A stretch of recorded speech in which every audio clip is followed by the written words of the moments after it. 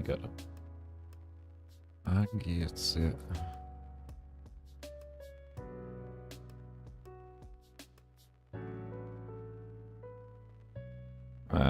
They're sticking to the walls and they're looking for a place free.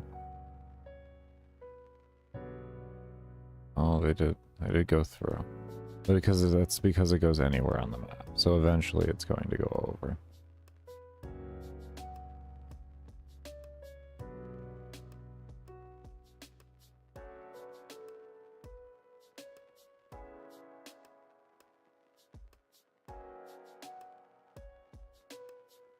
Okay, we're getting there.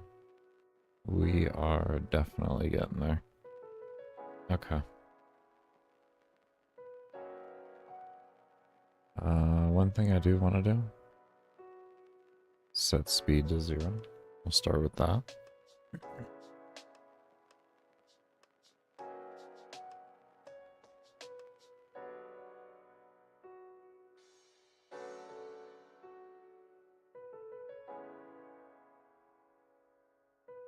How are we looking on mob density too? Have we created any problems? Have we fixed any problems? Okay, so far we're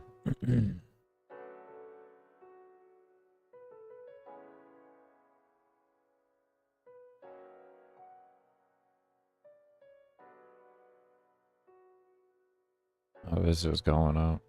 So far we're doing good. I think 2K was our bottom floor before.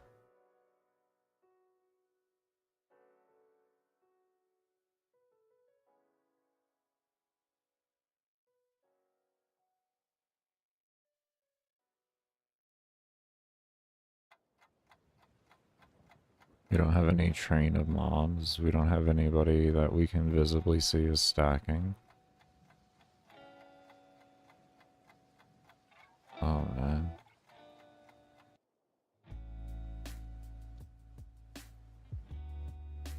Even these guys here, they're moving. They are moving.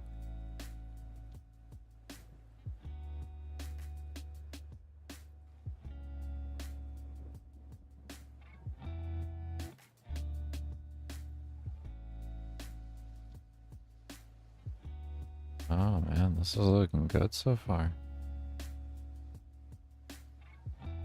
Okay, we're getting there. I think we may want to trigger these guys into alarms then, you know? Let me take the last few alarms here. A crit, we got a crit. Alarm 11, alarm 10. Okay.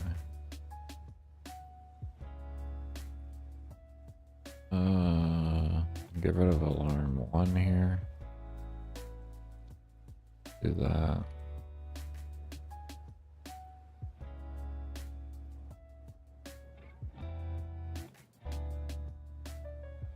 Alarm 11.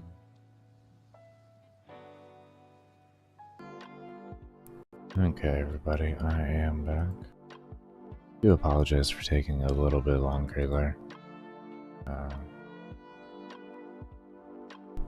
My head is still just not being friendly to me today. I'm a bit mentally exhausted to be doing commentary and such, but I need to work, so I deal with the longer med breaks. Or I deal with the more frequent ones and such. As long as I get work done. As long as I get work done.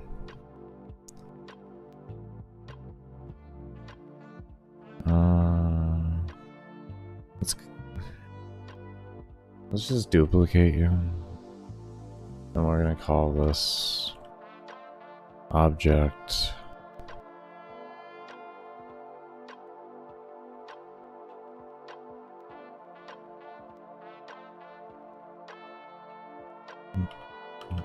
soul Oh, my OCD is not gonna.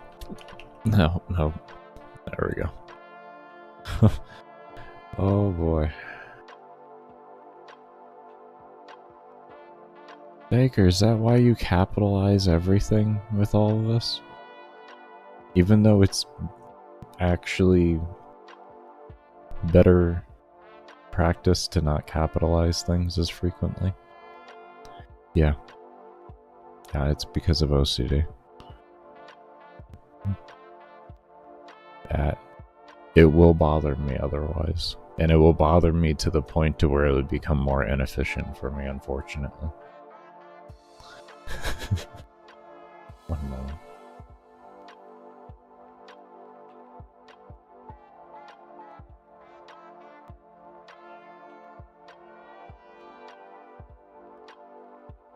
Because, like, it's something that'll just sear into my fucking brain, and it'll just sit there until I fix it. It could be weeks later, and it'll still just randomly come up, be like, hey, you remember that thing you didn't capitalize?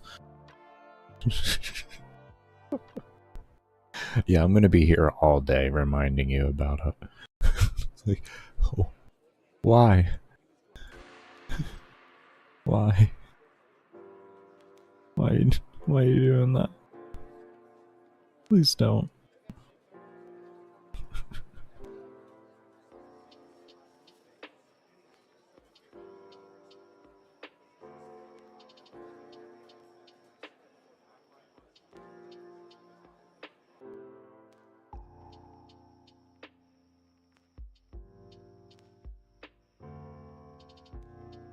Okay.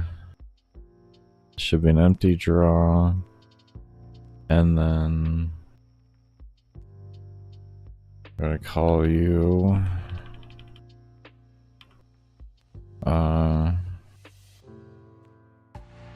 souls per second.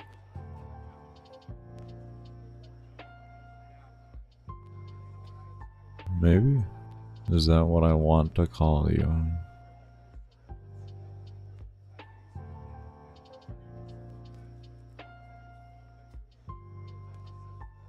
Souls per second.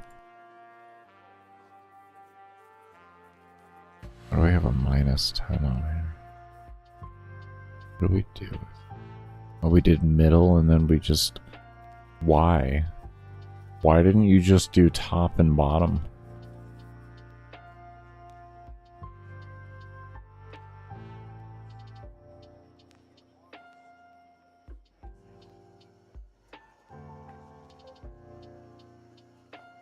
I'll forgive you for right now, Baker. That was the old you.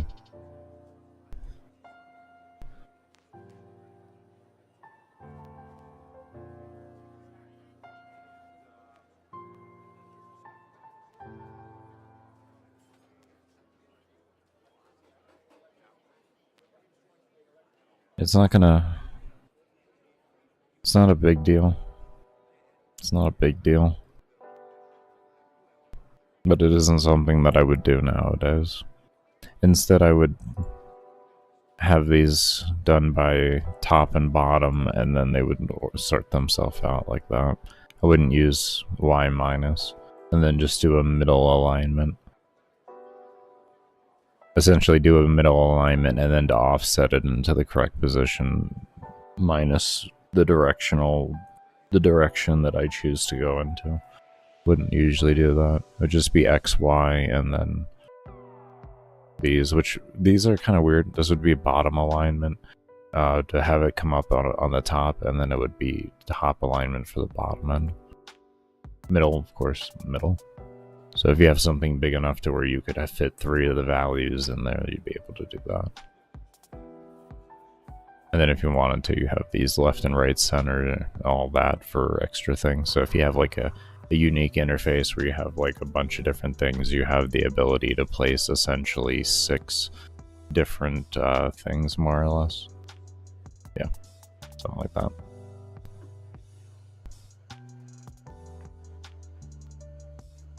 Wait, more than that. Be 3, 6, 9, 9. 9 different things.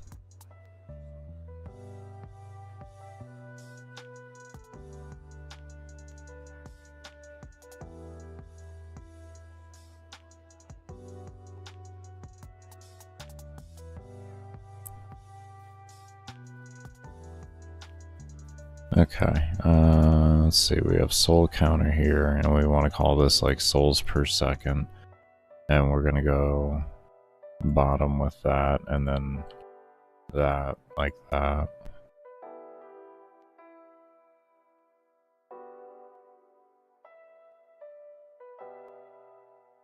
We can make it large. Well, we should just souls per second.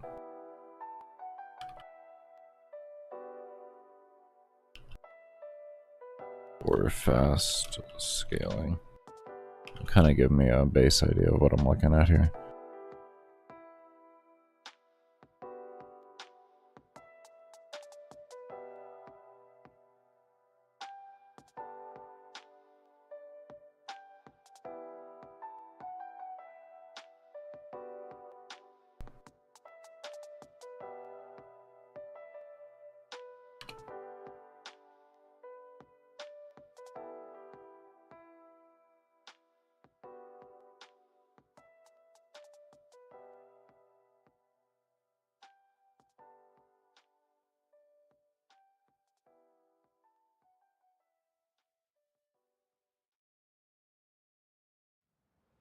We want to make sure this thing isn't inheriting any of this noise, so we're just going to give it empty things. I'm not really the biggest fan of doing something like that, but I need these values.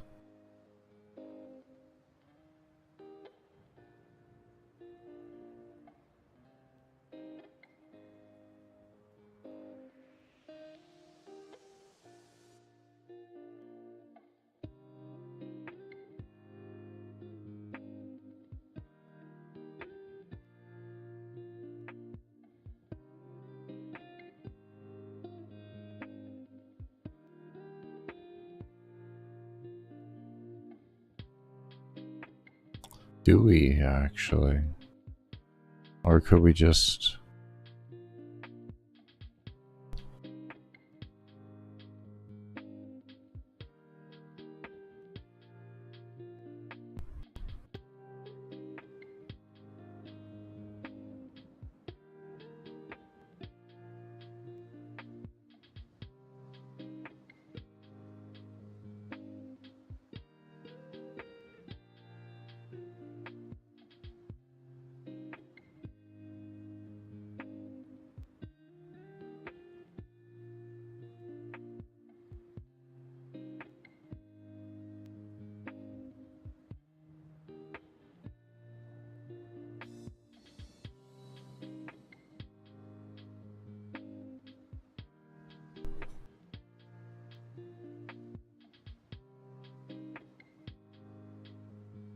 Oh, hold on, I need to put this on my, on the UI.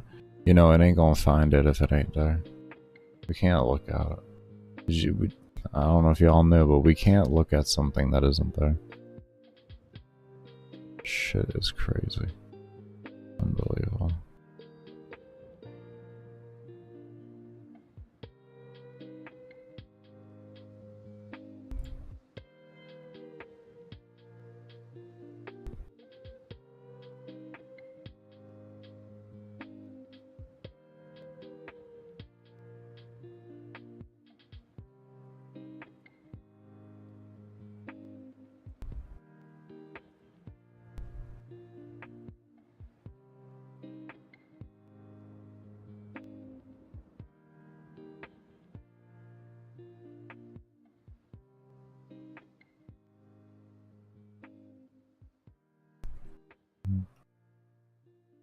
Okay, concept is there. Concept is there.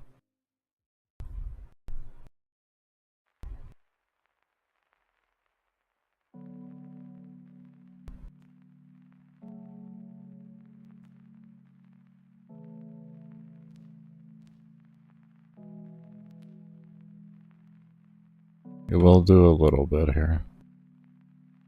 Because I kind of just... I want a little bit of separation between them. It's kind of... not minus, this is plus 3.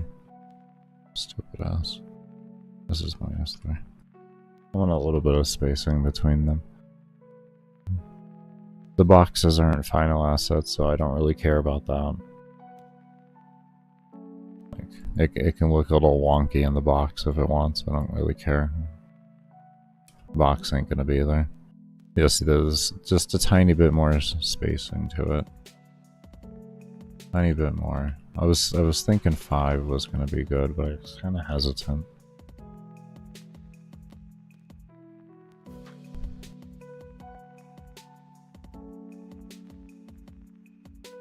And that should be perfect. Yeah, that looks a lot better. That looks better. Alright. I know it looks weird with the box and everything. I get it. Gotta do it here. Here, let's do this. Let's do this, yeah. We can do that. There. I can do this.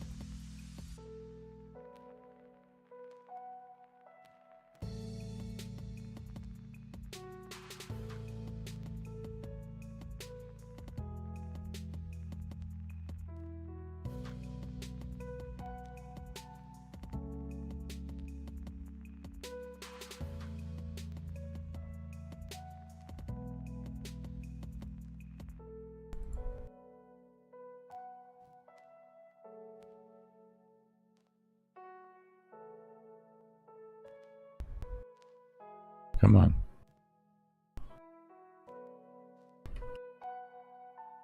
We can do that.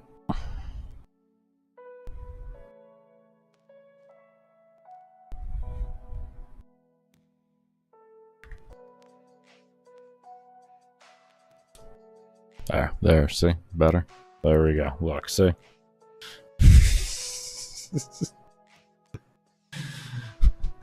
That's why I have the boxes like they do. Is if I, like, if my OCD is really going and I'm like, I have to just make this thing look good, it's very easy for me just to adjust it. It's just scale sizing, and it looks fine either way. So, that's why I have these placeholders like that. Boxes are phenomenal placeholders. Basic shapes are always great placeholders because you can scale up and down really easy with them. I'm going to switch this back to draw self because I already know I'm going to probably forget about that.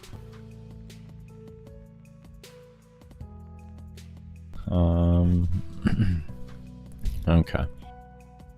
So here, this is soul counter. Now when we click it, what do we want to do with it? What do we want to do with it?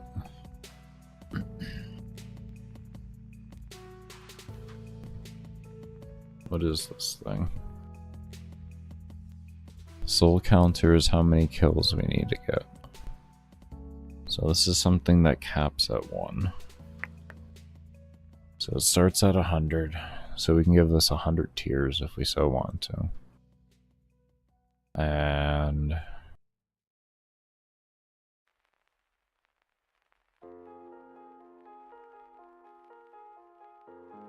we'll have all the buttons just be increases, and we'll set a general reset to it.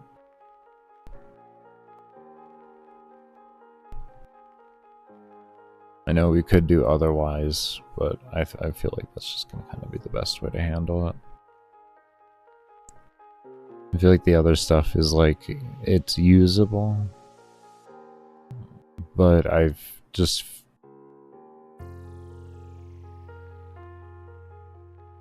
generally would feel like if the player is going to be resetting the thing, they're just going to reset a whole flat thing and want to redo the values altogether. That's what I would guess.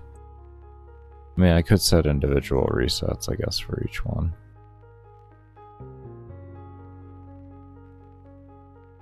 Could do that. I guess it wouldn't take long to do that, so yeah, I can do that. I can probably do that, as long as the UI doesn't get too cluttered. I think that's going to be the main thing behind it, is like keeping the UI populated, but not overly populated. It's going to be the main thing.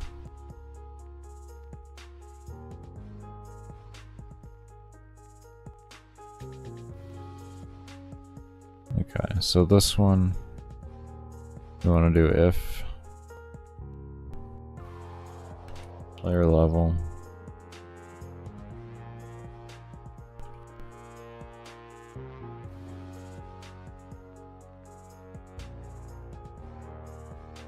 It is the same thing that I used, correct?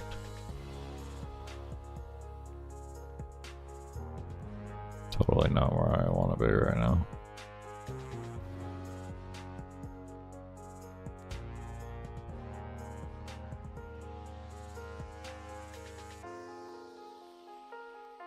Reset increase.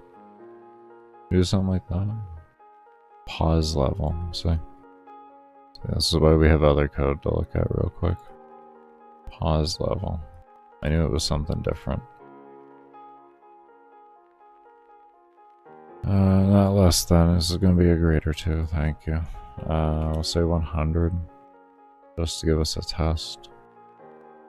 I think 100 would make sense in a general regard. 100 for each one. You give 100 ranks.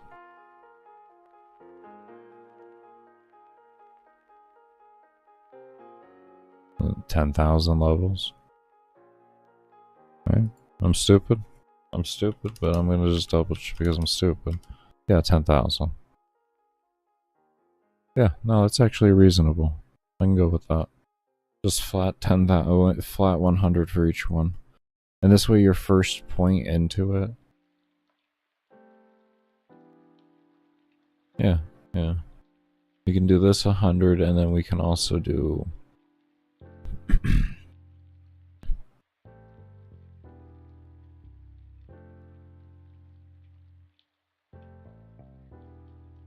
we can set these something like that too. I think with this whole thing we can essentially do a 100 on it.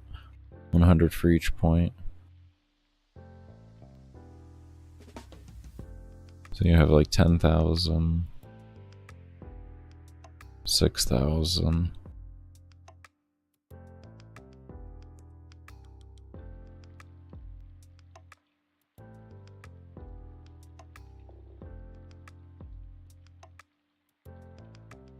Yeah, I think this would be like, in order to have this fully at a really nice, at a decent spot, you'd probably have to invest like 15,000 points then.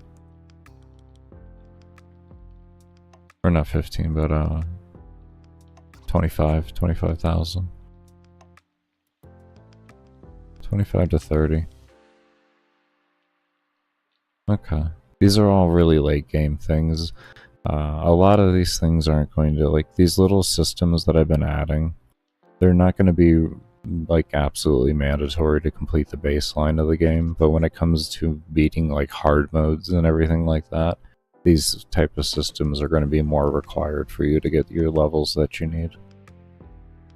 But the baseline of the game, you're going to actually be able to just kind of naturally play through the game in each mission, and you're more than, like, you're pretty much going to have enough to get you by into the next mission. Is how I have it set up. It won't be like insanely easy if you do it like that. You don't take your time to kind of farm things out, but there is going to be that option for it pretty much. You know, to where it's like going into an endless mission, you're not going to be sitting in endless missions for like 7 hours in order to do like the next non-endless mission and such.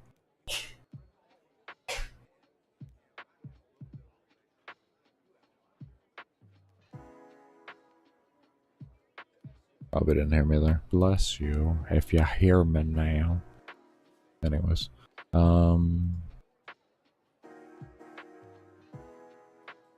so what we want to do then, we can set up a few things here.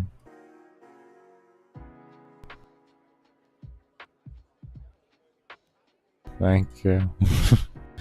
No problem. Let's see. And then we do soul counter and we can -1 from that. -1.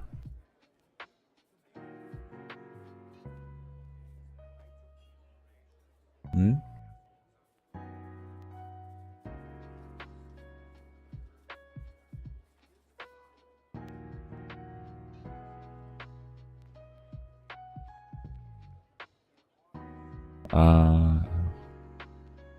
thing. We need one more check behind this. If soul counter is greater than 1.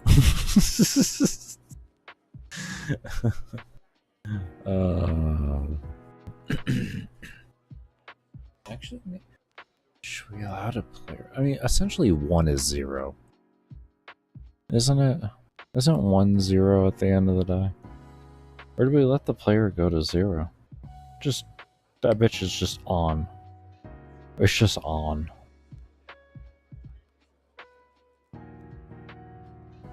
I mean, essentially at 1 it's on. If you're killing 1 mob a second in a game like this, where your entire party together consists of projectiles shooting at around 1800 rounds a minute, so, or spells a minute. I mean, that's, yeah.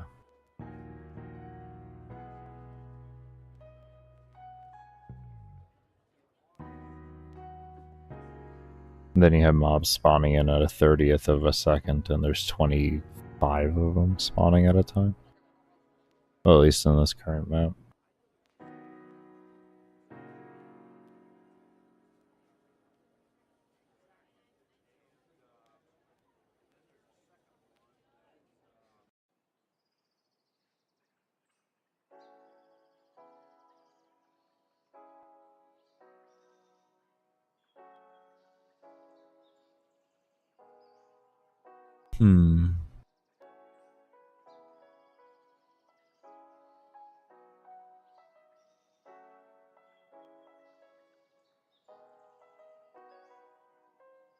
Yeah, no, we're gonna leave it like that.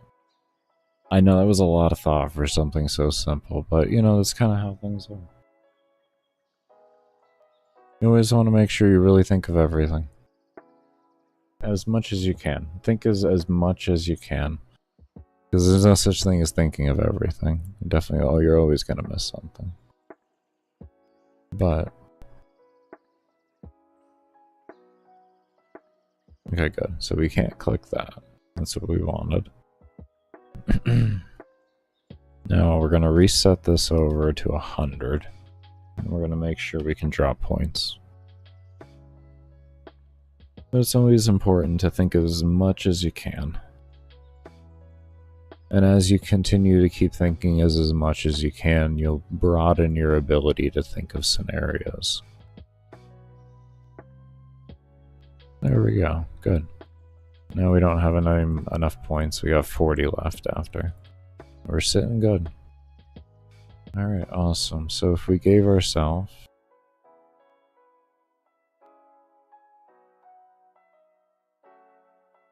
Oh. Hold up, wait a minute.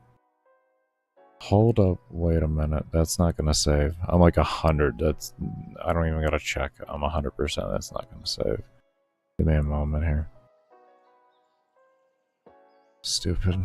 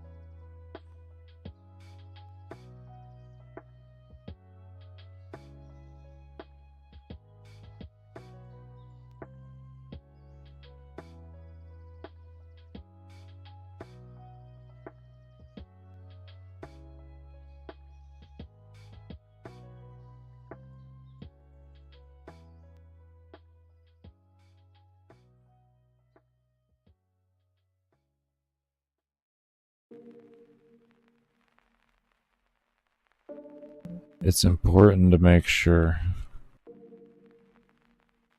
that your levels actually get updated. Otherwise, when you close, guess what's gonna happen? Nothing. And I could just make it all a temporary system. I mean, in theory, actually, I could just make it a temporary system. But I feel like that might get annoying for the player. Like, if these are if these are like really endgame system, it means typically there's going to be reoccurring using these within a time period, because there's going to be like set time put aside to it. And having anything reset is just going to be fucking annoying at that point. You don't want to deal with it. So.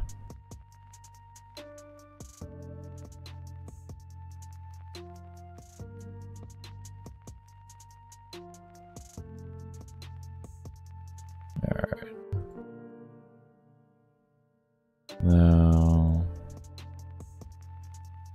We needed 10,000 for everything.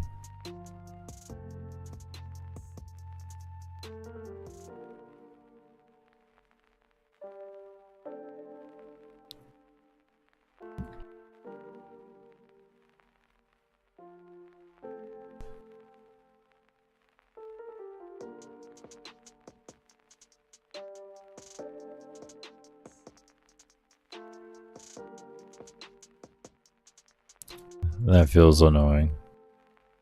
Can we just figure out a hold on it? Hold on. Give me a moment.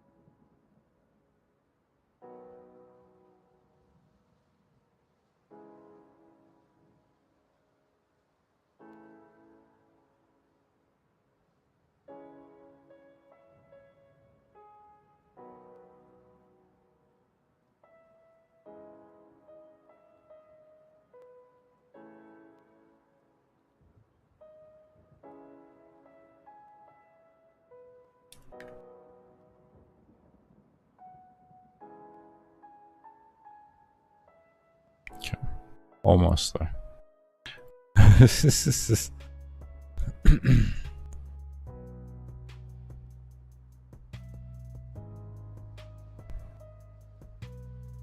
You're getting there.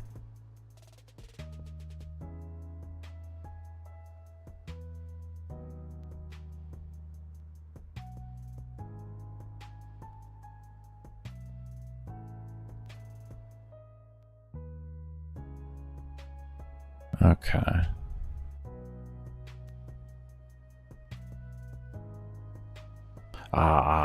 Okay, hold on, I got it. I think I got it. Like that. I think I did it.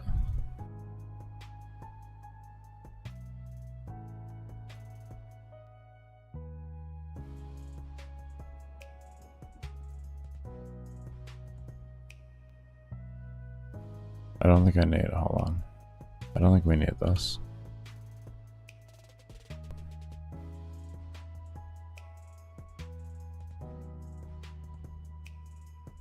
Not sure. May not need it. Okay. Okay. Oh, that's so painful. Why?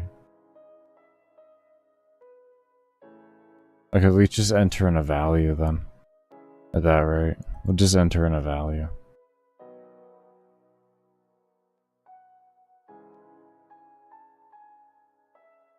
That's all.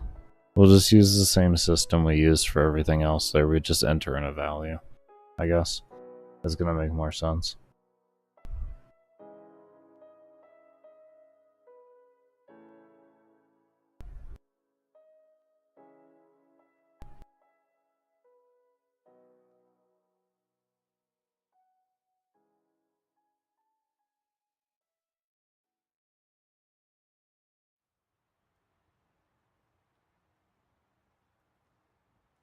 Yeah, it's gonna make more sense than having the player click like crazy.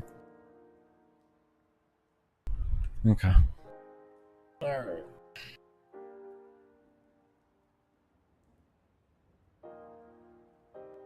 I mean, I guess we could just set it to 10 and just allow them to click 10 times.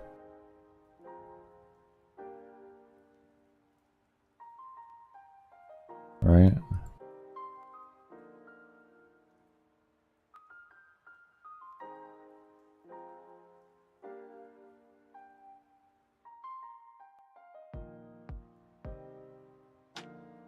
And this way a player doesn't have to do the math in their head and stuff.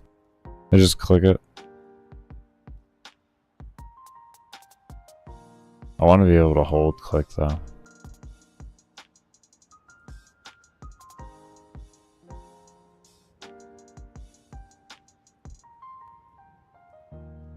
Okay, good. I can bring myself down to 100. Alright. I saw that minus 100 too. That was because of that. Which makes sense.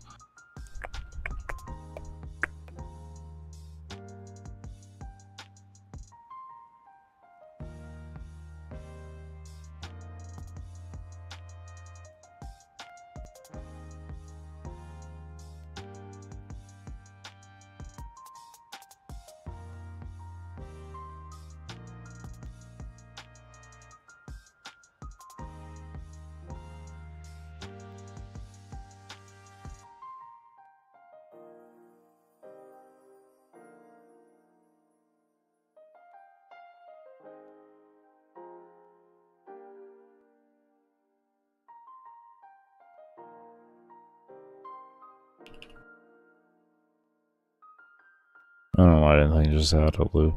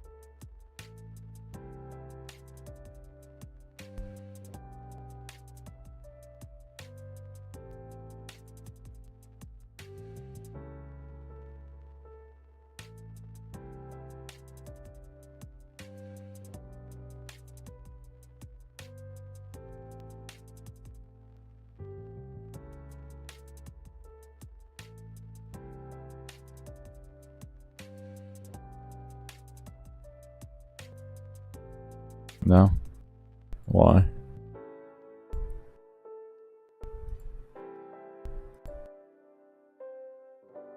Oh. Oh, that's why. Yeah, it just crashed. Let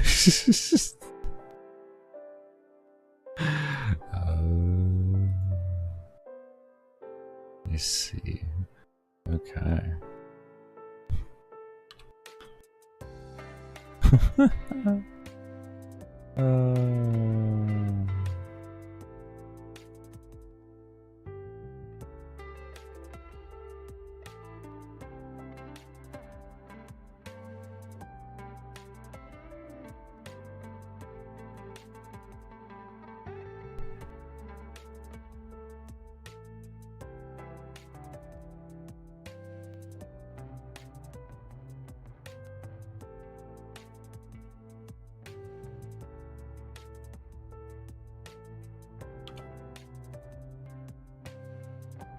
We'll try something simple.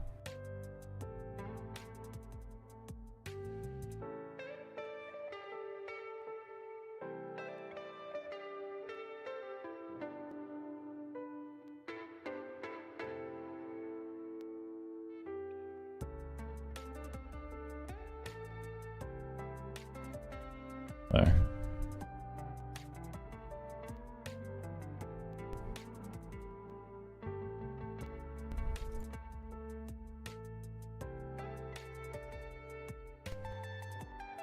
Oh, it worked.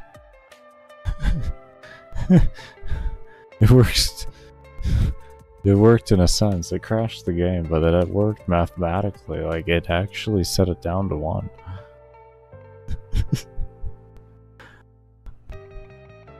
It did work. Can't say it didn't.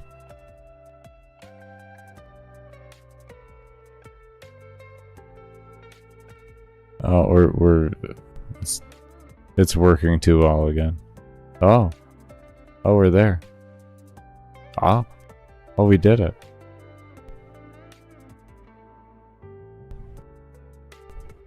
Okay, this did not work the way I wanted it to, though. Alright. We did it, though. We got it to do it.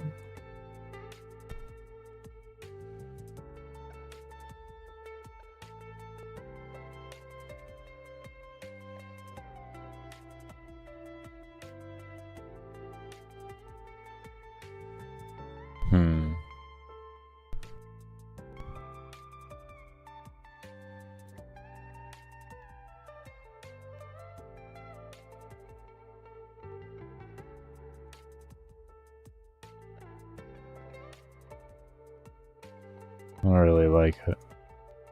I'm gonna take a break here. We're gonna think on this, on how to have this better. Or probably just have enter and validate yourself. Probably work the best way around it. But remember, we only run ads during breaks and such like, and support streams, so your lurks and all of that during those times are much appreciated and keeps the stream running as it is. Also, remember to subscribe to the channel and give the stream a thumbs up if you haven't already. But we will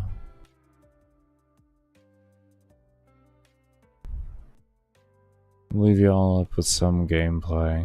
I'm gonna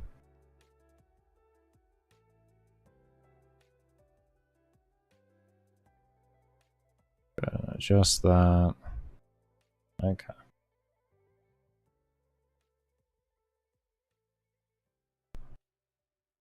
I'll leave you all with some gameplay while I go take a break here.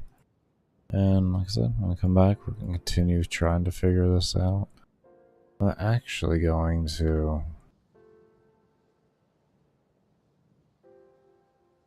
Yeah, I want to equip this one here. This is like the really long run one. So I'm curious to see what this looks like. Anyways, we'll see you all when I come back from the break.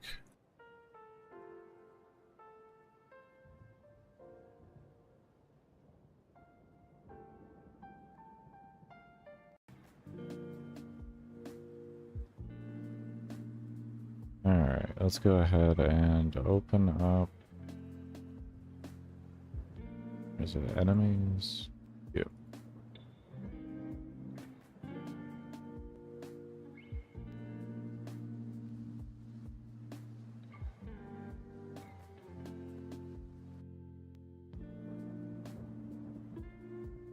Okay.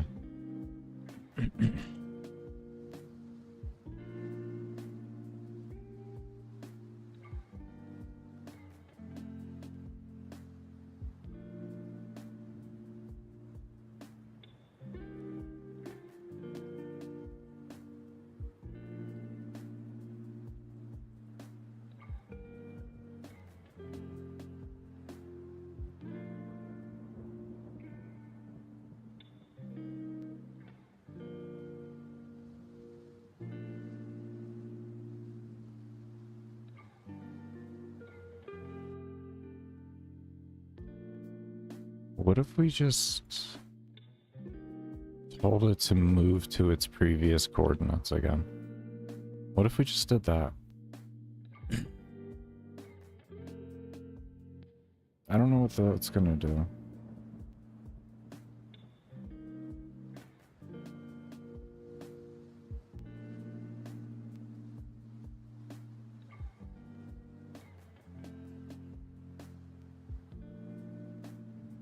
It's gonna throw me an error.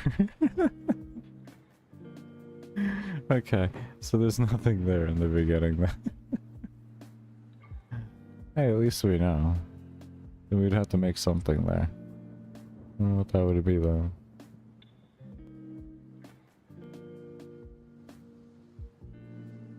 I guess we could do this. Watch.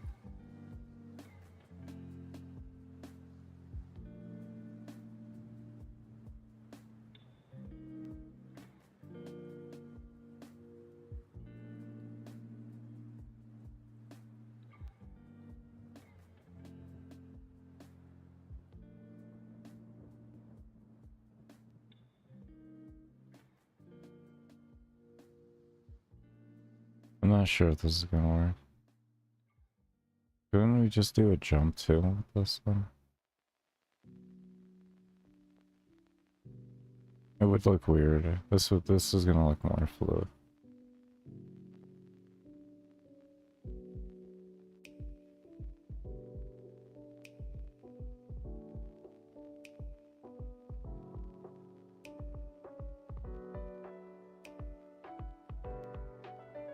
I don't know what this is gonna do, but we'll see.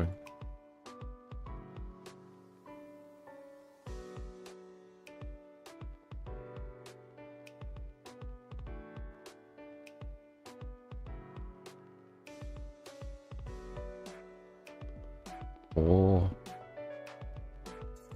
Oh.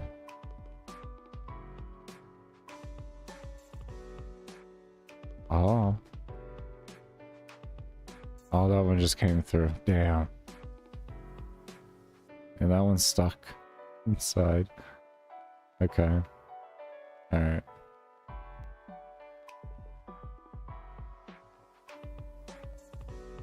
It was worth a shot. It was worth a shot. It's good.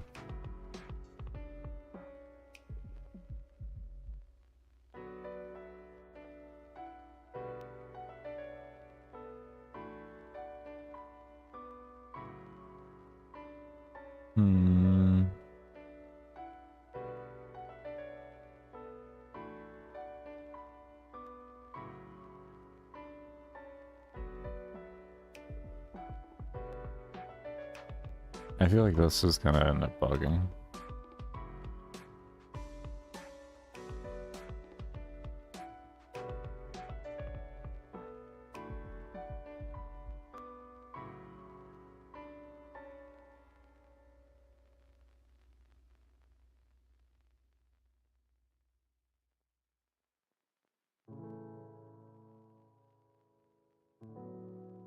What happens with that?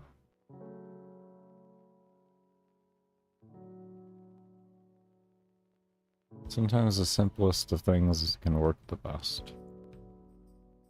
Just worth to keep trying things. We'll figure it out, just like we figured this out. Just gonna take some time. Trial and error. That's all it is.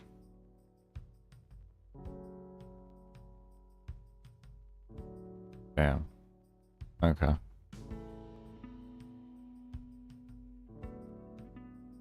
Okay. I kind of thought that wasn't gonna work, but it was worth it. It was worth.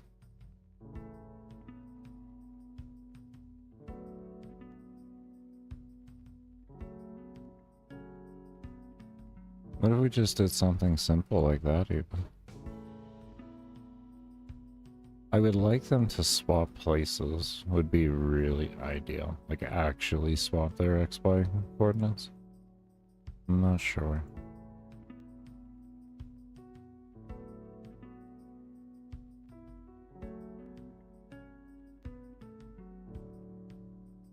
How to do that efficiently at least.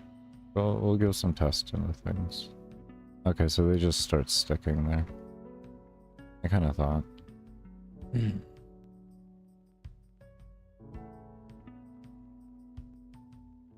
That's what I kind of thought was gonna happen.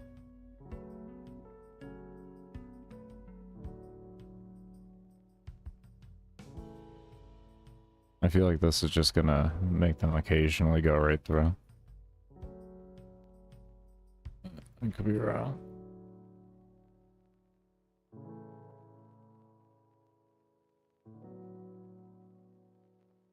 Point is to find the most efficient way to get our job done.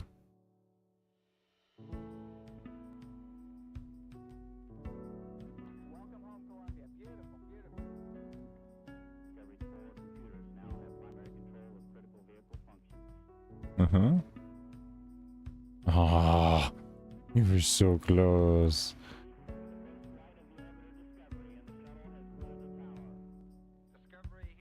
It takes a lot. It takes a lot for that to happen. But I figured it would happen.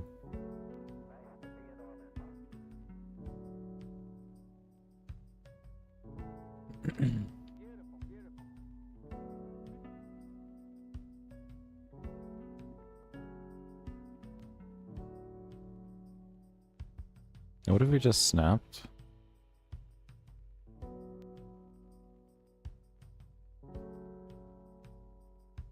We just did that.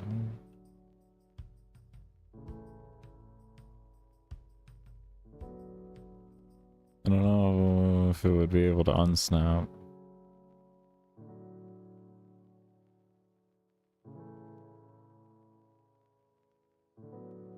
But it should with this. Oh, it might not. We'll see if they stick, and then we'll reduce the health pool, and we'll see what happens there. There it is. Nothing good happened there. That was nothing good happened there.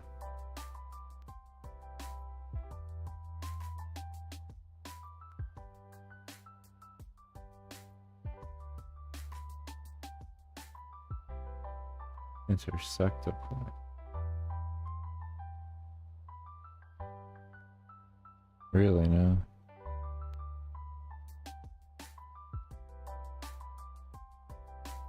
Intersect a point.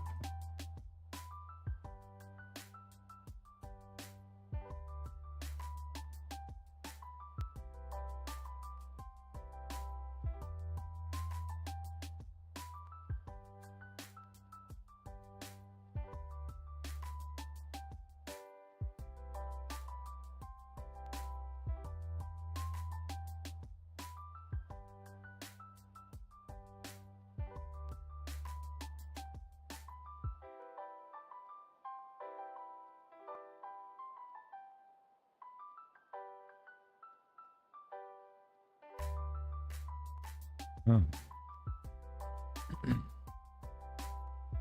I kind of knew about these, but I haven't revisited them in months. Like, when you have a better understanding of them, you kind of like, ah.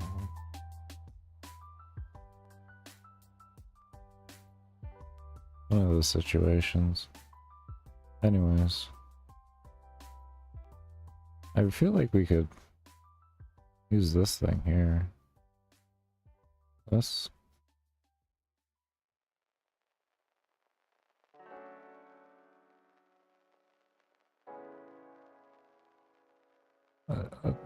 I'm gonna experiment and do it later. Let's fix this first. Because it's the same thing. It's just displayed differently. Is what that is. But I would like to learn it.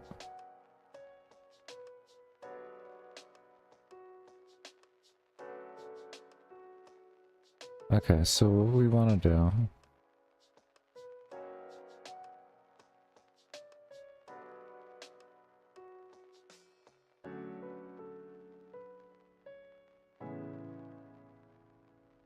Good. Oh, hold on.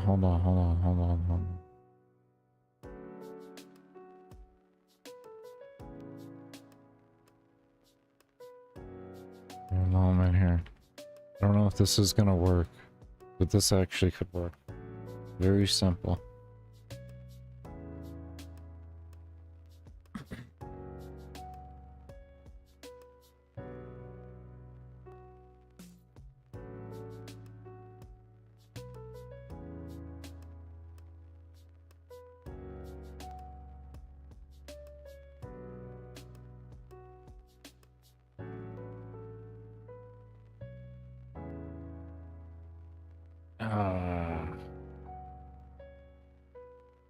freely just get shoved.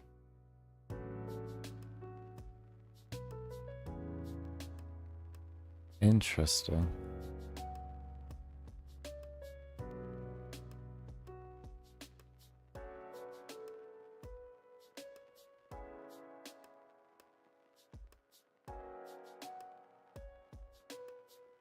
Interesting.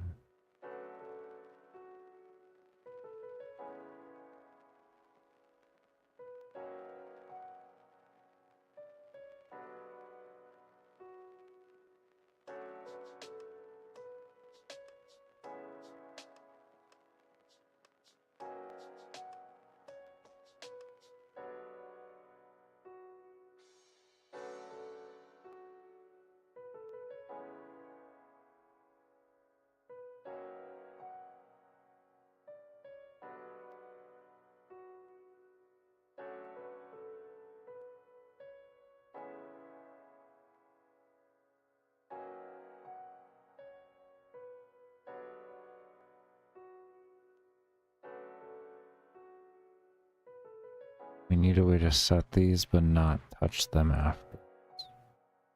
That's what we need.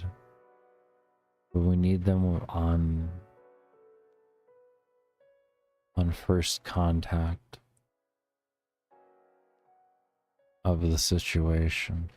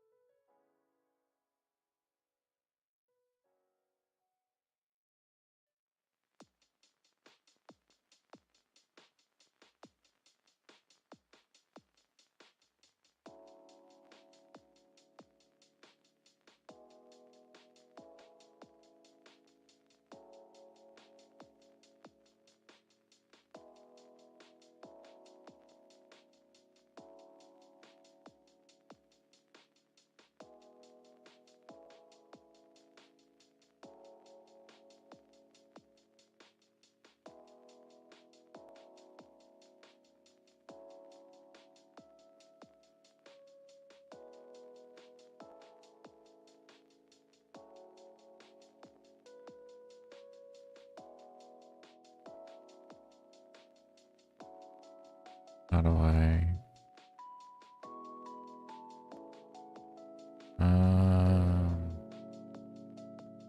runs once but doesn't run again.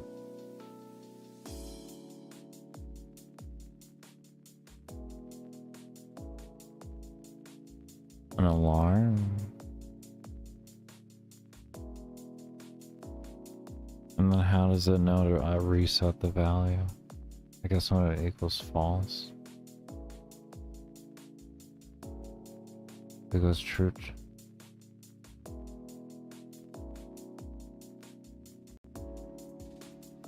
Do we have any empty alarms here? Yeah, we do. We got alarm in top.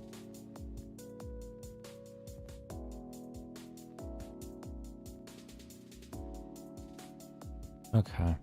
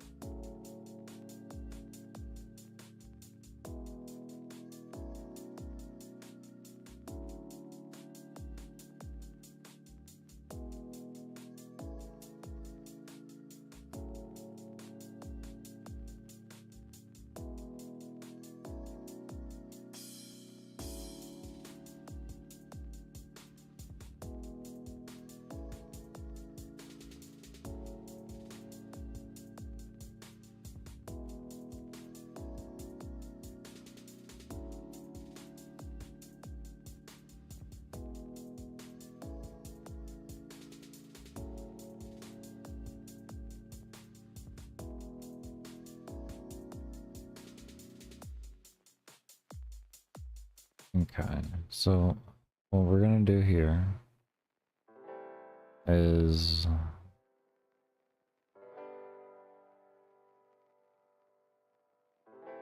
all this mob wall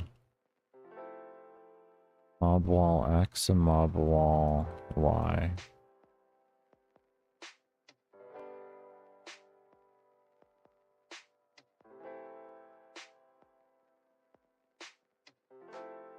No, next step. I think we can do it like this. And then we can come over to here. And in this else here,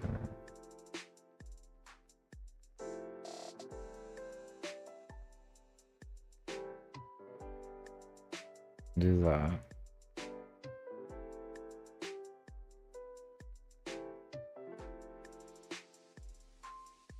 And now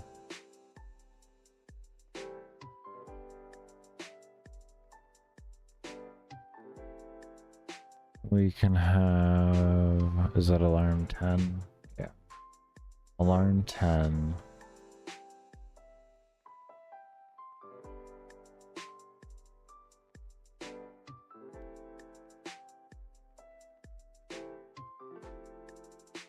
Reset there.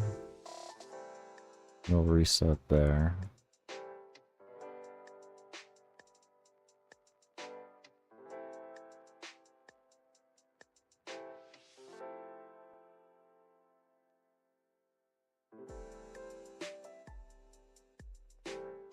Reset there. We need to put that in the correct area here though. Wait, hold on. This is fine here. These don't matter actually. But this will not. This has to go one before, or yeah, the 10 has to go before the 11 because it's alarm 11, otherwise it won't get set.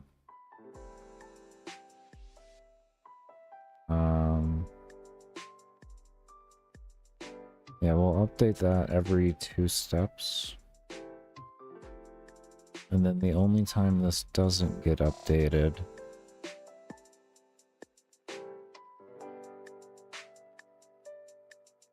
is this here.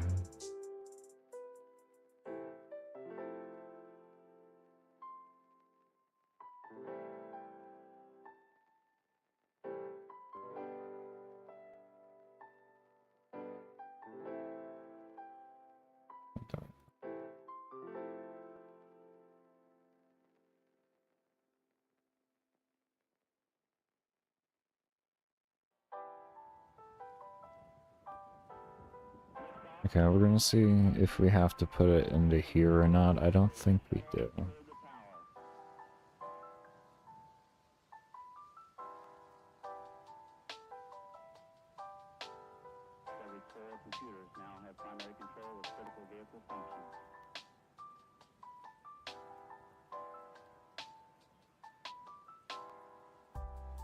I might have to...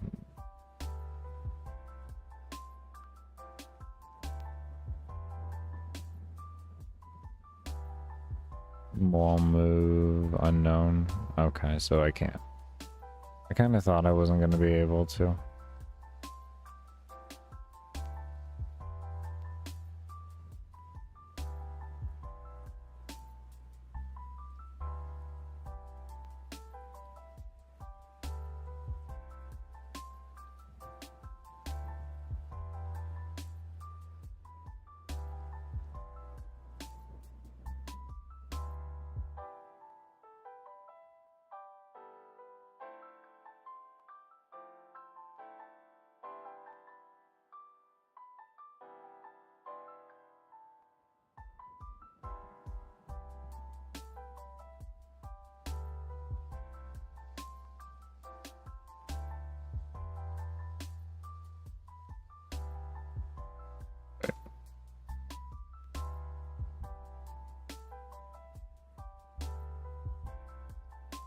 But I just...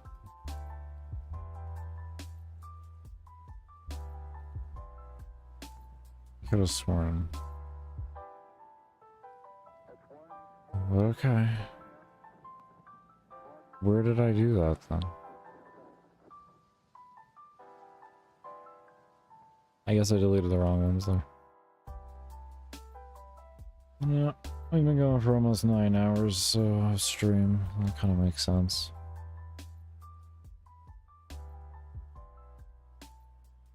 Oh my.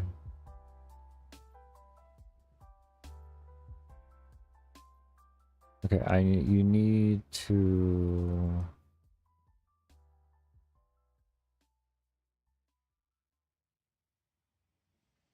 You need to reset somewhere else too.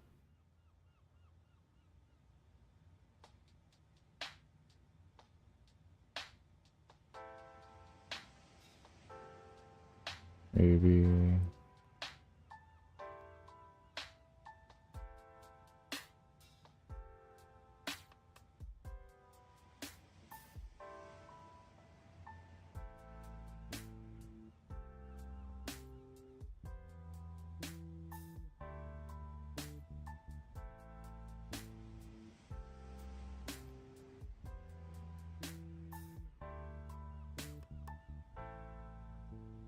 I don't want to make it in the creation, to be honest.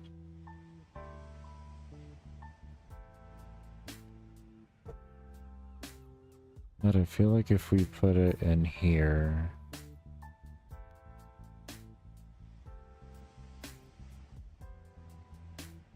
Okay, that is actually...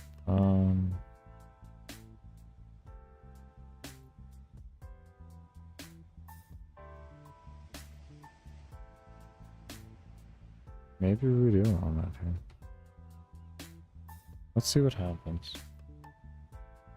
I mean, if we can just have it as a one-time and then that fixes it. I don't have to have anything kind of extra stipulation or anything.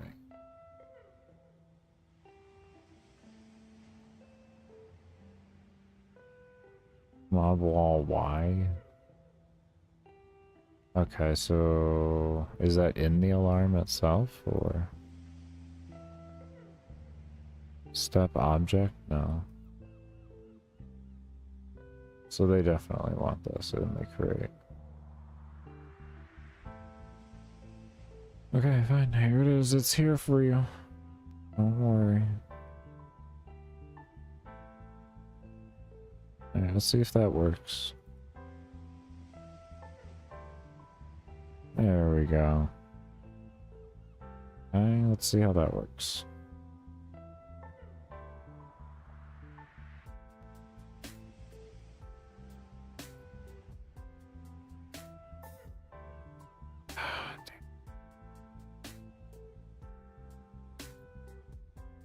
Some of them are stopping.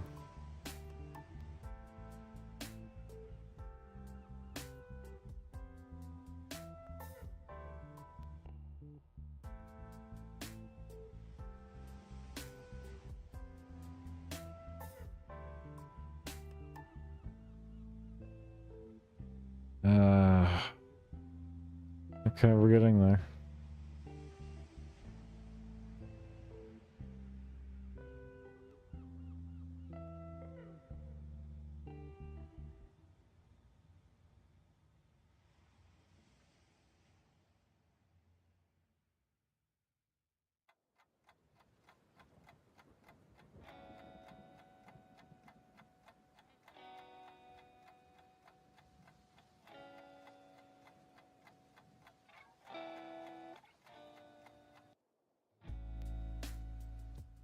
So there's consistency, and there isn't consistency. There was more consistency than there was no consistency, which would tell me it's going to be in the one that occurs more often is likely going to be the one that fixes our problem, and we'll see.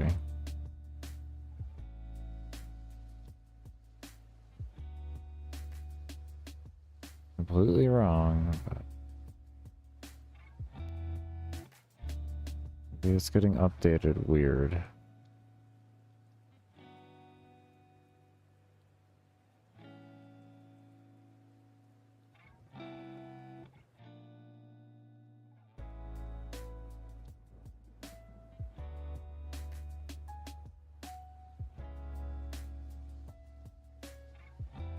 Uh-huh.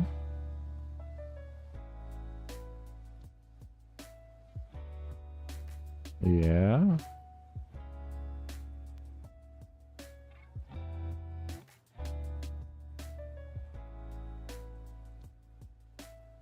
Oh, oh, that one almost went through. Anybody go through yet? I don't like these guys sticking. There was no purpose for that. So it's a little weird.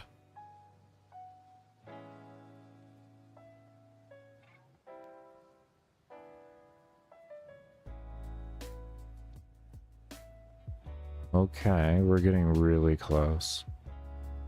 We're getting really, really close right now. Maybe the pixel count's gotta be small boy.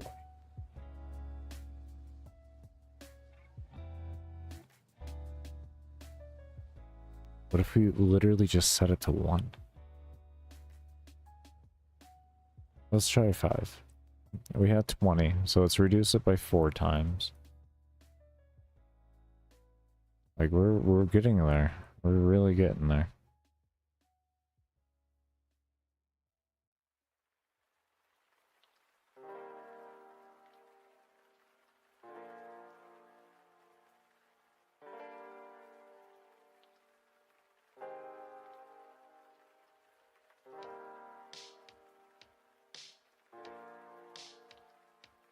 Damn.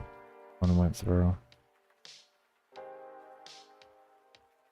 Another went through. Okay, let's try 10. Oh, hold.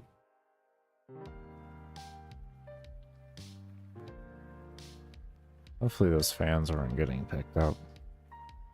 My apologies if they were.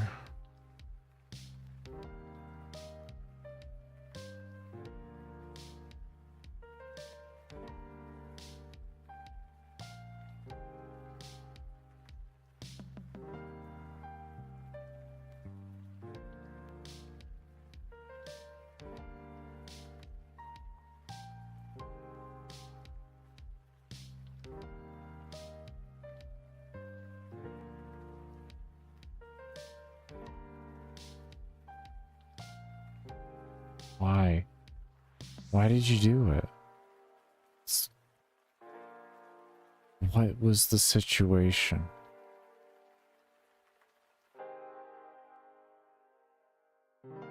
What was the situation? Why did you want to do it? We're getting there. It's happening less frequently now. We've had 1. That one, that all we finally got pushed. Okay, we had 2.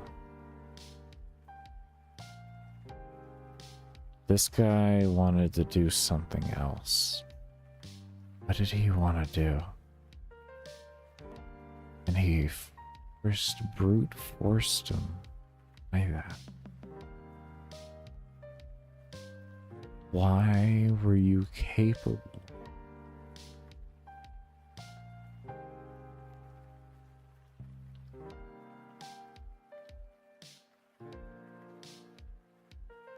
Why were you capable?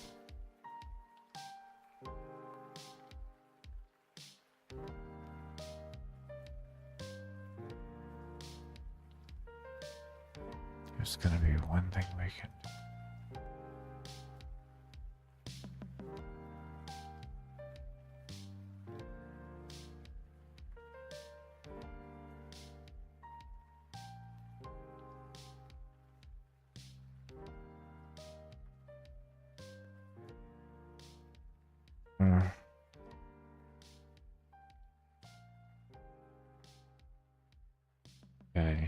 Okay. This had the best results here. So there's something that happens here.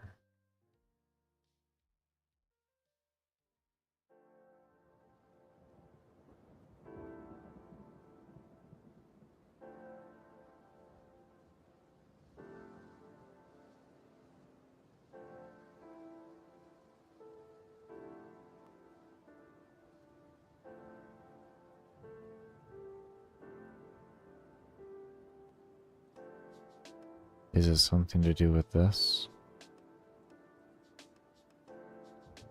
This would be procking. This also would be. If we took that out, if we took that out, maybe that's the issue. Maybe that's the exact issue. Because it kind of looks like it could be. Like it's not detecting, like that alarm goes off. It forces the code to run and then it just kind of does it. Even though it doesn't want to. Everything fights it against wanting to do it, but then it does it anyways because it's like there's... It's... Why? I mean... Yeah, why?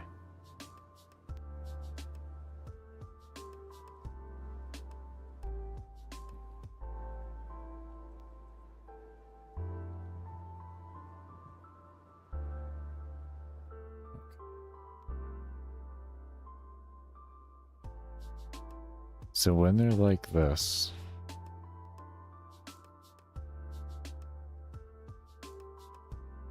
we need...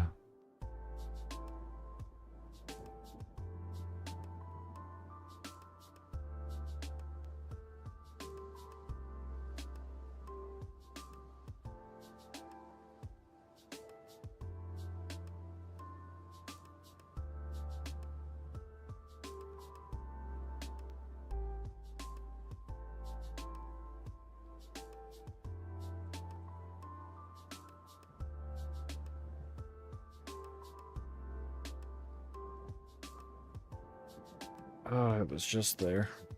Fuck, it was just there. It was just there. Oh, it was just there.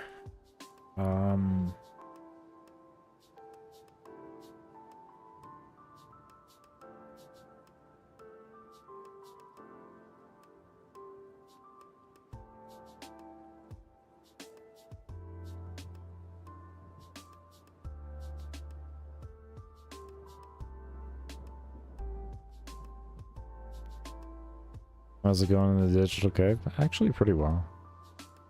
We made a collision system with the interactables, which is destroyable objects in the game.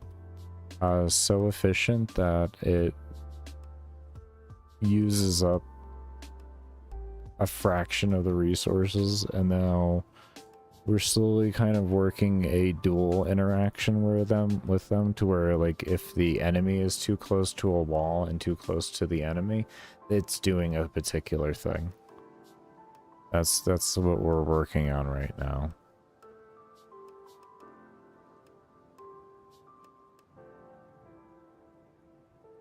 This is what we have it looking like right now, though.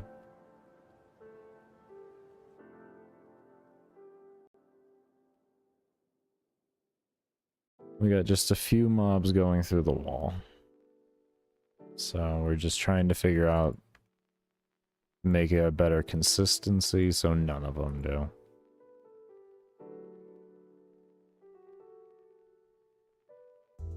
It actually caught me just after a test, so I can actually quickly revert things. But as you can see, that random mob there, and he went through. Oh, it's a problem. It's not horribly frequent, but it does happen. We're just trying to figure out our way around it. But we're getting there on things. We're getting there on things. We're getting there.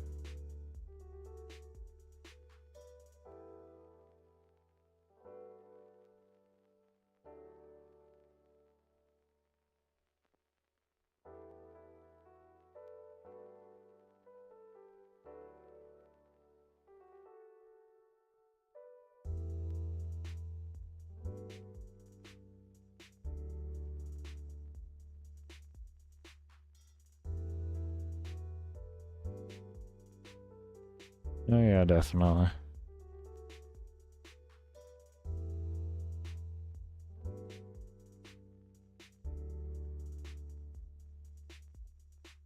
So we know this one's gonna fail when I do this, but maybe we can hold these values or something. I don't know. Maybe. Oh.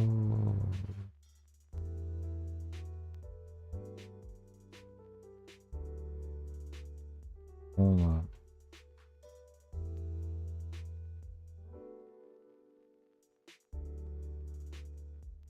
No. Watch them. They should stack here.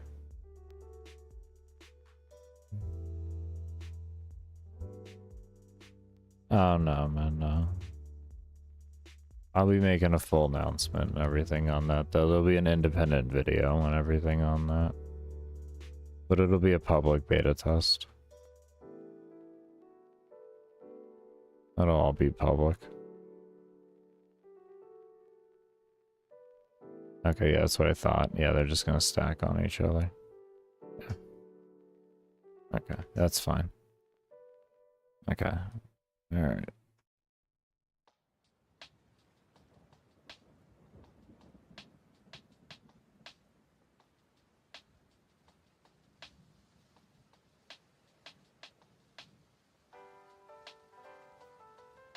Yeah, I'll be creating a public Discord so everybody can post all the bugs they find in there and everything.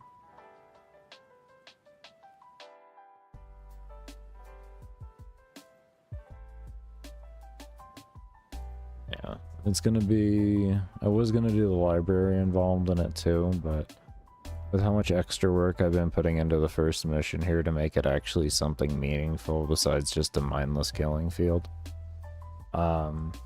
it's just gonna be the potion room, or the potion creation room, and the, or the buff creation room, and the first mission pretty much, and then the main menu.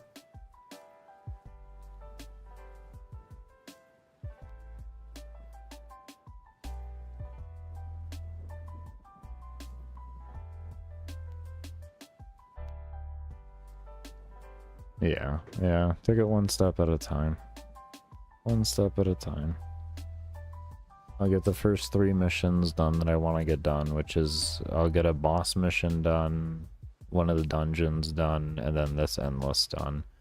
And then afterwards I'll go back and work on the library more. But that'll allow me to have the demo out at least. And I can have the demo out, I can get it released on Steam and all that type of stuff.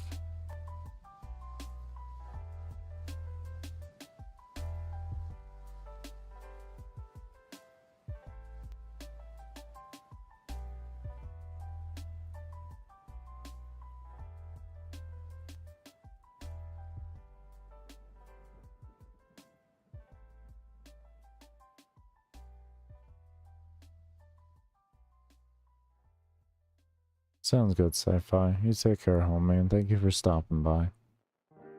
Can't wait to see the Limbo Bible come out. The Limb Bible. Can't wait to see the Limb Bible. Before we had done nothing here, which is essentially like putting else exit, to be fair. I don't know, maybe with the changes it might look better. I think that's gonna be a problem though.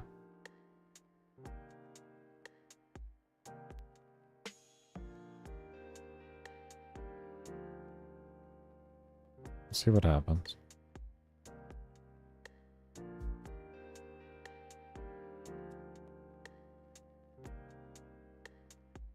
I don't see anything moving. There we go.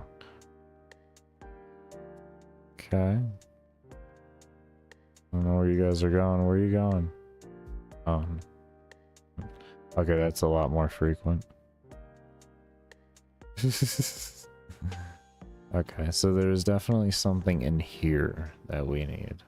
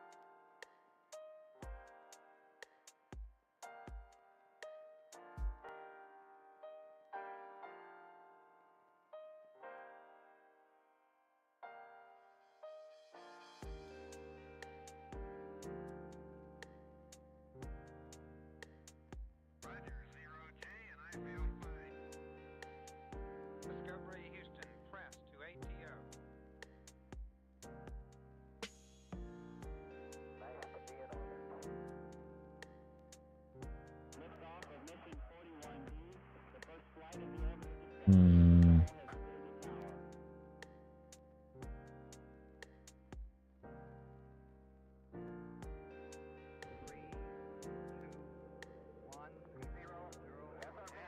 Hmm.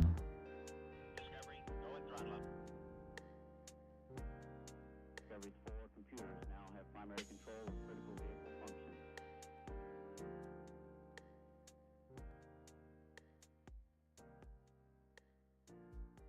How do we make you...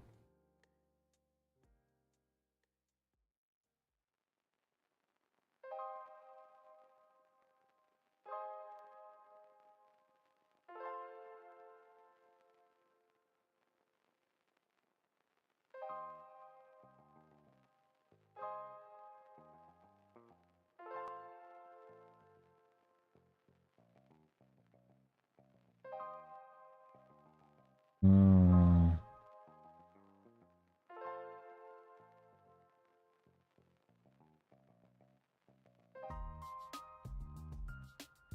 Oh, brain. I know, brain. You're not.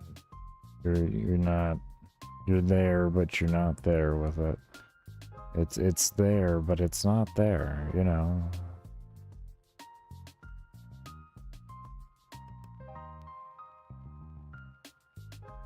Set instance rotation.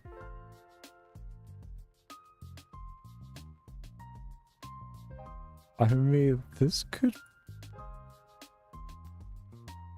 just be comical. This actually could be pretty funny.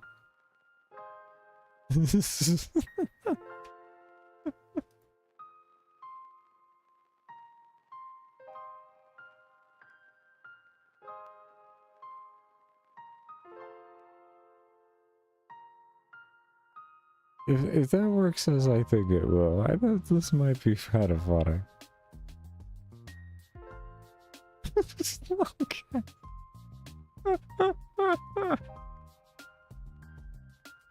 It's not as fucking serious though. Jesus Christ.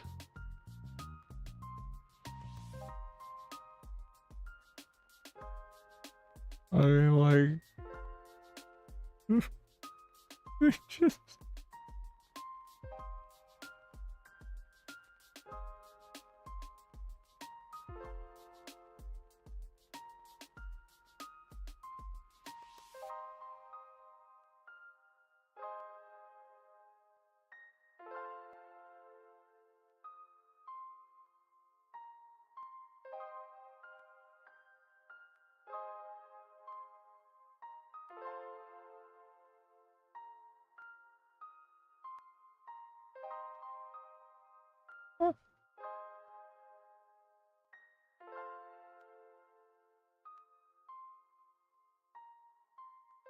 I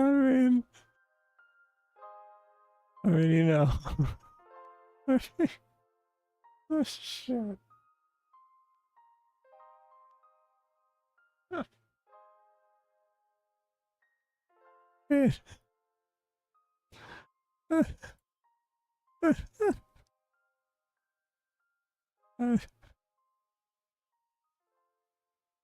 Oh my god.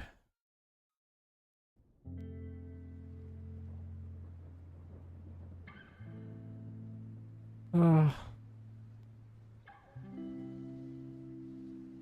Oh my god, and everybody that connects to him just why? Why do they all connect like this? Why does this happen? What are they doing? What are you guys doing here? Why is everybody doing it? What is going? Why? Oh god. No. Why do you... Oh god. Okay.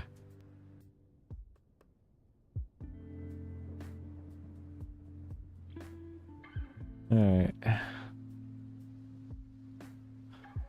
Alright, since clearly not the play. Clearly not the play. Overwhelmingly, astoundingly not the play.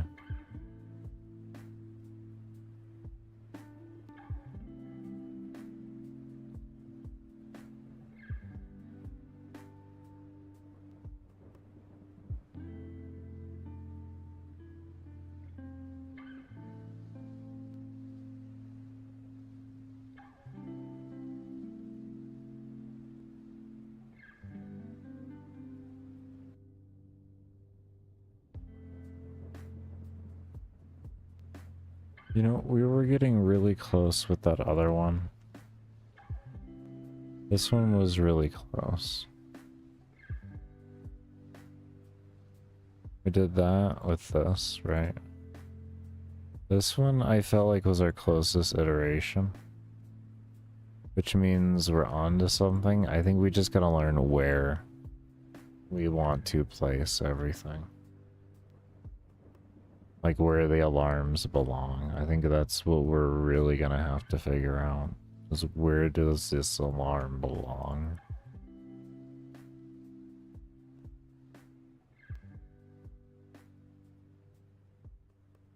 And I think if we figure out where the alarm belongs, we'll be in a good spot.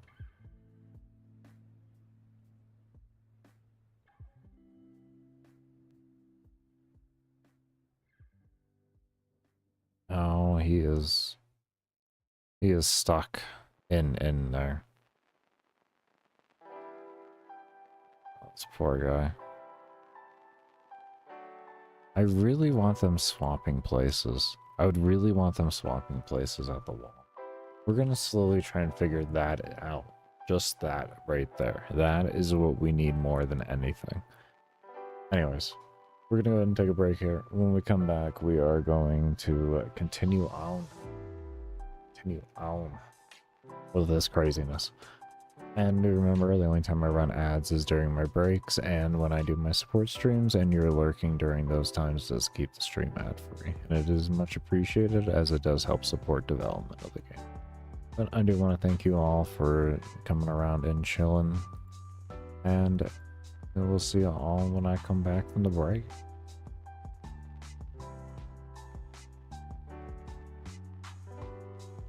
And hold up. Okay, now, so that we eliminate the artifacting. That's what I'm trying to do right now. And I feel like there's going to be a way to do it very simplistically. I'm just trying to come to that point right now.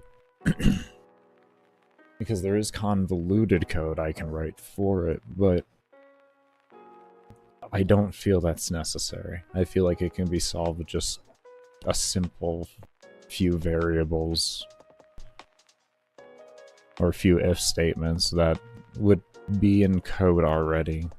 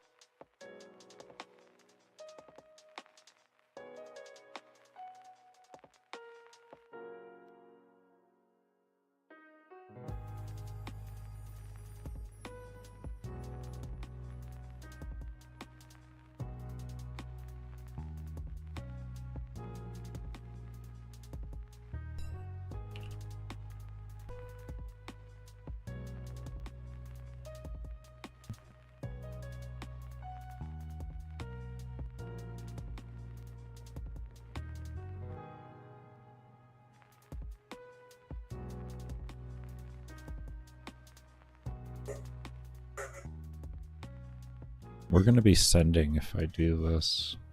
Is that gonna matter?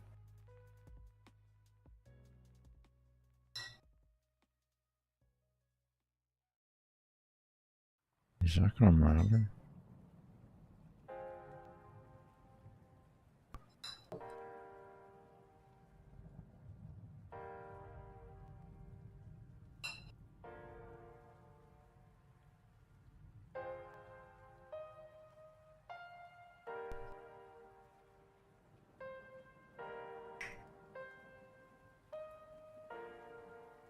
Speaking of send, there we go. Okay, so what we're gonna do here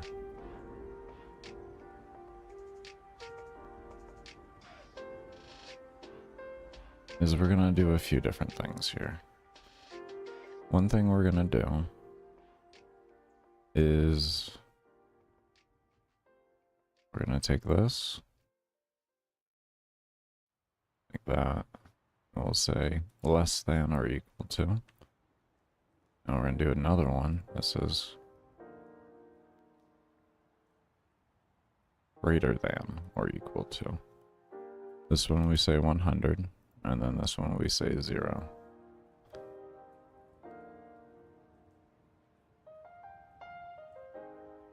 Now we're gonna do this, take this out, and the reason why we're gonna do this is because we were already sending to another object, which is going to take an additional step anyway, so having the second if variable here literally makes no difference on performance. But what this does is it allows us to securely go between 0, it should allow us to go between 0 and 100, and only those numbers, and it'll stop there.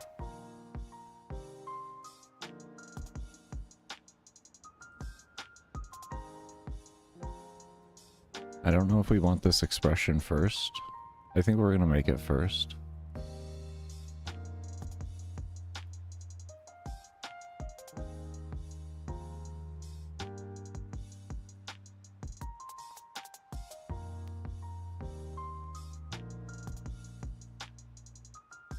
Okay.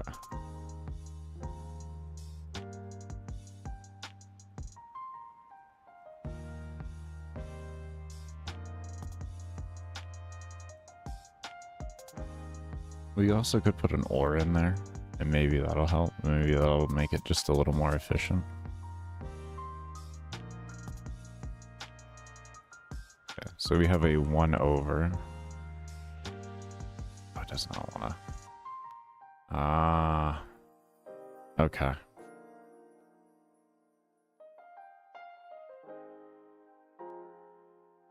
That's an issue. So it sticks there and it doesn't allow me to go back. Oh, that is unfortunate.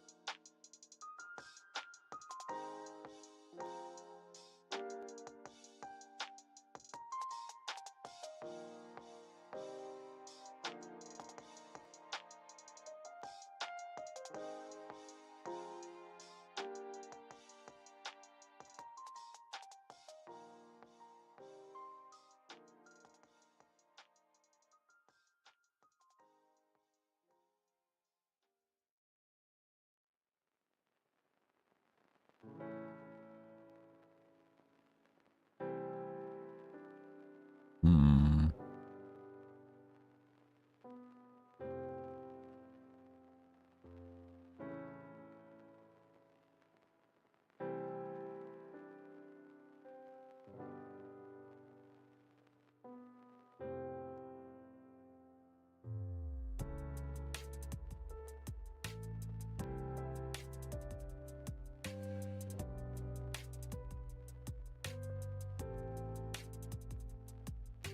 Alright, let's see what this does. Oh, you are a pain. Oh, you are such a pain. Why don't you just cancel? Why don't you just cancel it?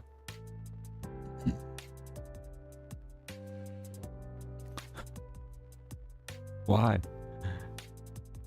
Is it that far down in the code? Is that the problem?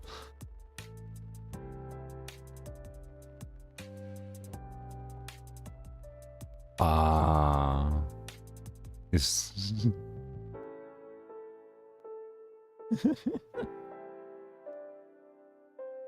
This might work now.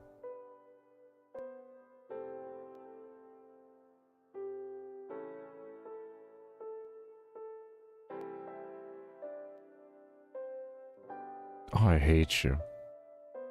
Oh, I hate you. Oh, I hate you.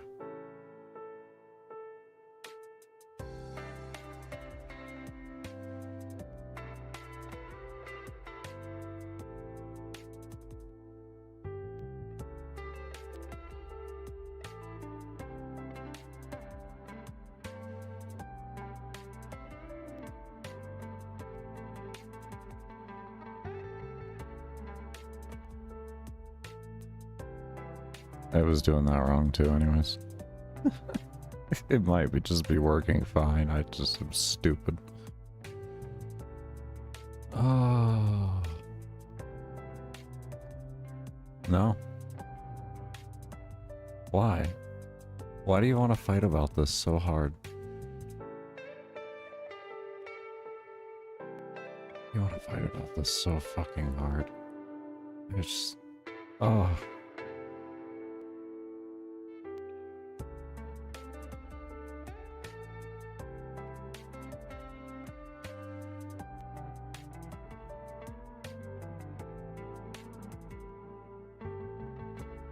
What if I just...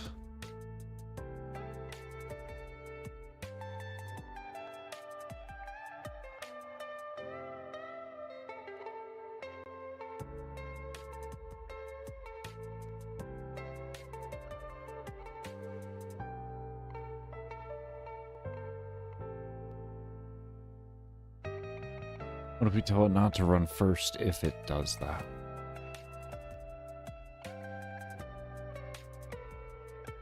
Hmm? What are you gonna do then? You and your family. Oh, you and your family. Okay,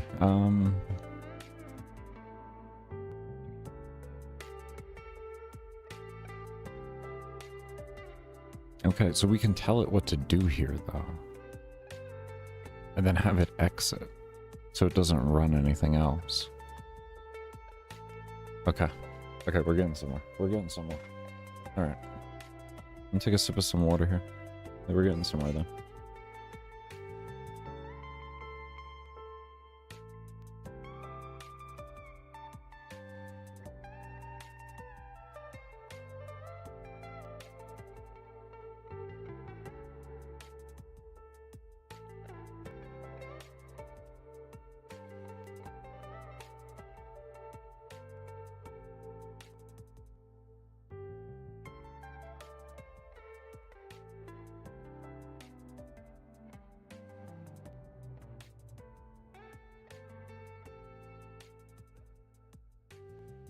Welcome back, Nip. We're working on the overall thing on this detection and interaction with the slider bar. We're working on it. We took out the hovering on the other object, and we're actually trying to see if we can't just work something with the values themselves and stopping accordingly.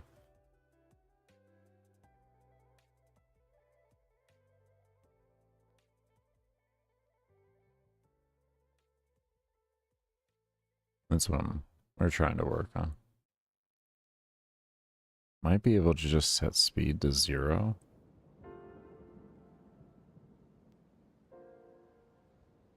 Or something like that.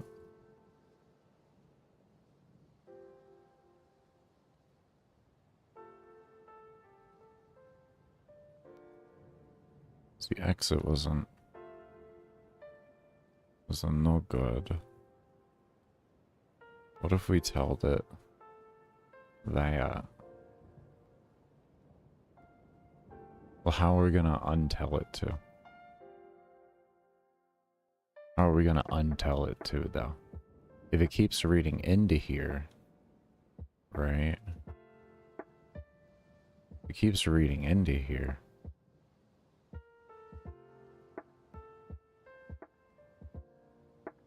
It's not gonna move right now.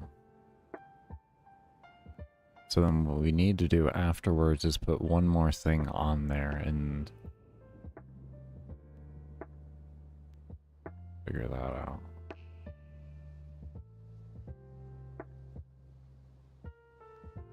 Okay, you still want to run the code.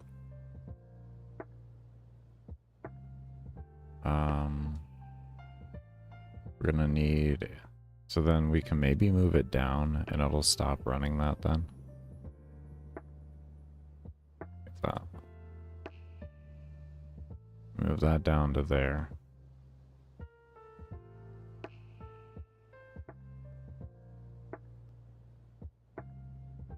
Now it probably won't move, right?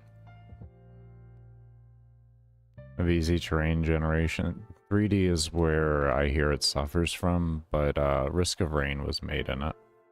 Now we're still having issues. But Risk of Rain was made in GameMaker and Paint.net, so if you know what you're doing enough, you can work something out. But yeah, no, I haven't done anything with 3D personally. I'm getting my feet wet with 2D so that I can just understand the baseline logic of the engine itself, and then I'll worry about the whole 3D end of things for my next game. Or for another game, essentially. But I want to be really comfortable with just the baseline coding and everything like that before I jump into dealing with the end of things, especially on one where I hear repeatedly that 3D is where it suffers.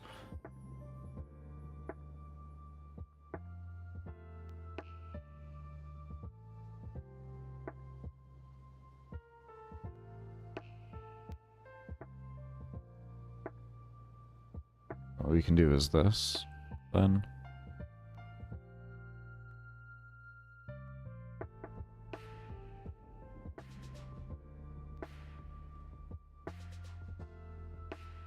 Okay, good. That'll stop it. And what if I put this stop then here? Like that.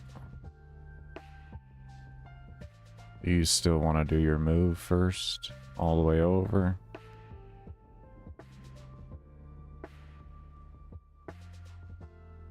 Or will you actually stop appropriately? No. You're just... Number does not run, is what that does. Okay. So, put this up here like that. And then we have...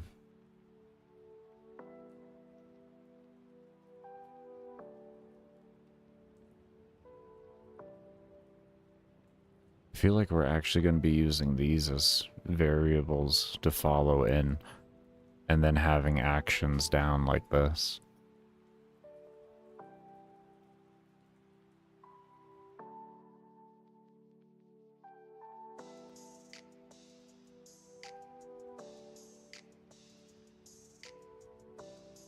The scaling up damage would not be a consequence of 3D render or 3D things. That would be a consequence of just math and not understanding how to do math on GameMaker, because it does work slightly different.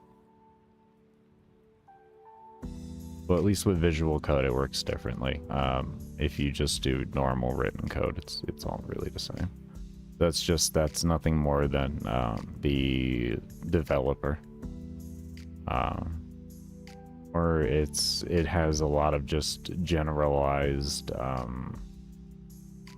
performance limitations when it comes to 3D. You're not going to be able to do as much as you would be able to with other engines. So if you used like Godot or Unity or something like that, you would meet much better results. The issue with Unity and Godot and all the other ones is they do give you a lot more access to your GPU performance and like actually tuning things, and you're gonna have decent knowledge in that in order to really maximize the potential that you'll be able to have. Otherwise you'll have a lot of cooling problems.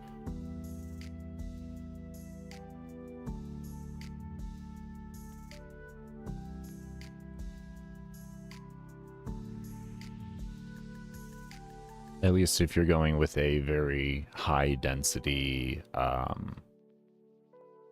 graphical game that also has like a lot of code written into those instances themselves. So that's where it'll become there.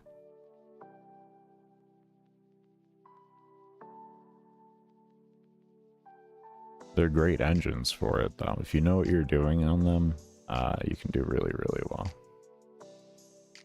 I chose this engine because they have the best business practice that I've seen so far, and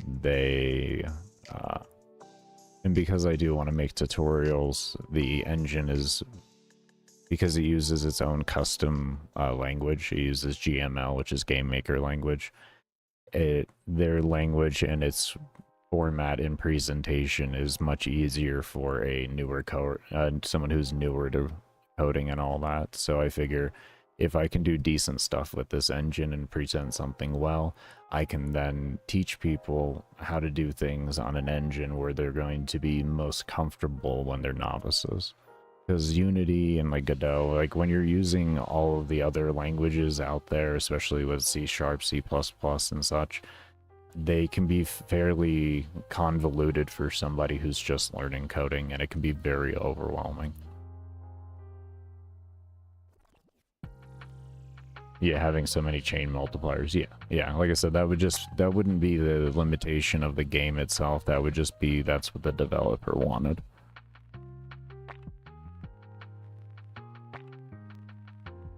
Yeah, you could do that in any engine you want, but more I am referring to the overall graphical limitations if you look at Risk of Rain itself.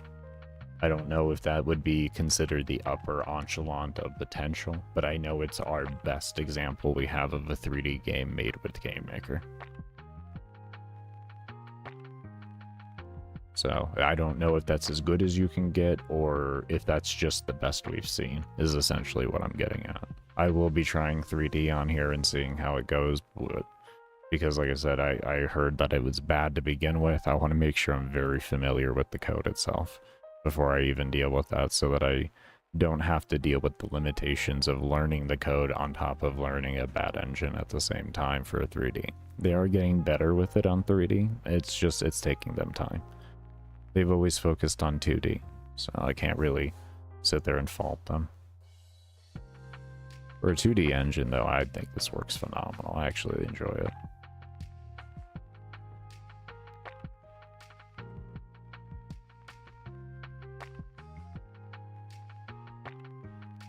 What we could probably say in here is something like if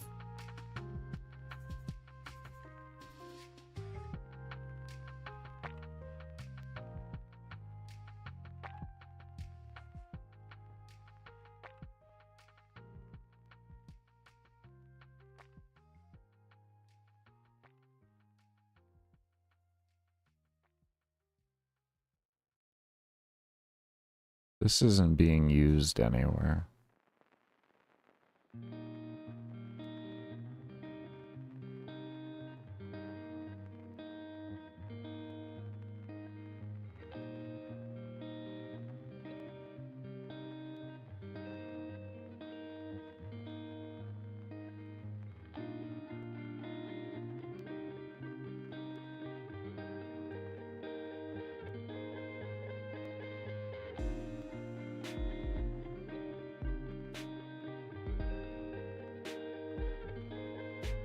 So this one's greater than.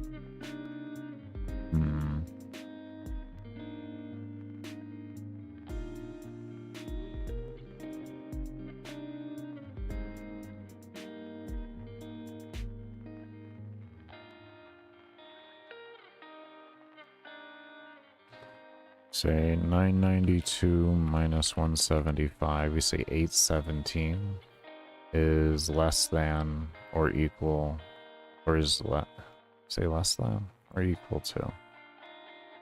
Here, like that. Oh, this would be the bottom here, actually. This would be here. And then we can copy this. We can get rid of that. Paste this here, and then we say if greater or equal to, what is that, 1167?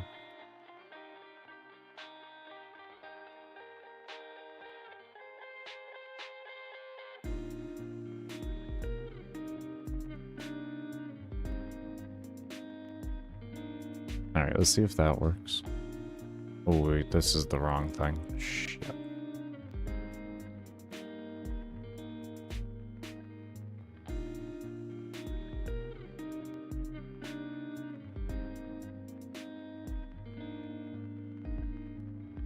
This one. This is what we need.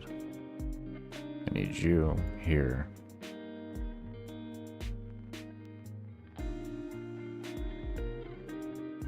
I guess we could take the before here. Well, it's not really necessary. We don't need to run it if it's not needed.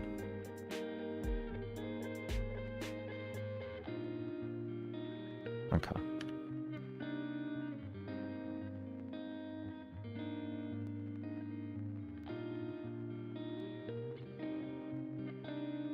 Minecraft run that runs multiple times better than the actual Minecraft. That's pretty cool. I don't know how long Unity though is going to be holding their business practices. Have you seen their stocks? Have you seen how bad that situation has gotten? There we go. See? Boom. Boom. Boom. Boom. Look at that. Absolutely beautiful.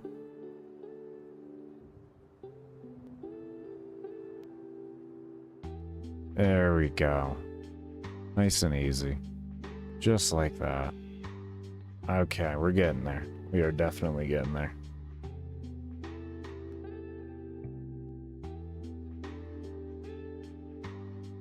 Alright, I'm gonna take a sip of water. Sip of water.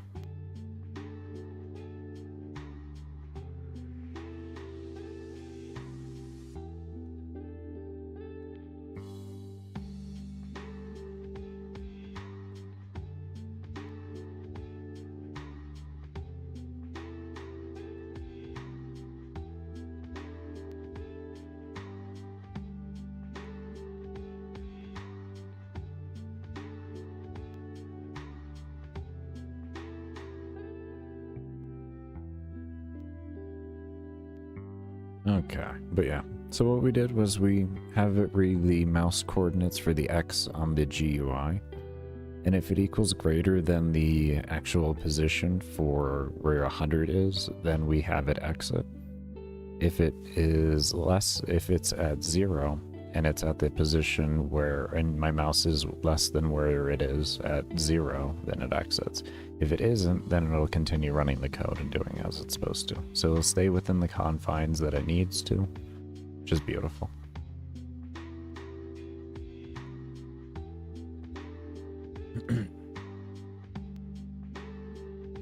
Okay, so we're getting better. It's getting better. It's much more responsive now. Now we need to make it so that it can stand still when the player needs to and all that type of stuff. So we're gonna make a clicked variable and all of that. What's good, Sci-Fi? How you doing, Ami?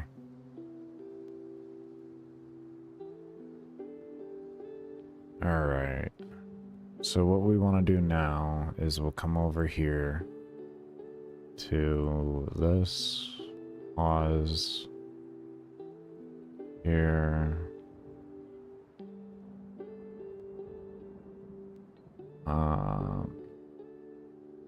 I think we're just going to grab some code from over here.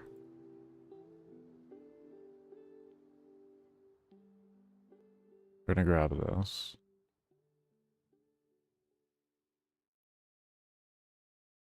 We don't need it all, but we're going to grab it all anyways. And what we're going to do, we're going to paste it down here so we can work on it down here.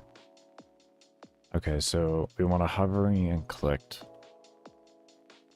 And we want that to be true. And then we want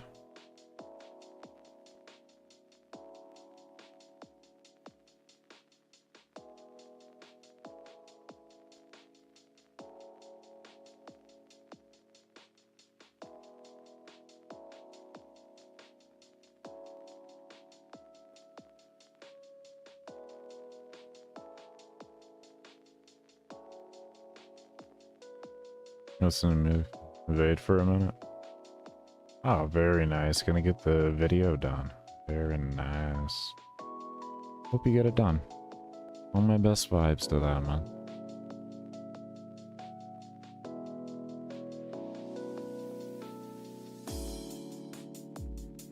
And we'll say this here like this. And then we'll put down here a if clicked true equals true.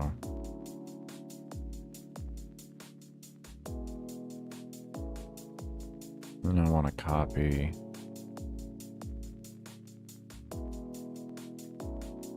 this, click that. Let me just drop something empty here so I can paste in. Okay.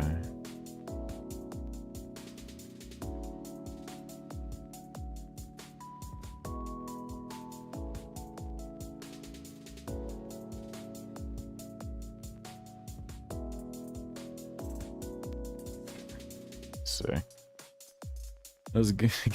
Here. Oh, yeah, something like that. Oh, it's going well, though. Going well. We're working on the slider bar some more, but we've gotten some really good progress on it. We have it so that we have as you can see on the right-hand side, it goes from 0 to 100 on a value chart now. It doesn't go past the, oh, we have a 101. That's interesting. I'll have to figure that out. A 104 even. I'll have to figure that out. But yeah, we have it on a slider here to where it shouldn't go past 100. As you can see, it stops and everything. And we're working on making it more interactive and also at this point more fucking accurate as well. I don't understand that. But yeah.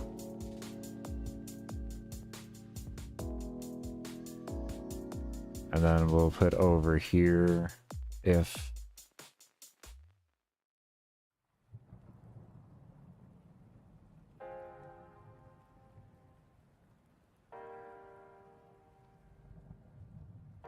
kind of want another expression here where we do the expressions. Actually, let's have a clicked equals false and a clicked equals true,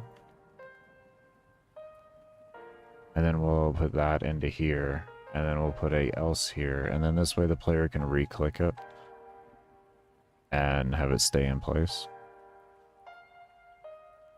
True. False. Okay. Now they should be able to do that. Gonna slide your way to this. Something like that.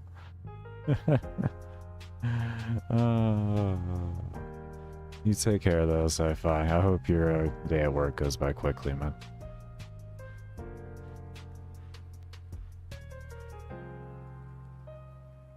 There we go. Okay, so now it can stay in place. That's good.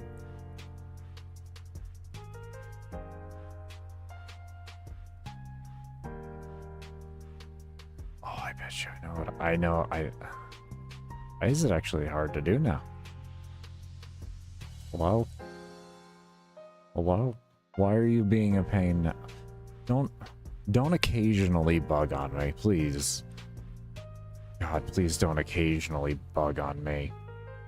Oh, Jesus Christ. Oh. Oh, God.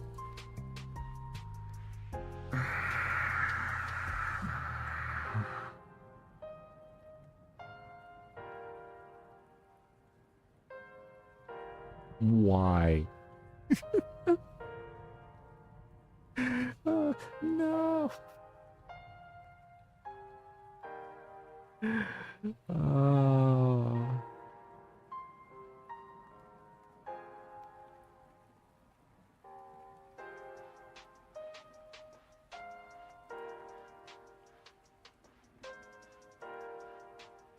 Make gear 5 look average. What do you mean? I don't know why, but it seems to just be a feature of the code. I will make it a unfeature of the damn code through bug testing the life out of it.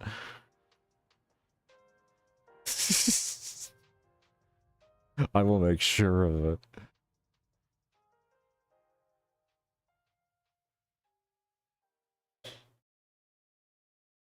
You don't know how many things are features in this game because of problems in GameMaker, man.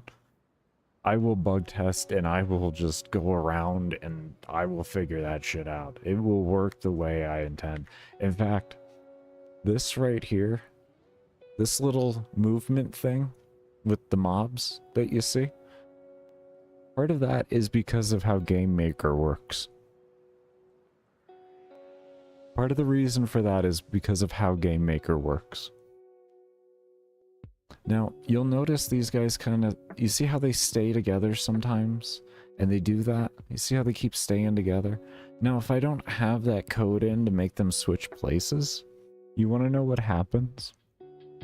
You want to know what happens? Well, you see... they stay stuck together and they just glide across the screen. And just glide, and just glide, and glide. In fact, you want to see what it looks like? I think I can remove it. I think if I did this code correctly, it should be a very simple remove. If I did this code correctly, it should be the most simplistic move. Remove here. Remove you. I'll cut that.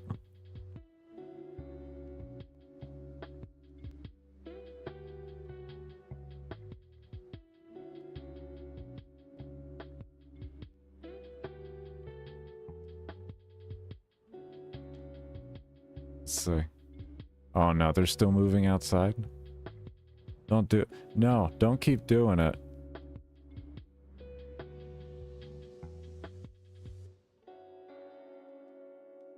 Ah, there we go. You see they're not chasing me? You see how they're not chasing me?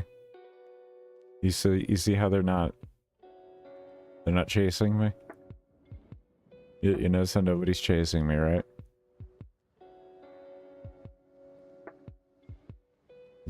Just a very few mobs are chasing me.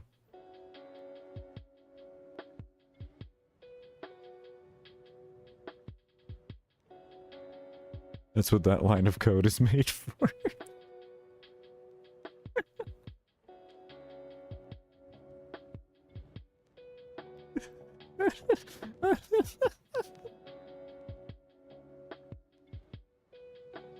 Completely changes the game, doesn't it?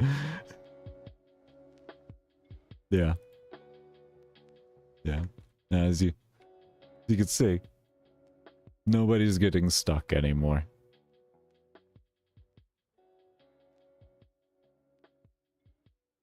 And if they do, they'll eventually collide into the wall with more momentum, and they respawn faster.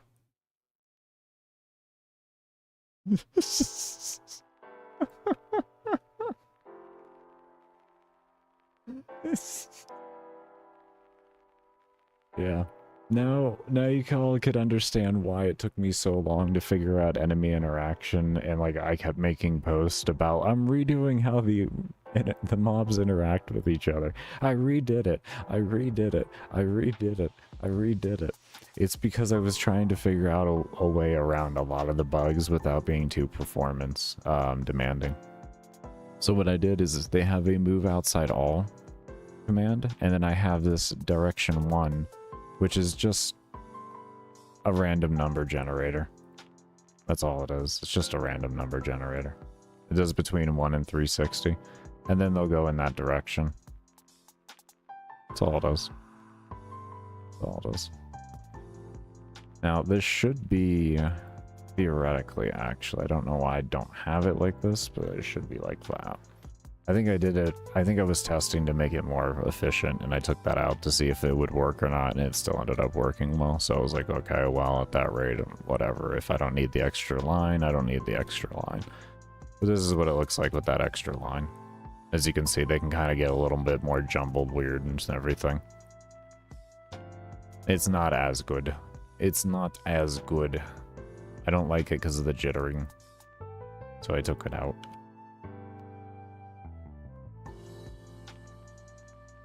You also could probably paste that down below, and then it could generate a new number afterwards. Probably could work.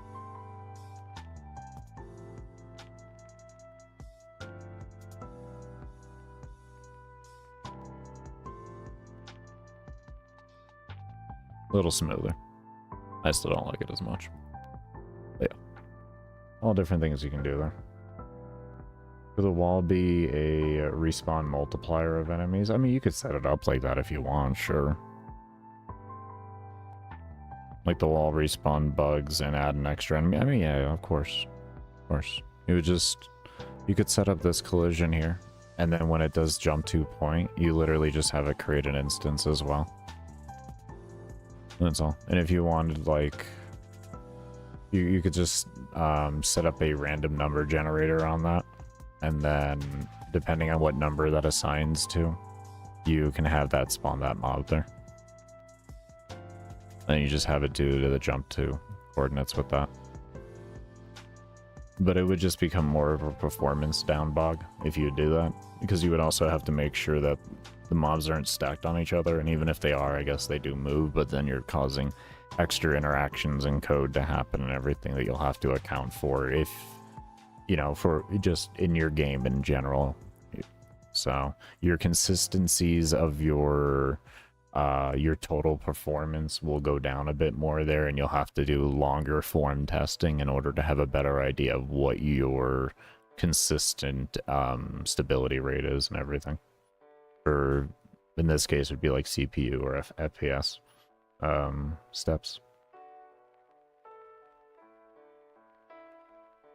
Like a glitch / bug that somehow makes more enemies than intended. My spawn system doesn't... I mean, you could do that for your own game, but my spawn system is literally designed to give you the max amount of spawns that you can have for how you set things. Like, if I add more on top of that, it's just gonna stop my mob spawning. That's literally how my spawn system is set up, to where it'll keep spawning mobs until a threshold is met, and then it cuts off spawning. And then as soon as that threshold is exceeded, then it re-kicks it back on. So I'm like always no matter what, you're always going to be at max for what your computer can handle to what the settings that you set on the slider to be.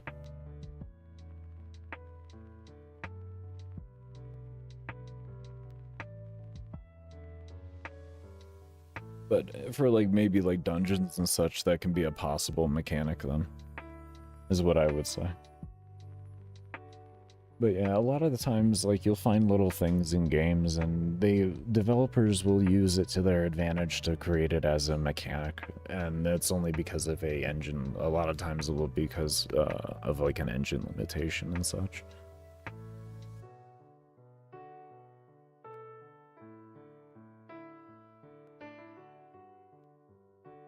Yeah, I can make it do anything with the wall. I can, like, on any type of interaction with the wall, if I don't, I can literally make it so it's not a wall if I wanted to. It could just go through it and walk through it, and then something could happen as well. That's what I did with the big objects in the room, or the objects laying around the room. If mobs go under that, or you go under that, it slows your movement speed. So it's like there's extra things like that you can have done. Instead of just making an object, you can make it an object that has some type of uniqueness to it. Now you see how much slower my movement speed is now?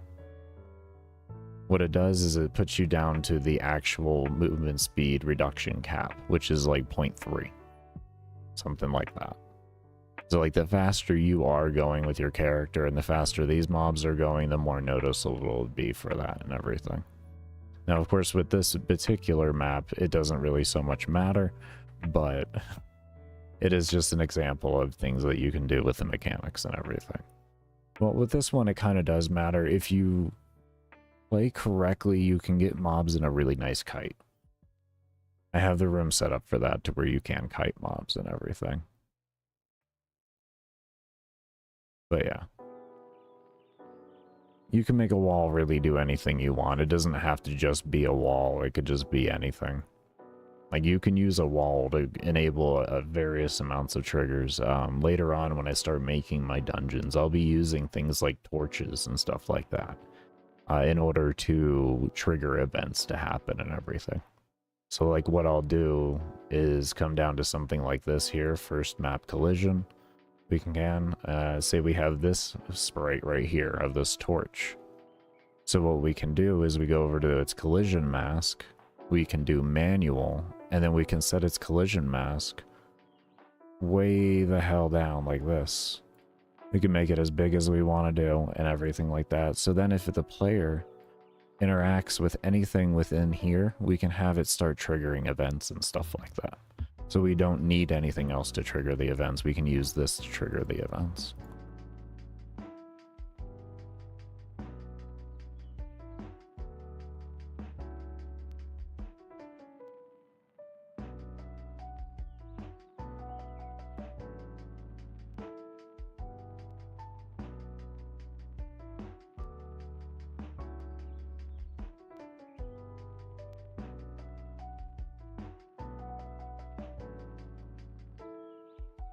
Okay. So I think we got that working in the most intended fashion that we can. And now what we're gonna need to do is have this thing actually know what the value is that it's going to be adding and everything. Maybe a fire whip / whisk motion or something. Well, I mean, you can use it for really anything. You can actually just use that torch there to create an interaction to where if you run past it, it triggers mobs to spawn. Like, you can literally have it do anything you want to do in that facet. If I wanted to have, maybe, like you said, like we could have the fire actually come out from the torch itself and lead into a line that goes to where a player's location was, and we could align it to an alarm, and we'll have it do the same type of movement that this one does here, which is move to position. And this will take essentially, if the player is moving, it'll take whatever coordinates right at that current time and move to that. So this way the player could dodge the whip and everything like that, or fire trail, or whatever we may want to call the ability itself. So yeah, there's different things that you could do with that. You could have it do a plethora of different things. If we wanted to, we could even have it set a fog of war. If you go, you know, too far away from torches, it'll start to darken the room and all of that type of stuff.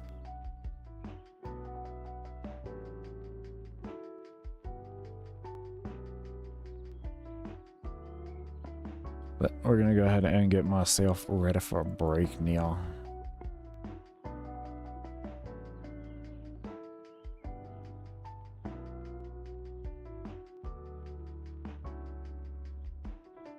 Didn't get much progress done, but we did get, you know, good explanations done on my pre-existing systems and everything, which I love doing at the end of the day. Love doing. I work hard on those systems, so I'm always happy to show them off to people. But we're gonna take a break here. Like I said, I only run Fog of War cheats for but yeah, we're gonna go ahead and take a break here. When we come back, we're gonna continue on with this. Remember, I only run ads and all of that during my breaks, so we'll go ahead and run those, and it does help support the development of the game, so your lurking is much appreciated. But we'll see you all when I come back from the break, and cannot thank you enough for those of you that do stay around and have stayed around. I forgot to record. Okay, for recording's sake, we edited it in a less than so that we can have it show up even when there's no value. And we are working with, what did I put in here? We have an enter here that we're going to be testing for the mob slider. It worked the same as if you clicked it, and a escape, the same as if you clicked it more or less, but didn't want things to save. So we're testing that really quick.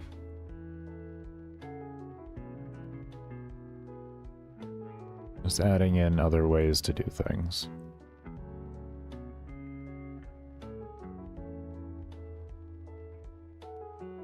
Why?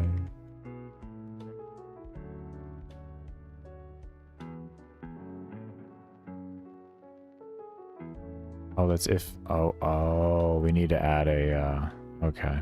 But anyways, why didn't that... Oh, that's annoying. Hold on here. This thing should have... What? Oh, do you want an else? You probably want an else here. You probably want an else. Is that gonna work? Or do you want me to, like, else the draw? Why not just else the fucking draw? Can we else the draw? We just, like, draw an else here. No? I can't do that? You don't?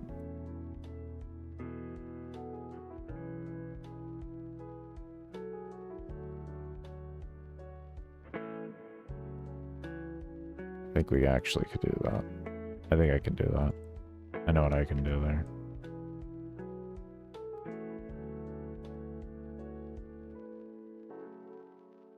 Is this gonna allow me to do it?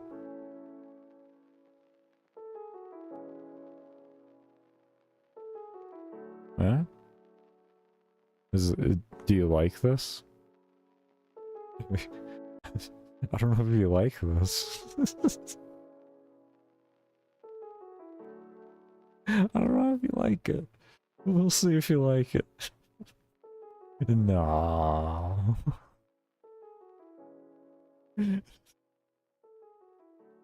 Okay. Hmm.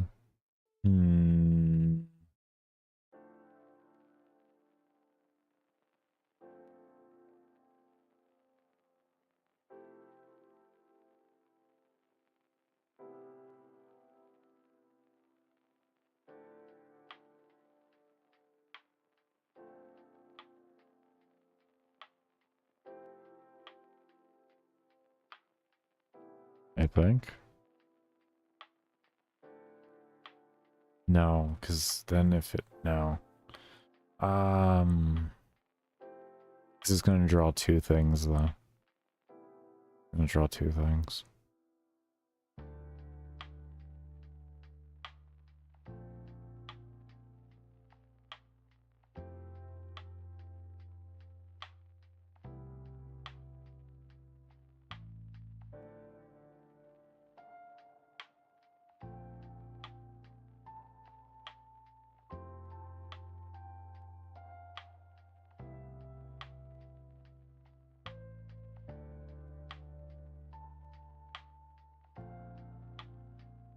Anything here?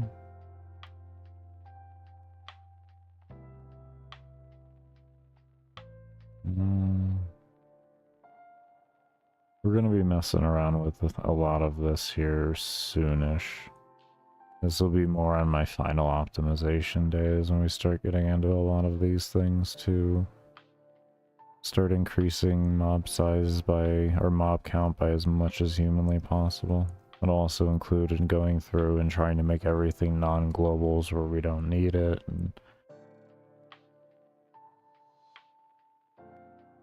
Because right now I'm just making a very baseline fundamental lines of code so that I can just have a good firm understanding of how the engine works, and then I can expand out from there to making it more optimized.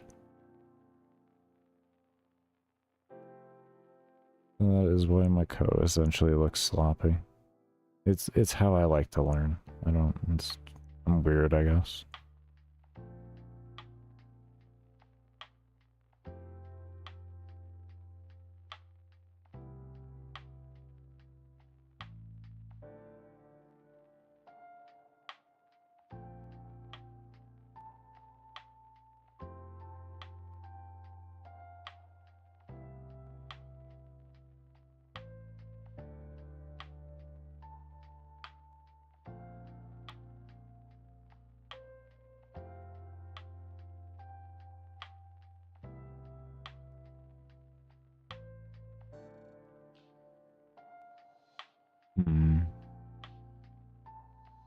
The issue is if this is false here, it's not gonna draw this here. If you click the other one.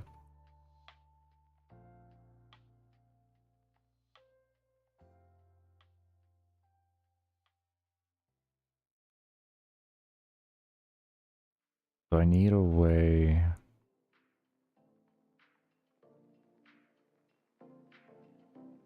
Is there a switch that I could use for this, maybe?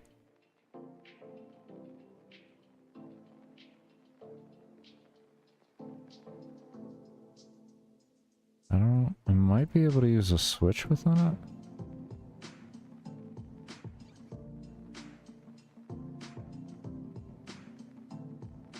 No, because we have to have a value that's going to be set to true whenever something happens. It needs to be true all the time.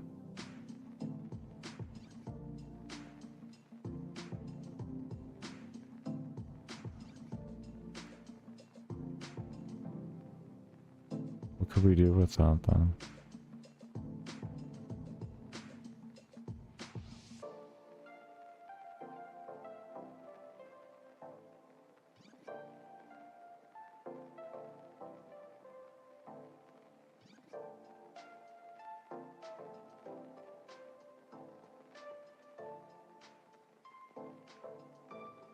Maybe if I just did it like this. Hold on.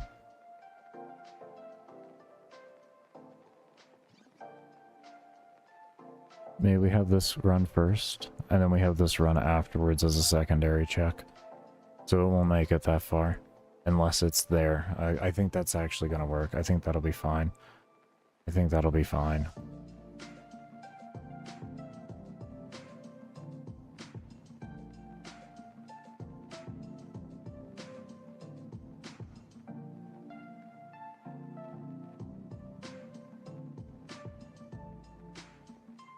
Order of operation can always save you. There we go. Order of operation. Wait.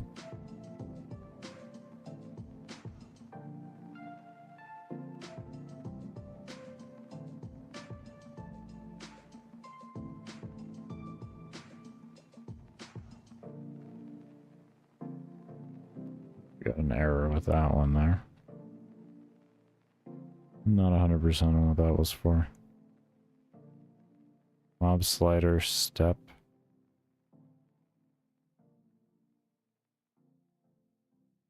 Spawn value.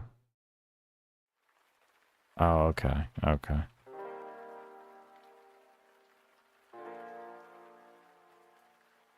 Okay, so those are little things I'm gonna have to figure out there in time. Alright, we're gonna go ahead and take a break here. We'll get a little more out. A little more out. My head is fairly fried today, but I'm gonna try to get as much work as I can done.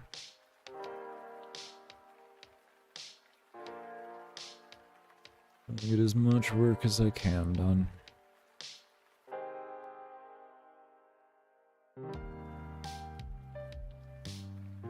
I'm gonna go ahead and run some ads and everything like that. Do remember, streams stay ad free while I'm here because I only run ads during my support streams and when I am taking my breaks. So your lurks during that do mean the world.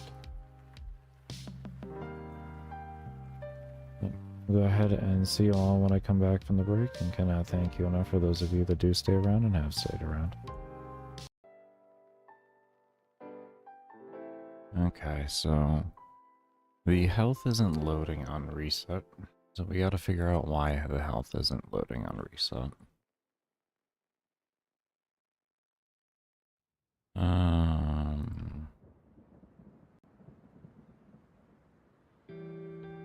My guessing is because I changed everything over to the global. So we're gonna take that same section we had over in here.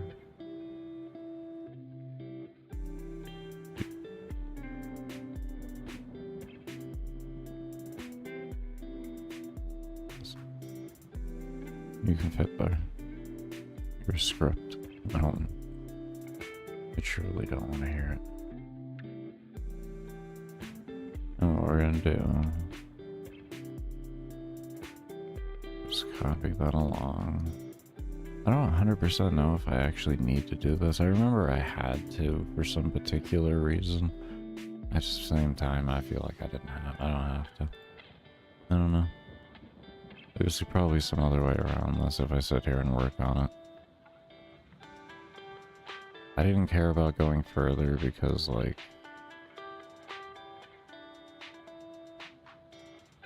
Hold on here. Where's the rest of this?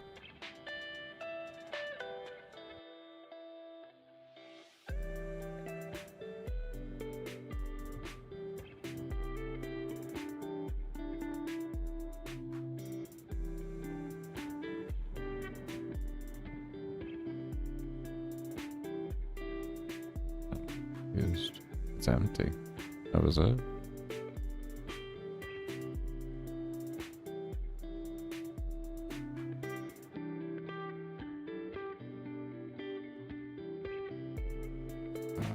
My brain says it's not right. Oh wait, I gotta tell it to run the script.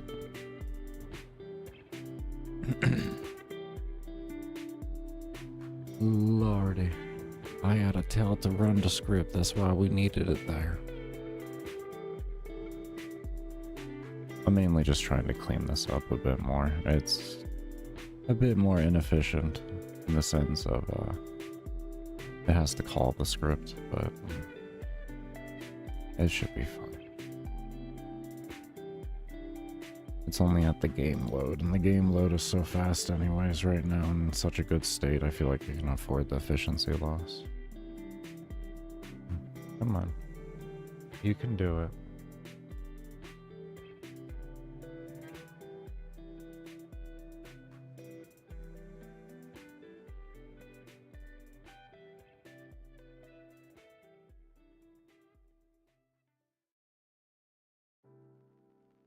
Oh, okay. I was... oh god. Ooh.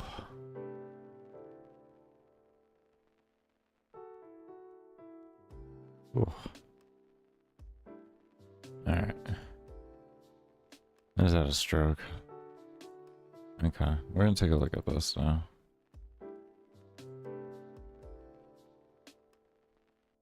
Should I load that into there, or should I load into... Yeah. Ooh. Hold on. Wait a minute.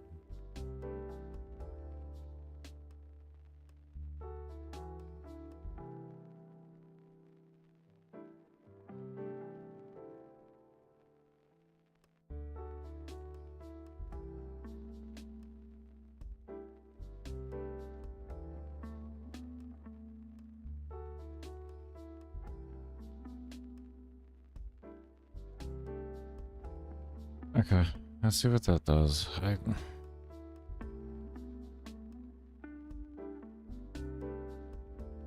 Oh wait, no, there's over here. What did you read into?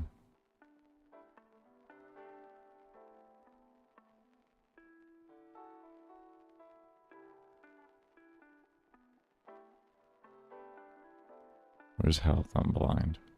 There it is. First the default's 1. I guess I can change all that later. It's under there. Let's see what happens here.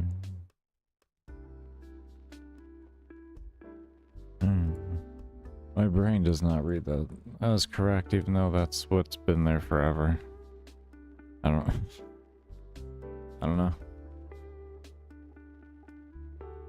I remember when I was making the system, I had to do a bunch of shit that did not make any sense to me.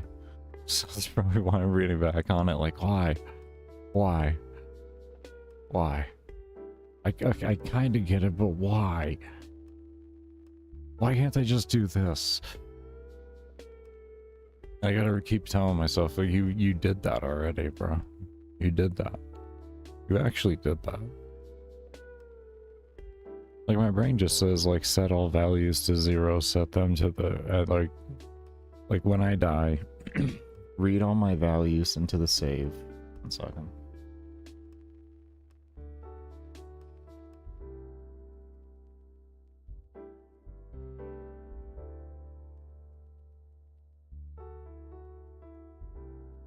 Okay, had a frog in my throat. And then read those and add those to that, and then we should be fine. Like, I don't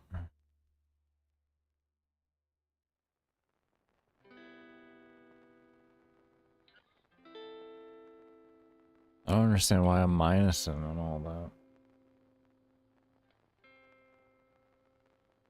Especially after I read and everything, I don't quite get what I'm doing there.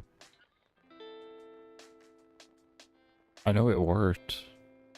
I just don't get why I had to do it. It was so long ago. It was months ago.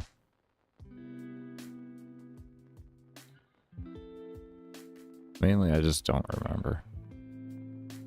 The lessons didn't hold, let's put it that way. The lessons did not hold.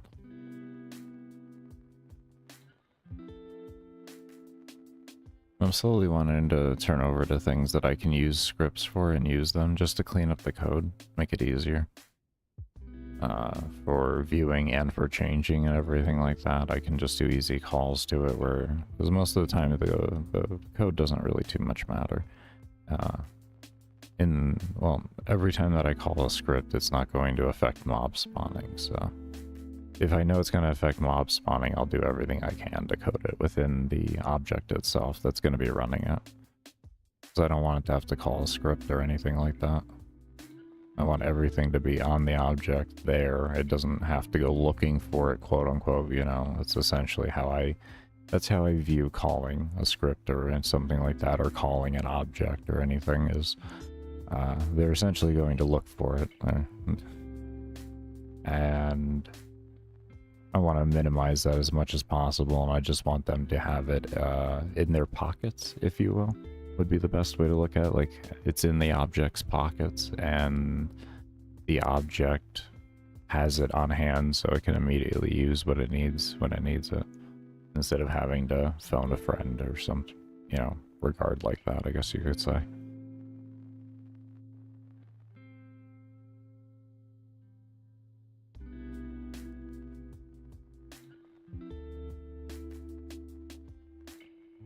There's some things like, I don't know, like variables and stuff, like on a create, you know, like just calling a few variables or something like that. I'm not really much of an issue with, and I haven't noticed any performance loss using things like parents or anything like that. So that's why I'm very opt into using parent-based stuff and everything, because I don't notice a difference in the performance, which is very, very nice.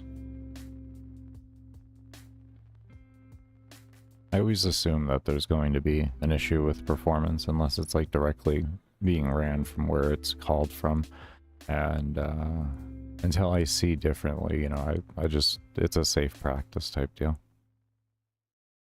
Especially when you're using someone else's game engine, it's always best to kind of, or someone else's, you know, product. It's always best to kind of assume safe practices and discover which is which and everything like that over time.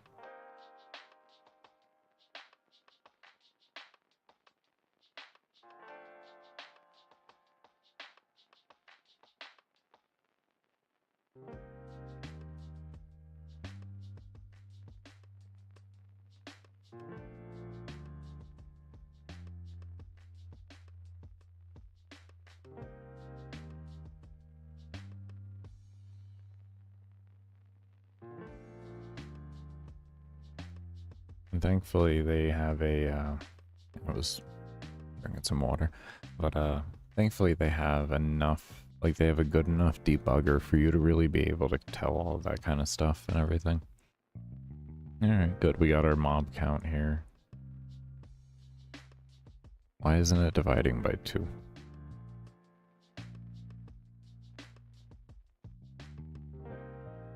We still didn't load. What is my stats? Hold on, I want to get in here. Okay, so it did not load health. but it loaded everything else. So the only thing we have to worry about right now is figuring out how to get help to load appropriately.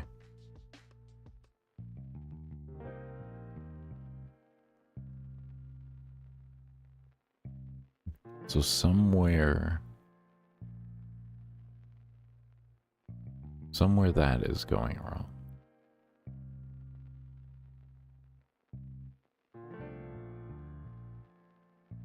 Oh, that's the fun part. That's the fun part. Where's it going wrong, Jimmy? I don't know. Alright, this is what we're gonna do first. We're gonna go ahead and load into the game. We're gonna get our reset file created. And then we're gonna pause the game and we're gonna take a look at the reset file and see where it starts. If our reset file is reading correctly, then we'll have an indication that it's somewhere after the point of which it's written. But if it's not written correctly, then we know we can go back to where it's written and figure that out.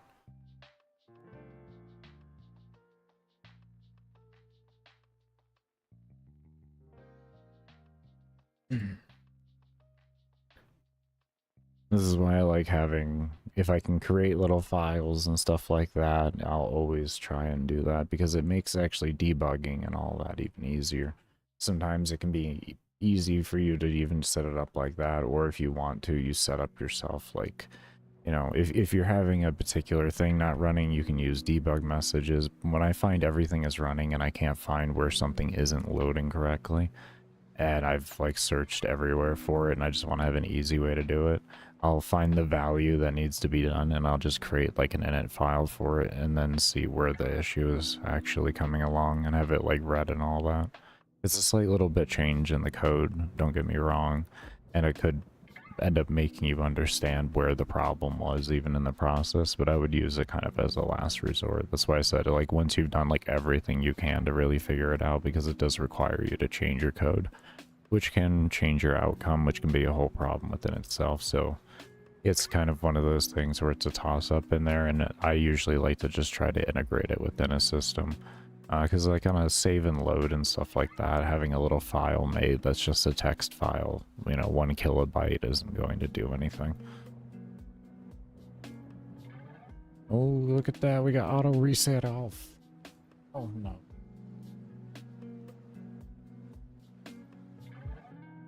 I do that a lot here with this. Instead of like saving things to buffers or anything like that, or holding, you know, any type of thing you could use to hold over from one room to another, I'll typically just throw it into a text file and have it read if I can. There's some things, of course, you can't, but the way I've designed this game, pretty much so far, I haven't ran into that issue. Everything can just be read through a simple init file, which just more or less is just instant at that rate. And then all of my coding outside of that takes place inside of the objects needed. And I only call scripts if it's not going to affect mod density, so it's very disciplined practices, because it's very easy to get lazy and just like have massive calling of scripts and stuff like that, because it's much more efficient to do that, and you can get further along much faster. But depending on what you're using for your language, it can be a huge limiter at the end of the day to your final outcome of your product for what you may want.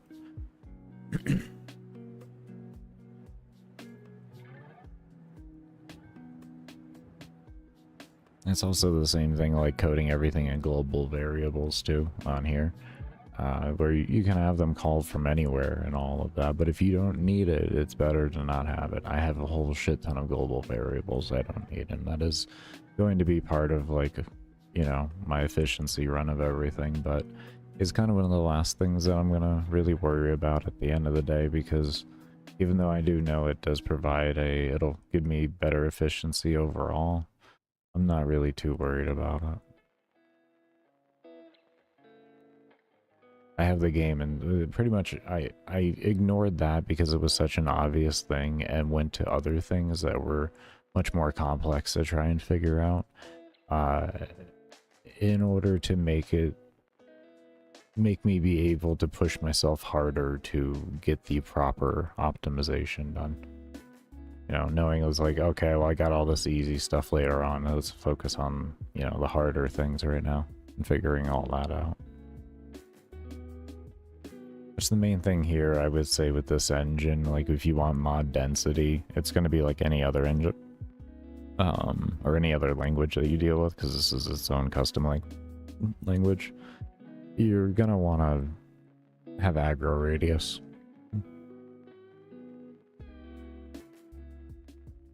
Yeah, it's aggro radius and graphics and character point of view. That's about it. That's about it. And making sure you code block correctly and all of that and have things as efficient as possible. Like, all we have here is predominantly, we have a mob spawner that scans the room, essentially. Let's put it that way. It's a random number generator. And it spawns mobs on free places. And then those mobs spawn, and if they're a certain distance away from the player, they roll a random number to see if they're going to be ported or not. Alright, let's see here. Health is at 435. So health is being read correctly in the save file. Okay, so now we know it's in our load. It's our read is our problem. Is read the problem. You read everything else but that. Why?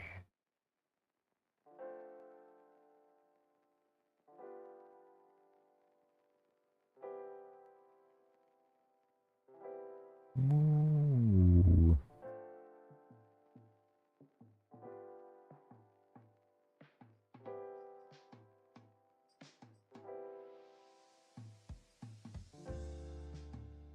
Reading the rest of the values.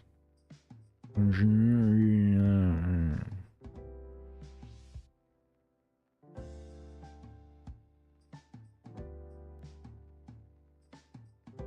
boy. I love this. This is exhilarating.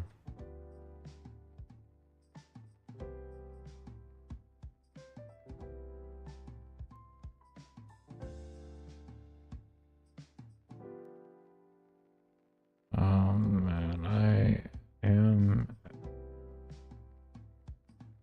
in more excitement than I can even express right now.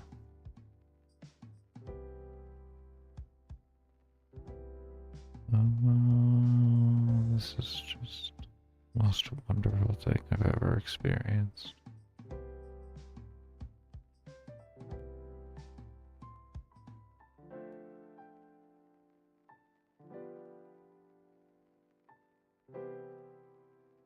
This is the most wonderful experience.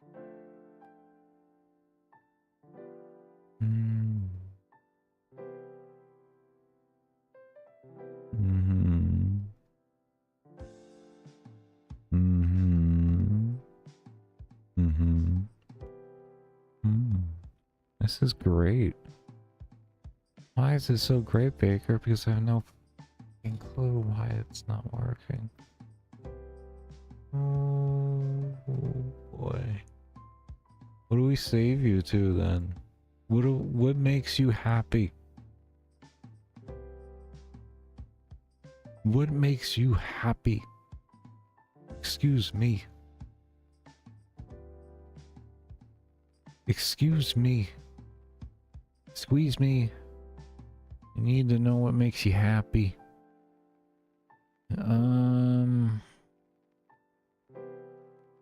Oh my lord. And these are all buffs, so that's like... Is this...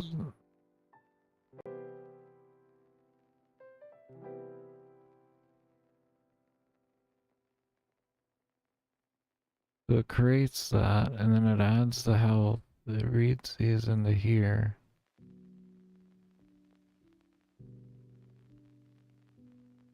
So why aren't you updating? The problem is gonna be over here. I hate, oh god, it's gonna be way over here and something that way it's not even part of. Problem's gonna be you. What do you do? What is you? What happens? What happens here? Oh, shit. Okay. Look at you. This block here. Alright, if reset is this global bot reset thing equals false, overriding it. Wait, oh no, wait, are we? No, we wouldn't be. Why?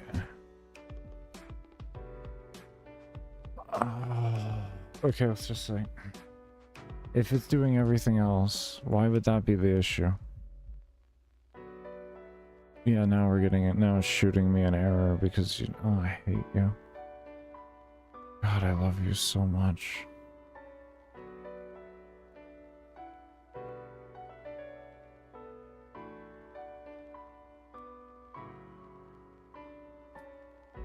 I feel like you're part of the problem. I sincerely feel like you're part of the problem.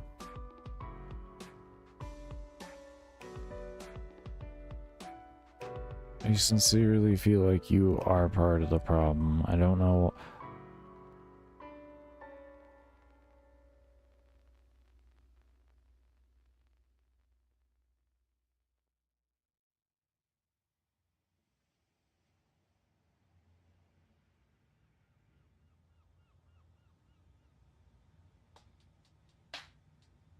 Everything else worked but this.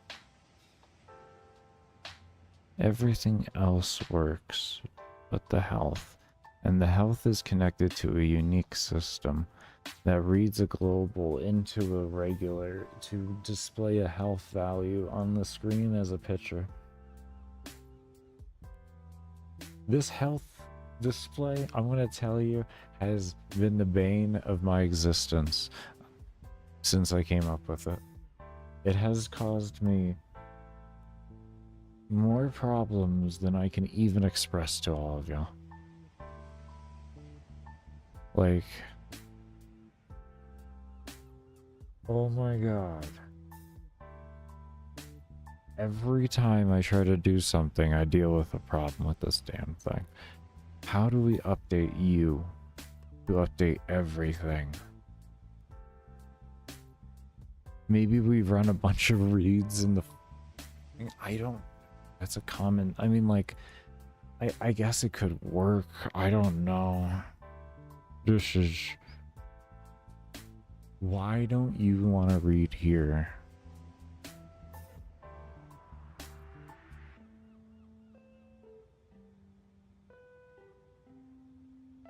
And how do you... Where are you reading this? This right here. Here we go. Okay, we found it. We found it. Alright, alright. Alright, we're good. We're good. We found the other code block I was looking for earlier. When I was like, where the hell's the rest of the code? Okay, well, I guess it's fine. No, we found it.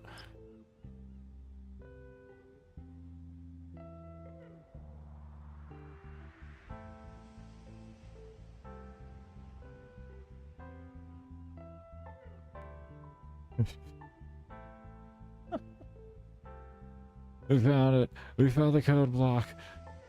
We found it.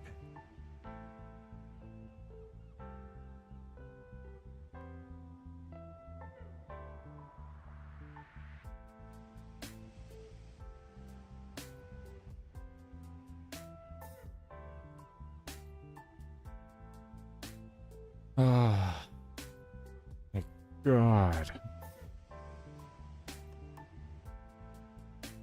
Oh, that was exhilarating. Oh, that was so exhilarating.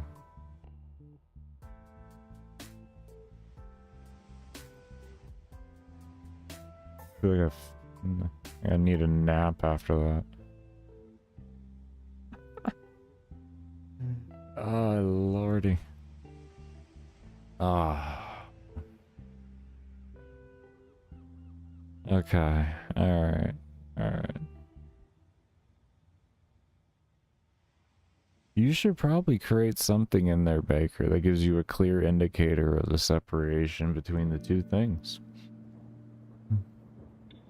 Typically, that would be another script, but you don't want to run a script, and you don't want to call a script to call a script. Like, that's just horribly inefficient. You just got to deal with what it is. No, maybe I could segregate it correctly. If I combine them all into, like, massive blocks, then, like, for later, if I have to, like, mess with it, it'll be easier on me. I could just create it all into two big blocks. A reset block and an add block, if you will. Yeah. That is an idea. Am I gonna do it? I have no clue. I have no clue. Probably not. We're probably gonna fix this and just move on to something else. We're gonna keep working. When it becomes such a problem to where I have to do it, I'll go ahead and do it. But it's just like it's there in my head now, at least. Sometimes it'd be like that, you know?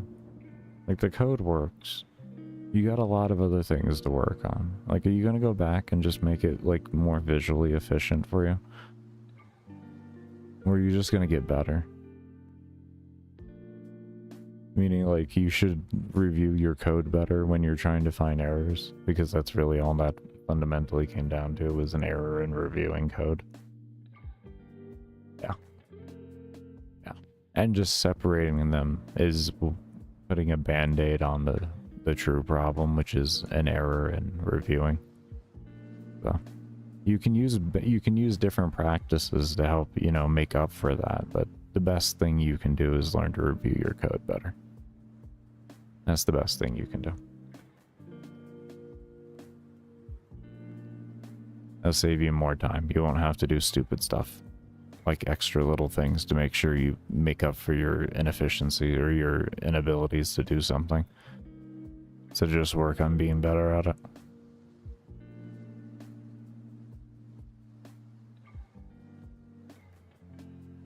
Because if I would have been slightly more patient in reading that, I would have found that like a lot faster, and we wouldn't have sat here for 25 minutes just to have it work now.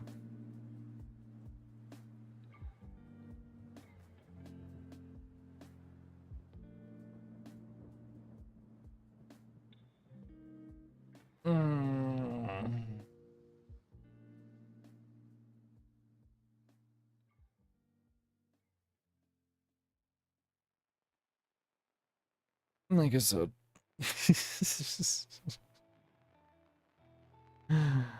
Oh. Oh. Painful. Painful. Painful.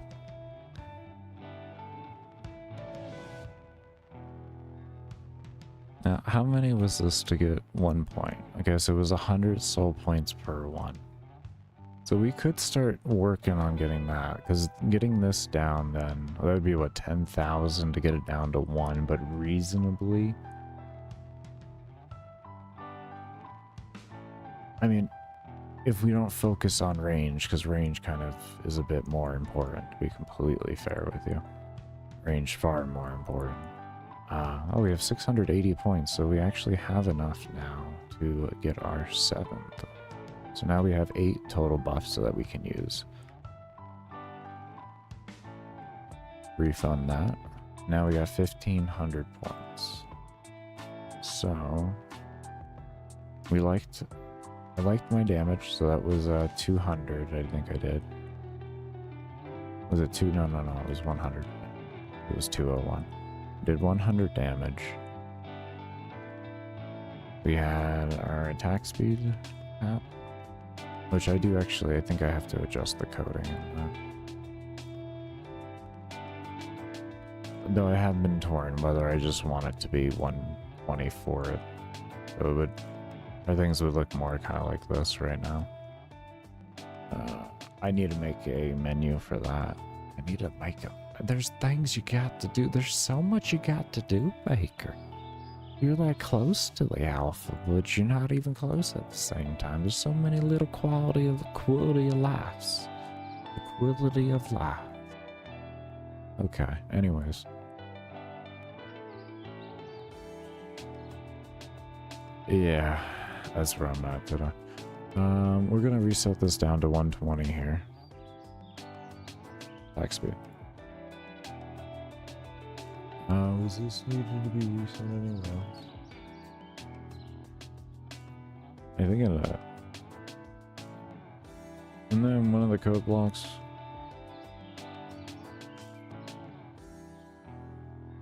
Here. I was gonna say, I know we just worked on one. I know we just worked on one. I literally remember working on one. Okay. You may ask why. Because it was my original intention for the game. The main thing I wanted was unique, though. The truth on it is I wanted base stats for the character to be very abysmal, so there'd be unique challenge modes the player can have for themselves. That's why.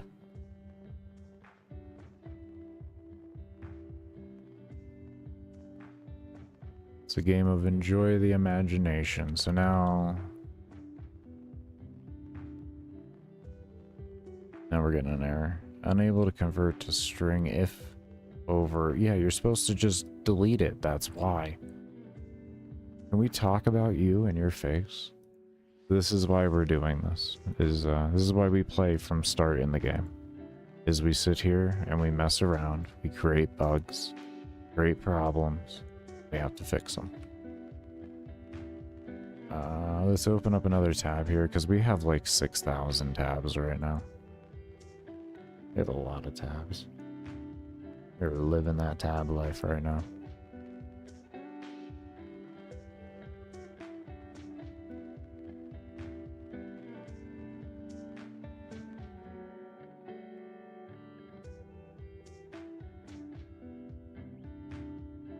And what I did there was I purposely tried to make myself go over 118 so that I would trigger the auto it was supposed to be it deleting it and making it a 0 value, but apparently it instead decided to shoot this error that you see down here.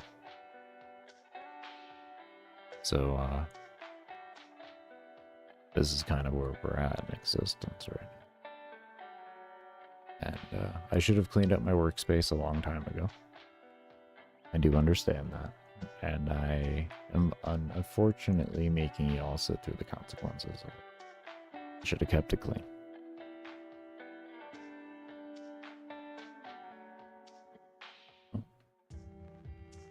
I'm gonna take a sip of some water.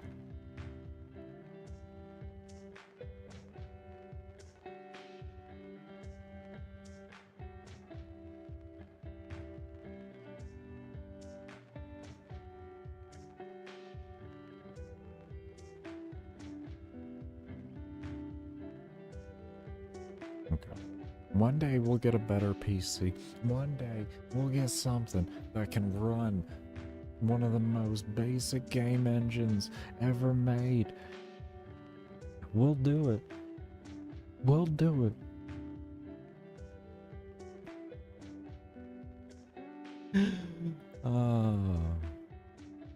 Baker, is that the real reason why you chose Game Makers? Because it was the only one that could run on your PC without having a stroke? No, it was the only one I could run on my PC without it having a heart attack. It has strokes. It has strokes. Lots of those. So, yeah. In fact, it's stroking right now. There you go. See? I mean, if you don't see the mouse icon like that, like we buffering, we waiting. That's why these taking so long. I'm just waiting for them to close. This is what I meant by I should have been keeping my workspace actively cleaned, is because I should know with my computer that I should be keeping my workspace more clean so that I can have the engine run more efficiently.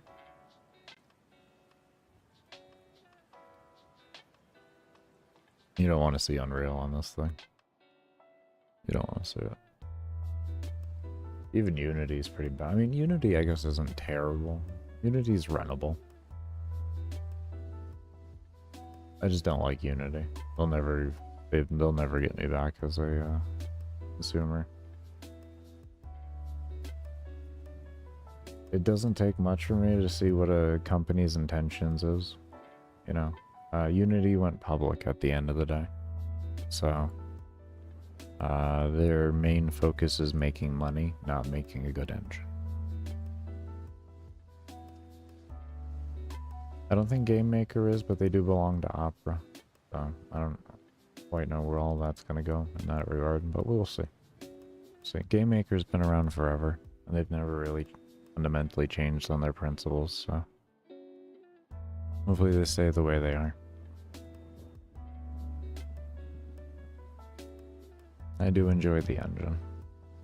Has its limitations, its problems, and all of that kind of stuff, but what doesn't? There's no such thing as a perfect language. If it was, everybody would be using it.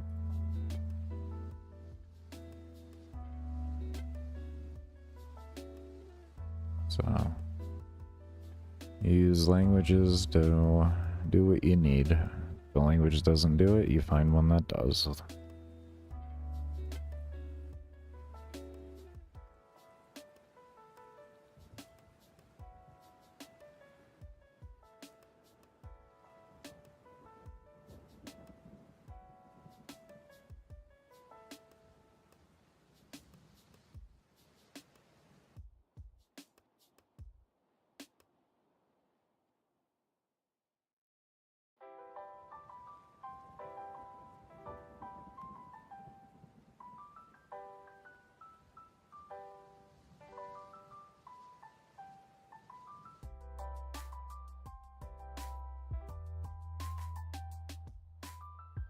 Is there VK digit?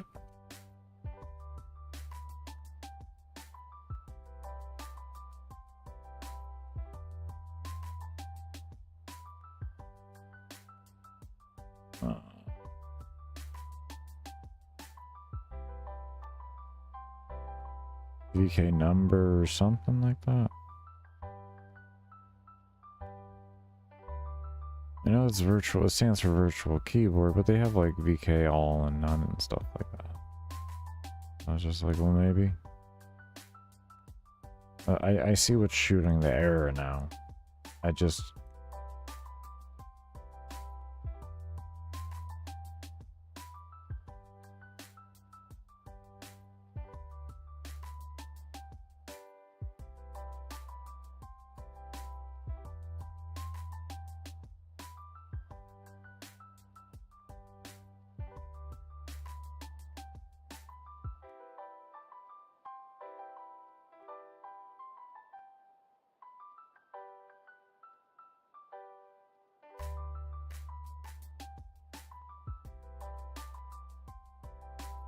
I would say any, but like, if the player just wants it at cap, I mean, like, that's just screw them over.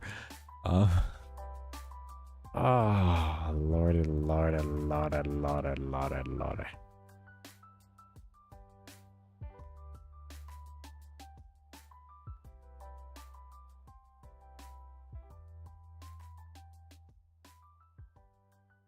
I guess we just put in a delete here if it goes greater than 118, to be honest, instead of setting. We just do a delete. If they go greater than 118, it'll delete. I see what I wanted to do there, but I think this is just going to be the most logical thing to do there. I'll have to go through other things and do the same thing, because that's just a waiting error for everything. Why do you keep doing this? I know you're not used to this. Okay, there we go. So now we're working correctly. Good. Thank you. Why did you smash your fucking enter button like that? What is wrong with you? What did it do to you? What did the poor engine and the everything do to you, sir?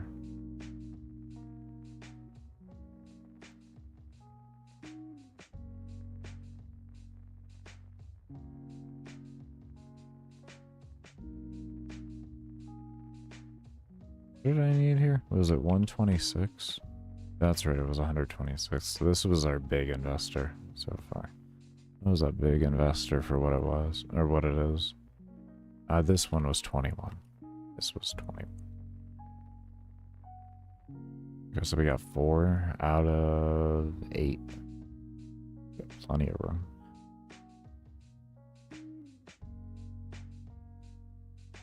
We probably could drop damage a bit more for some more range.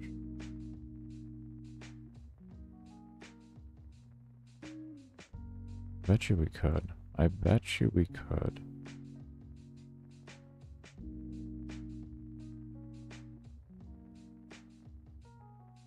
We have like 400 and change, so we're gonna call it 400. And then we're gonna start grabbing armor too. I'm gonna grab 2 armor. Give us 3 armor in total. And that gives us what, 6 buffs, so 2 health per kill, of course. 200 points on that seems reasonable. And then we can do the rest of the points. 537 points into range.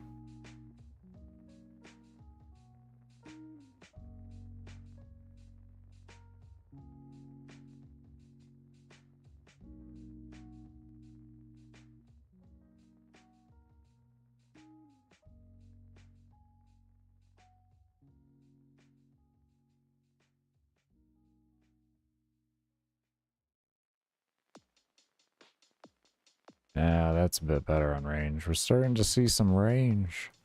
We're starting to see the range.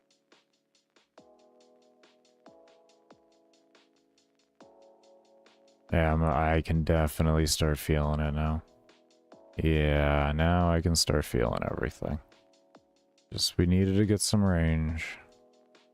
I don't know what level the damage will take us to, but it should net us in enough points. That feels significantly better. Not much I can say. So let's go ahead and feel how we are with destroying objects this time. We can be a lot more free with it. Okay, so the loss in damage is making the objects take longer to kill, though. Okay.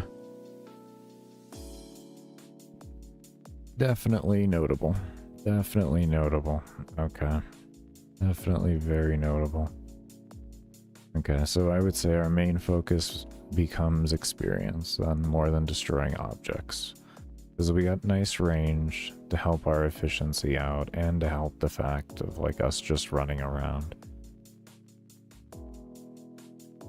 It'll give us a lot more safety.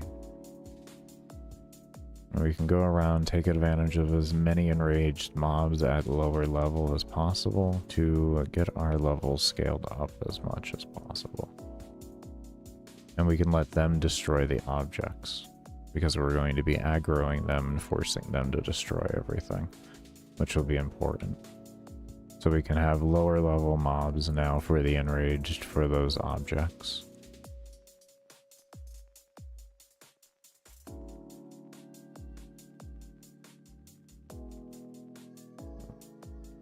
So I guess in that theory, the best thing to do is immediately go down to the officers' quarters and take advantage of the huge amount of destroyable objects there.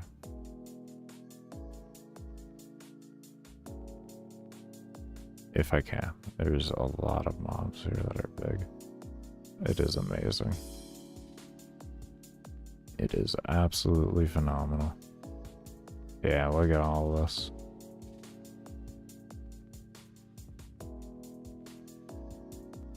Now we can literally just sit here for a moment.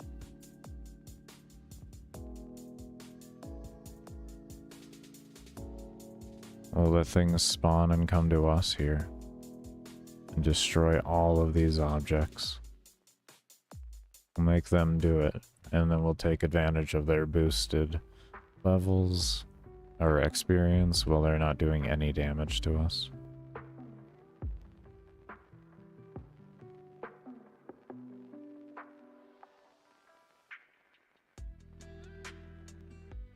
Level 76 already. It's a nice way around early on not having the experience buff through the XP decreases. It's a nice way to have that around while you're dealing with power creep, or while you're trying to obtain a real level of power creep. You're definitely going to be active though in the beginning of the game. You're going to work your way towards being idle on it for farming. Definitely be working your way towards that. I got that inspiration actually from an idle game that I play, or used to play. It was Idle Champions Forgotten, what is it? Idle Champions Coast of the Forgotten Realms or something like that. It's a Dungeons and Dragons auto battler. They actually originally wish they would have not named it Idle Champions because they didn't, it's not really, they didn't want it to be a full idle game. They wanted it to be a game where you kind of like slowly got yourself to something like that. So more like an actual true auto battler. And I was like, you know, I loved just how they did it in a facet, because I've played other games, you know, that are auto battlers and everything, but I really enjoyed kind of their curve to the feeling of it. I didn't really like how long it took, because the game is very pay to win. You're going to be using an auto hotkey script to grind everything out for you, because there's an immense amount of investment that goes into things. Like one of their core characters you use for farming gems, which is the main currency to upgrade your character, or to get chests, which have a various amounts of things to just, you know, make your progression smoother, i.e. like weapon upgrade, or like character upgrades, or like potions and such like that.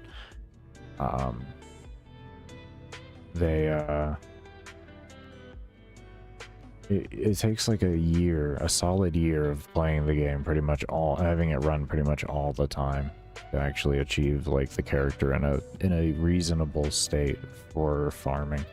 And even then, it's like best done with a script, because you're not going to have anywhere near the same efficiency, because like the character has level skips essentially. So like if it has like a percentage chance every time you clear a zone, which is what they call, you know, essentially it's a level. You have a chance to skip so many different areas ahead. They were areas, not zones, areas. And the only way you can get those stacks is by the mission before having him take damage. Or there's a way, well, yeah, that's the only way around it. So you either have to have like a really inefficient like farming build that kind of does it on its own, where you just go far enough to where you can take enough damage for the resets and everything, or you can have a script and take advantage of their offline progress that they have. And if you stay offline for about 7 to 10 seconds, it'll count you offline for at least a minute, or like, yeah, at least a minute, and the character will, you put them in a zone, you put them in an area where they'll just automatically die by themselves, and you'll just get free stacks. You can get like 10 minutes worth of farming of stacks in like 15 seconds type deal. It's ridiculous. It's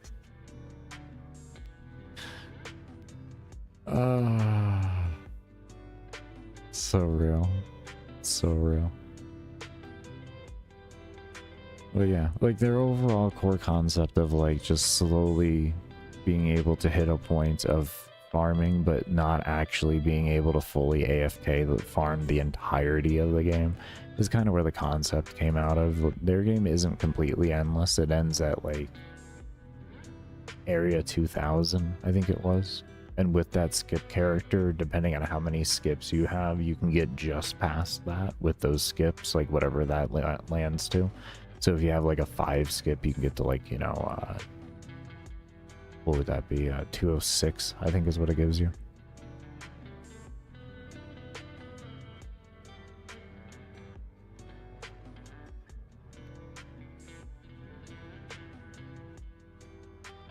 Yes, I put a lot of hours into that game. Not just like idle farming it, but I just like information knowledge base. I have a fair bit about the game. But like hours wise, my host PC at one time was the Idle Champions computer. Let's put it that way. It literally just ran Idle Champions 24/7. I have like I don't know, 11 or 12,000 hours. I'd have to re-download Steam to know how many hours I have. I don't think I have Steam on here anymore. I might. Do I have Steam? Oh, I still do.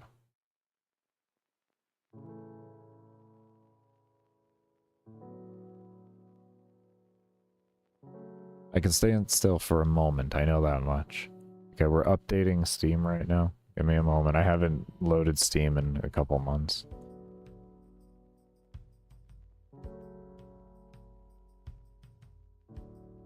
My only other reason I would have had to load Steam would have been making the story page for the game, because I just don't play...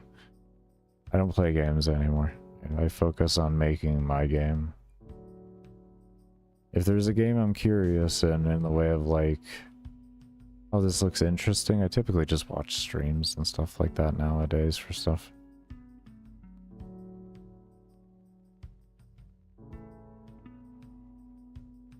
While I'm doing that, I'm sitting there coding. Oh. Oh, Steve's loading. Alright, let's see, can I... Yeah, I understand you've updated the subscriber agreement. I'm actually kind of proud of you for that one. I did hear some rumors, it hasn't been solidified, that a company was trying to sue you in regards to that. Oh no, I only got 5,300 hours on it. Oh, okay. Only 5,300. Sorry. When did I start playing this game anyways? Achievements. Is there a way to like... I have 48% of the achievements in the game, if that says anything. Is there any way to go by date? 2022? The 2022 seems right, honestly. 2022 sounds right. Oh yeah, we gotta fix this display. It's not displaying correctly. Oh, I think when I changed the value, I didn't do divided by 50 or like times 50% or something like that. I think that's what that is. I think that's what that is.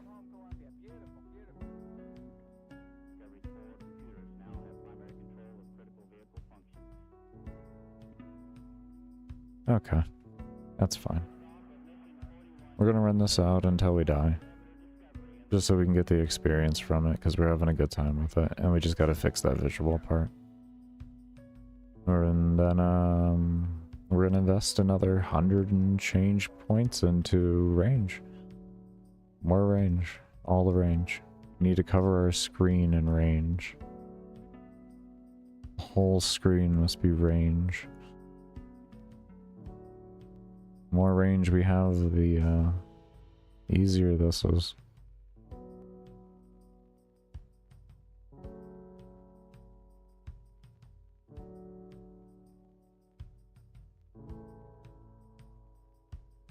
Because right now we're kind of having to get a little reckless or patient. There's so many mobs around that we are interacting with these bigger mobs, so we're eventually going to take a fair bit of damage from them. Luckily we kill everything fast enough.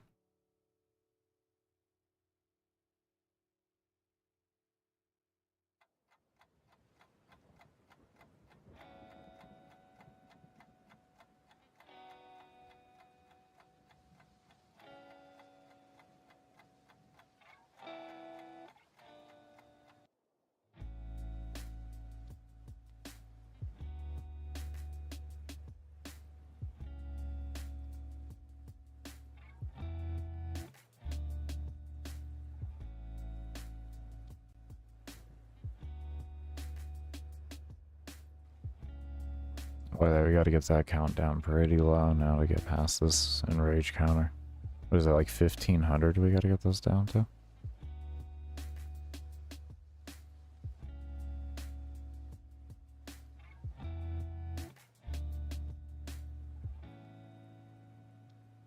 Probably should start moving more up north. We've been down here for a long time. There's probably a lot of enemies up north. Same time, there's just so much experience. There's so much experience.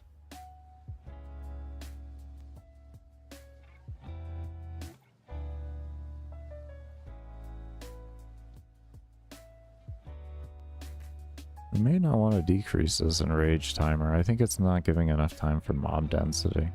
I may even want to increase it. I have it at 5 minutes right now, but I might go to 7.5. I might do a 10-minute and have it cap at 5. I think that's what we may do. It seems no, 5 minutes feels good. 5 minutes feels good. 2 kind of felt, or like going under, and just there wasn't enough mob density. Maybe I should have that set to a threshold. If mob density under this, skip enrage phase and keep spawning. Maybe have it set the value from the first one that happens, and then like store that value and have it compare that value to other values that occur throughout it. And then this way it's given a fundamental baseline based off of a full map. As full of a map as it will allow for the player's statistics. Because at that time when the first one occurs, it's going to occur when no objects have been destroyed besides what the player has allowed to destroy through their own movement. Because of where the player starts, you won't destroy any objects until the first enrage phase, unless you have enough range, or you move your character enough to trigger aggro radius.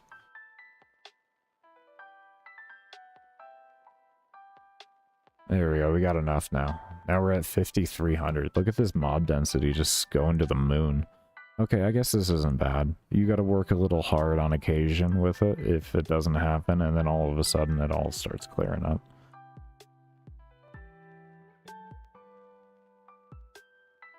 Okay. Okay. Yeah, that mob density is shooting.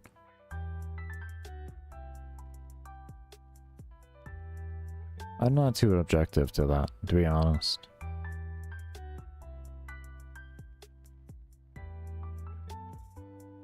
I'm not objective to that at all.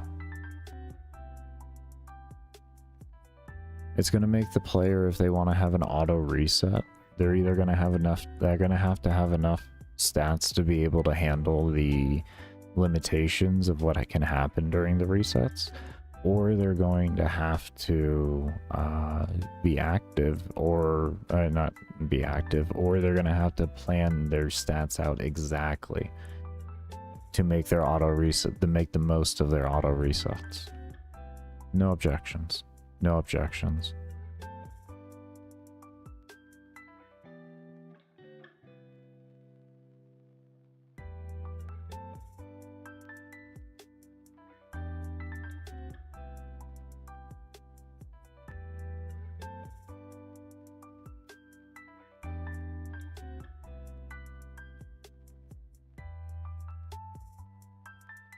And if you don't care, well then you don't care, and you're just running it anyways, and it's whatever to you. You know what I mean? So like either way, for min-maxers, there's an option there to really try and figure out the exact, you know, the exacts, if you will, of things. Or you could just be a casual and just let it go casually, and it doesn't really make a difference. You're still just getting shit.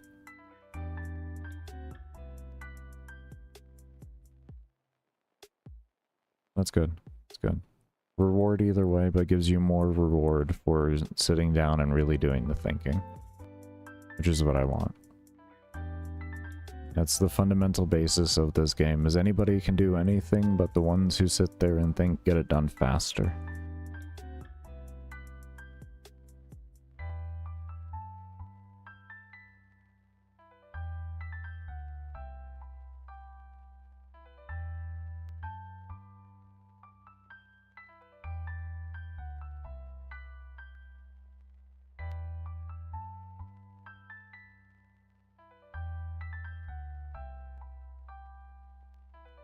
Okay, I gotta start moving through slower now. I gotta like inch my way around for the best kill efficiency.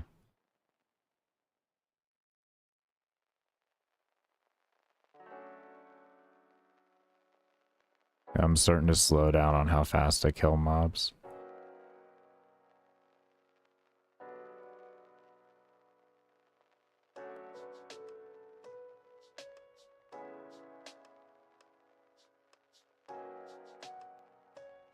And I think we're gonna really be focusing predominantly on the little guys to try and clear up this phase as quick as possible.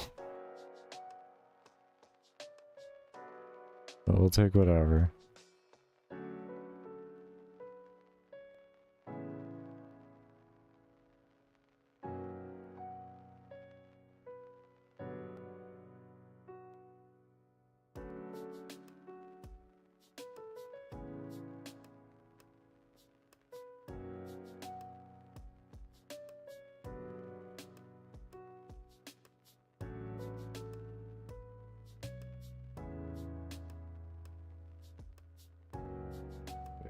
Starting to see the fall off of my damage now. Level 38. We're starting to see that armor pay off though. We got 3 armor now instead of 1. We're really seeing that pay off. That armor is that is champion. Just, oh man. That addition to armor, or that additional armor really just brought this along so much further.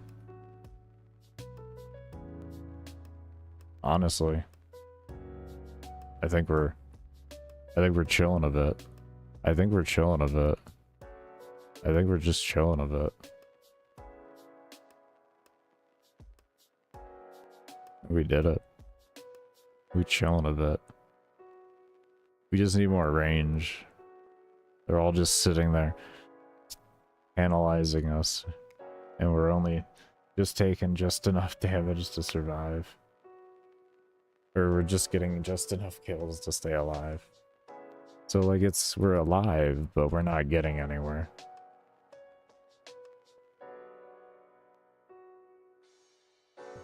It's like, cool, eventually we'll get there. Eventually the enrage phase will be over.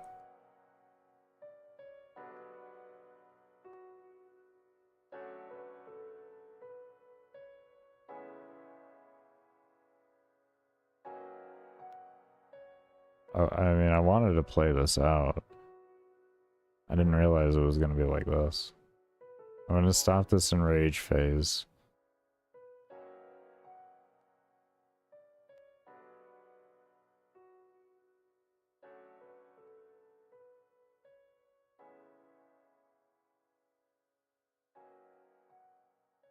I don't know when that will happen. I didn't divide the thing by 2. I guess if I divide that by 2, right now, I have my number. I gotta kill 1,500 more mobs. No more than that. Oh, shit. 15 and 15, no. 17, 18, 1,800 mobs. Oh, lordy. Oh. Oh. Oh, that's a big number. That is a big number.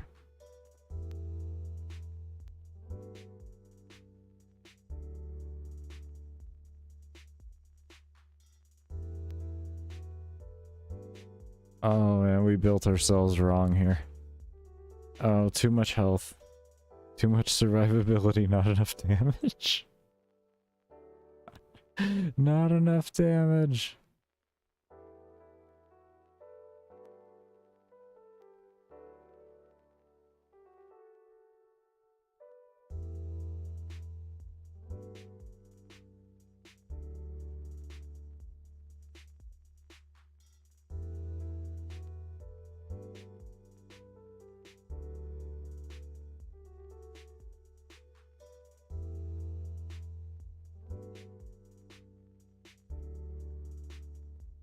Oh, we did it. We're past. I did it. Oh, alright, I'm gonna max the mob count out and see what happens. Ah. And yes, if you max mob count out, that means you have to kill more mobs to get out of the enrage phase. Yes. It's not nice. Anyways, we're gonna go ahead and take a break here and do the same thing I just did before. I'll go ahead and end off the recording here, but for those of you that do stay around, I cannot thank you enough for the support, as I will be running ads while I take my break, and when I come back, I'll be turning them off. But we'll see you all when I come back.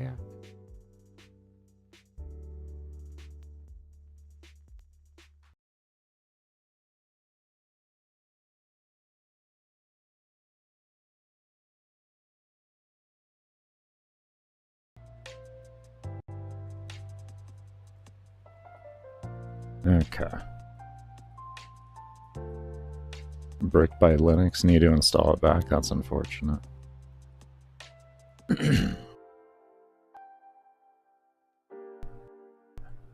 I was impressed though that I had to up my bitrate. There's so many mobs. It might have also had something to do with the performance drops too.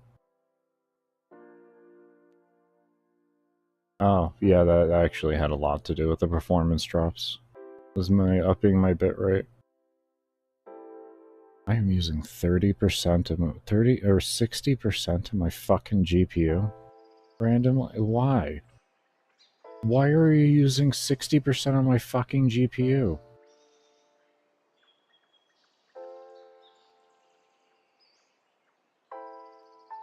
Oh, you can go fuck yourself. Oh, yeah, okay, so that was it.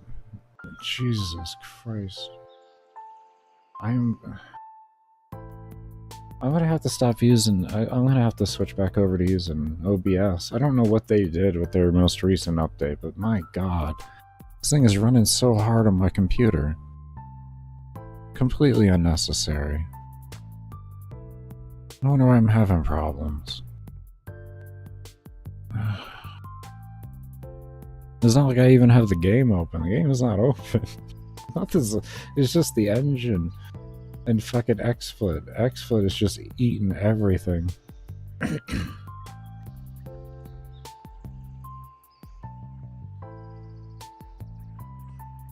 Oh, you are really making me mad.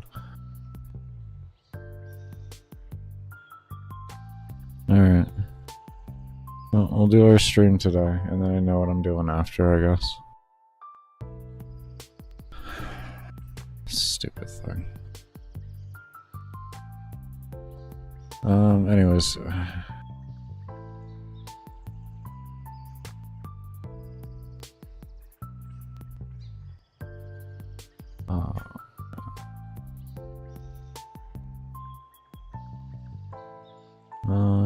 Objects.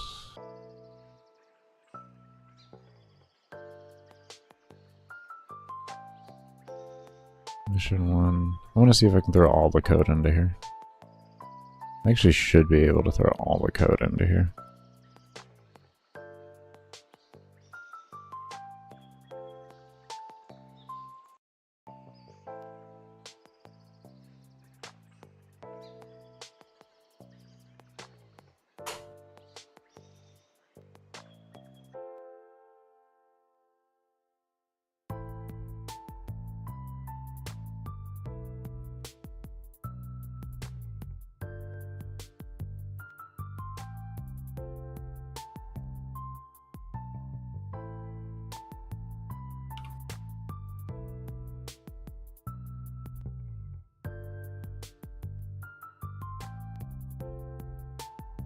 Oh, okay.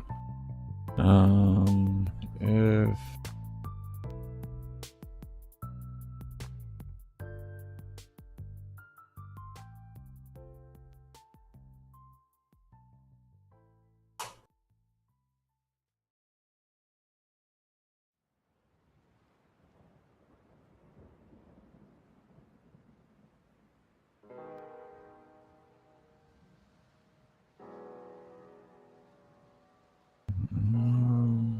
how do I want to do this?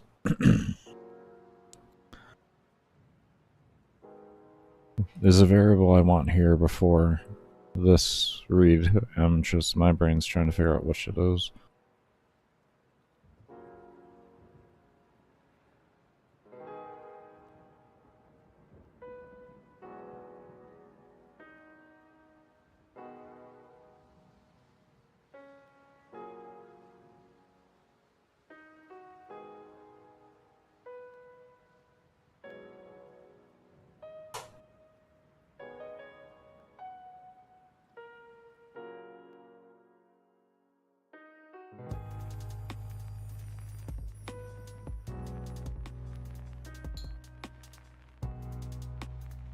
Could we just take function?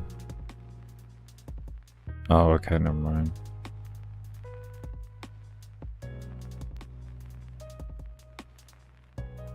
Maybe that would be the wisest way to handle it. I really feel like there's something we can do it in here. And then this way we can maybe, because what I'm trying to do is to fully make sure that that delete happens before the redraw happens, so that we eliminate the artifacting. That's what I'm trying to do right now. And I feel like there's going to be a way to do it very simplistically. I'm just trying to come to that point right now. Because there is convoluted code I can write for it, but I don't feel that's necessary. I feel like it can be solved with just a simple few variables or a few if statements that would be in code already.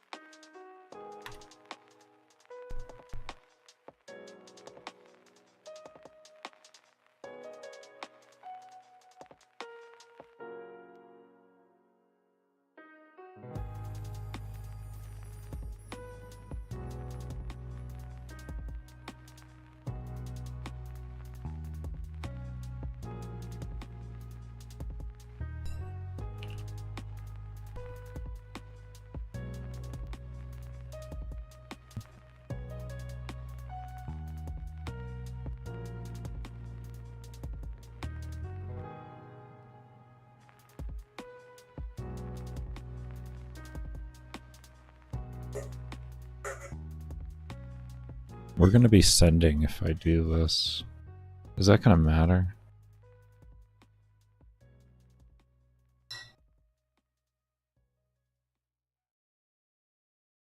Is that going to matter?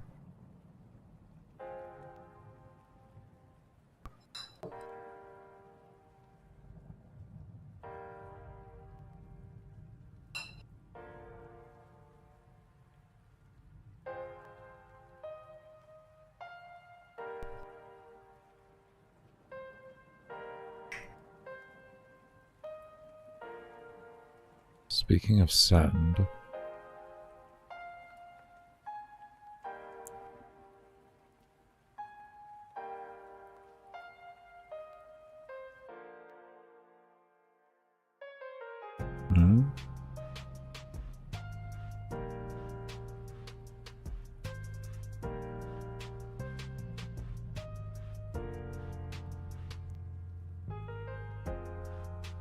I don't know why I didn't just shift with that, whatever.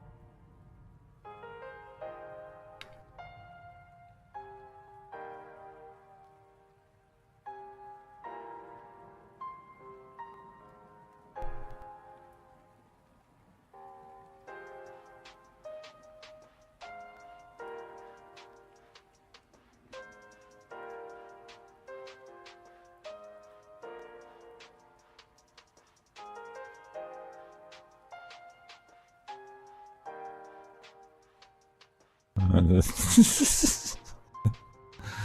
don't know where it went.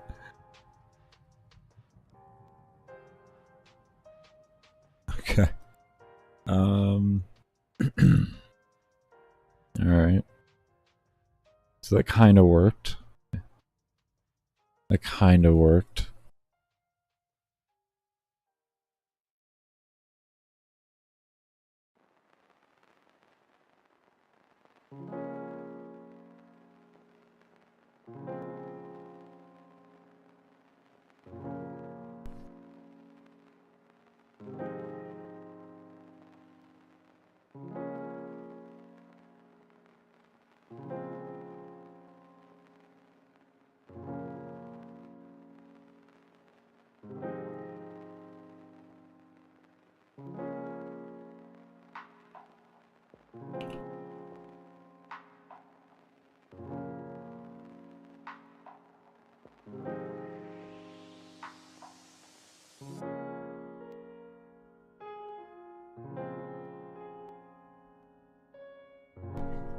Okay.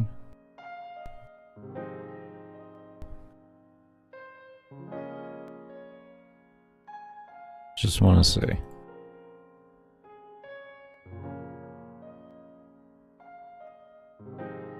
No, now we're back to that.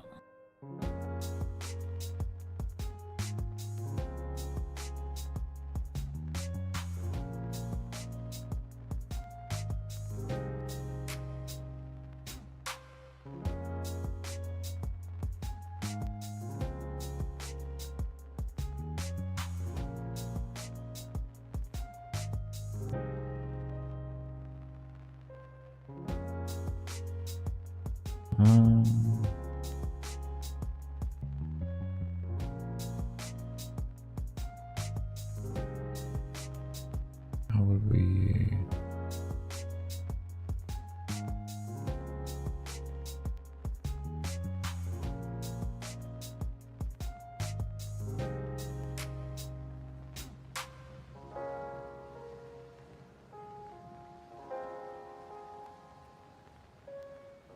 I'm confused. Why does it get set to true immediately? Ah. Because I'm stupid. Okay. So there was no way it was setting itself to false. Why wasn't it setting itself to false, though? If this equals that, then that should have... Yeah, not.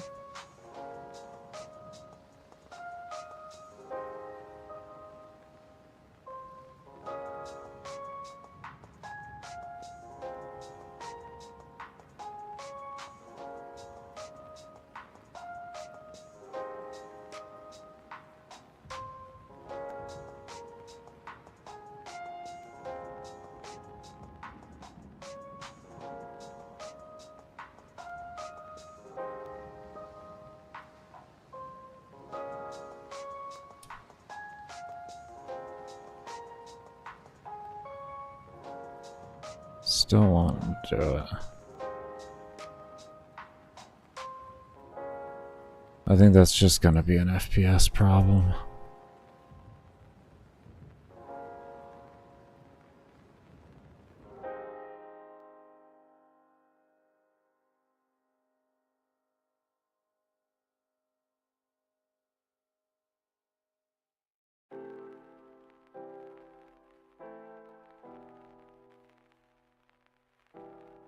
I mean, would I just slow the timer down? What if I just, like, literally set it to a full second?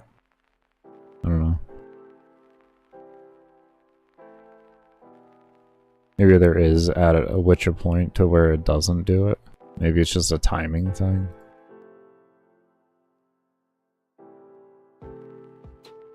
No, it's definitely not a timing thing. I mean, even if we set it to 600.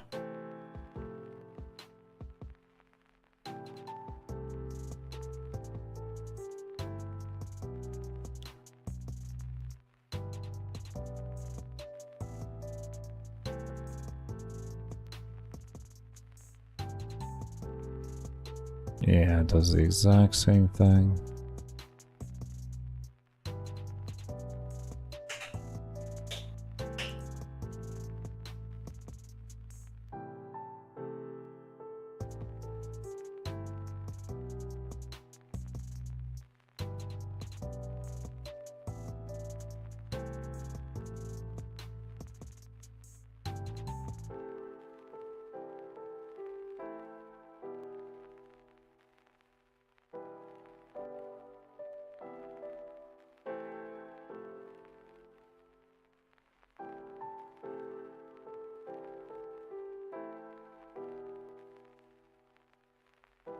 Frustrating. Frustrating.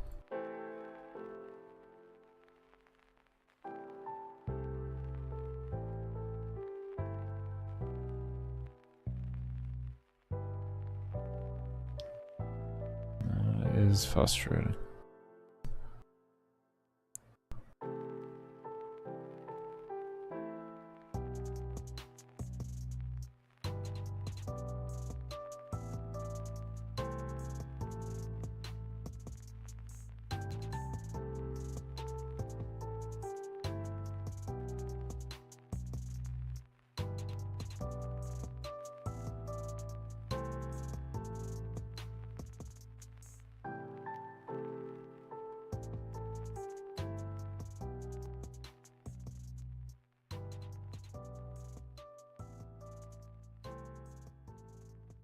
My curiosity, if I take this out,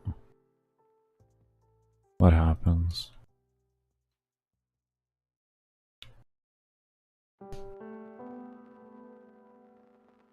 Does it just draw a bunch of them, right? That's good, isn't it? No, see, it's still following. Interesting.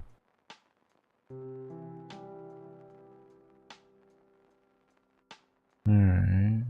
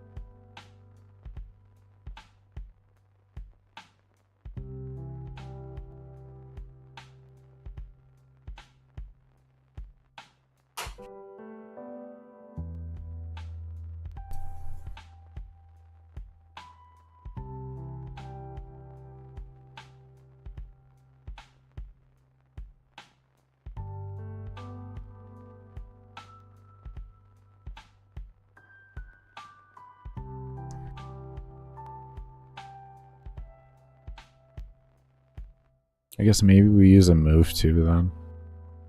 Because this works to an extent, but we get artifacting. But if we use a move to, then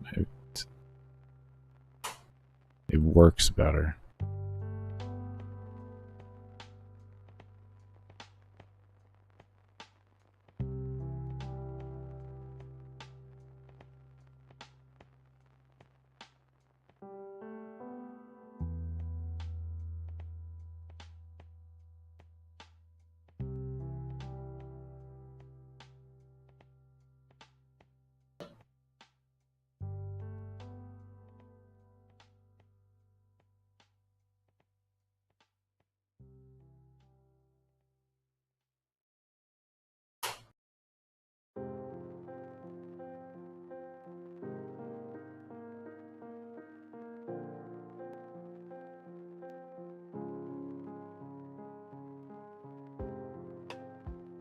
So it didn't automatically make the... So what you're saying is it wanted you to select a file location to make the other side directories that kind of work in the background? Or was it not letting you make the actual main directory file? For when you're trying to install Unity on Linux?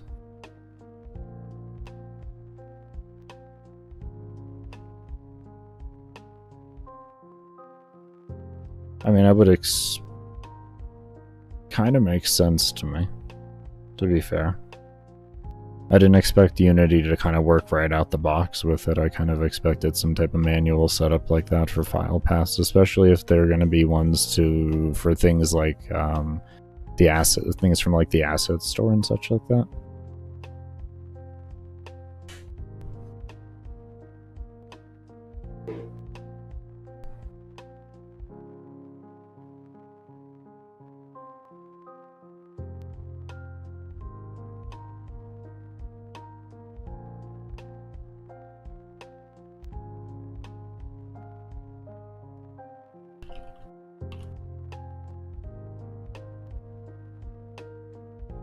Actually, let's say something here. Can we just do something with this?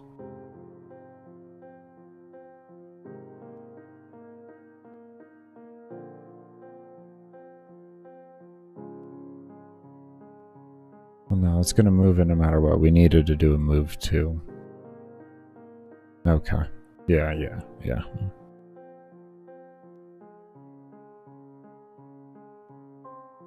So then I guess we just take out all of this, because this won't matter as much.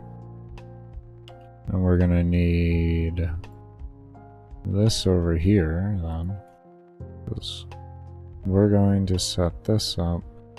I guess we could set it up in here and just tell this where to go.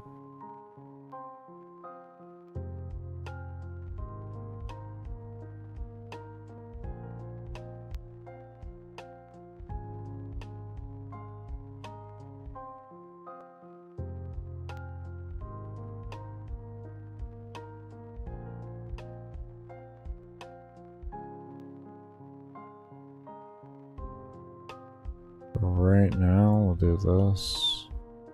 We say if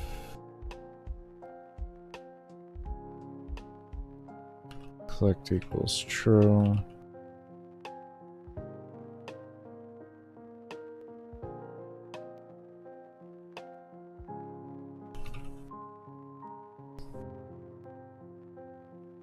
Come over here, we'll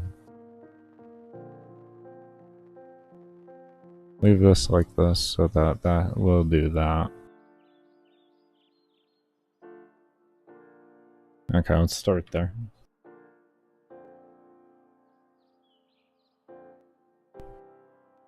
I think if we set it to like 15 for the move speed, it might work well. I don't know.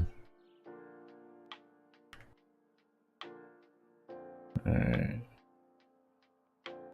What do you mean unknown object?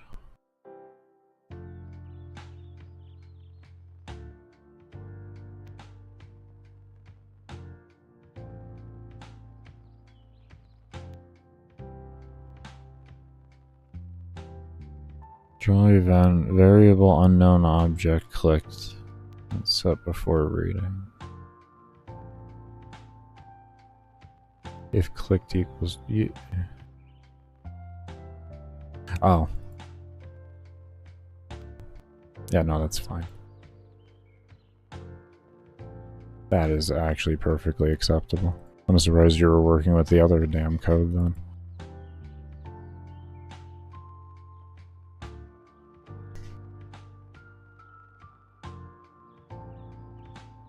Earrings.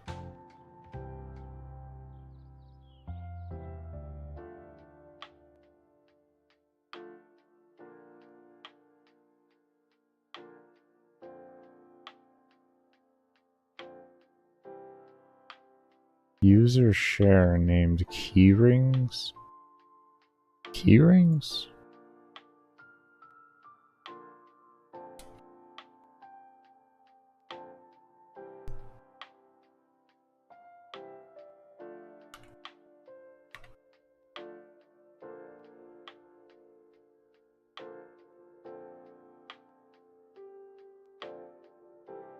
Their keychain access, code sniffing, and keychain.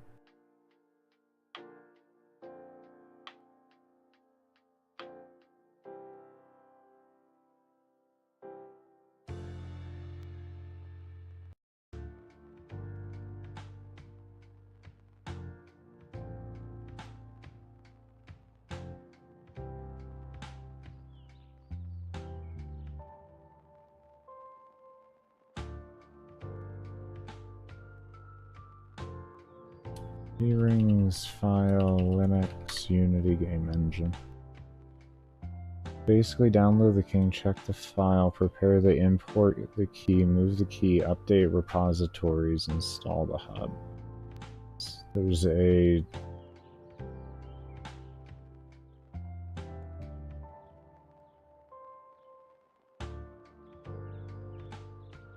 wait, did you say something about G?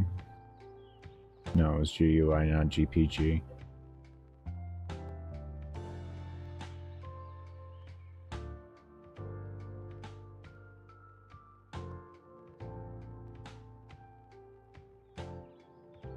Oh, I see this on page 4. Yeah, the user group for installing the hub has written permissions to the directory.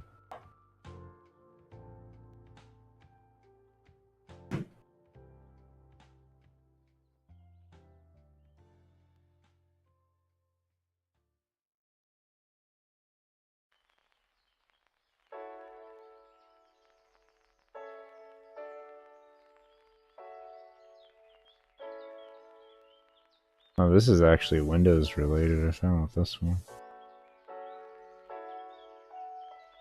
Oh wait, no, these are different ones here. I'd actually have to find the unique one. You're not gonna pull it right up in front for me?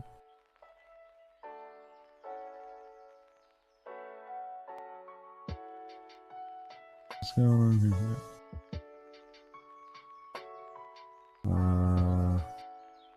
That is a very interesting way to pull up a thread on a forum.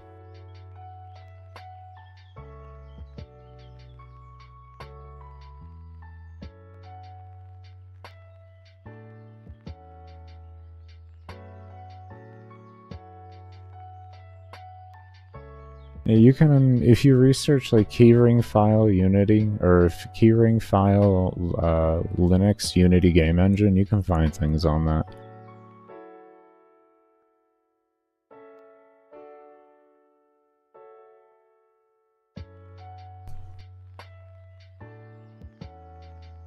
It appeared now, it wasn't on the previous.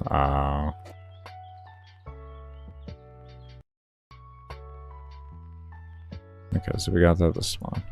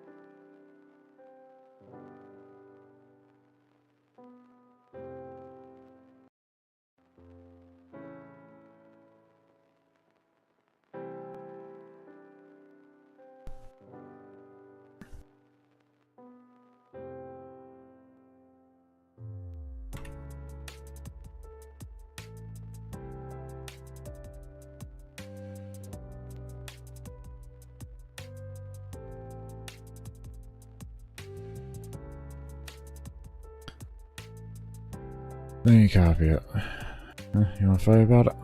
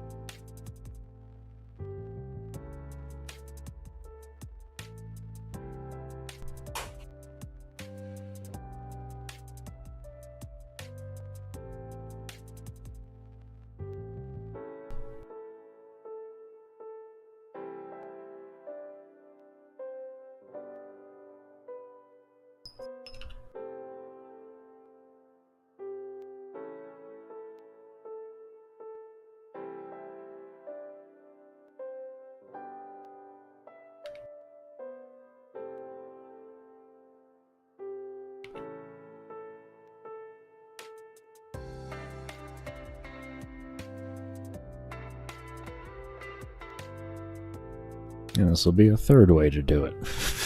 Or fourth at this point. There'll be a fourth way to do it. No. Interesting. I wonder why.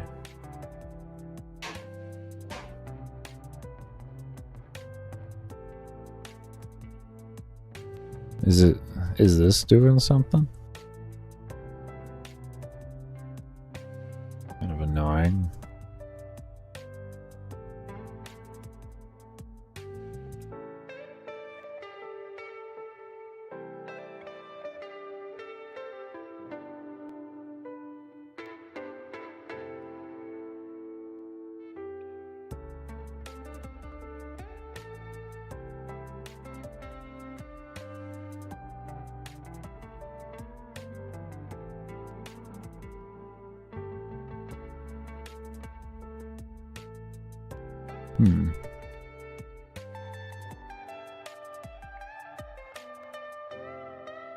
Expression hovering equals true if clicked equals true. Maybe this part of it. Maybe it's setting that too early. But usually this runs first and then it should run code after that because you have to tell it what to do once it hits that point.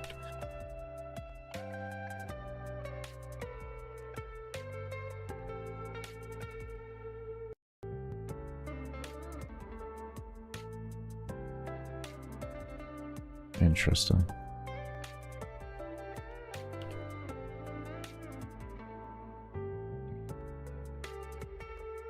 Okay, so we're gonna actually want you over here, huh?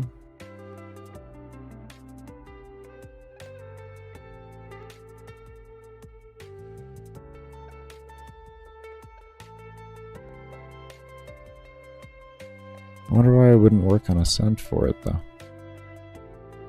Literally should be no point to it not working though. See, I'm still not moving. Why aren't you wanting move towards? Oh, you know you can't move towards the damn point. Where is it? Where is it? There you are. You come over here. And then here. Like that. You did a key in the key rings? Okay. I was gonna say that, I mean, wouldn't really... I'd just troubleshoot that. That sounds fine to me. Everything I read on there seemed normal. Why? Why? Why aren't you wanting to move now suddenly?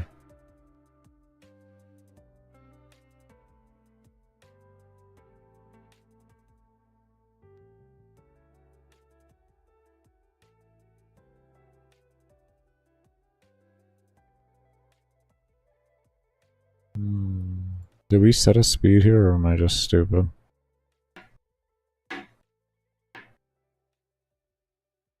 It is set a speed.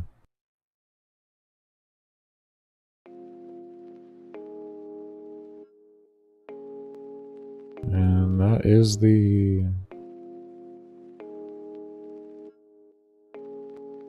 XY speed. Correct. Oh, why don't you want to work?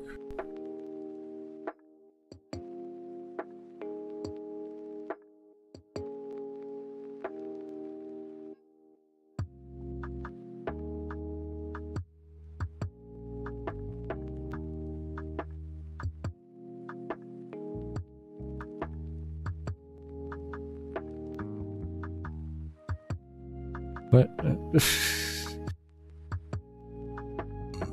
What? Why can't I remake the code I had earlier?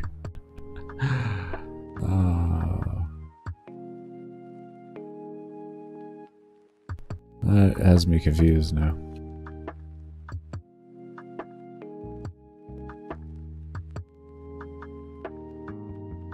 Why don't you want to follow?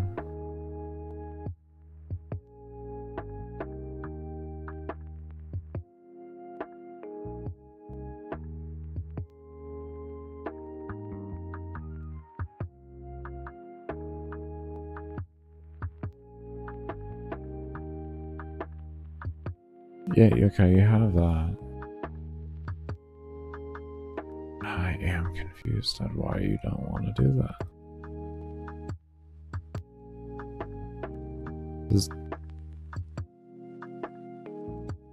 Do you want to work? Like, am I doing something wrong here?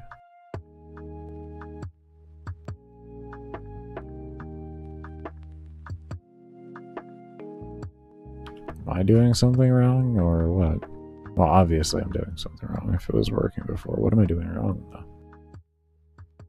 I ask, well, am I doing something wrong? It's not fucking working. Obviously you are stupid. Yeah, see, that's interesting.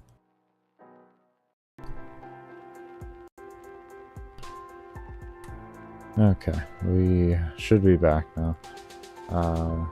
That was a, it's an issue with my engine for some reason. It only does it with, Game Maker up. It probably has something to do with why it's not picking up the game every time. It probably has something to do with that.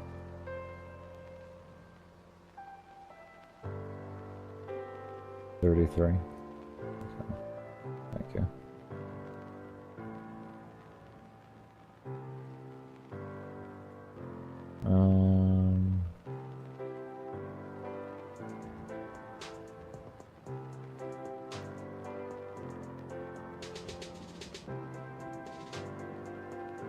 Okay, there isn't even a capture source.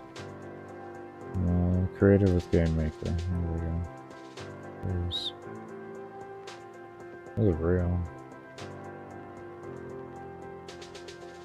Okay. Engine just gets all sort of finicky. Now, let me double check my math here. 1, 2, 3, 4, 5, 6, 7, 8. Yeah, how did it loop through the rest of that? We're gonna get that. Hold on, let's get this number on visual display at this point. Let's get this number on visual display. This is confusing me.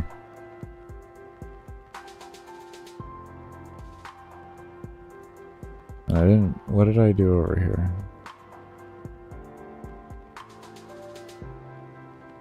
Correct. And it's extended down from this. Yeah.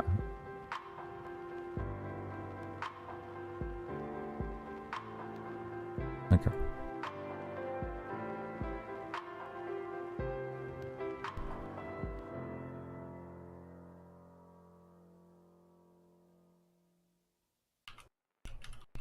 I'll just call it level change. And 1700 620. I think that should be okay. I think that's what I left open. I think those were the coordinates. Really, I'm pulling back my memory here, but I think it's 1700. I'd be really impressed at myself if I remembered that. Wow. I'm impressed at myself.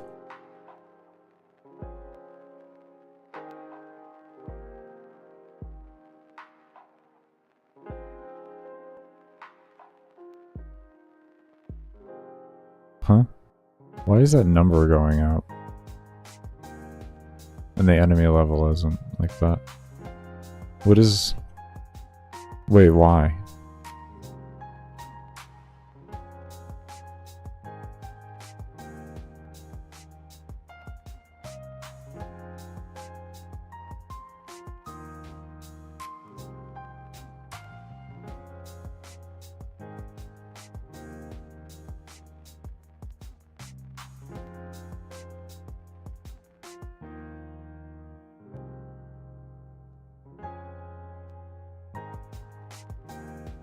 What? Ha.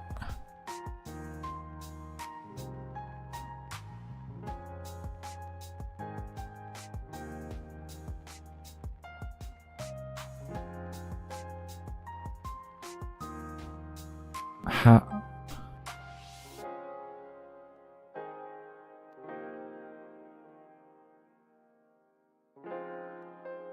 Huh? How does it...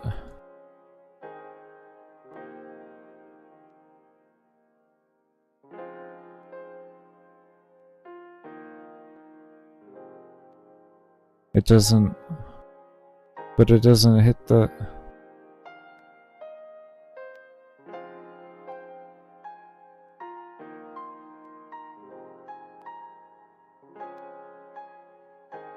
I'm a bit confused here. It's not hitting the values, but it's skipping like it is. Why you do this to me? Huh?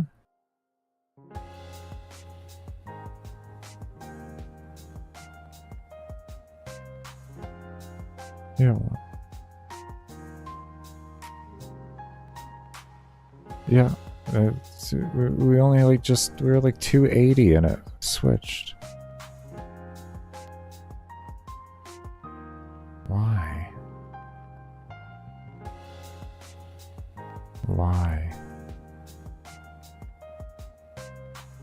Maybe we gotta make it just like a straight greater to, and this turns into a less than or equal to.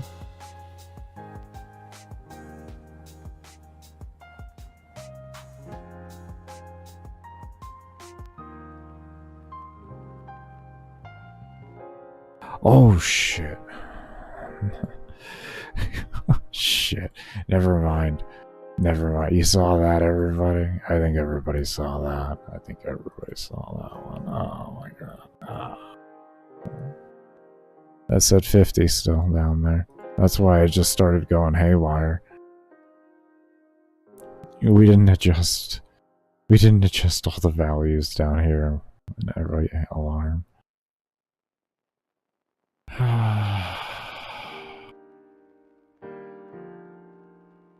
Look at that.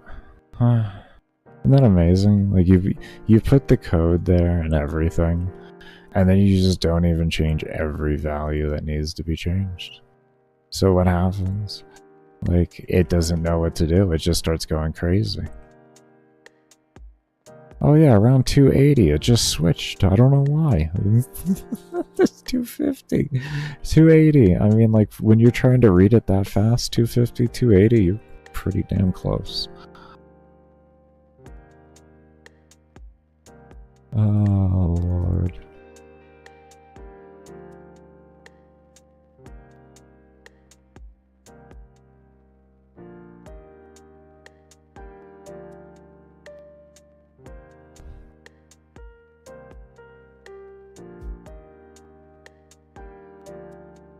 I definitely think going by 2 is going to be the best option too, by the way. Actually, let's make a value here just so I can freely edit this stuff easier.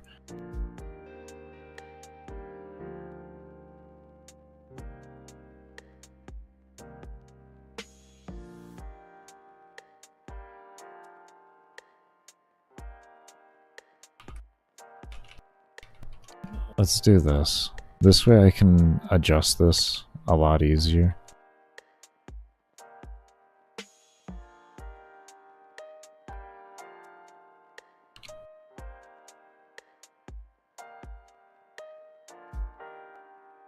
This way I only have to adjust one variable every time as I'm messing around with this. Oh boy. I'm getting a little sloppy.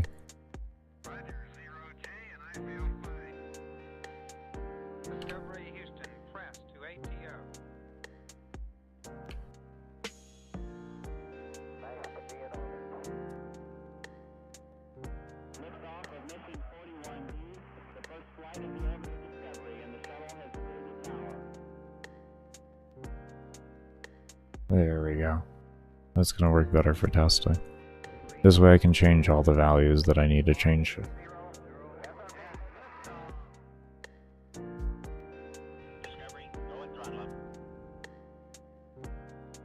I may even turn it into a percentage or something like that.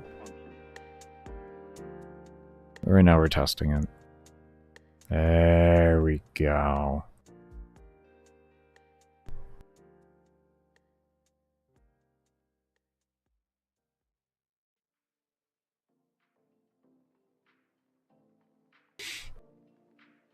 That's better.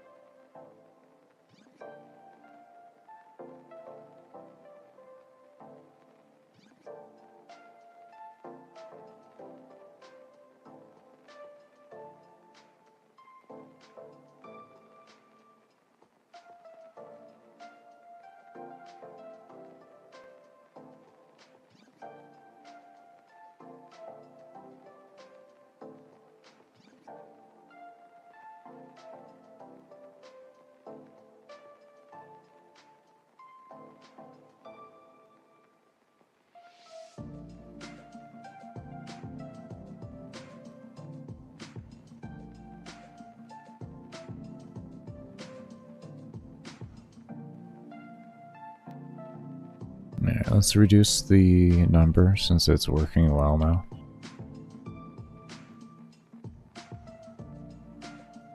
And this way we can see it loop faster. It'll probably end up working better to leave it at like 1.1 though, to be honest. Just because of, like, it's gonna keep going up.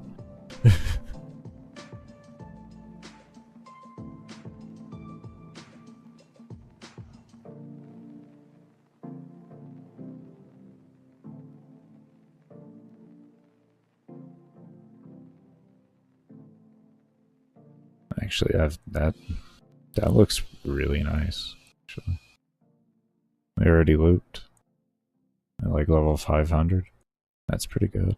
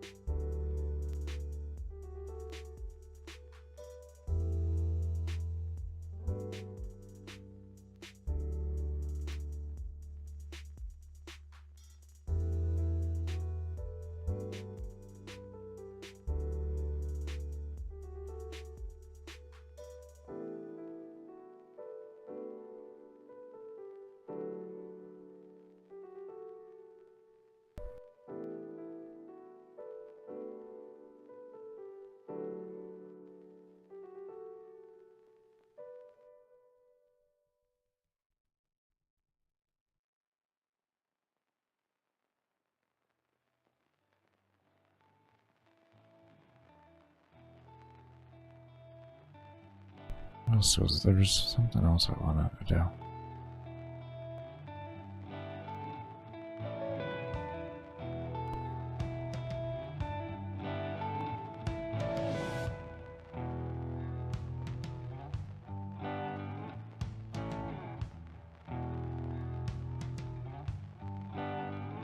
Oh.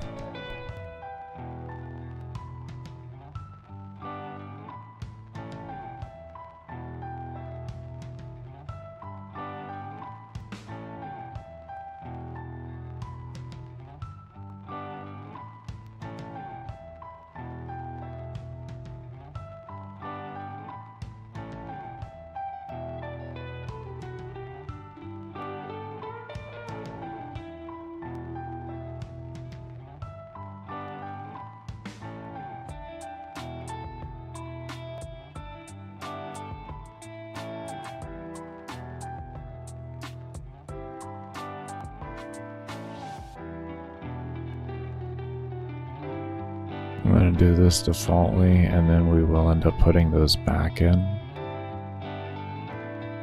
Because I still want the player to be able to change their FPS while they're in the game. And if I don't do this, then they won't effectively be able to while still having the same results of mob spawning. So, but for right now, I want to kind of get some tuning down on that. So I am making it one value that I can adjust easier. That's why we just brought it over here and I multiplied it by 2 instead of 3.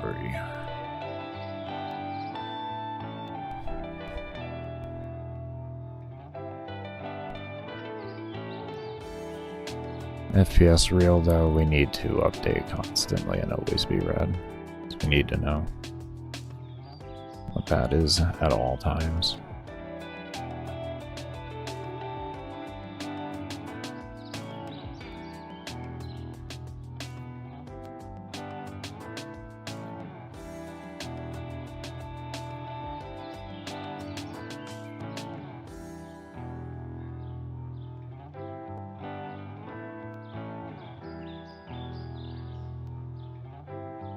That's good there. I'll let this sit through and loop a bit.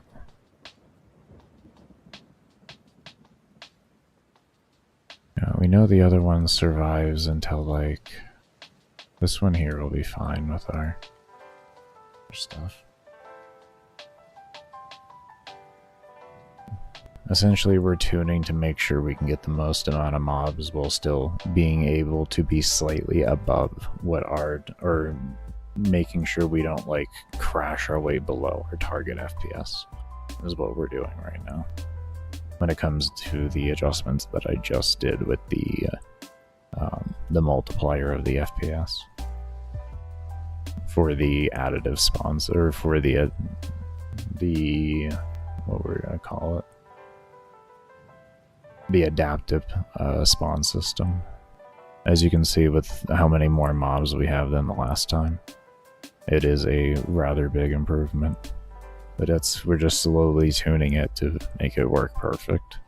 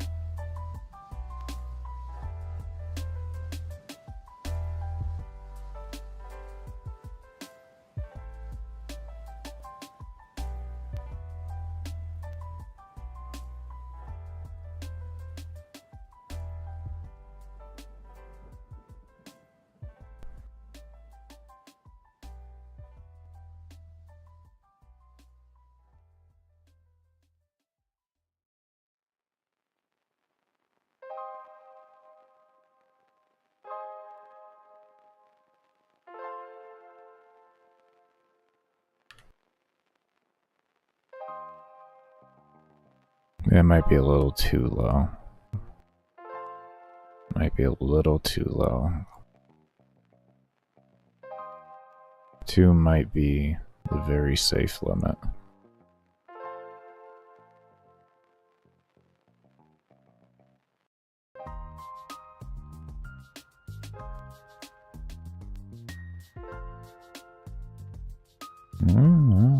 That is a lot more mobs.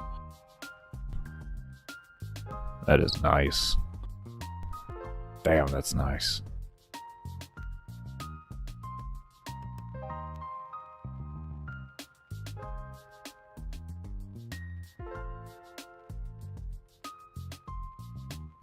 Oh, we are getting there. Oh, we are getting there. This is gonna be a good system.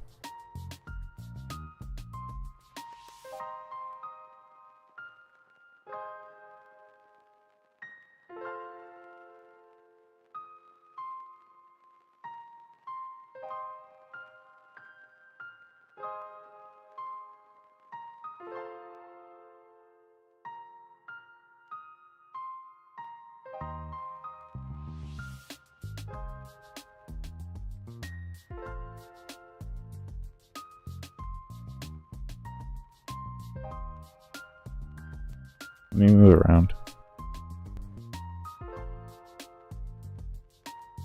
Oh, okay. I'll go ahead and move around this one.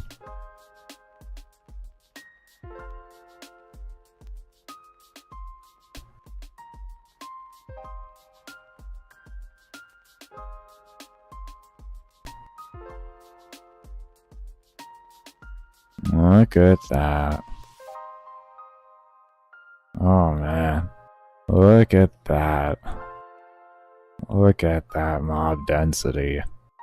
Oh, look at that.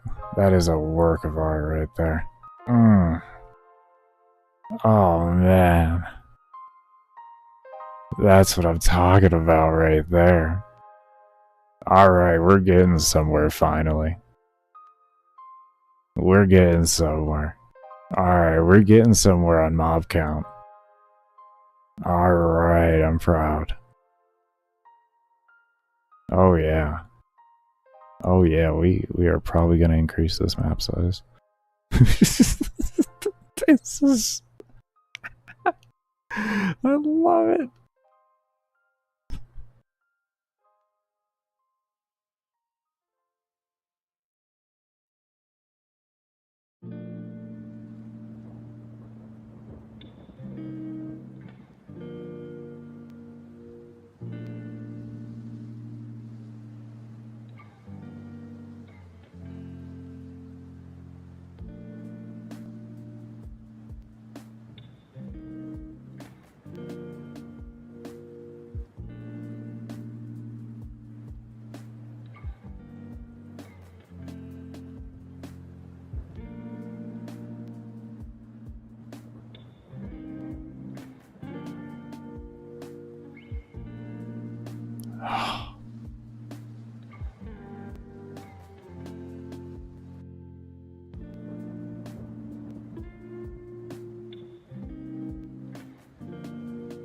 Oh yeah, I'm just gonna try it. I'm just gonna go straight on FPS. We're gonna see what this looks like. This map is going to be filled with mobs. I don't think there's going to be a bit of open space.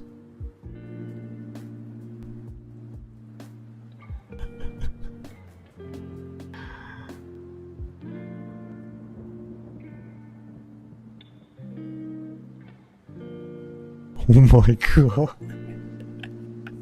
How we running? How we running?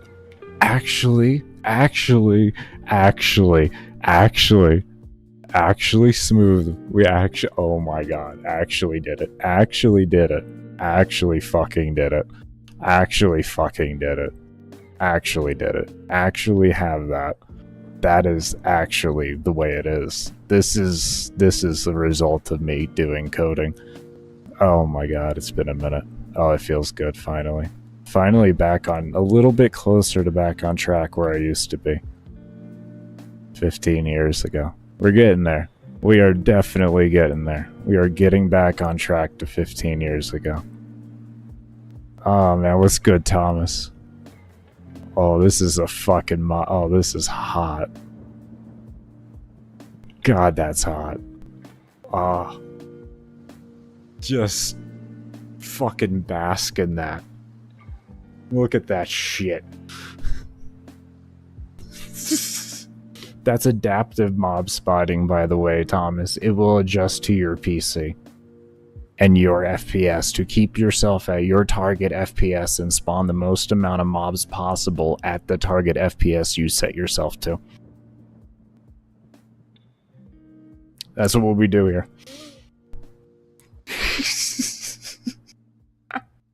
So the better computer you have, the more mobs you will have. I have a 10400 Intel CPU with a 2060 GPU. So if you have better than and 32 gigs of DDR4 RAM. So if you have better than that, you can get a higher mob density than what I even have here.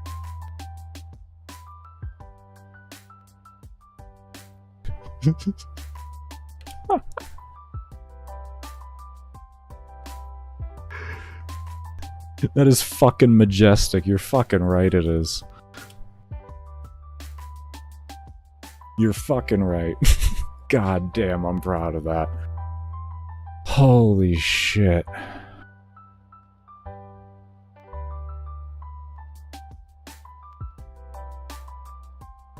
Ah. Jesus fucking Christ. I am so happy right now.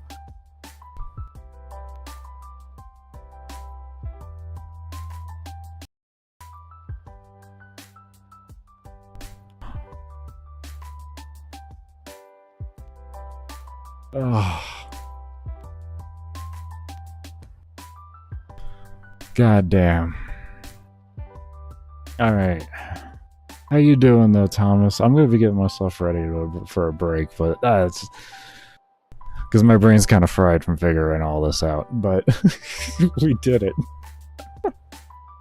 And we also set up so that the spawn system itself on the rotation of like the alarms on what mob sets you get loops around constantly. So it'll like the number, like this level change number up here is whenever a new alarm is active, and that number keeps going through, and it'll just keep adding through and looping through the alarms as it needs to. So it'll go to 1 with that value, change to a new value at 2, go all the way to 11, repeating that, and then loop it back around. Once it hits that value that it achieves at 11, it'll loop that back to 1 and then continue that through again. And it does that infinitely. And it's all based off of enemy level, and it's all fucking easy calculation.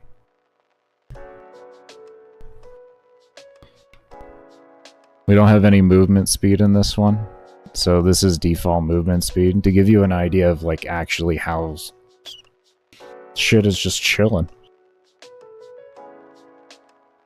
There is no issues. Like if I want, I can go a little bit higher and do like 1.1. If we want like true security of this, we do times 1.1, right? Just 1.1. And what that'll do is just give us a tiny bit more FPS onto it to allow for a more stable 60. Because right now we have it set at 60 FPS, but the player can set it whatever the hell they want it to be.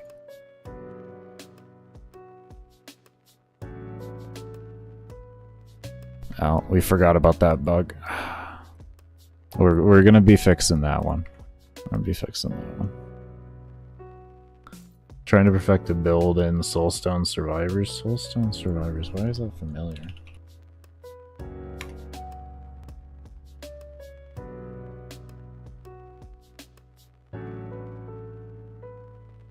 Oh yeah, I saw that game recently. Yeah, I saw someone playing that. Yeah, with the new mode they came out with. Yeah, it was a roguelike. Yeah. Oh, that is a very interesting talent tree. That's a Path of Exile inspired talent tree. That's pretty cool. That's pretty fucking cool. I like that. That's cool. 18,000 total reviews? Oh. Oh. For anyone interested, I'll toss it in there. I don't know if it's a good game, but I like that concept. That's really cool. That's so cool.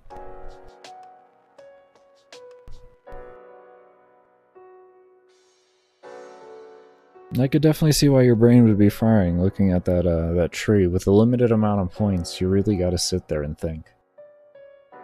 And because that game isn't as popular as Path of Exile, there isn't as much knowledge about it, so you're probably left with a lot more of, like, having to do your own footwork.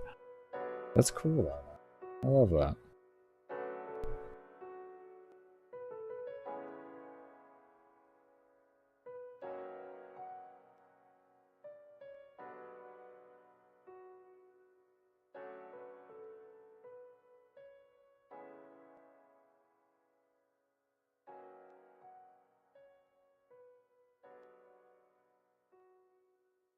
Ah, that's beautiful.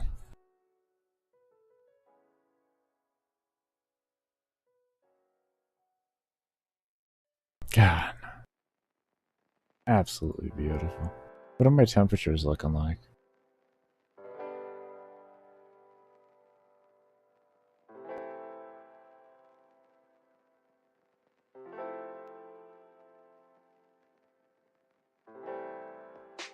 That's not bad with everything else currently running right now.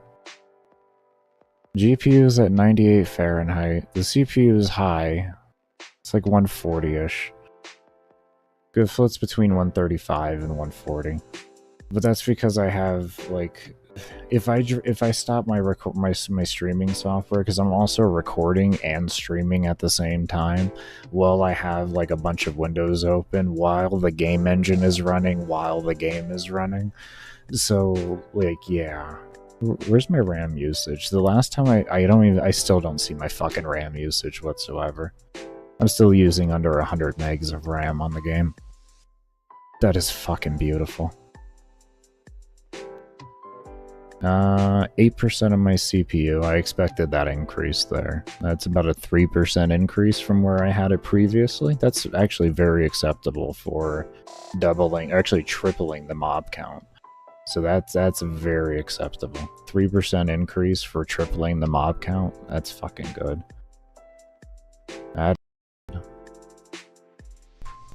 Yeah, when I close everything earlier with the old mob count that I had, my PC ran at, what was it?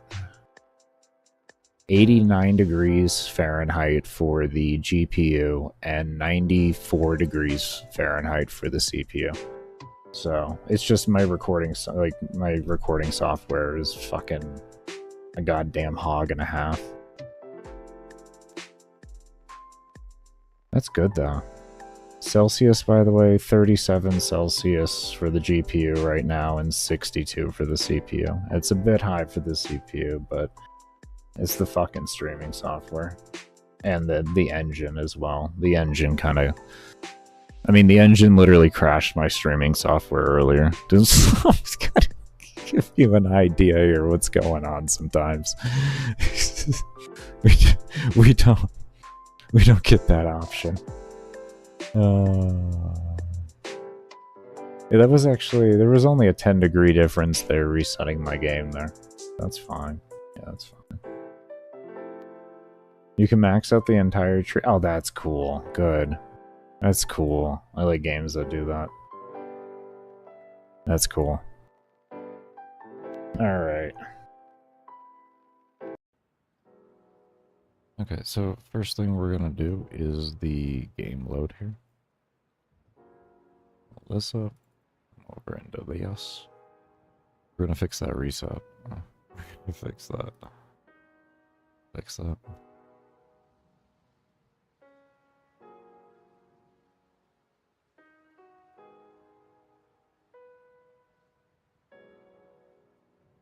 Anywhere where these guys are at.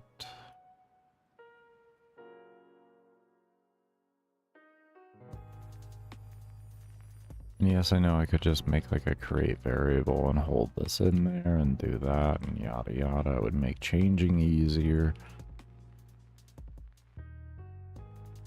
And I don't know why I don't do it.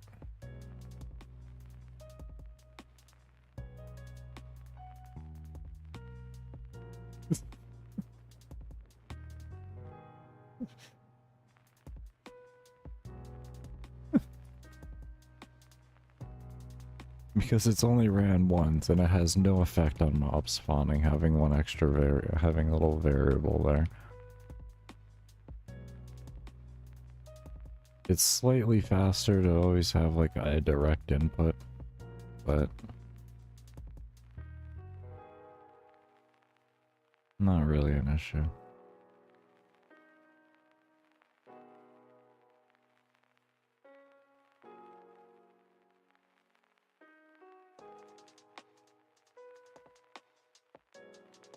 At least to my knowledge it is. To my old practices. I don't know if that's been changed, like with efficiency and code, and it's all the same now. Okay, I can't speak on it. You know, and we're only talking like micro bits. Like you're really nitpicking if you're going that far. Let's put it that way. You are hellaciously nitpicking. But, yeah. I have OCD, and unfortunately that's that. I'm kind of forced into doing things sometimes the way I don't want to. Sometimes it's just straight bad practice in general. Like this. All this. All of this stuff with the capitals everywhere and shit. Some of them don't have it, some of them have it. That's OCD. Some, like, you know, like, there's certain words and that you don't use it with, and then there's other words that you do use it with.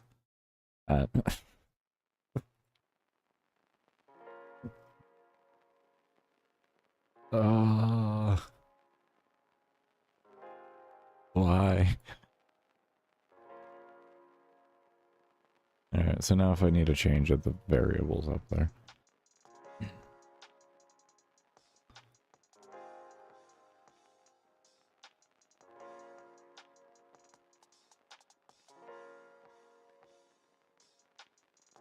Oh, and we gotta readjust that alarm, too.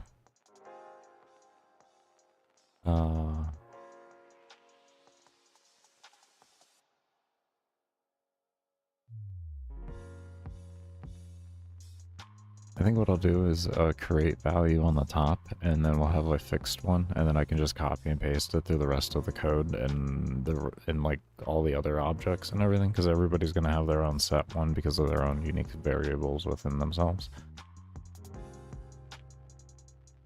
And then this way it just makes my math changing easier, because we definitely need to work on the math. I mean maybe I did it right. I don't know. I don't know. I guess let me actually play the game this time. Actually play the game. And I don't have any slow either. Which is honestly, like, I kind of want to be something for the player to want to invest in.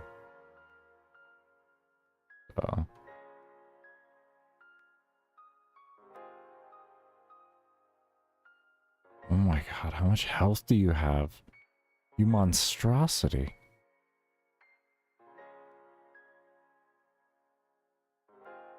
What did they do to you? What are you? How much health do you guys have? I just... Okay, alright. No, you just... Oh my. It's just run. Don't, oh no. No, oh Jesus. Oh no. Oh, there's an end to this map and I don't know where it is. God, I wish I had slow right now. Can I kill these walls? Please don't hit the walls. Okay, I'm out of it. Oh my god, they really, really. Oh, Jesus. Oh, no, no, no. Oh.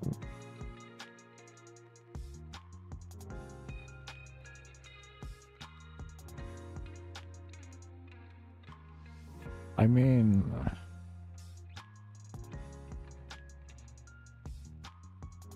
They did feel a little impossible to kill. The reset worked, though.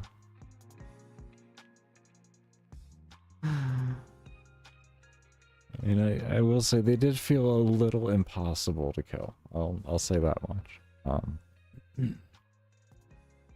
Maybe 1% per step is too much. And maybe we should probably, like, you know, make it less or something. I don't know. Anyways, so we're gonna call this do we have this? Yeah, we do.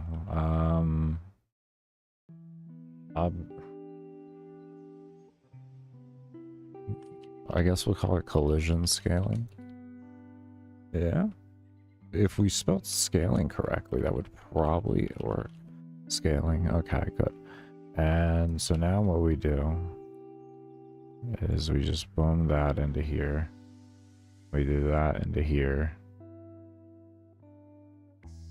And we do.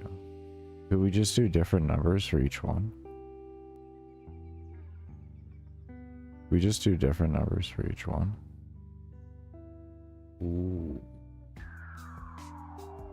Ooh, I like it. I kind of like it. We declare temps on it with it. Right? Right.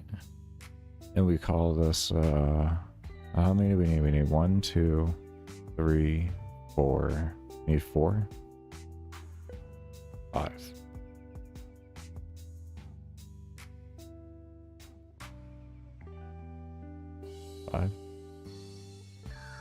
What do I have?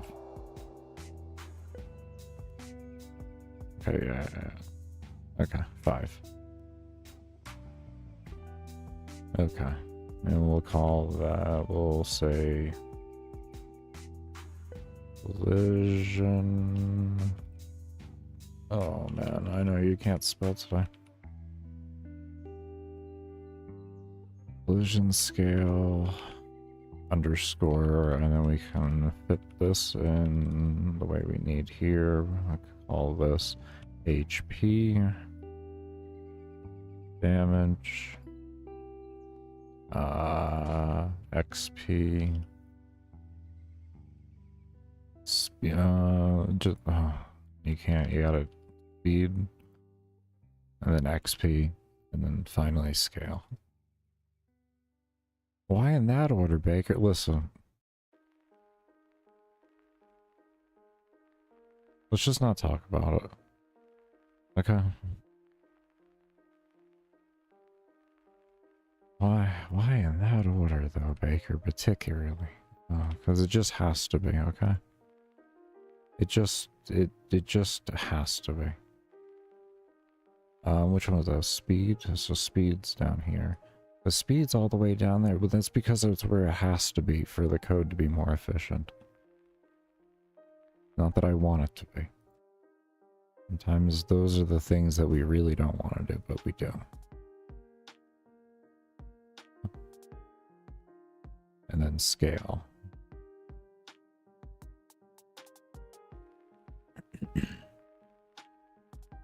Okay.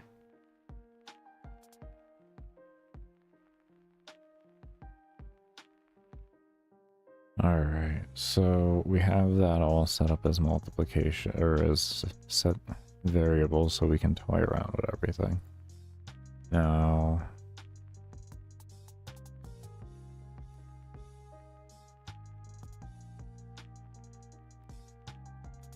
I feel like percentages are going to be our best way to go about it. In terms of our equation. But as for what those percentages look like, we have to think about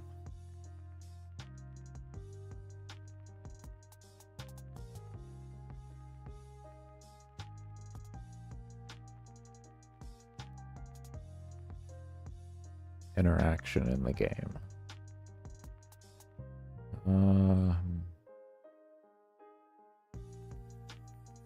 We could set this to an alarm, and we have this check a if alarm equals 0, and then if so, it'll scale. And then this way we can have more controlled scaling. I think that's going to be our best bet. I think that's our best bet.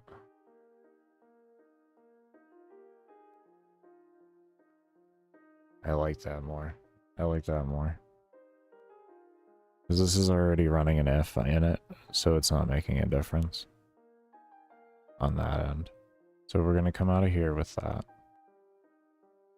We're going to come over here. I believe we have a free alarm somewhere. Yeah, we do. We have alarm 8 is free. We are quickly running out of alarms.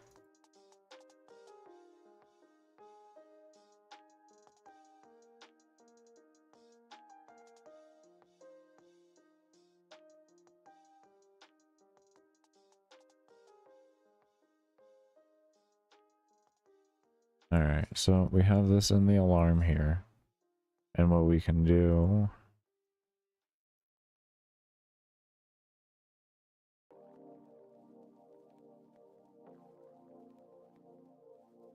is have alarm resets in different spots.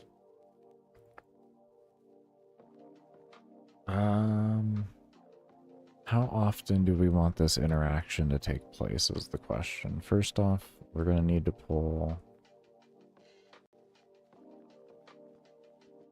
this here.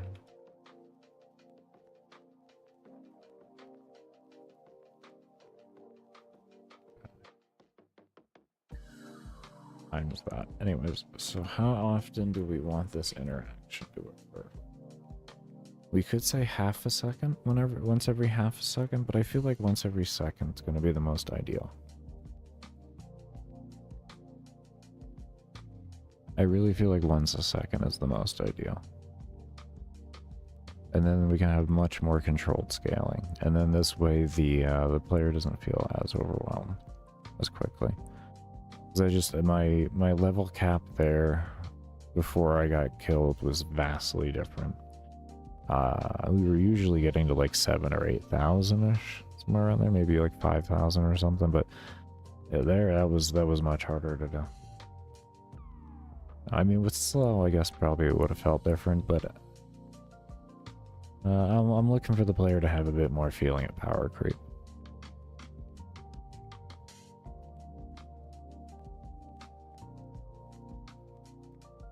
So what we'll do is we have multiple spots where the alarm will reset itself.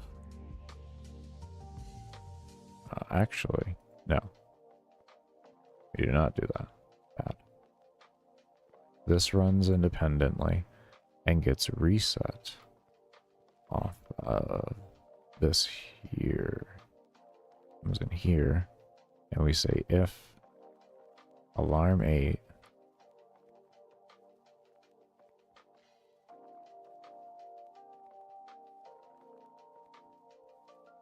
equals 0. Oh. Like that.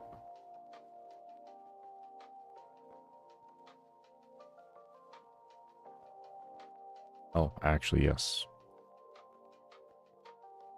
No. This will run it the way we want. This will be the run for it. Because it has to equal 0 over there for it to run over here. And then that will run this code over here. Alarm 8. Which, if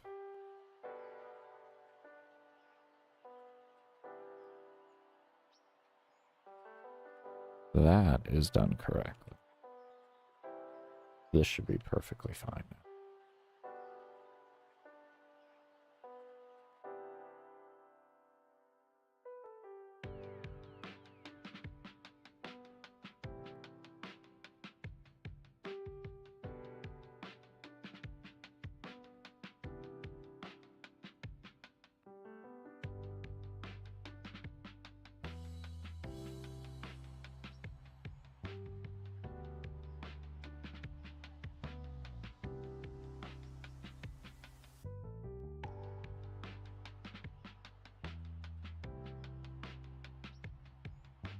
Be a few different things we'll be looking at here. We'll be looking at our enemy count to see if we have any noticeable improvement and an increase in any sort or a decrease.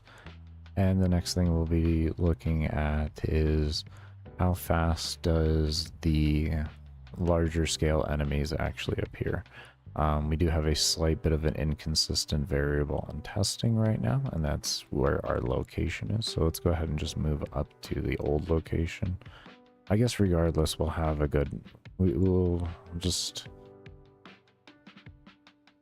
I know what the beginning one looked like that we did, so I'll go off of that. The beginning one that we did right before we went on break. It was roughly around the same. It was about level 2000.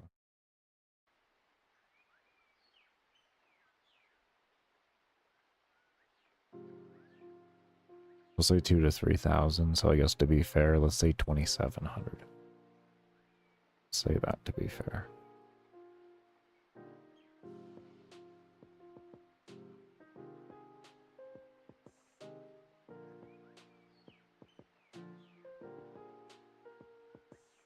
But I figure like 1% a second isn't going to be bad.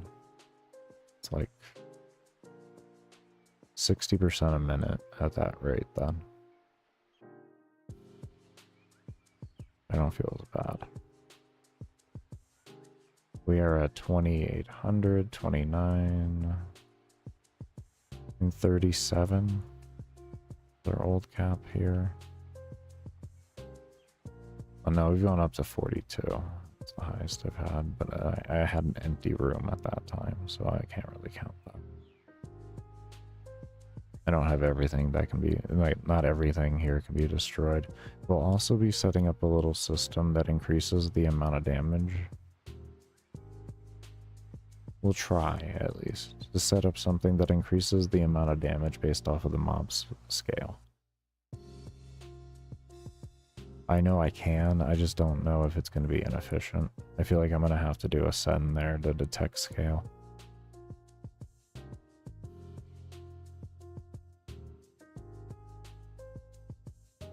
$35 almost. There's 35. We got level 3,500 coming up, so we're already looking better there.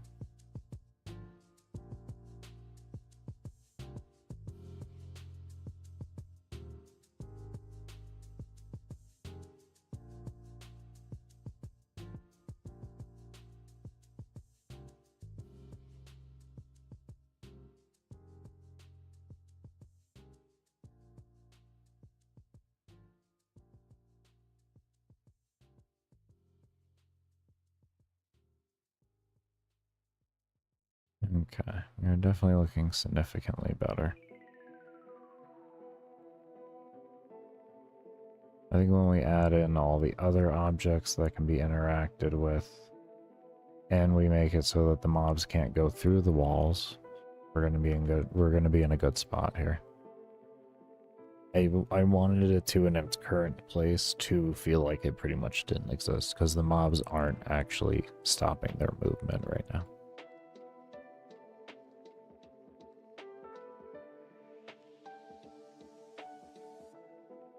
Well, one thing we can do to maybe like simply fix that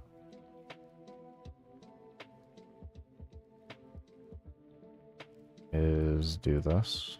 Then we can do minus direction and minus direction.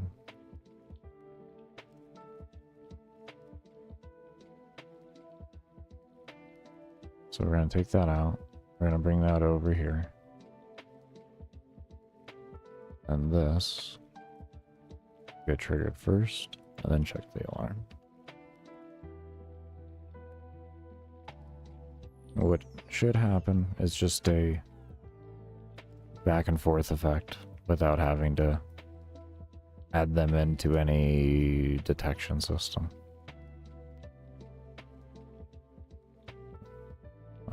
First thing I'm going to do is stand still and see if that affected mob count in a negative facet. And then we can kind of work around that.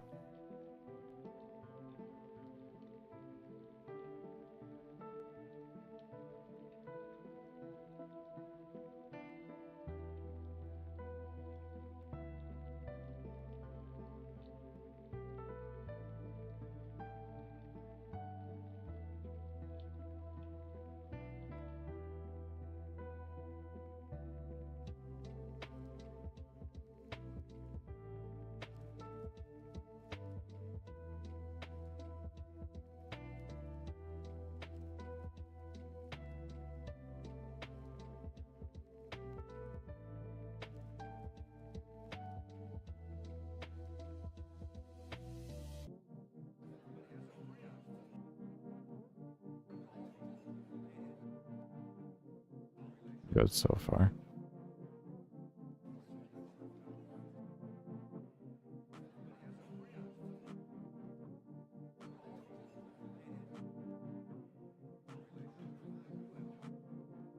$3,400. 30, almost 35. 3,500. It was struggling to get there because the kill rate. There's 35 again. It's struggling to go over that just because of the kill rate. But I think it wants to. I think it wants to.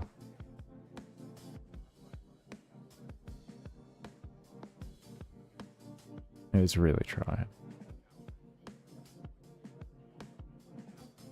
Okay. Yeah, there she goes. Okay, cool. Alright, so you may ask, why didn't we actually go and make sure that that was working? Well, because right now...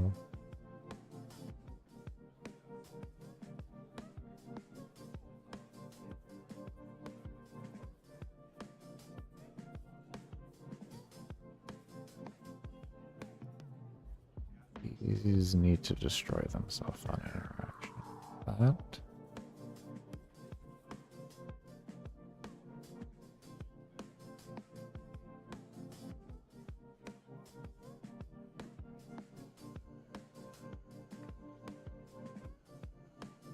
And now we can go test up against the wall. Is, you know, it's going to be important that the projectiles don't go through and one-shot the mobs on the other side. It is important. Really important for testing's sake. There we go. Look at that. Pretty simple on it. They are going through though. Oh, it's so close. Yo, what's good, Sci-Fi? How you doing, man?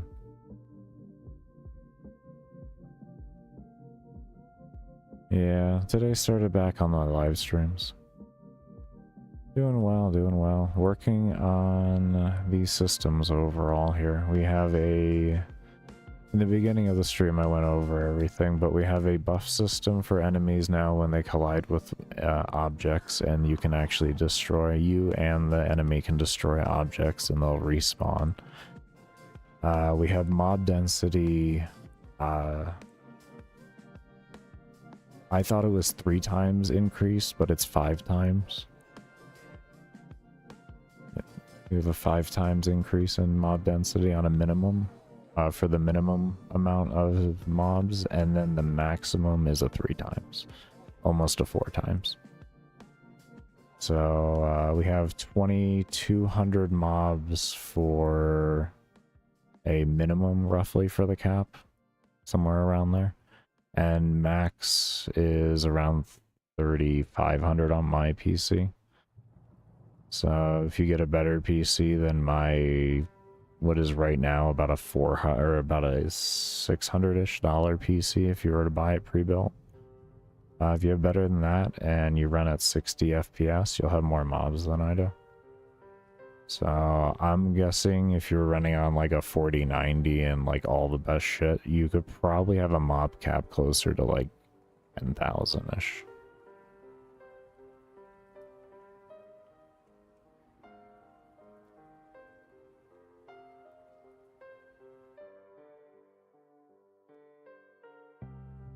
Oh, and the deletion system, they have a lot of health right now, but here, let me actually show you. Let's see. Right now they have a whole mess of health. And I guess to show you on a memery level, we're gonna take it off of the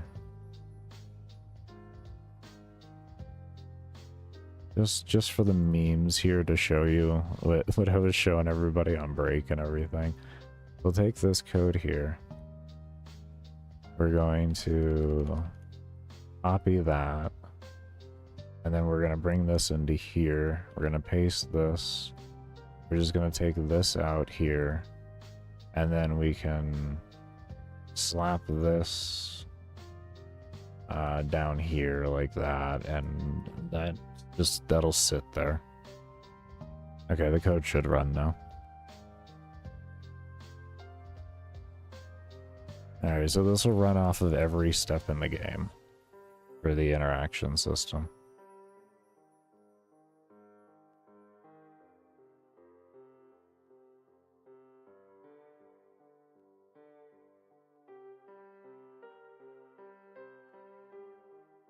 Find us an enemy. Find us an enemy.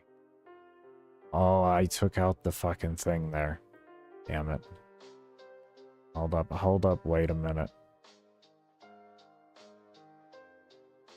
That can come into here.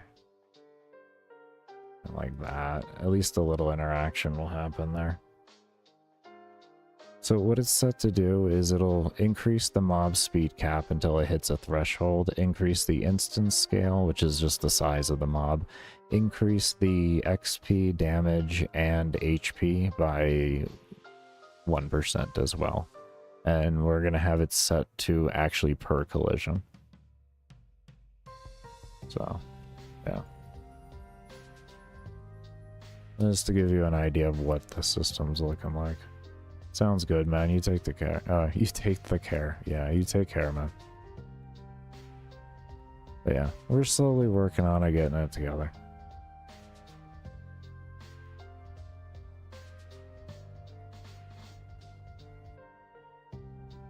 Well, that would give you an idea there if you are actually still here. But yeah, we'll go ahead and...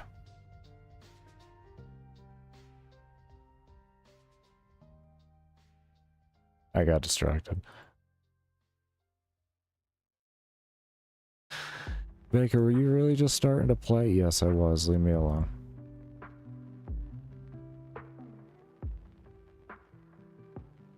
Oh, I was just starting to play. Okay, so move that out of there. Move that into here. This comes over here, and then that's worked into the same system. What we also can do, we're going to try this here. We're going to go into the actual movement system. Is that going to be the wise way to do it? Because this doesn't detect on the same registry.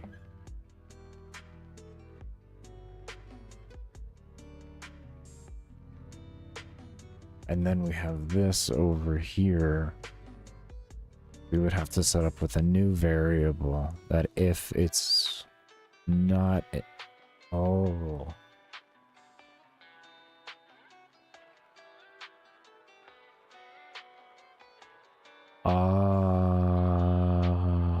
how do we want to work this? So if we...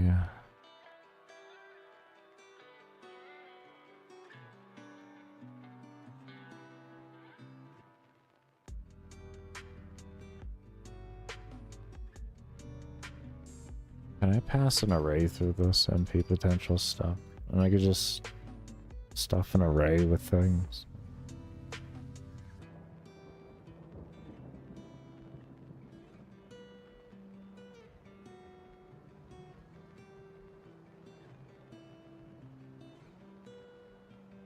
What in the actual hell? Oh no, with gamemaker in their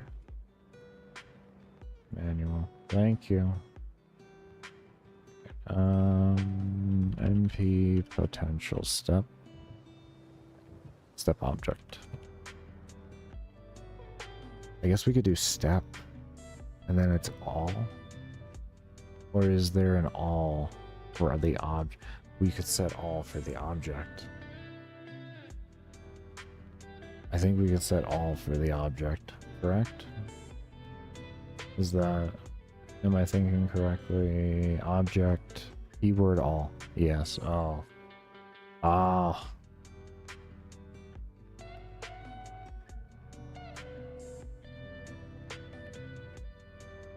All.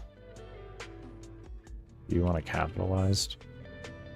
I know you don't want to don't capitalize it. If it says it there not capitalized, don't you dare capitalize it, Baker. Don't you dare. Don't you dare. Now, ooh, see, we take out that alarm there, and then, oh, it's gonna change the feeling of the game. Ooh. So, change like.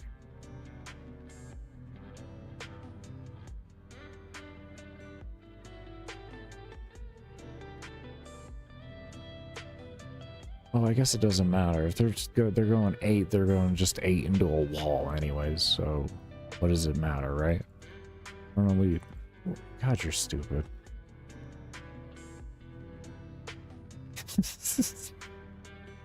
What are they gonna do? They're going faster into a wall. What are we gonna do?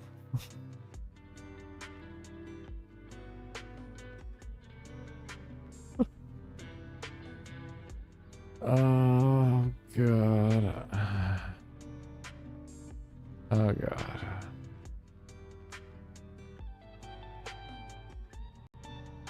Oh, wait, no, maybe they won't be going faster into a wall.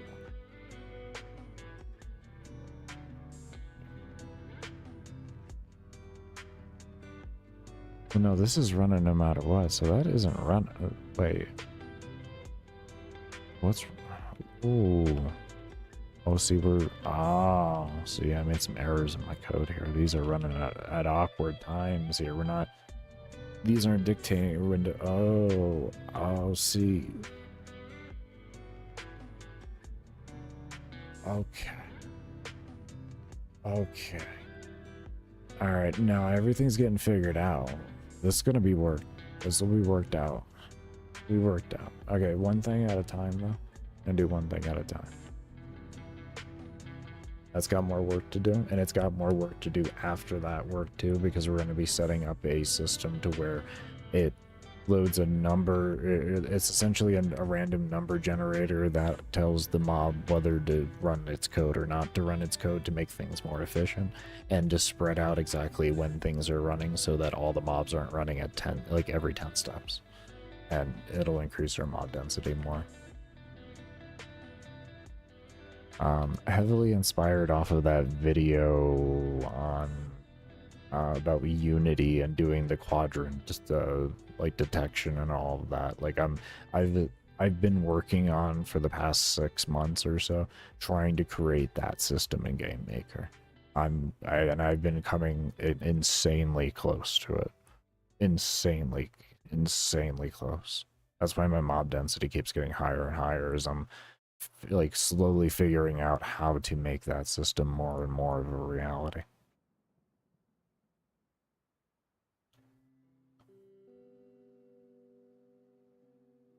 All right, let's see what's going on here.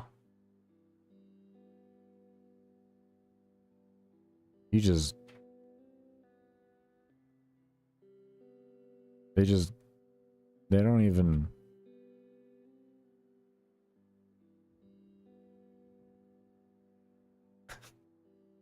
Alright, we're getting rid of alarm 0. Alarm 0 goes away, I guess. Oh, actually, no, it's figure out how to make alarm 0 work appropriately. First off, let's just take alarm 0 out. Okay, listen, this code isn't allowed. It's forbidden code now. Alright. That is not the place to take alarm 0 out. I mean, it was, but, like, not right now, at least. Now this one... We'll take that out here just for setup's sake, and then we run that here like this, and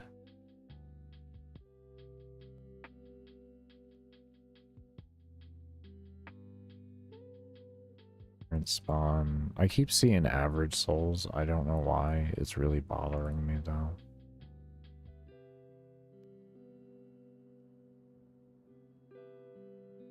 Young, young, young.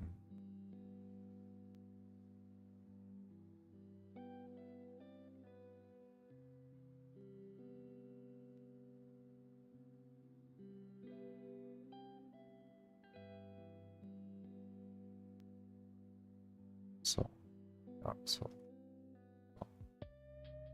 Why do I keep seeing average in there? Why?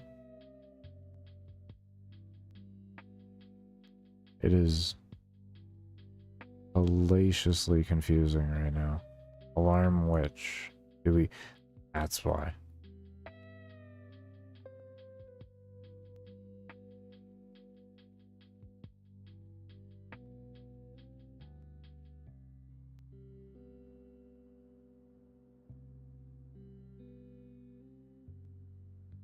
Okay. We can have the testing we need now.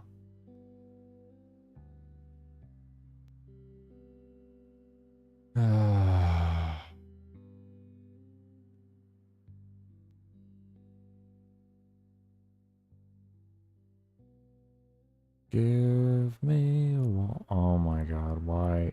Why are you ignoring the wall when I hit... I typed in all. You said special keyword all, or the special keyword all. Can be an object, index, or an instance ID, or the special keyword all.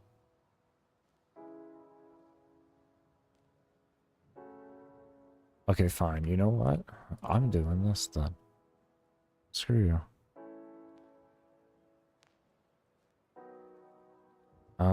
Who? Carmen San Diego, where did you go?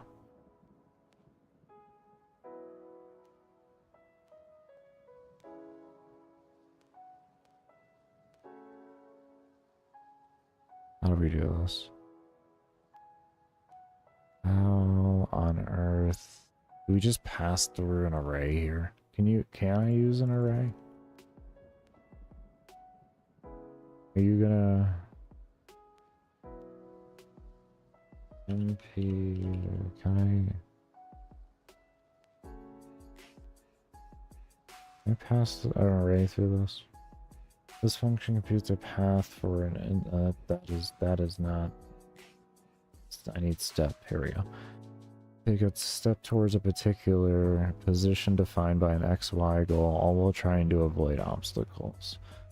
When the instance would run into a defined object argument, it will change the direction of the motion to try to avoid that instance to move around it. This approach is not guaranteed to work, but in most cases it will efficiently apply. I cannot pass an array through it.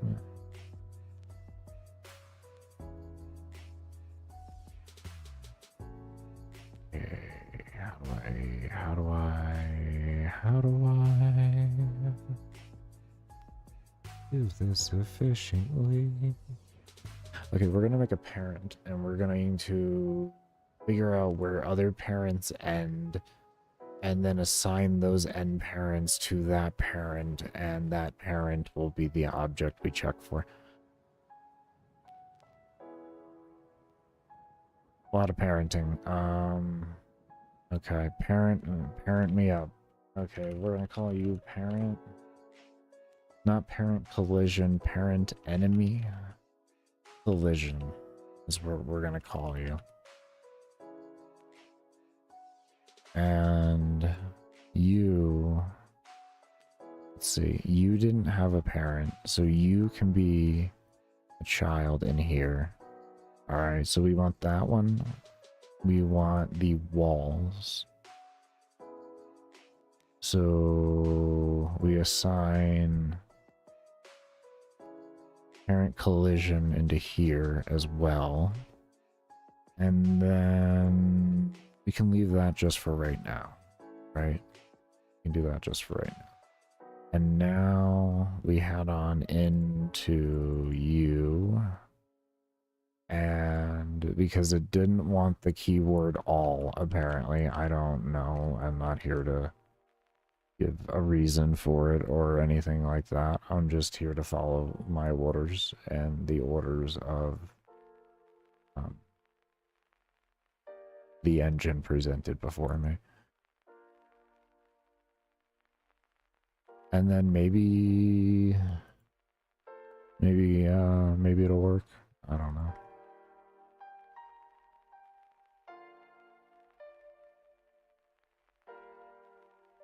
Yeah, so we make the parents for the parents, and we make sure that the parents are for the parents.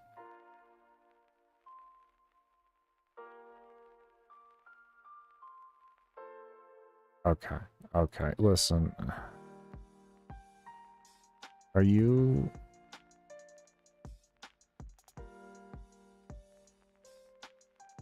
What are you doing? Do you still send them to Egypt?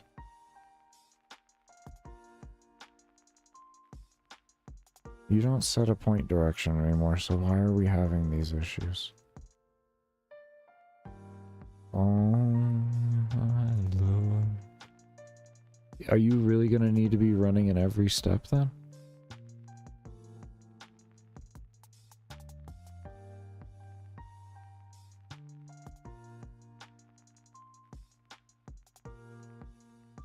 There's no way.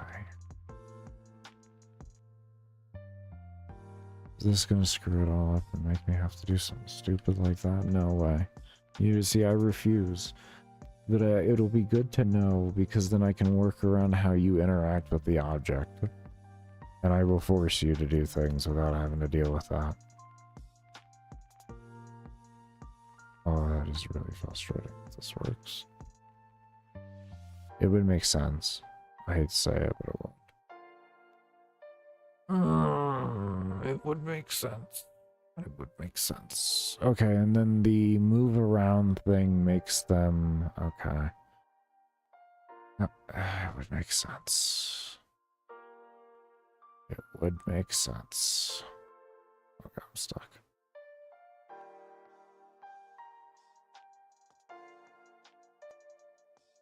Sense. Okay. Okay, just breathe this one out. Breathe it out. Breathe it out. Breathe it out.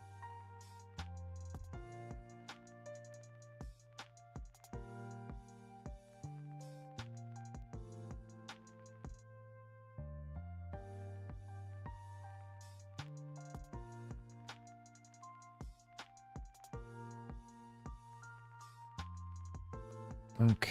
Alright. Alright. Okay. Alright. Okay. Let's see here. We do like this, right? And we say like minus direction. +5, I guess. I don't know. We're gonna be trying some magic here, okay? Just give me... Just let me... I'll just... You know... We're gonna... If it's like... I don't know.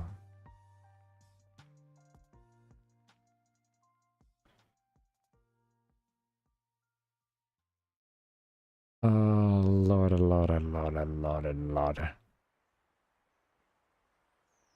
Making interactions. Okay, we're really getting there though. I mean, like we're totally getting really close. We are definitely getting really close right now, and we're holding efficiency doing it. All right, we're getting closer. All right, we're getting there. All right. Okay. We're getting there. All right, we're gonna go ahead and take a break here though. Alright everybody, I am back. I do want to thank you all that did stay around for the break. Alright, let's adjust this next break here. Go back to our hour. Update. Update. Thank you. Let me turn off ads. Okay. Okay. Alright, so this is working in a good baseline. We just kind of gotta refine it out from here.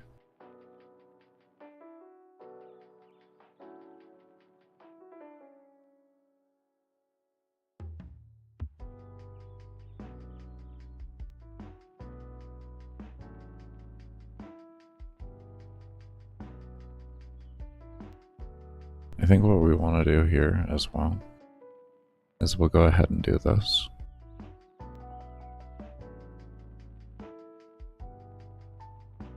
So that as long as it's on this, it's going to be reducing it. I think that's a good idea.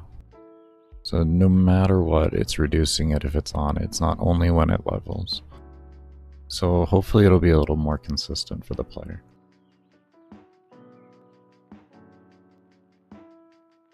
Otherwise, it just kind of looks weird right now. I totally...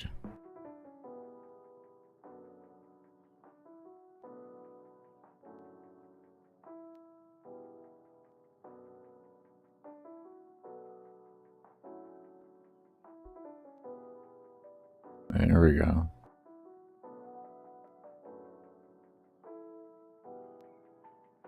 Wow, that soul level is going up really fast now. Oh. Oh my. Oh my. What a...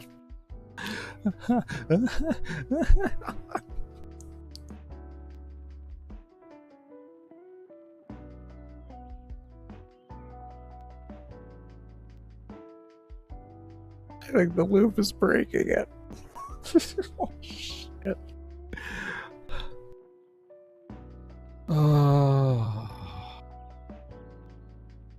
Oh, that's...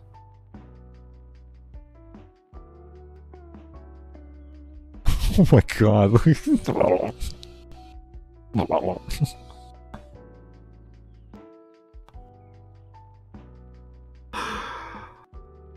Oh, wow. That changed that changed something right there, huh? Well, if we're gonna do that, we would have to increase this number by a drastic form. We could say when you level.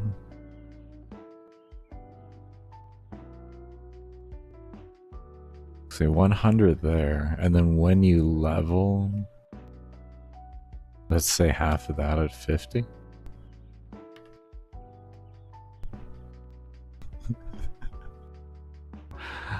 I might just go against doing that, but that was wild. That was wild. So it is kind of an idea. It's kind of an idea. There's a bit of a vibe to that. I could make it so that the player could scale themselves up to achieve stuff like... Yeah, so that's the loop doing that regardless.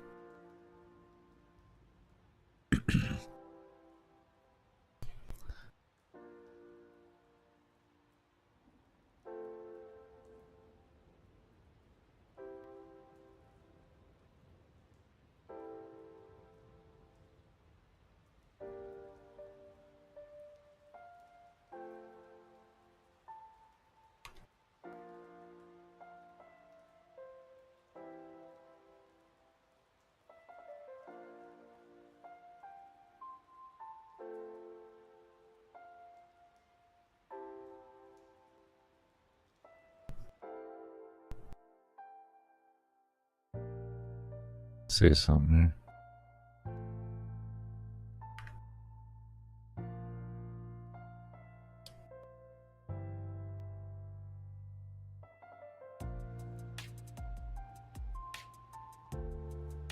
Still does it.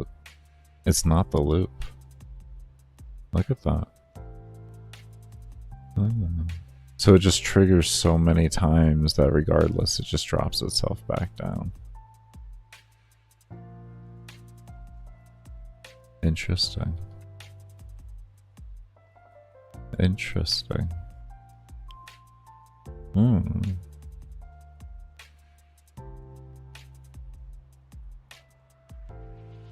Interesting.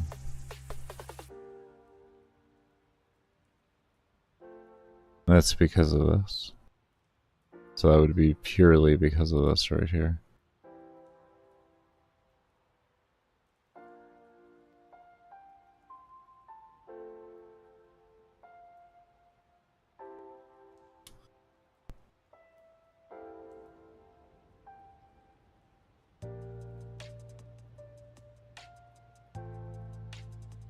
That's unfortunate.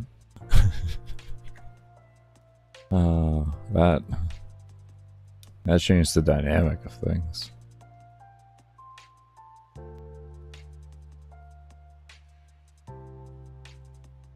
No, that's still dropping to 90? Why? Why?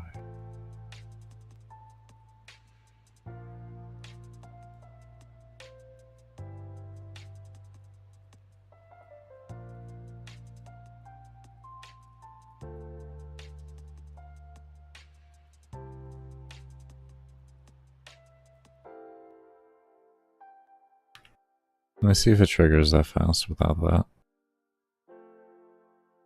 Or if this thing just goes into the negative now.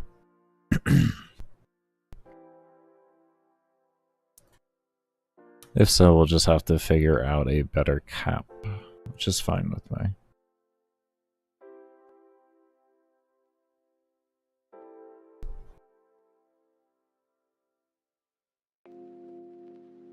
The game just froze.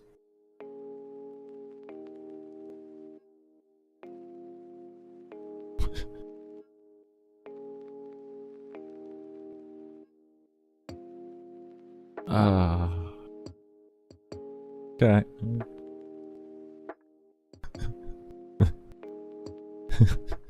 Number went so low it broke. Okay. Let's see. This should prevent that now. Okay. That shit went to such a high negative number so fast.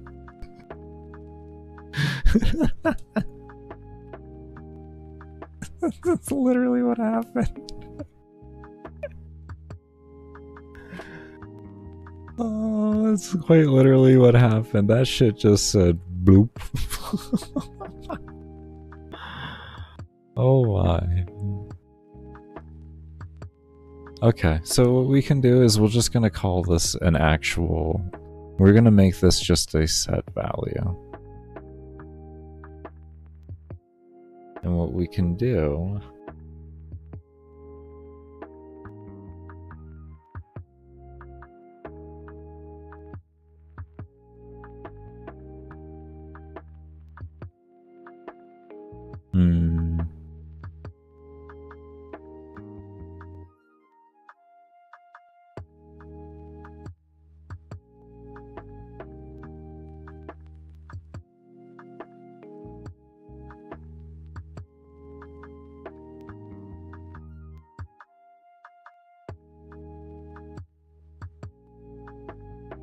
Okay.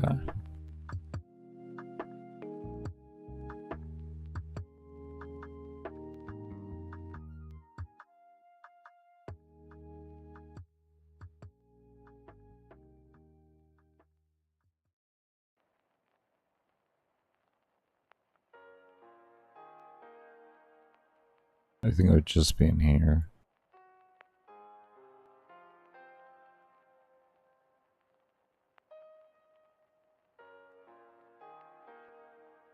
So what we'll do is say if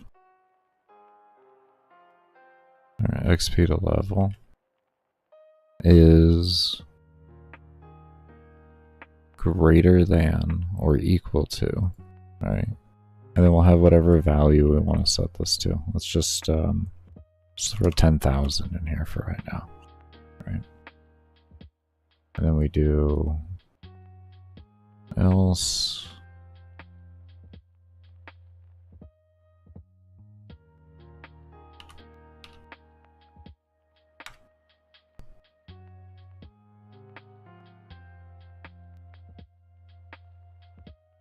greater than or equal, and then if it's less than, we'll just throw in our value of 10,000. Then we want to come over here and pop this alarm to come here.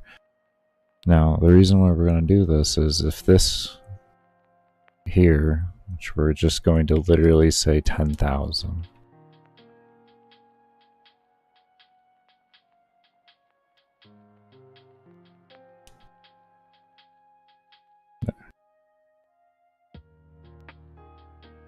Well, we can get rid of that, that, We can get rid of this. Okay. So essentially, is if the XP is 10,000 or over, it'll set this to 10,000 every time. But if it's under and we occur into, you know, proccing the alarm over here, it'll send it back over to here.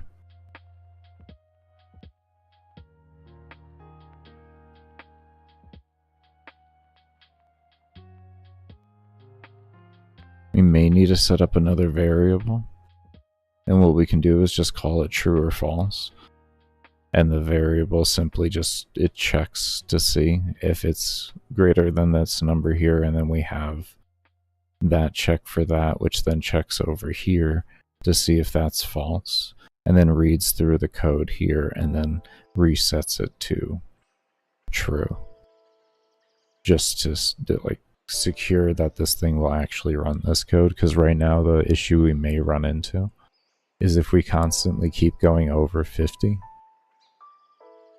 I guess we could put in here, actually, hold up, wait a minute.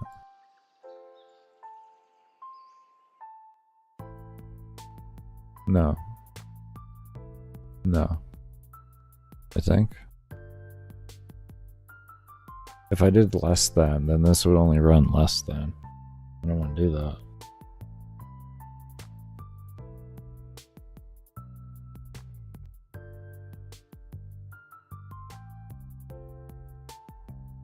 I feel like this isn't going to work here. So if this keeps looping over, that there.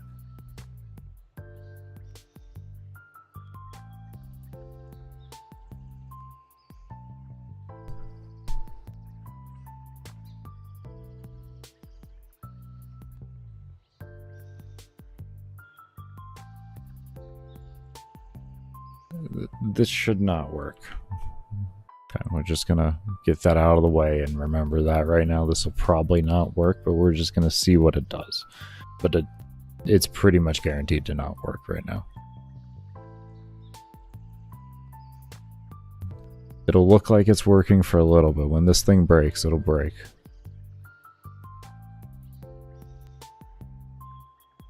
There it is. There's the break. That's what I thought. Okay. Alright, alright. Oh.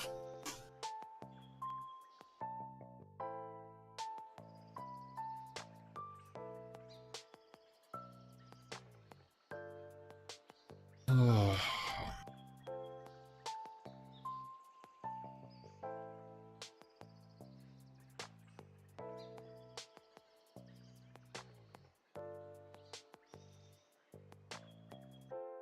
Ah.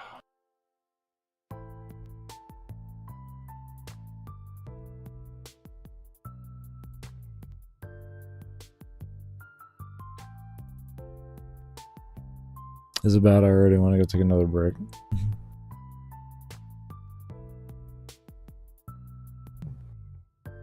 Fucking brain is just like frying right now. I don't know why. Oh lordy. Son of a bitch. I don't know why my brain's coming to a lapse almost. Okay, so what we want to do then...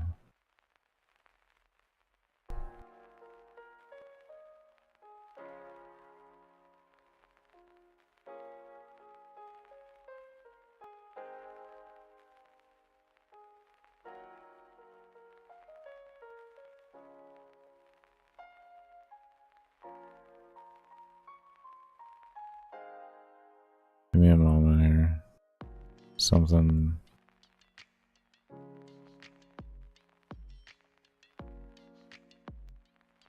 I think I got it. I think I got it. Hold on here. Hold up, hold up, hold up. Oh dear, oh dear. Hold the door. Hold the door. Alright, what are we doing here? Okay.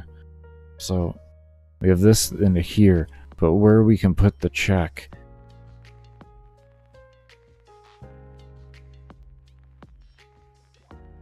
could be in here.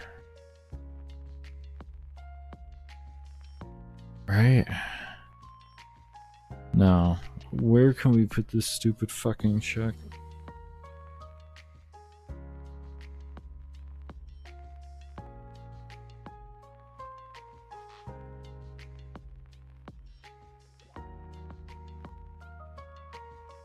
Why don't you just set it to...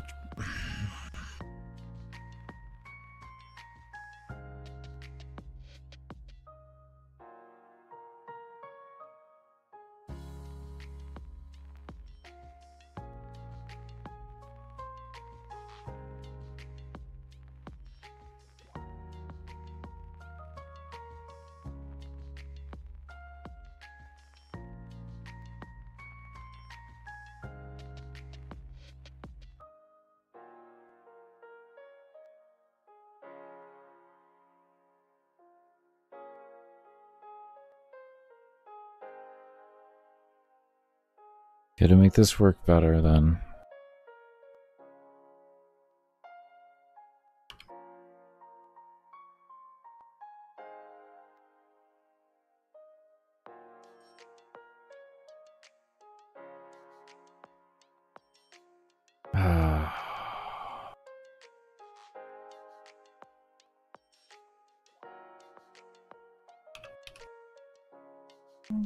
Okay.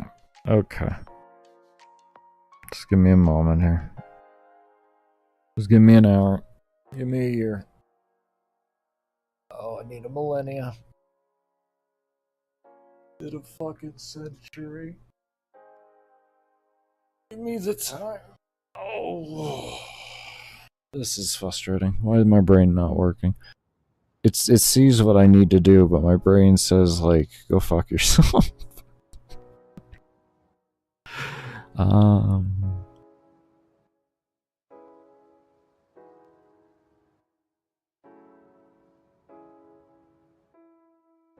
What's a system I could implement without having to do all these extra security measures? I think that's the best approach.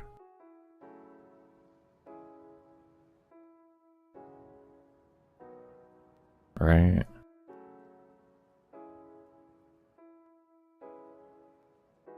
Right. I'm thinking, actually, hold up. So if we, you know, actually, hold on here. You see, when you say things sometimes, you give yourself ideas, right?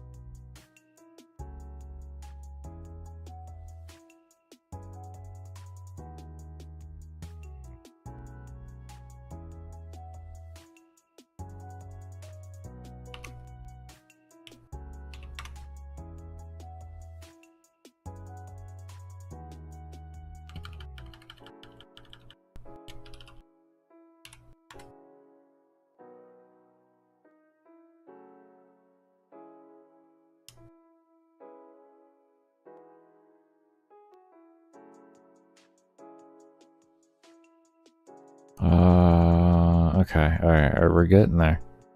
We're getting there.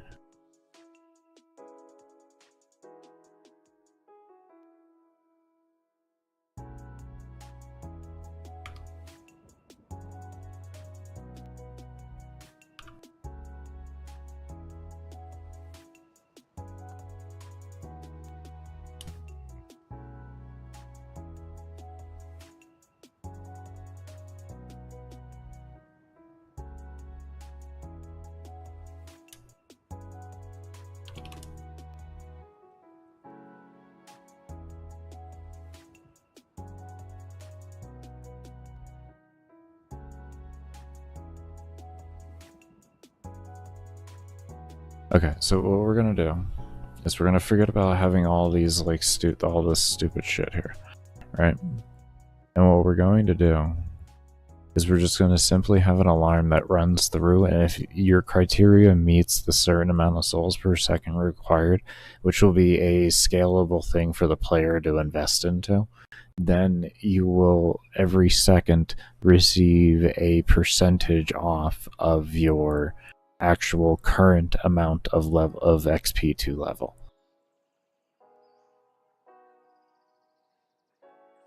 I think that's fairly logical. And then if it's under, all it does is it resets to 0 and resets the alarm. I think we actually got something here. I think we actually got something here.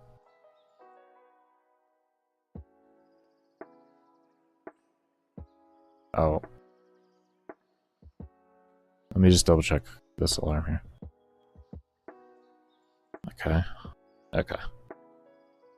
I just wanted to make sure there was nothing to do with alarm 1 being activated.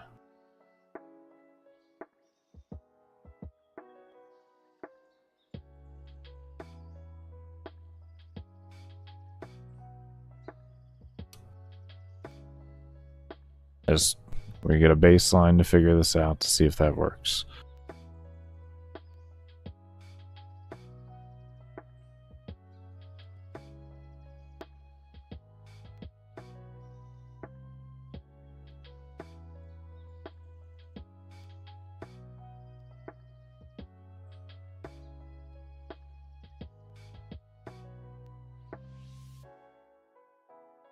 Let's do it divided by 2. I think I see it working, but dividing it by 10 is just kind of not drastic enough.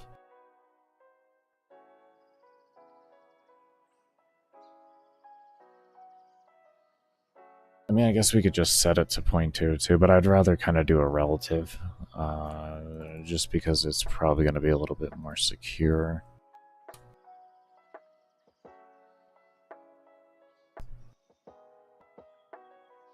There we go. Yeah, those are big drops.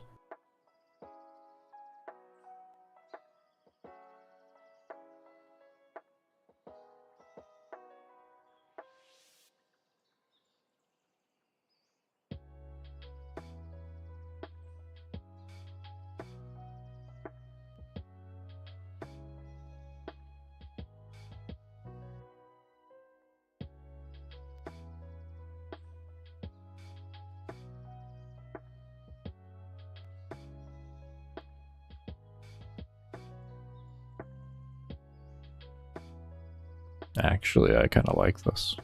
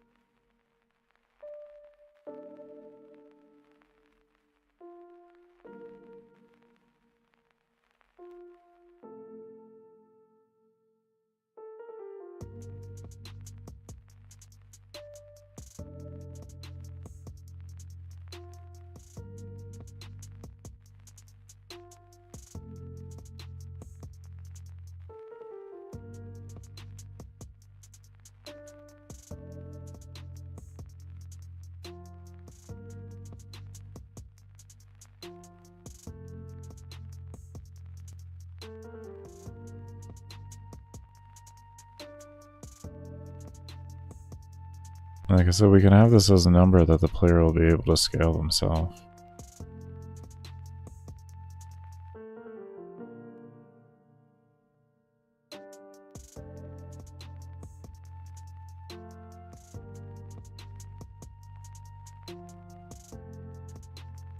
It can get better and better.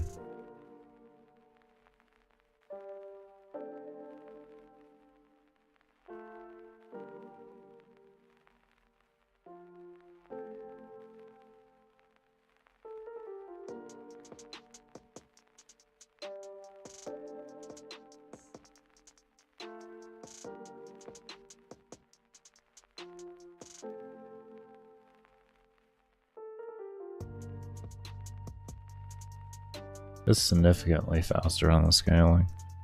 Already at 192. I think we ended our testing at like 30 minutes during the break at like 2:15 or something like that. So this is significantly better.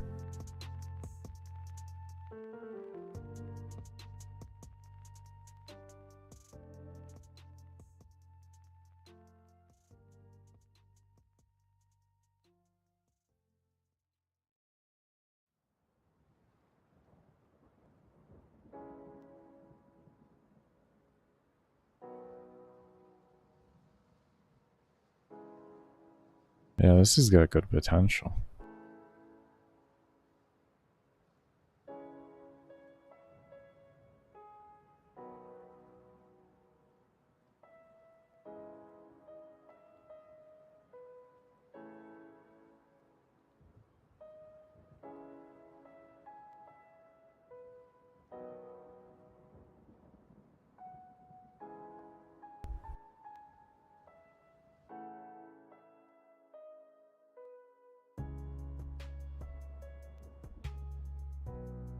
What do my stats look like?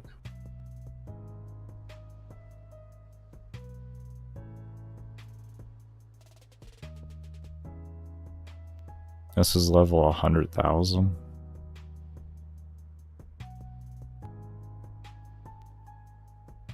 Looks like it.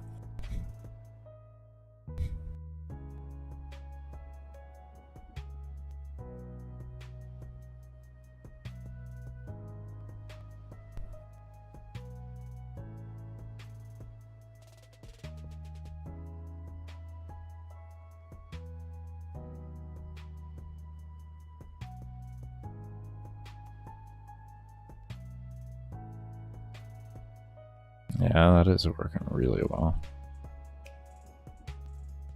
Helps keep up with the XP needed. Does a really good job with it too.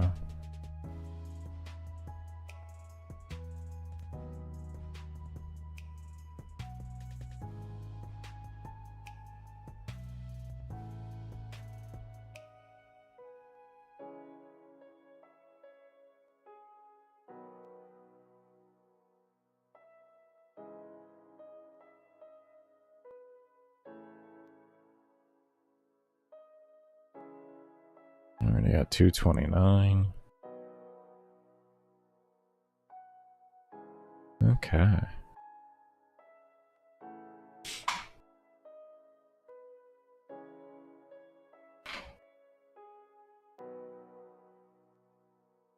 We'll just take a straight percentage instead of dividing. We're gonna try something here.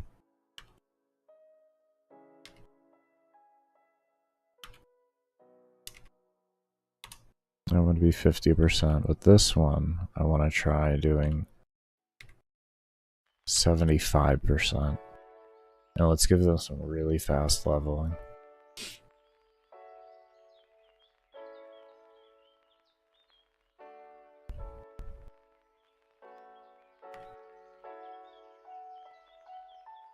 Just to kind of get an idea of this. We'll see how that works.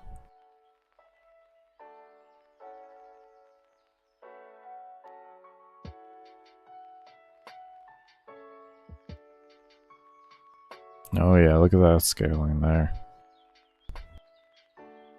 Already at level 70.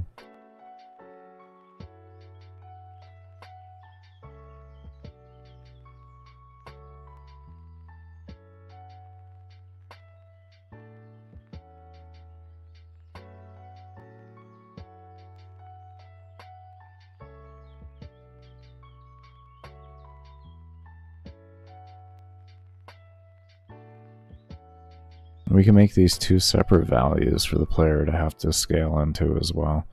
So if they want to get faster soul levels or soul points, then they can. If they want to get faster scaling of levels for enemies because they want to do an endurance run or something like that, you know, see how long their kit can last for. There goes my brain. for an endless run, then they'll be able to like have faster scaling and everything.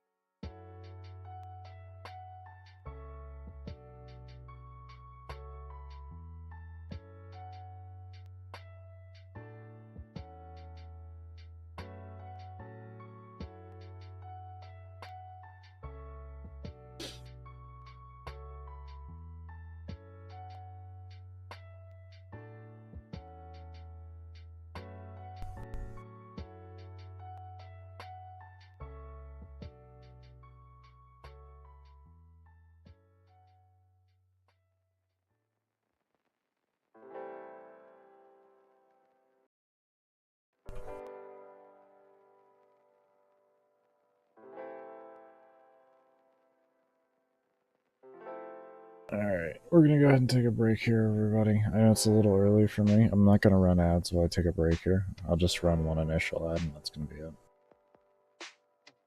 So, but yeah.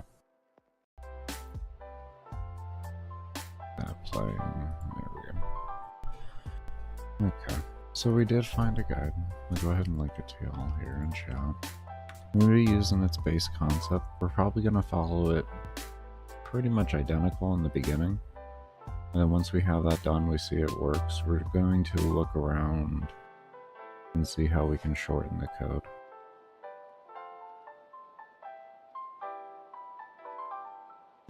Make it more simplistic and easier to run. But he does a pretty interesting concept. He draws both of them all into one object, and they don't even, it doesn't have any initial sprite, so I'm gonna try something with that. I find that very interesting. I didn't even think of something like that. I've never been much of a UI person, so that's kind of the consequence there.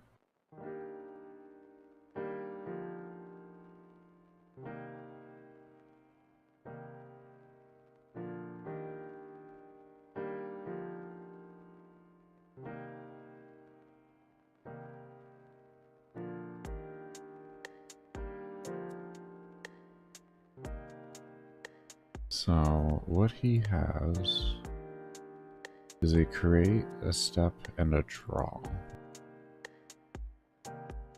We're going to want to draw the GUI instead of a draw, just because of our particular situation.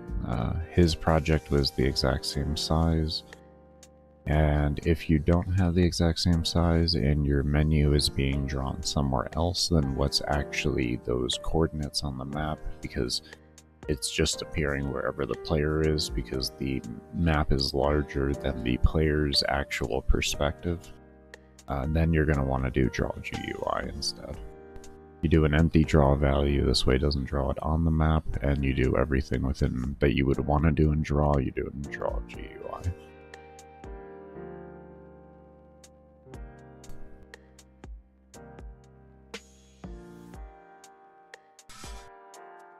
Now, he does have his in full written code, so we're going to be converting everything over to visual code. So essentially the first thing he does is he assigns in a variable here for a mask index, and he sets that mask index to the slider bar, which, hold up here, and this is not what I wanted here. Work with me. Edit sprite, edit image? No, we don't want it. I forgot. Oh, there it is. I'm just about as dumb as they come sometimes. Okay.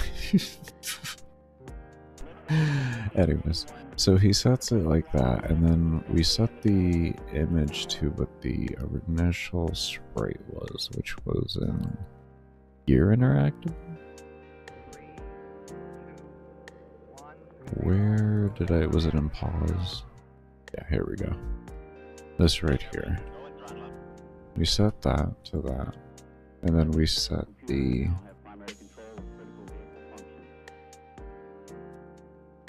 then he wants to set the slider position. So we'll call this mob bar. Let me get rid of that capital M. I only do that with making objects, not naming things. Mob scale slide X. Slider mob X. There we go. Equals X.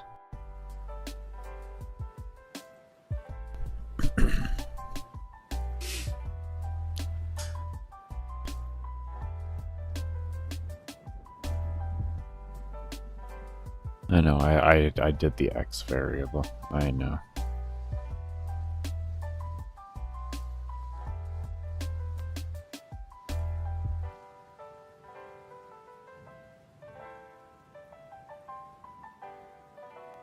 I know, you'll get there. You'll get there in time.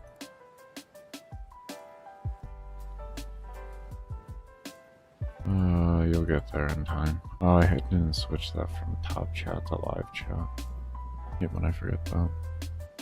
I didn't miss anything, but I still hate when I forget that.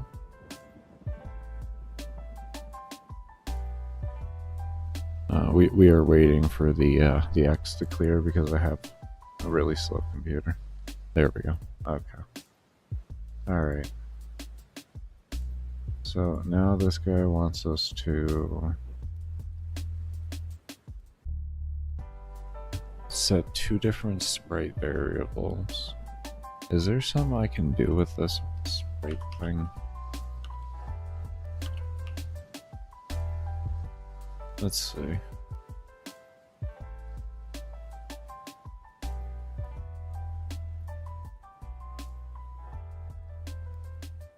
No, okay. I just wanted to double check that there may have not been something. Let's see.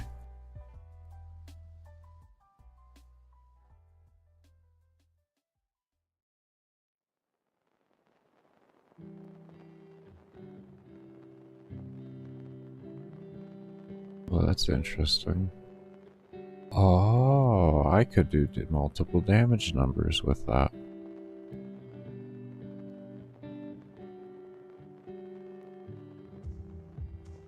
I'm gonna remember this. We may have a way to effectively see incoming damage. We'll see how it goes, but I think I may have figured out a way there. Ah. That's cool. Thank you, Game Maker. I really just didn't feel like having to figure out the math with that or something. I knew it was probably simple. It's like an XX or something like that, plus XX. Like its original coordinates plus XX, and that adds to it, and then you can keep it going like that. But I think this has like a limiter on every, number and everything. Okay.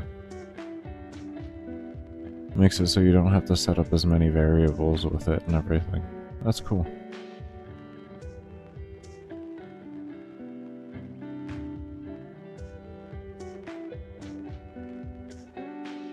Okay. No, we don't have anything there for that. So, we make this one be...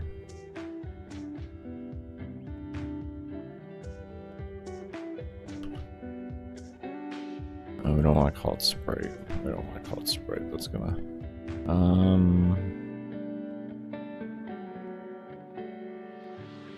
Let's say slider sprite.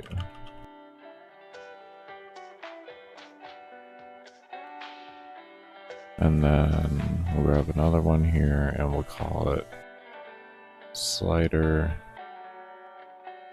bar sprite.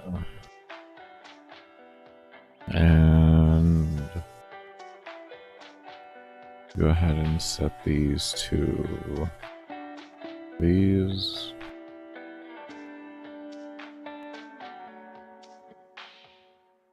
Just like that.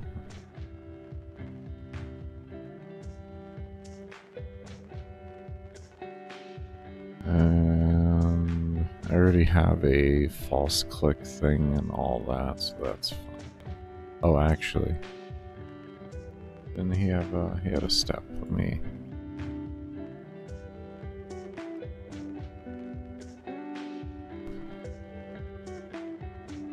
Oh. Okay, no. It's fine. Let's come over here. Copy this code. Doesn't matter, just grab it all. You know what, just grab the step. Grab the step while you're at it. Just grab that. And just bring it right here. I like that. Boom. Look at that. Okay, so you have what you need there. That's good. We have the clicked false thing and all that. Just copy these variables over, hovering and clicked.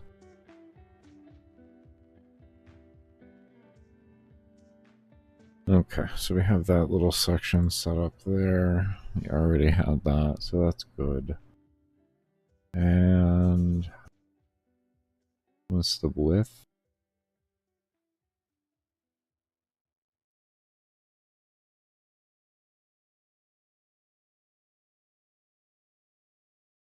There we go. Okay. So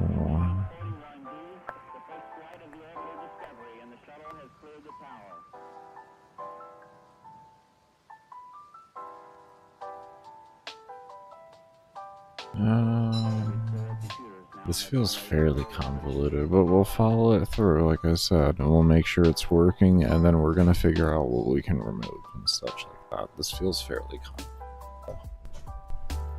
But I haven't done a UI before, so this is my first experience really with it. At least with a slider bar, I guess you could say, with a UI. I was never really got into that. I kind of just like focused in the mechanics and stuff like that.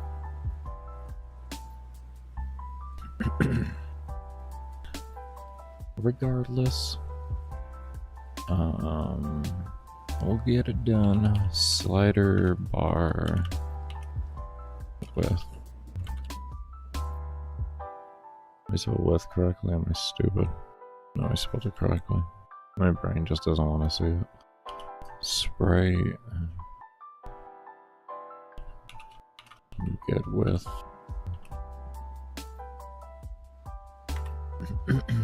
And then use this sprite here. Correct? No, yeah. Yeah. Oh, okay, I see what you did there. I see what you did there. Use this like that. Oh. Okay.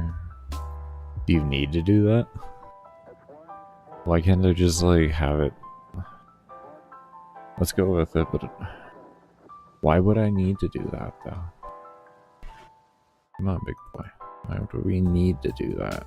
Is the engine really not capable of, like, knowing that? Just reading directly from a sprite itself? You have to set a variable of a sprite to get there? I'll set it up, but I'm gonna be trying it later without that. If I can say those lines, I will.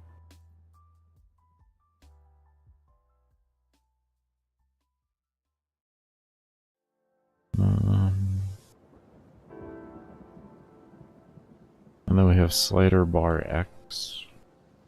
And what is that? Var slider position X and width divided by 2. Oh, slider bar position X.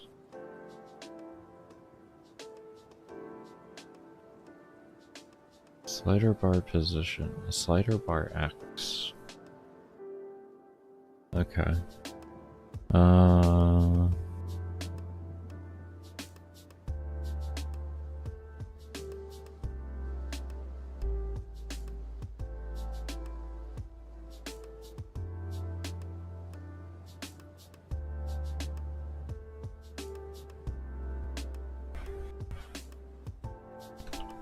We want to put mob in here, just in case, because my OCD.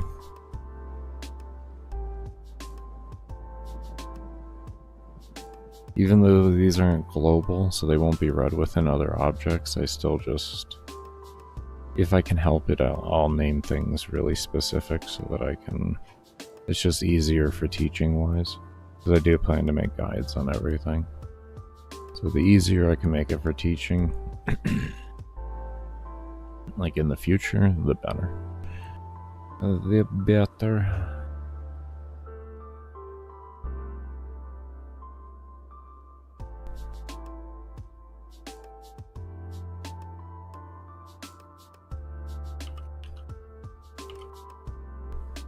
Was that bar X? Okay.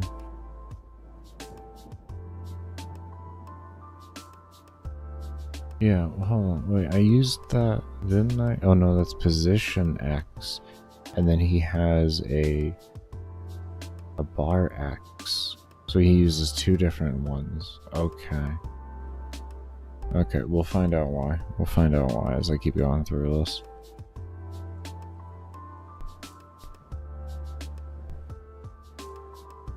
Out of all the code that I looked through like foreign threads and everything. Like his code was the one I liked the most. It was already it looked like the shortest for what I was wanting. So it's like, okay, well he's already got the shortest amount. It looks like it's very simple reads through everything. Let me go ahead and get a hold of his, and then we'll figure things out.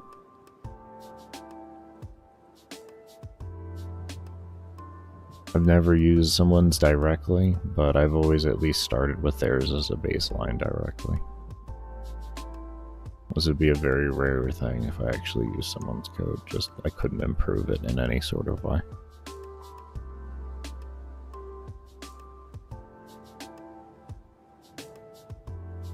I feel like there's always ways, and plus it's like a 3-year-old guide. They did slider bar position X, so they use this variable up here. And then they did a plus parentheses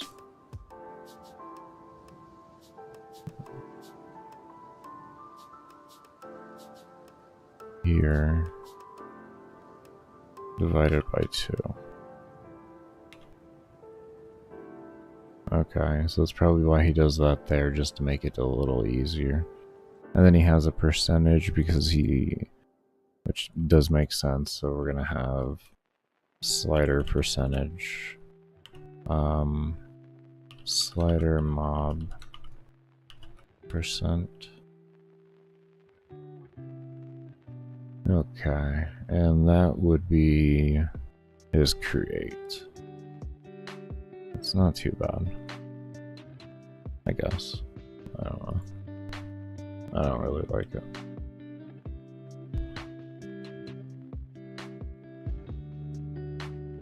Okay, so what are you drawing now?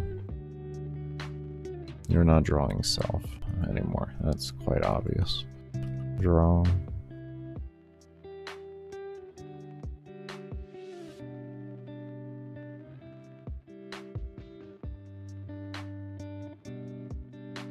We gotta do the most painful things here, everybody. We gotta do X, Ys. We gotta do X, Ys all the way. Like, we're just gonna do it twice, actually. We're gonna do this one here, and then we're gonna just copy paste. That's what we're gonna do. That's what we're gonna do. Oh, that's exactly what we're gonna do. Oh, man. You got this. Come on, computer.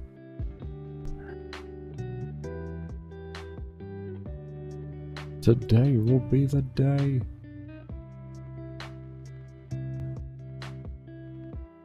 It's not usually this bad. It's mainly because I'm streaming at the same time, to be completely fair. Like, it's nowhere near this bad usually. Like, it maybe takes like, I don't know, 5 seconds or so. Maybe 10 at the very, very most. But when I'm streaming, it's a bit different. It's a bit more on it.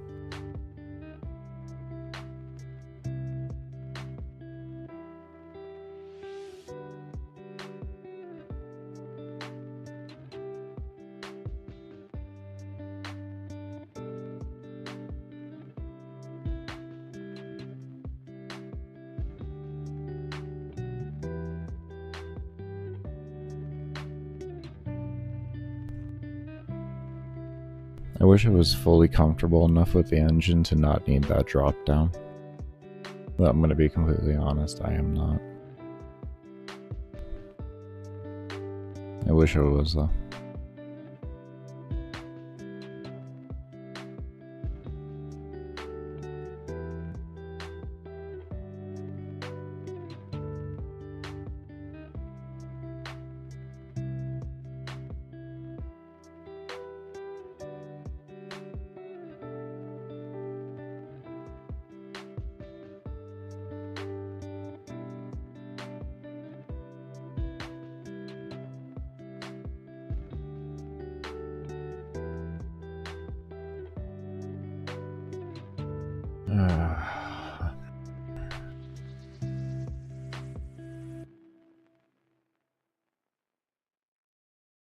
It'll get done.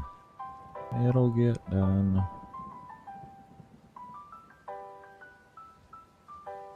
There we go.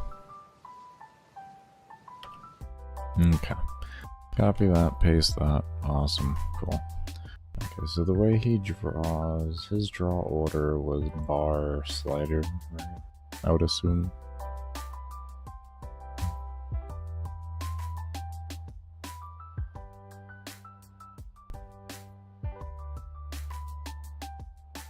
Why do you draw a value? Do you really, like, do you feel that's necessary? Man? Like, you feel it's necessary when I can just, like, why would it have to pull a value for this?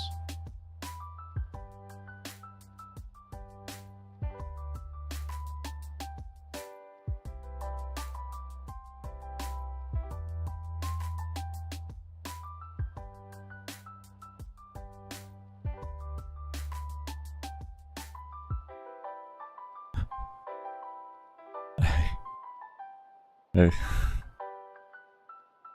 we're gonna go with it, and I will edit it later.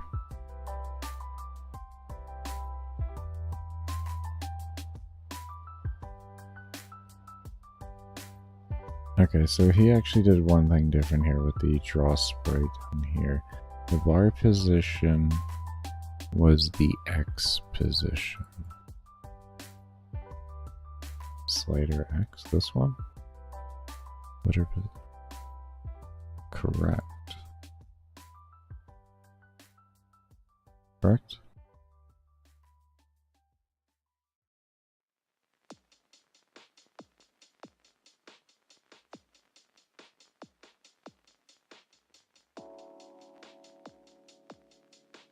Yeah, that one.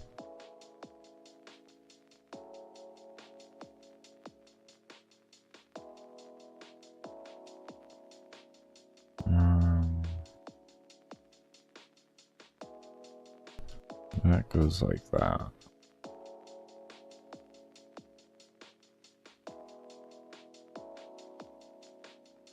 And then is a draw text for, we'll worry about the percentage later and all that, but that's a whole different thing right now.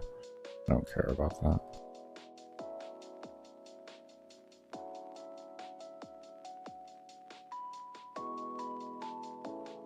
Okay, give me your step.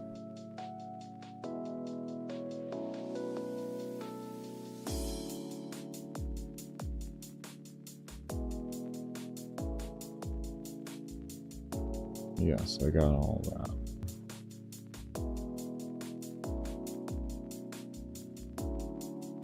Okay, so here.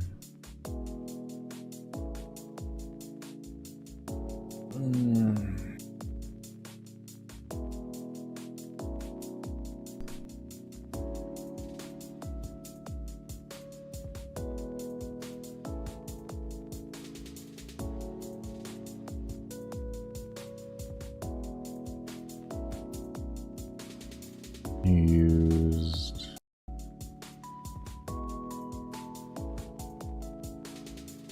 greater than or equal to. Where's that less? That's less than or equal to. It's a less than there.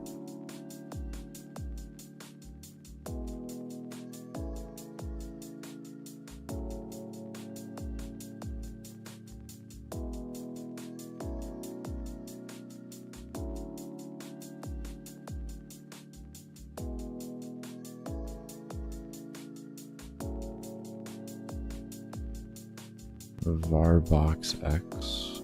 So for me, that would be. That's not position X, so that's going to be this one down here.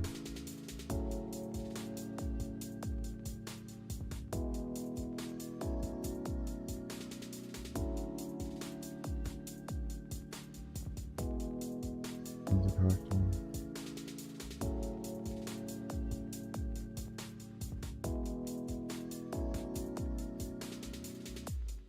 Var underscore X, yeah, position underscore X, okay.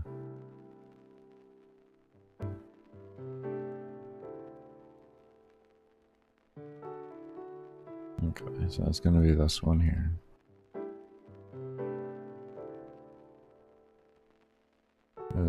Is less than or equal to.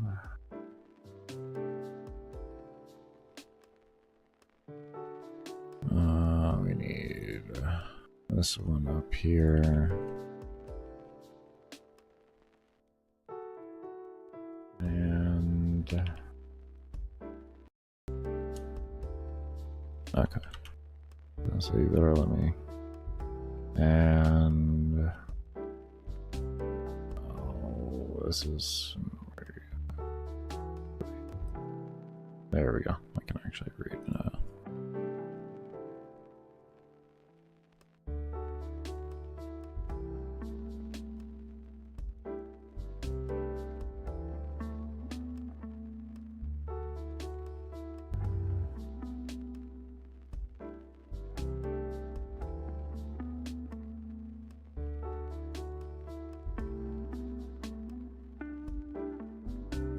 Is this just like? Yeah, okay. Okay.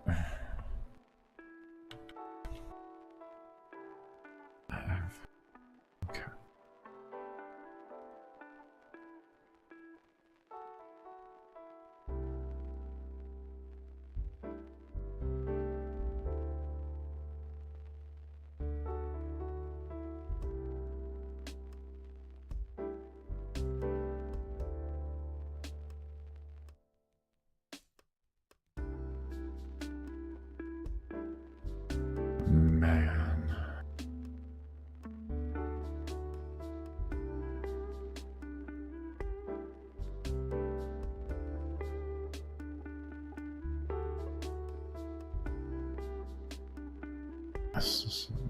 This feels convoluted. Let me keep going. Just keep going, don't. This one was less than or equal to. This one was greater than or equal to. There, okay.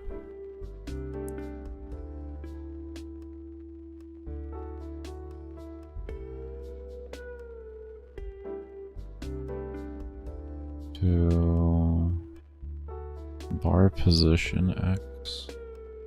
So that would be, am I the same? Okay. Let me say it with that. Plus width. Okay, plus or width. So here comes where our width is. Ah, here's the width one. Plus width.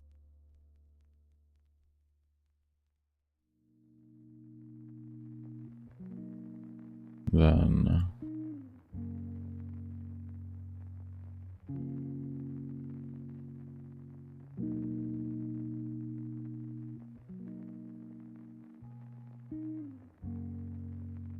equals mouse X.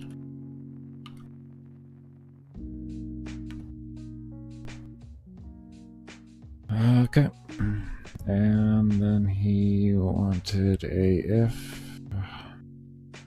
This one made sense. We're not gonna get rid of this at all. This is just a negative one and a positive one prevention.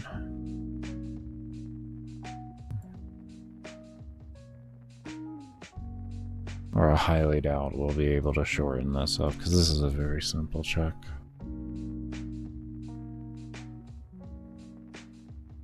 If this one is less than, yeah, less than,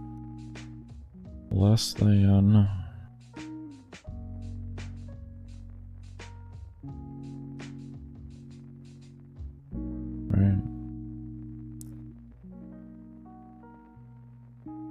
If var slider bar x is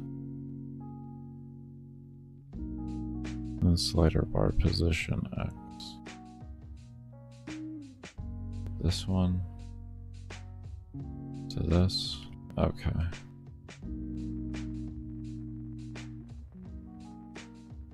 That.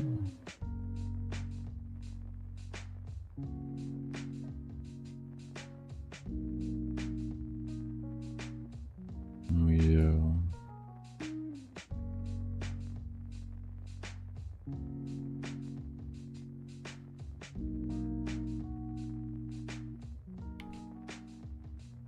This equals this.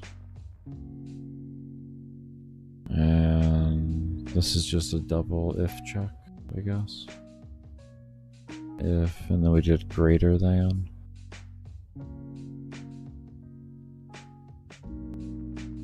Right.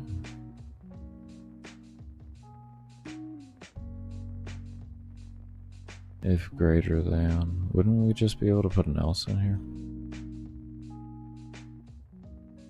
And kind of like stave this from reading a step if it doesn't need to. So it's just copy the code. Copy the code, but assume it. Find out it works, and then you can break it, trying to make it more efficient. Alright.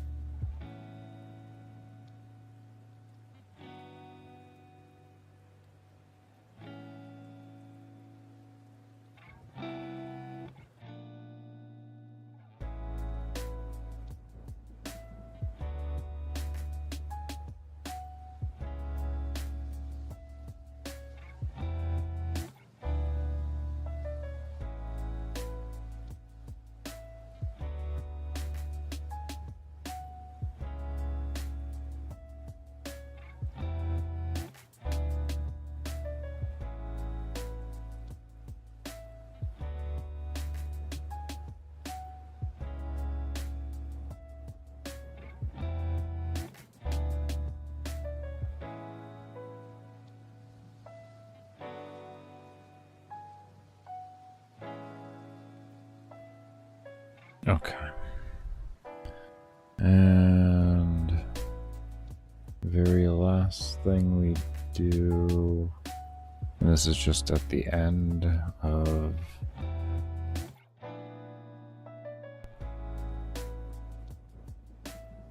okay. And this will just be over here. This was one thing I was missing, was the X to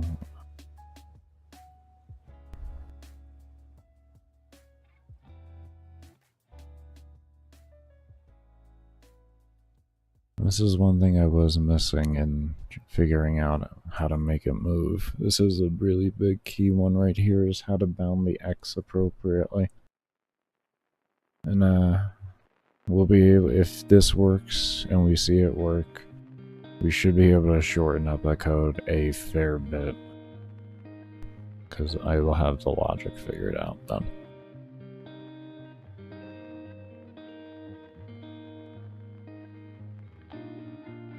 I know, I hit the X button. I know, I just... Oh god, the X key. Not the X key. How could you, Baker? How could you hit the X key? Okay. And we want this one to equal... you. Huh? So it creates and then it up.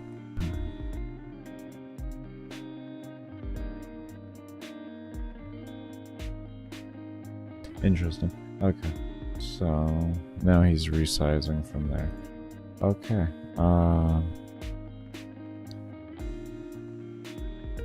Well,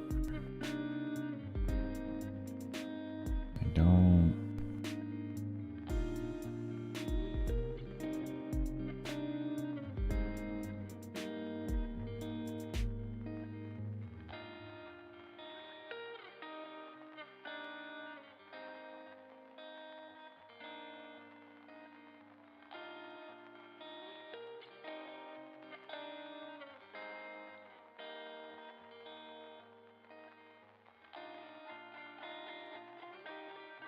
Guess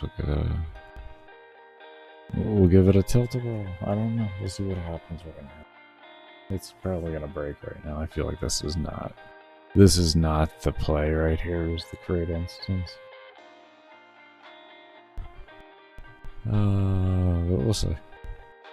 It actually should be the play still. That should still be. Hopefully things work. Oh boy, hopefully things work. Alright. Nice, I got an error. At least it tried to do something. Okay. Create event for... Okay. So... Slider bar sprite not set before reading. I like that so far. Is that this one? Like, unknown object. Okay, width equals... Okay, so the width is the problem?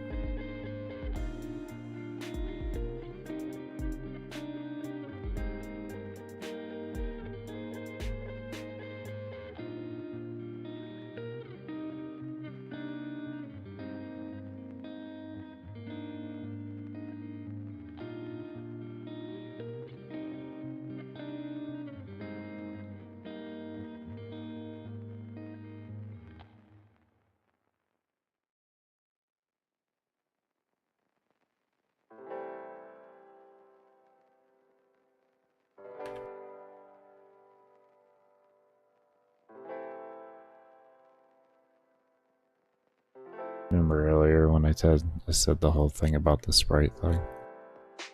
Possibly. You remember earlier when I said, you know, why are you making me draw a variable instead of just directly drawing the sprite? You remember when I said that? Okay, it still doesn't want to move. This is just...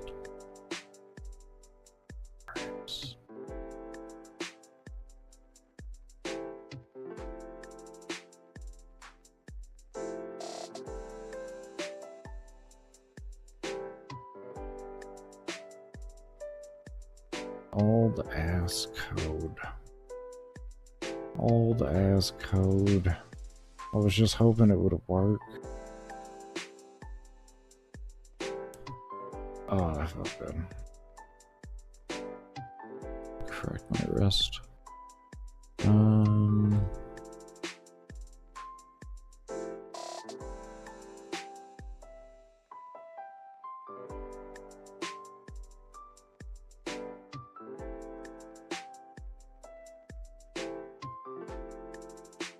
Wait. Is this... Is this like that?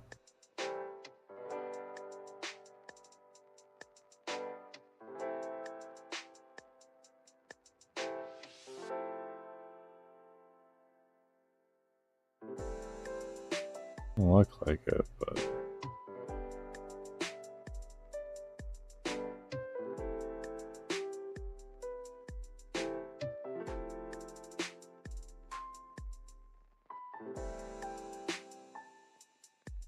what's it?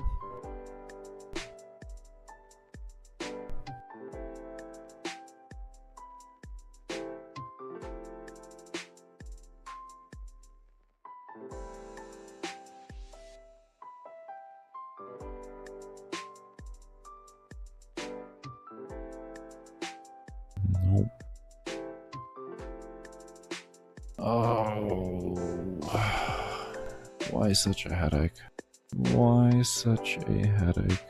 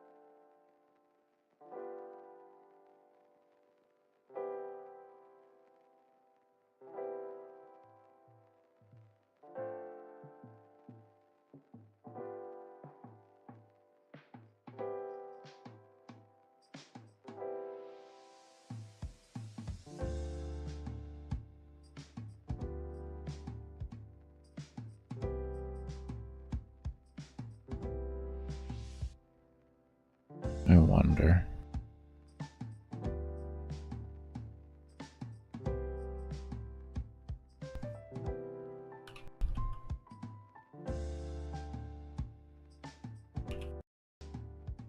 I wonder if there's issues with this end of things.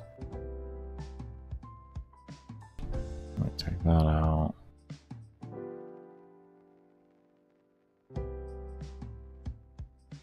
It's just pure curiosity. If clicked equals true. Because he has an if clicked equals true there. So maybe I'm placing it in the wrong location. No.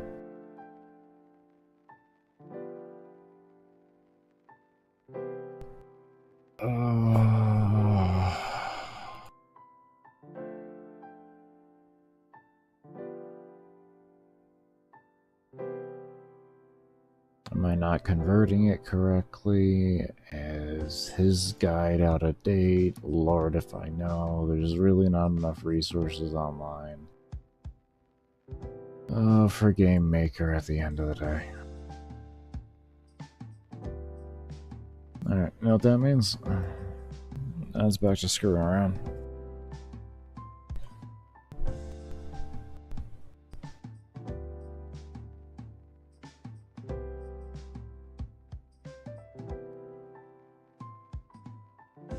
I want this if clicked equals true. I feel like that is actually gonna help me here.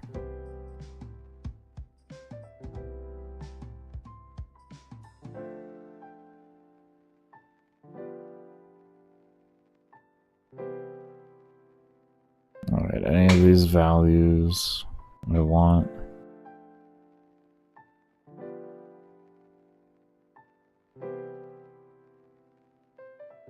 Let's go ahead and get rid of all of this. Let's see what happens here. We're just going to start with the draw and we're going to work our way forward from there.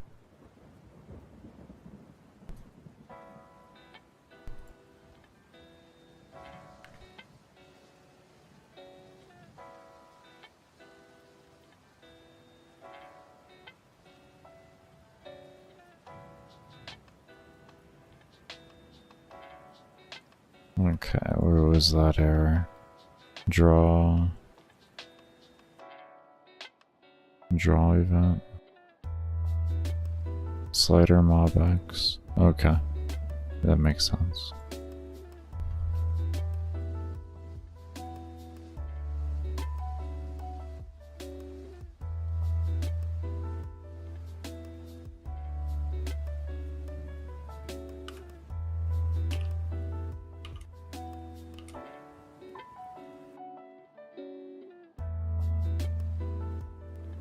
Oh.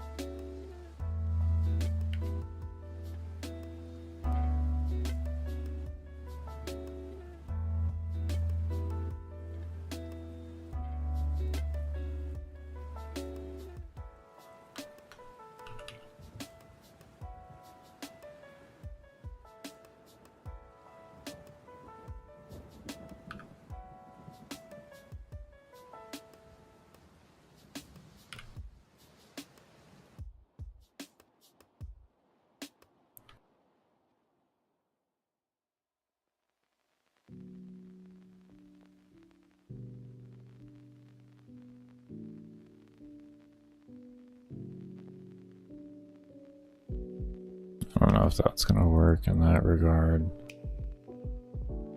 What, you don't like that now? Draw sprite. Still don't like that.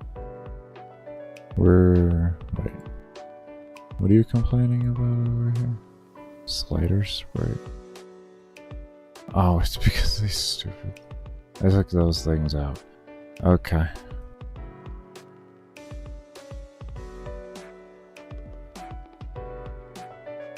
Let's just draw the straight sprites like that, please. I'm gonna make my own system here. I'll figure it out.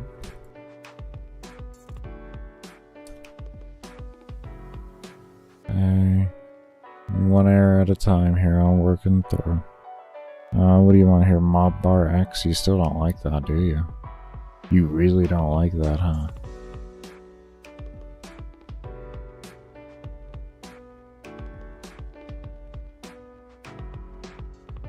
Oh, I made it start, and I didn't change it over here. Okay. And that should give us that in the start now.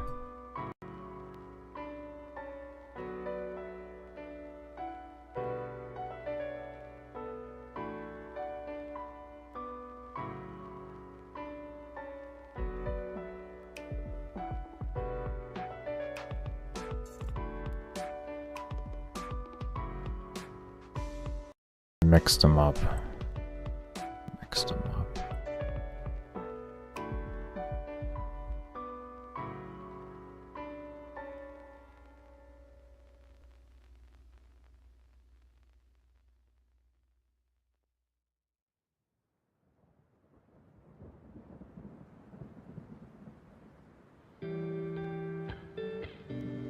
I did it.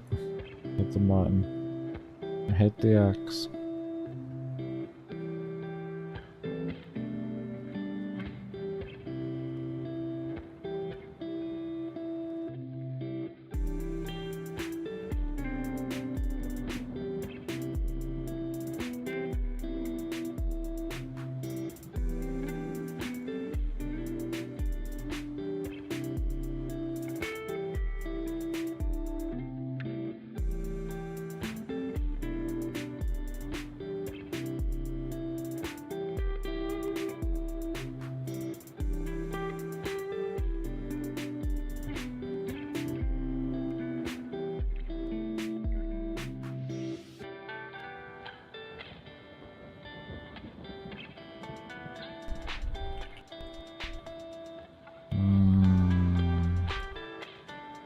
Realistically, probably could literally just do that.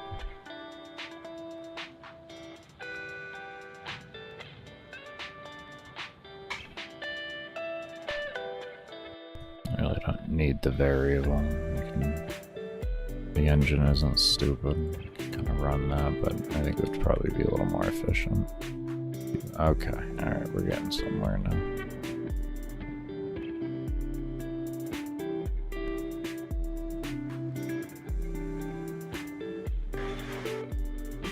I'm gonna do it.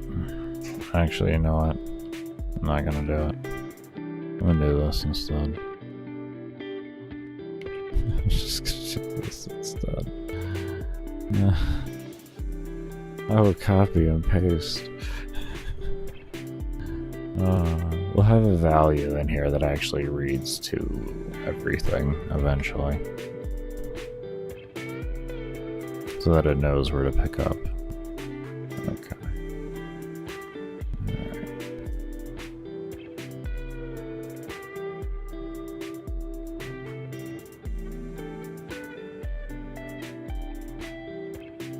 So there's one thing too. I don't. If he wants it to start in the middle, you don't have to set up that division thing and all that. Like, you just X, Y, and it's the center thing. Like I said, there's a lot about it that just kind of like, I was like, I don't know about this, but we'll kind of follow it.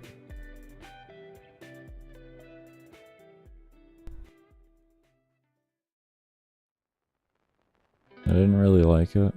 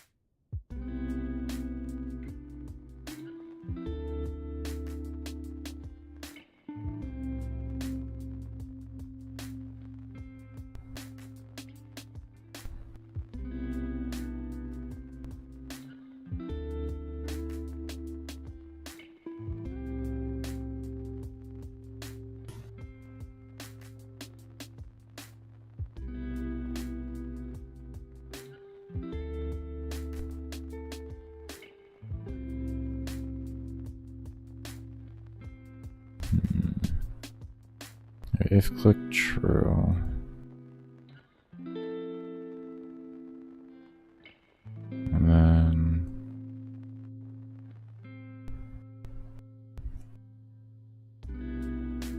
mouse.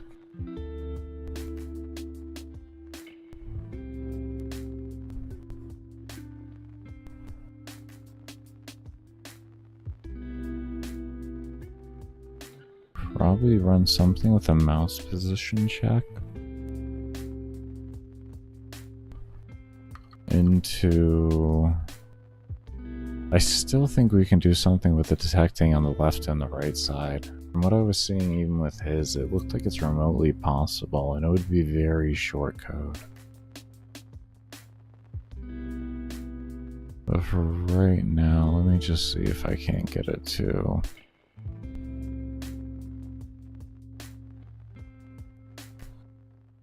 Maybe start with a bar position.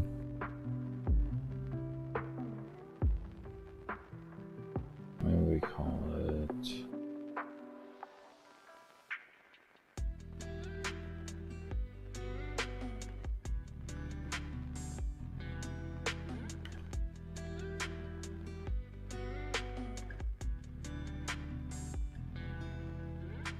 Maybe part of the issue is the GUI that we were having before.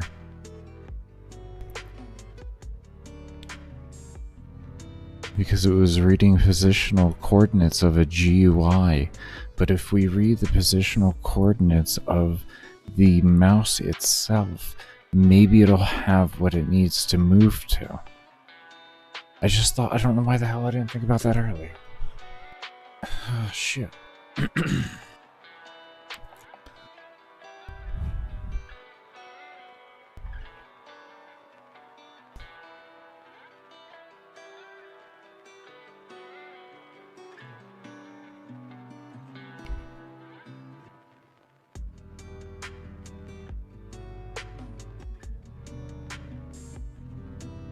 I'm literally gonna go back and try this.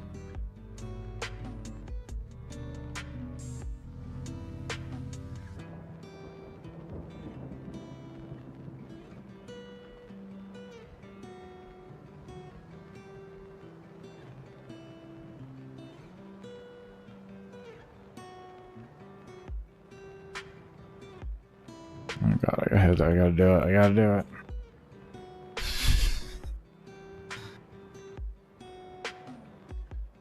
It might have to be a Y start. I think Y start would probably be wise. Just keep, yeah, Y start it just to guarantee it. Just to guarantee it not moving from that X or from the Y position. Yeah, we'll do a Y start on it. Let's see what happens here.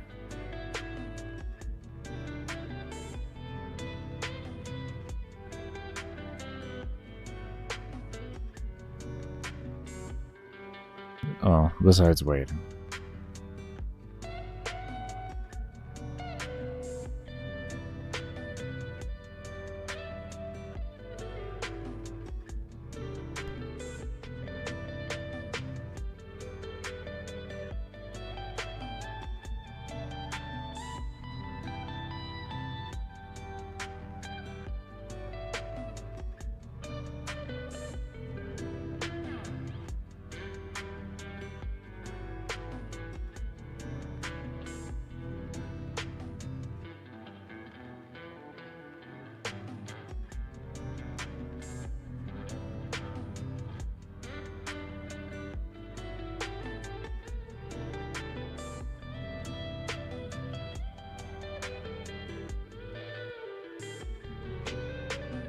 Okay.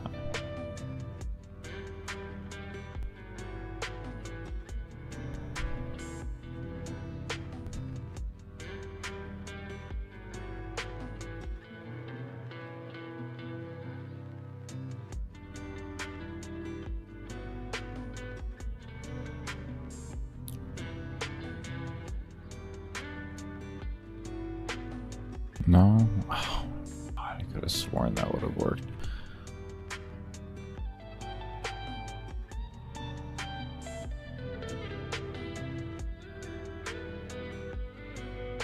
Where were we drawing this value?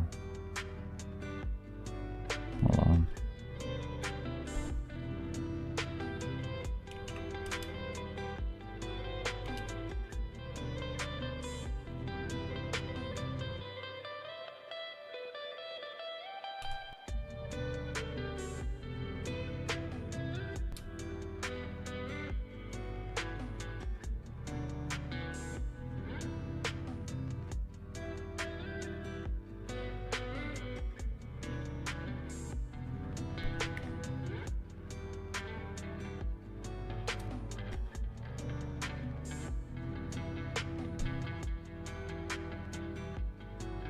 Okay, that's not updating.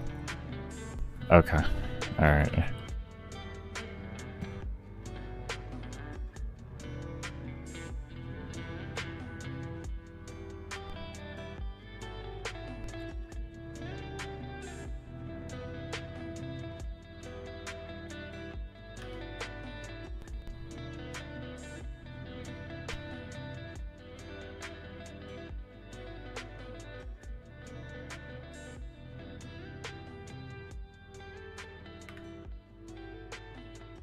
Come on. is it not updating?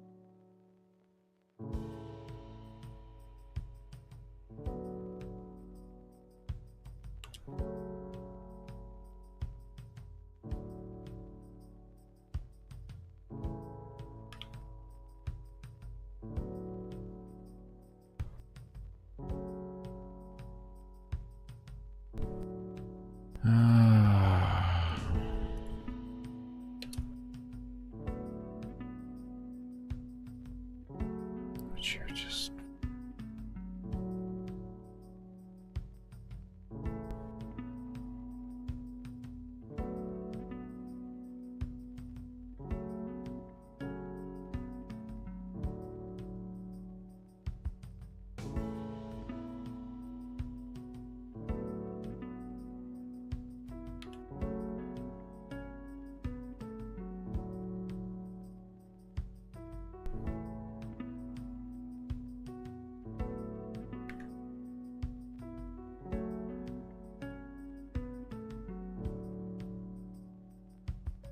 I want that position to update.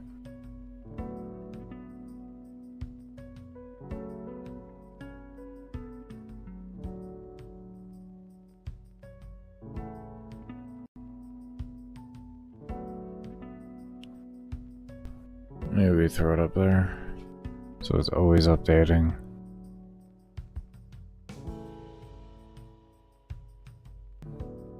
Let's do that first.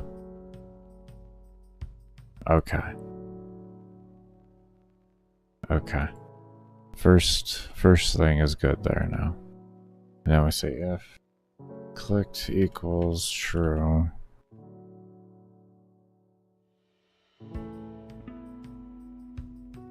Right.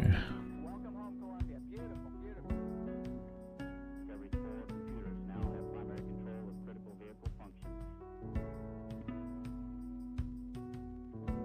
Liftoff of mission 41D, the first flight of the orbiter Discovery, and the shuttle has cleared the tower. Discovery Houston, trim to ATO. Why? Why don't you want to do it? Why don't you want to do it? Beautiful, beautiful.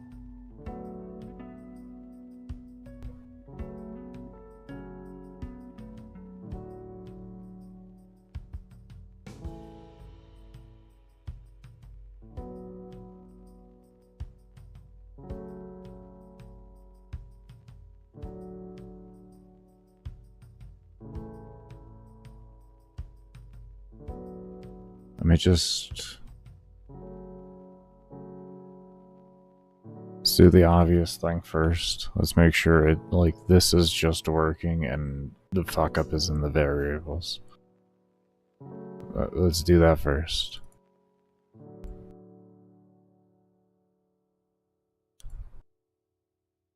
There we go, see? Okay. Okay. Okay.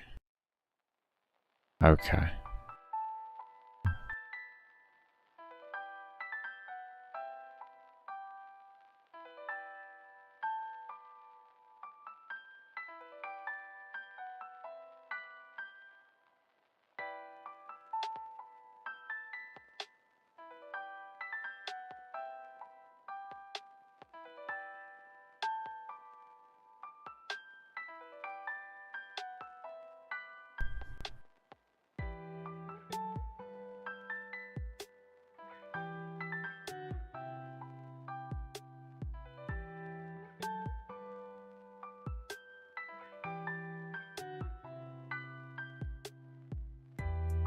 We're gonna want to create two different objects here.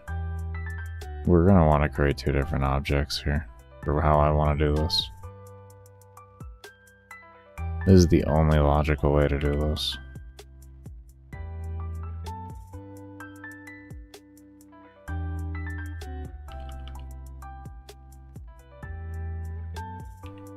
fine. It's gonna be shorter code.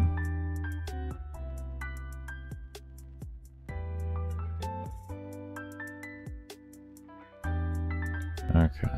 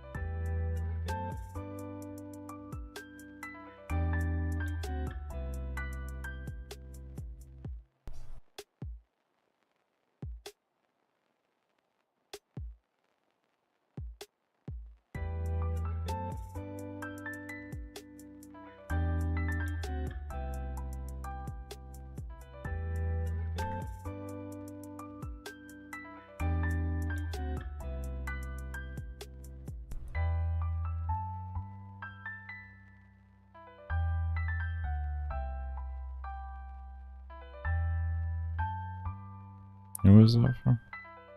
You? Undo you?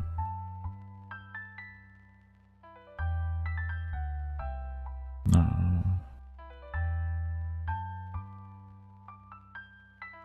What?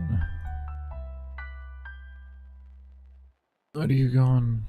What are you going on about?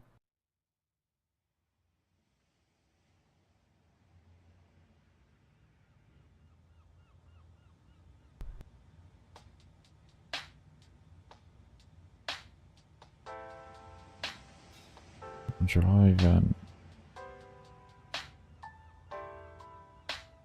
My bar slider. Oh. Hi, stupid. Obviously, if the code's over here, it's gonna need to be here, man. Can you just not be stupid?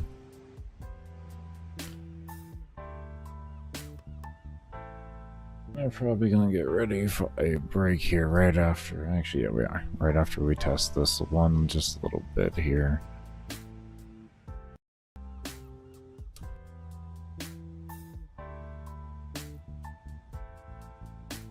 Okay.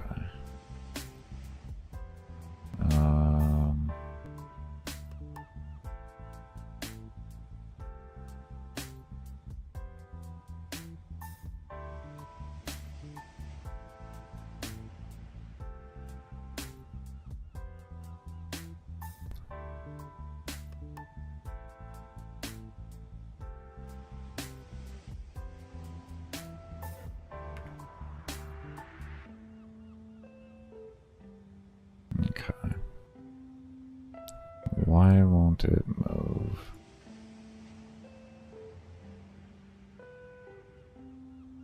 If clicked equals true. See, that didn't work in a baseline there. But if we come over here and throw this up there, it should work after we click it. Maybe we have to give it a sprite. Maybe we have to give it a sprite. No, that did work now. See?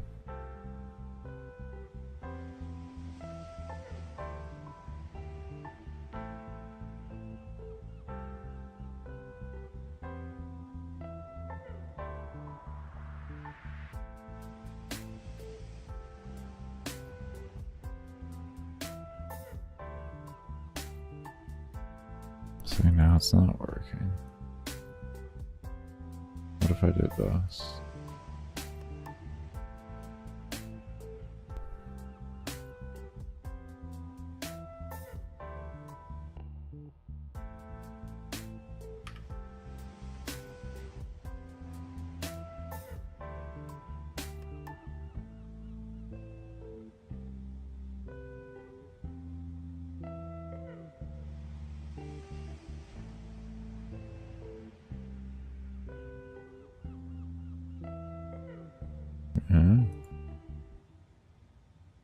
Okay.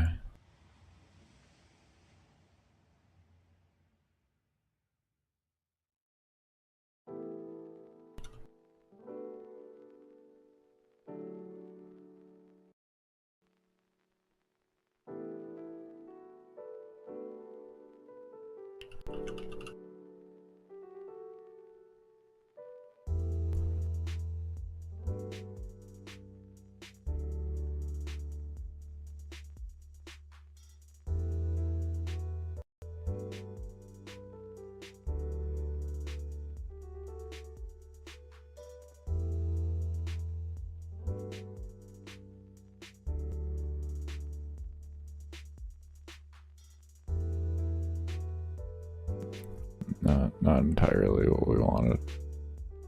Okay. Well, when we come back, we're gonna continue screwing around with that. We're getting there. We're somewhat figuring it out. I'm gonna keep messing around with things. I'll eventually find the right thing for to detect the right coordinates. I'll find it. Oh, I'll find it. Alright, everybody. We're gonna go ahead and take a break here. When we come back, we are gonna continue on, like I said. And do remember, I only run ads during my breaks and when I do support streams, so your lurks during those, and accepting of the many various ads that you should probably never click on because YouTube does a terrible job vetting their ads. It does help support the stream, so it is much appreciated, and we'll see you all when I come back from the break.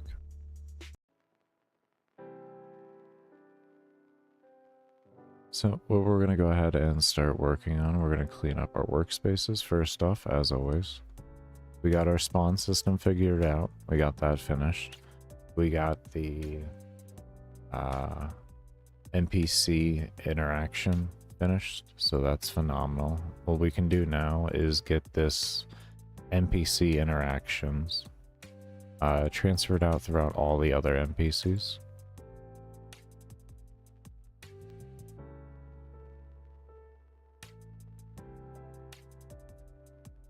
One thing I was thinking about doing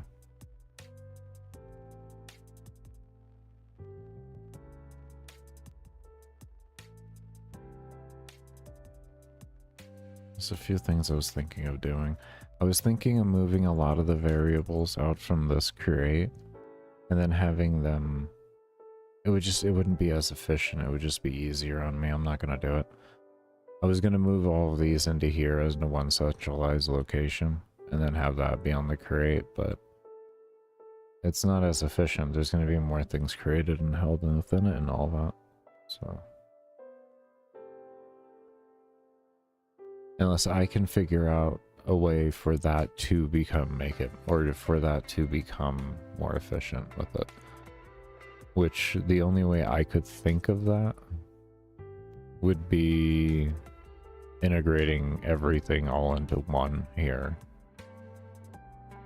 which I am thinking of doing, but right now we're gonna focus on getting the NPCs all put back in for their code and finishing up this collision system on the scaling and all that.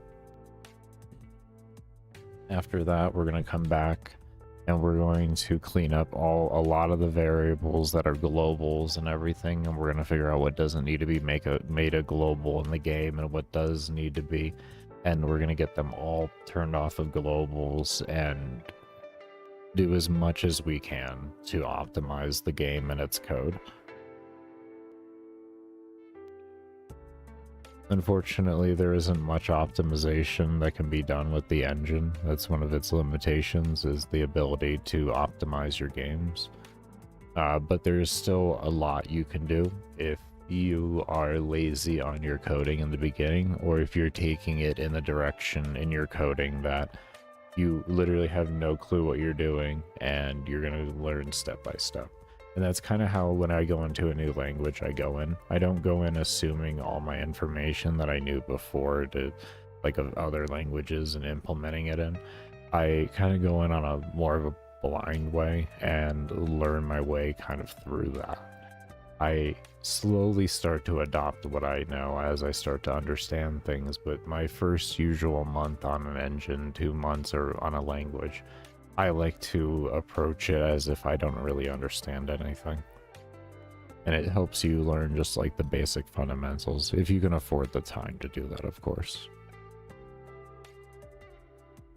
Me, it's how I learn personally the best way, so I have to force myself to have the time.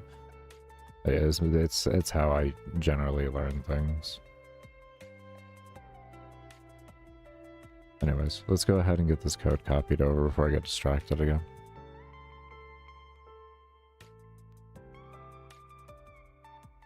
We can get rid of this. We actually didn't. That's an old system. Okay, so that's good there. We took... Oh, there was one other thing I wanted to do too. I wanted to try and move this out. So before we do that, I'm going to try and move this out. Let me open up a new workspace and let's try and move that out.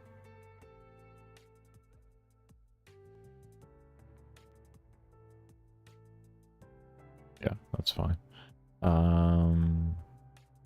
Because that's important. I wanted to move that into here. I felt like it was going to be a good option. I don't know. Who has the interaction with?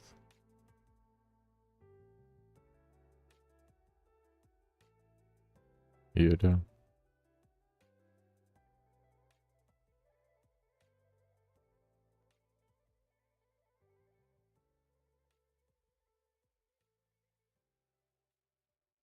Applying to... Okay. Okay.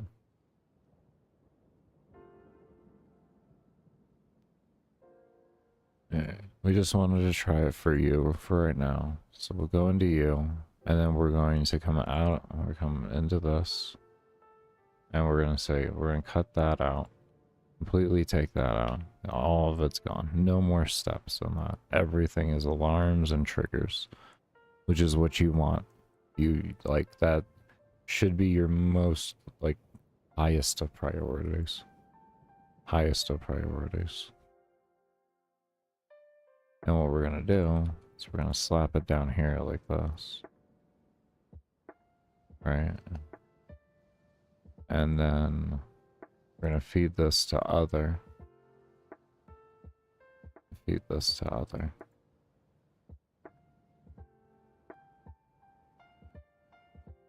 Oh, this is already applying to other. We're fine, we're fine. Self. You don't have to worry about it.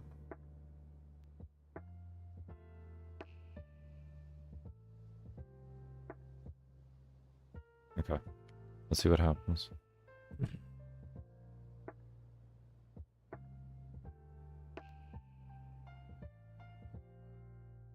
I know that's all we had to do, but I mean, it can be massive.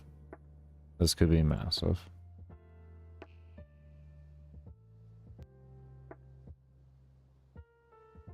It could be massive or it could do nothing. We have no clue. Well, we will find out.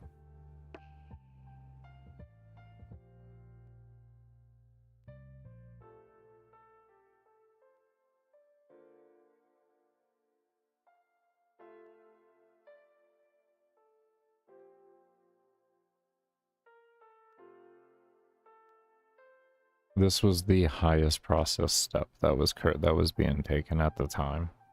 So, like, this was taking the most amount of my steps, was that single thing right there, and that's what we're trying to clean up. That is 3,000 mobs at a minimum now. 2,700 was the cap before, by the way. 2,700 was the cap before. We just gained 300 mobs. We just gained 300 fucking mobs. We just gained 300 more fucking mobs. We just gained over 10% more mobs.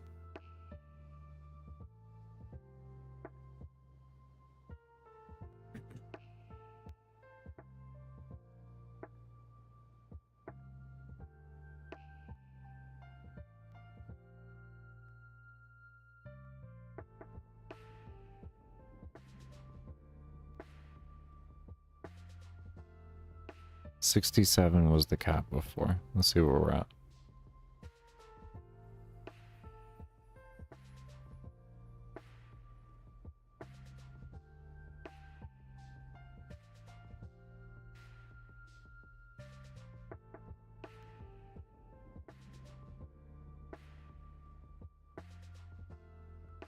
And mind you, we still have all those things destroying and respawning too. 1396 objects or something like that. Well, I'm changing their sprite, I guess you should say. 5383.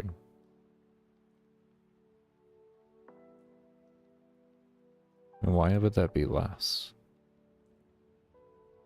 Was my math, did I see something wrong before? Was there so many mobs that it wasn't actually 6,700, it was 4,700? Was it 4,700? I didn't see correctly.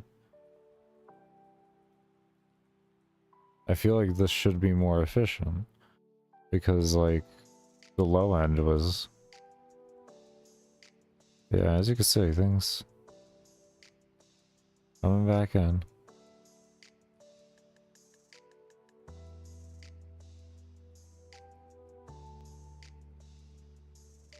Beautiful.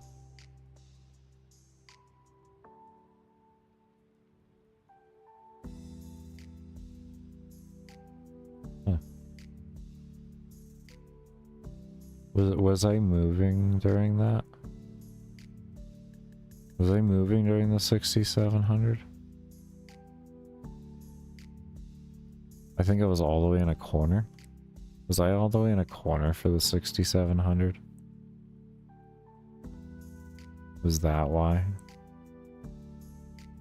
Because you have all this open room here.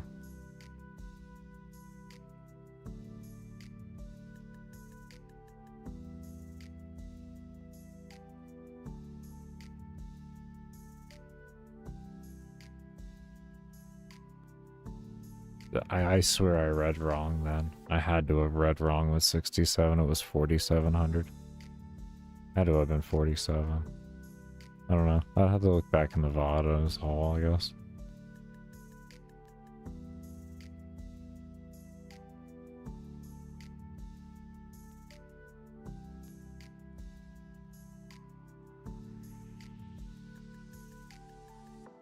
Oh, there they come. There's the first one, the second. They're starting to get there. They're starting to get here.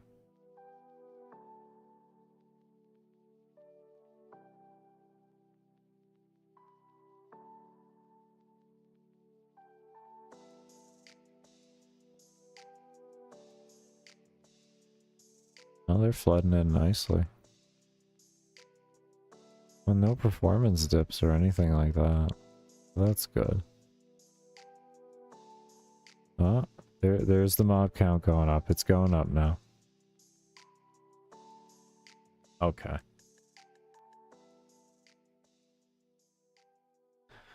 Okay. Okay. Had me worried for a moment. I was like, what did I do?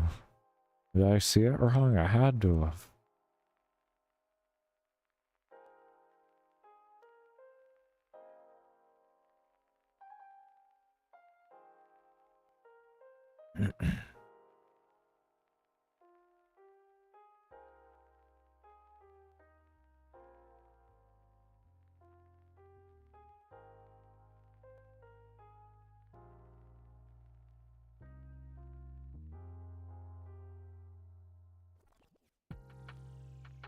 There's 67.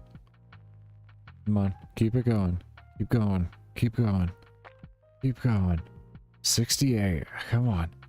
No, no, no. Keep going. You got more. You got more juice. You got more juice. I feel it. Feel it. Come on.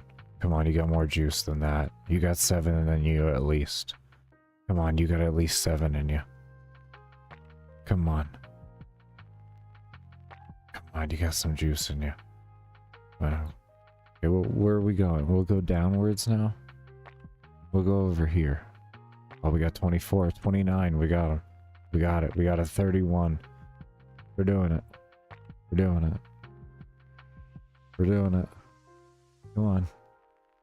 Come on, everybody. Come on, everybody. Come on. Come on. 6,900. 6,900. Come on. I know it. You got it. Come on. At least 7. You got this. Go. Yeah, that's it. Keep going. Keep the number going. Keep the number going. 7,000. We're at 7,000 now. We're at 7,000 fucking mobs.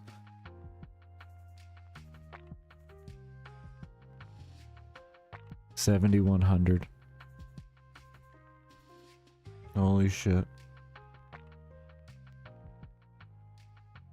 The adaptive spawning is strong. Oh, it's so strong. Okay, we gotta go. We're gonna go over to this side next. I'm gonna come over to this side next. We have our point of manipulation. Let's keep it going. Let's keep it going. When does this break?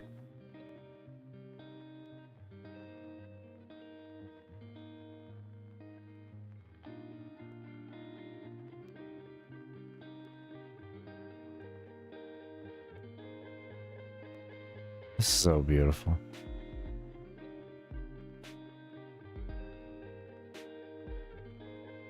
We're gonna be reworking also the AI for the player party. It's been ages since I touched it. With everything I know now, we definitely are gonna go into a better spot with it. Much better spot. We're gonna have a much more dynamic party and everything. It's gonna be a lot of fun. A lot of fun to make. Come on. Let's see it. Come on, let's see it. Can we see 75? Can we see 75? You know, once you get 75, you're just gonna want to see 8,000. I know, but it doesn't matter, okay?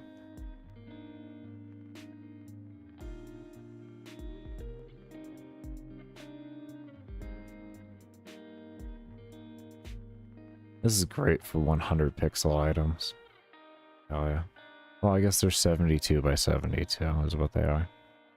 But still, it's not actual pixel art resolution in the slightest bit. It is great numbers for that.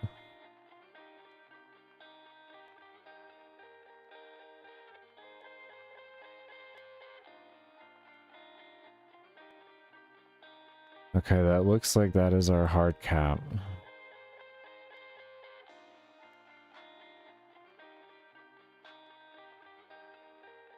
Try to get a screenshot of this.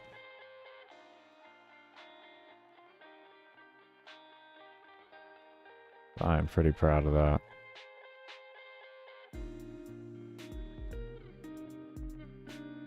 Okay. I'm pretty proud of that.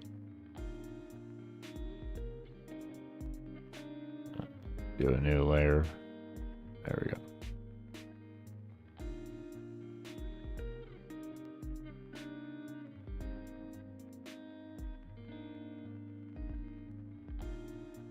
Okay.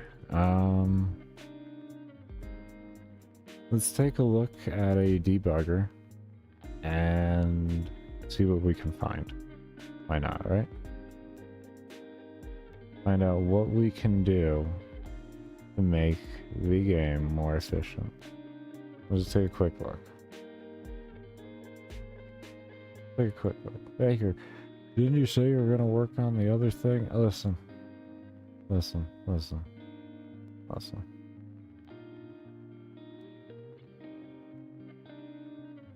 You listen?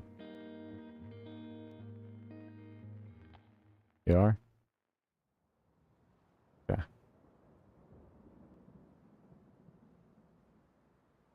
Yeah.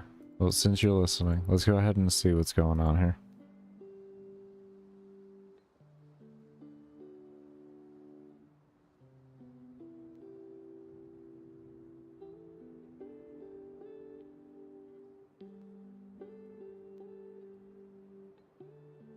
Alarm 2. Now it's the attack. The attack is now the highest thing. The attack now is 15% of our steps. My lord, what am I creating?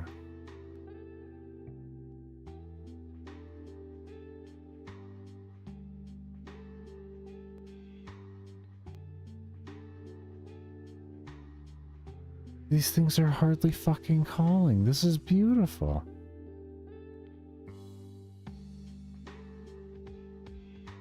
How do you... The alarm is the only thing running. It's 15% of my steps. This one here, okay, this is starting to grow up in steps, which makes sense.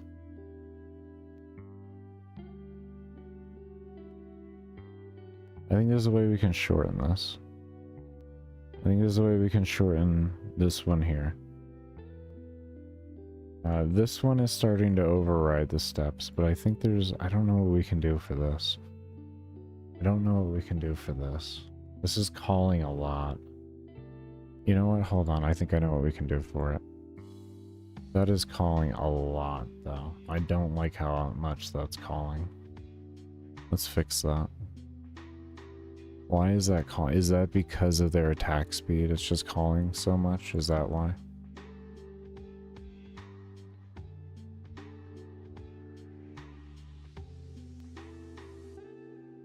I think the logical thing to do then is we set them all to 10. Anything that's under 10 goes to 10. Because we know, or at least I know from my testing, 10 is the most efficient number for their testing. Or from my testing for alarms.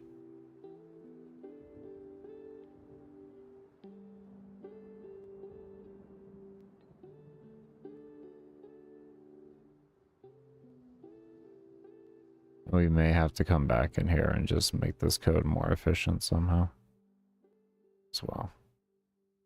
But we're going to figure it out. Point of what we're doing the whole time here has been efficiency and making the game run better and increasing our mob count as much as possible.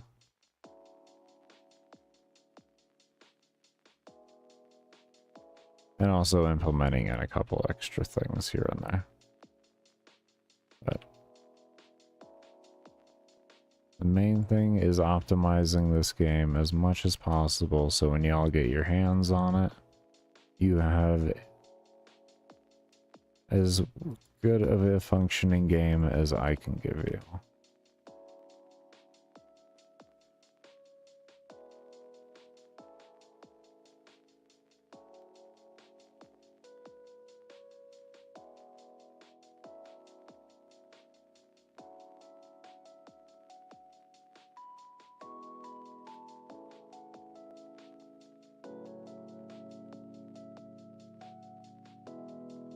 There's an empty alarm there. There's an empty alarm there too. So 9 and 10 are empty alarms. Do we have anything? Nothing activates them to my knowledge. Let me make sure. Okay, good. Alright. So we got that cleaned up a little bit more. Let's go ahead and take a look here.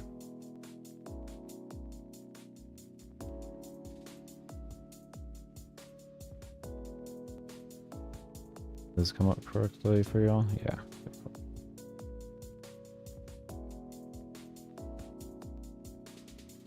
Alright, let's take a look.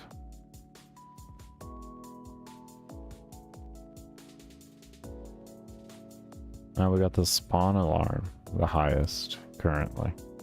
That's very good. Oh my, look at this optimization. Look at this optimization here. Look at that. Our spawn system is now the highest code. The spawn system is now the highest code.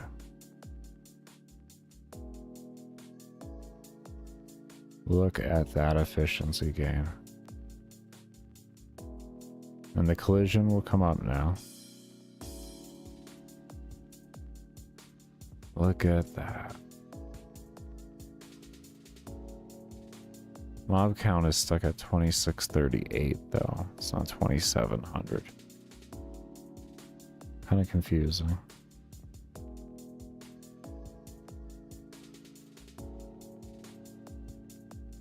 Kind of confusing. What happens if I move this? Oh, it's because I'm running the debugger. Debugger is going to lower my mob count. That's why. That's why. That's fine. Okay. I don't worry about mob count right now. Mob count is irrelevant to me. Right now, we're just looking at steps. Alright, so we're at about 20% now for collision. Collision's starting to get hectic. And that's going to be our limiting factor now. Okay, so we have to... Okay, okay.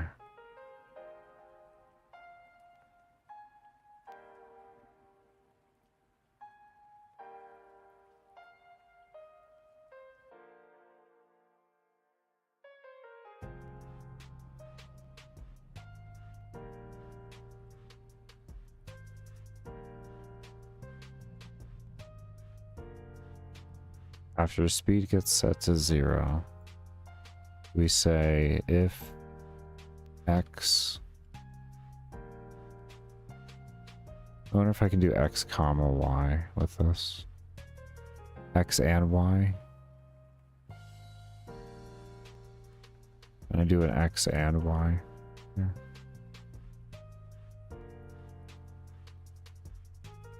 Do you like ands or do you like something different?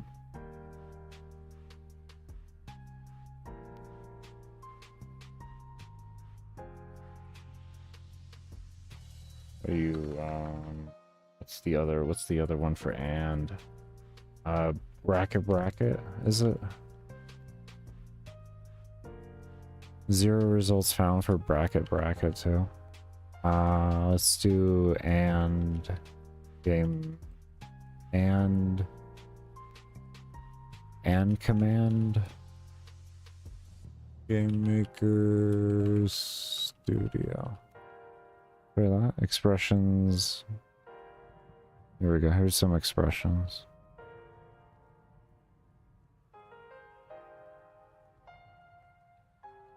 Always like to double check on things. If like I don't immediately know it off the top of my head on how something wants to be expressed, I'll take a look.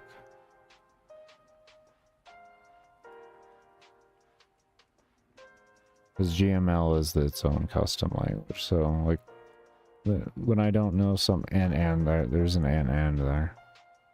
So it's two and symbols.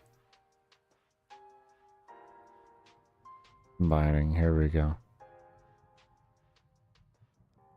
Yeah, bracket, okay. And or XOR are used to combine Boolean values together to give true or false of a statement. Interesting. What is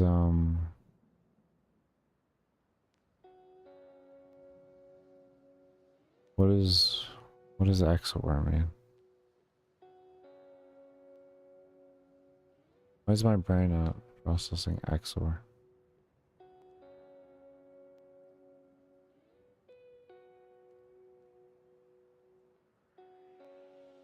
Is that like...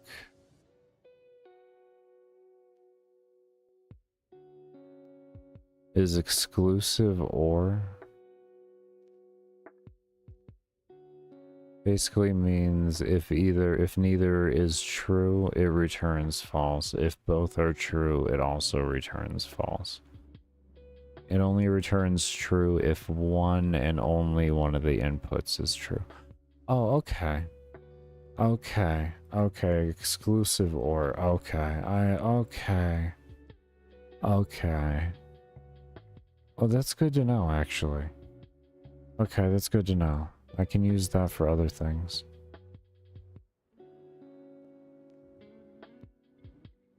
But it did have and in there as a value I could do, right? Yeah, yeah. And is practice I can use.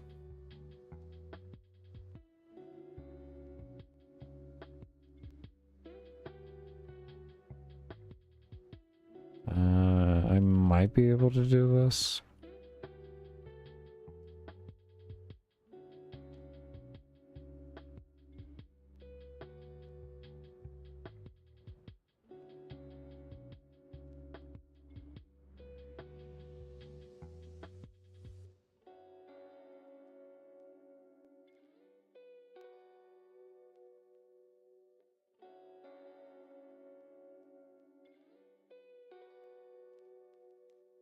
Okay.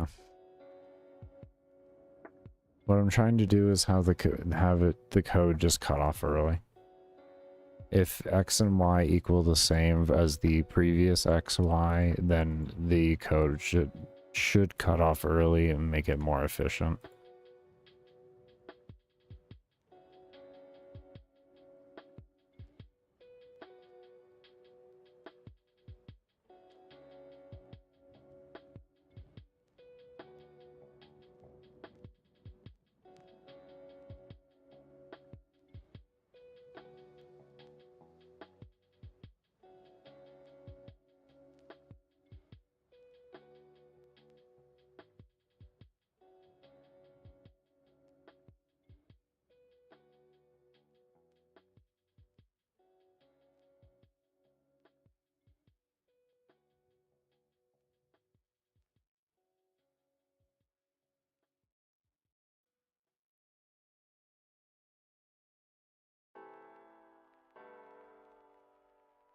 It should have a peak point.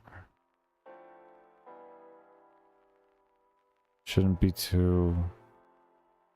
too bad. We're stuck at 26.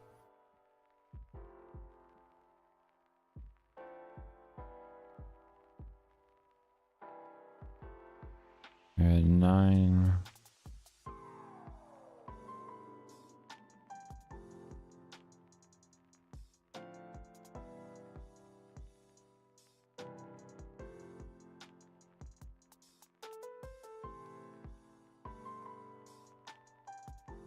Okay, the time call count's getting really high.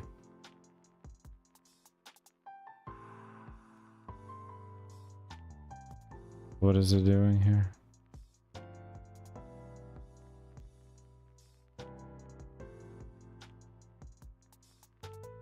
Is it hard? I know what it's doing. I know why it's still running. So what it's doing, you see this gap right here? That's called a place free.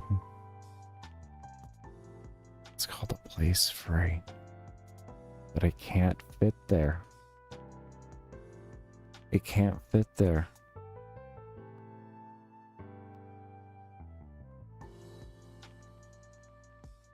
But if the X and Y are the same, it should stop the code. So you're telling me these guys are moving ever so slightly? Is that what I'm getting from this?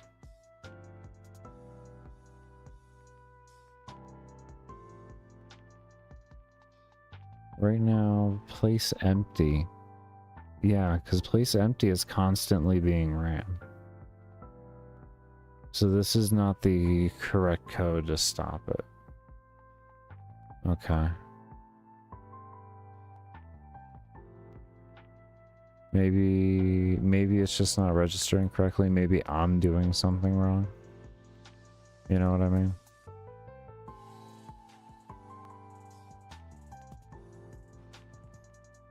Let's just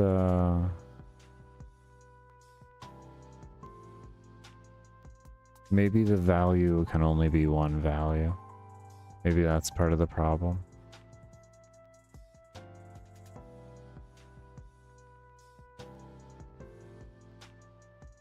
We'll see. We shall see.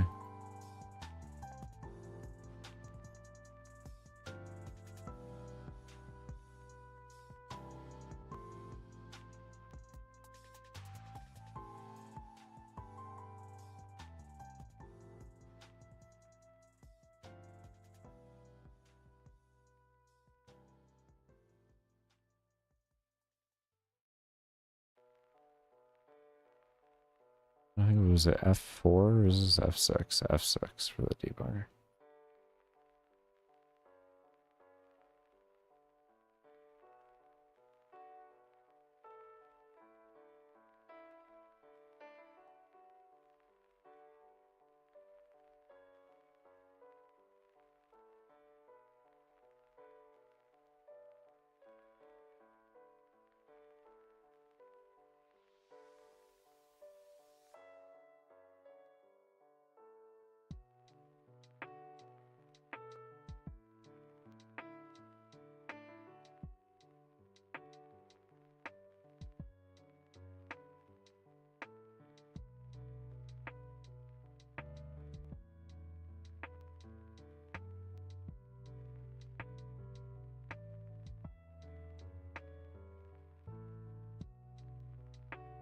$2,800.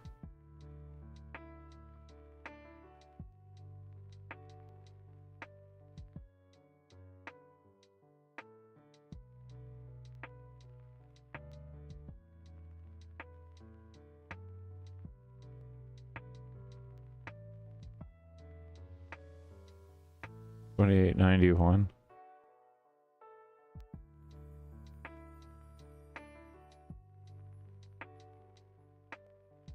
Alarm set now is higher than place empty.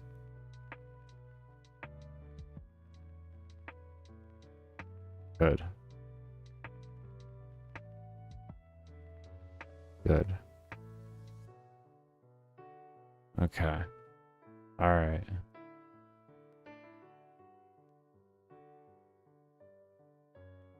So we got it to work. It's not like perfect at the end of the day. By any stretch of the by any stretch of the imagination. I don't know if this is causing a problem.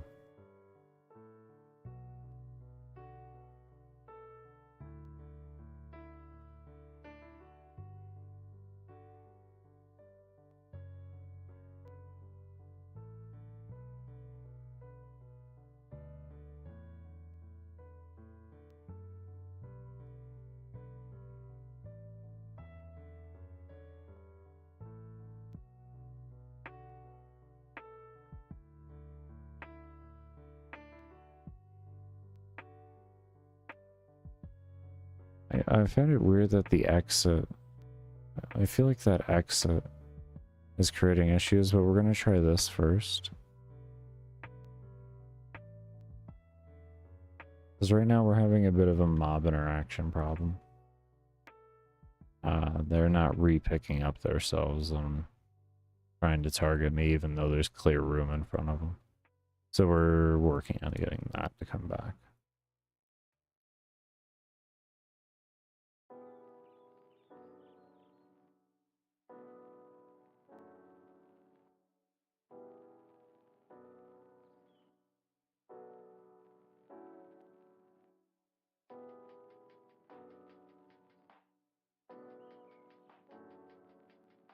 No.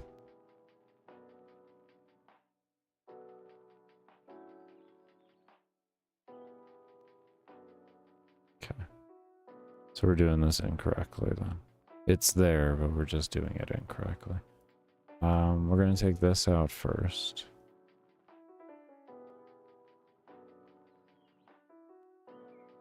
We're going to move this down here. And then, because if this is already running and this is the same, we don't really have to worry about setting movement speed to 0. So I think this will make things work better. Because I think if we're setting movement speed to 0 and then we're checking if the previous is the same, it's obviously going to be the same.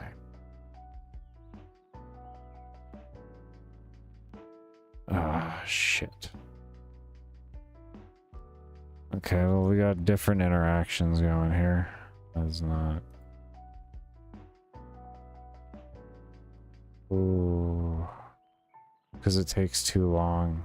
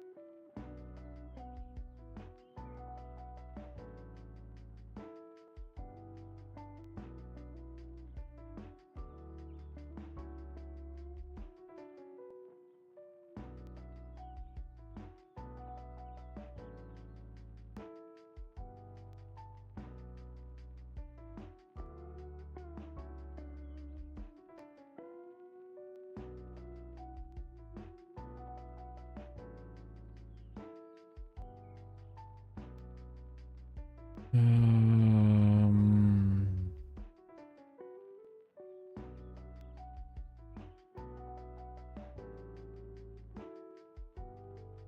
oh, okay, you're still attached in there. I kind of thought you were. I gotta reset this layout.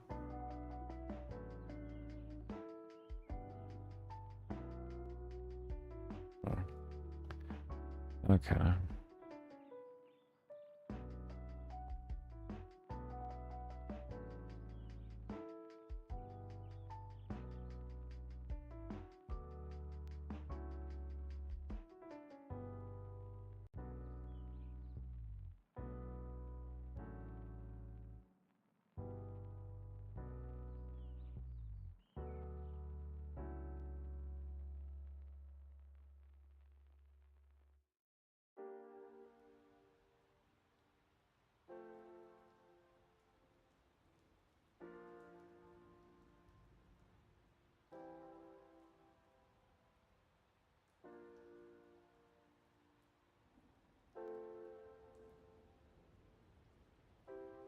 It's gonna be a simple way to do this.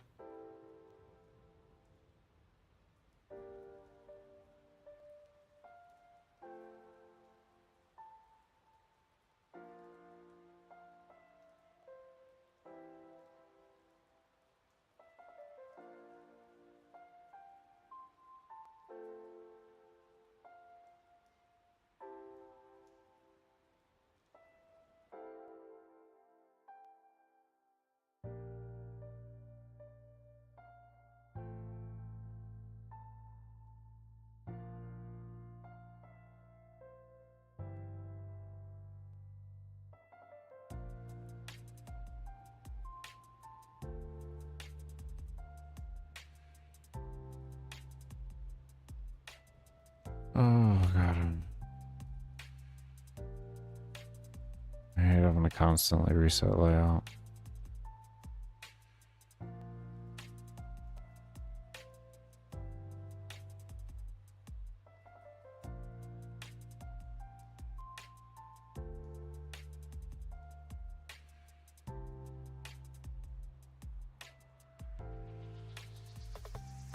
If x equals x plus plus.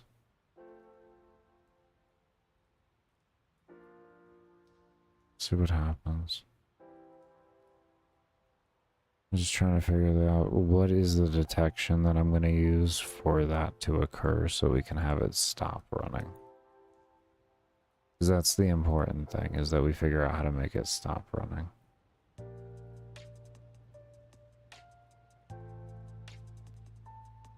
When there's no oh, there we go. Okay, we got.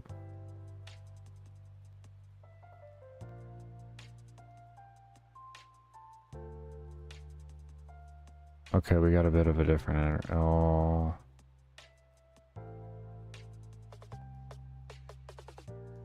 Does this make them go through walls? I feel like you're going to be going through walls.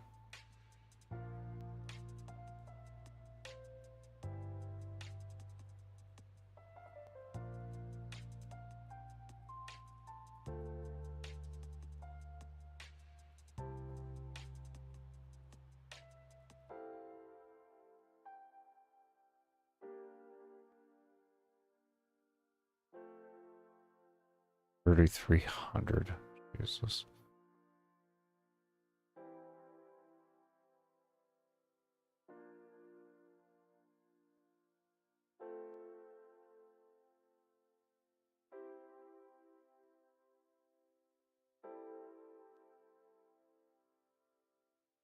I say they go through objects.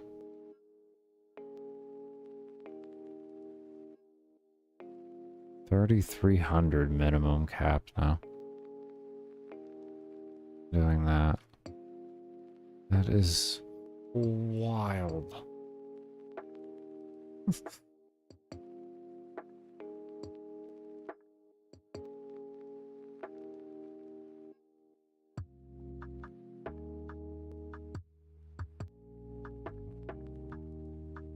We pretty much stopped them from actually gridlocking with this too, effectively.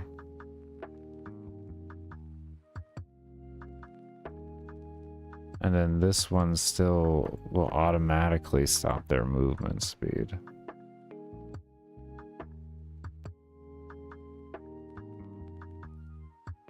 But they have to overlap a little for this.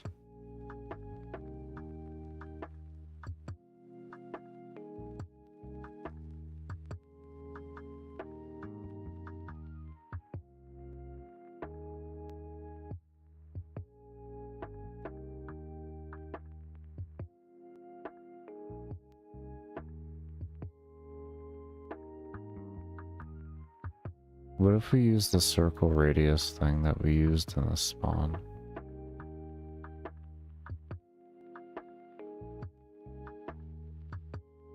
What if we use the same principle there?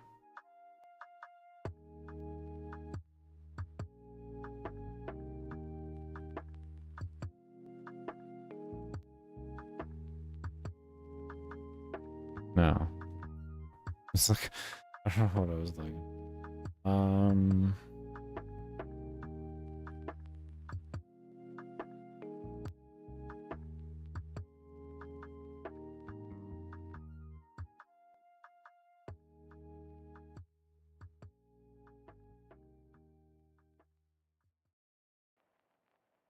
I guess what we could do too is I put an else here and just literally copy this in and just cover another end of things, like just in case. So we say like y, and then we do y++, and then maybe this just covers everything in that front. And this will keep them from not moving, or this will keep them from blocking as much, maybe. I don't know. I'm not really 100% on that, but I'm just saying stuff. Okay.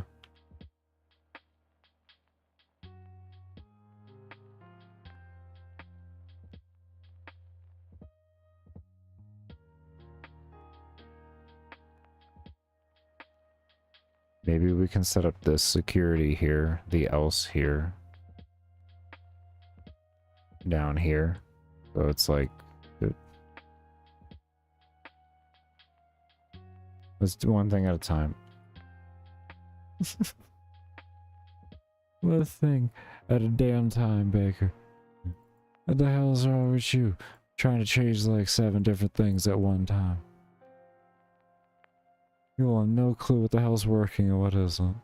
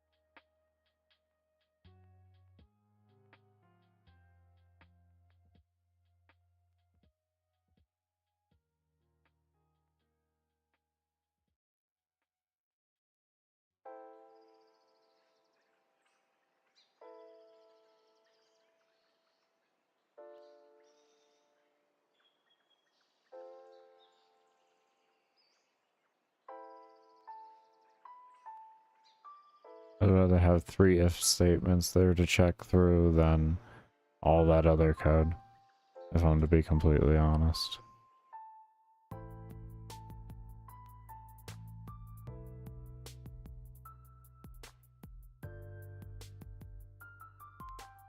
Why are you not 0 moving?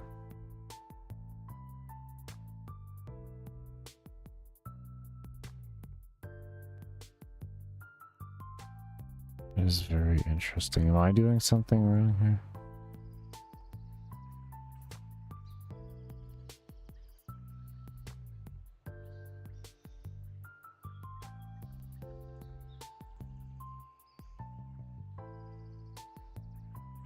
It's interesting.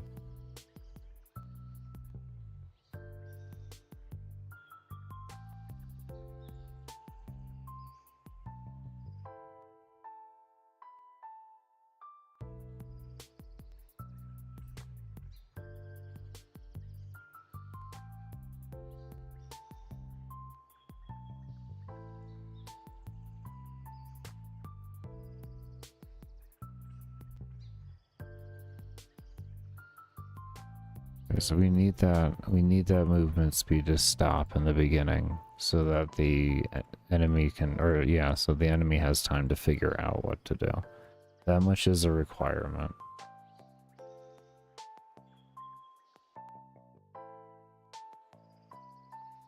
So maybe if we set it in the beginning.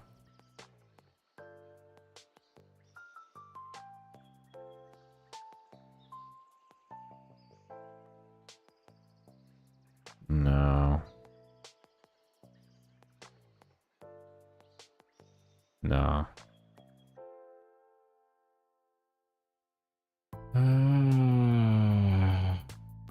Is this as efficient as we're gonna get it?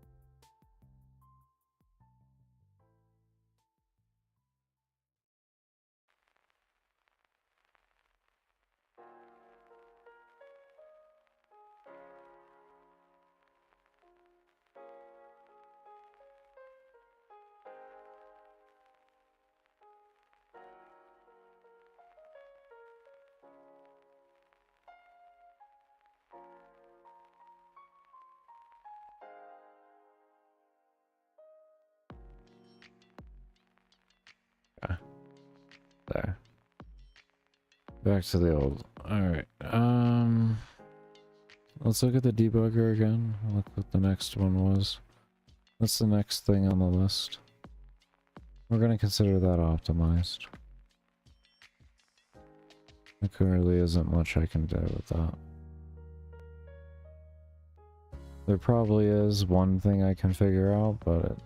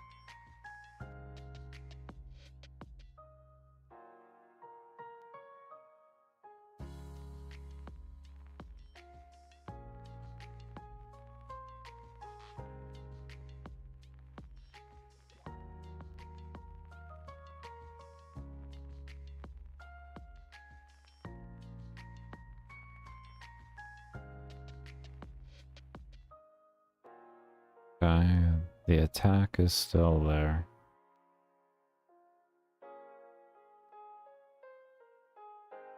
And then from there is the spawn system.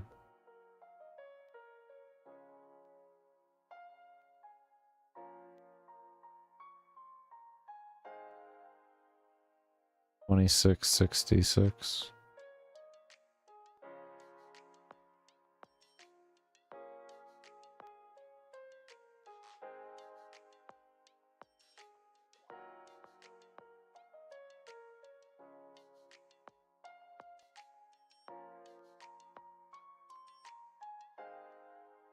realistically, this would be the only real thing we're looking at is that, and then if we can somehow optimize this further. That's it. That is as optimized as we're gonna get. We did it. Okay, cool. I can actually confirm that now through looking at debugging.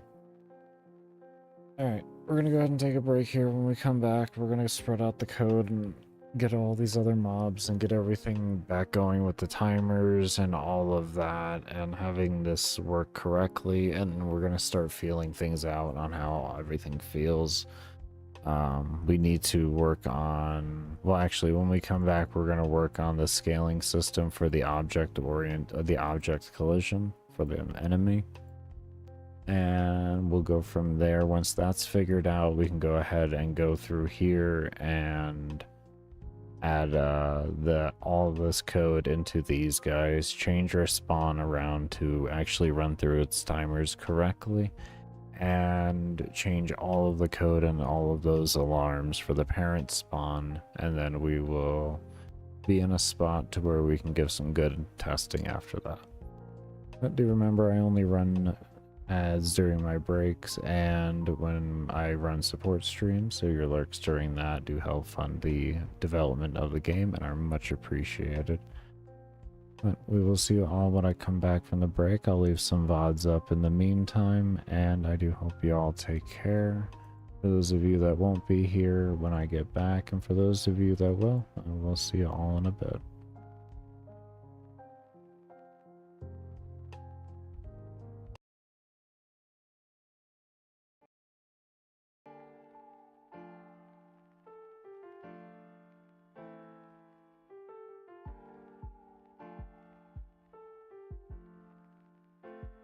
$8.17.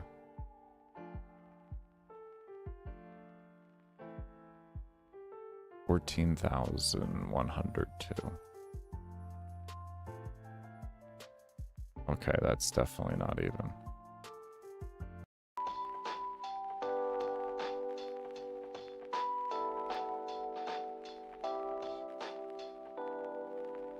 Okay. And I also forgot to hit record, so I guess just for VOD's sake, or for recording's sake, we took the loop over from the player level here, and then we added it into the enemy level scaling because we forgot to do that.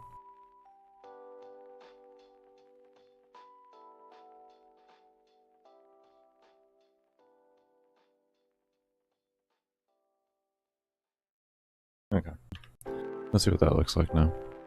The scaling should look vastly different for enemy level.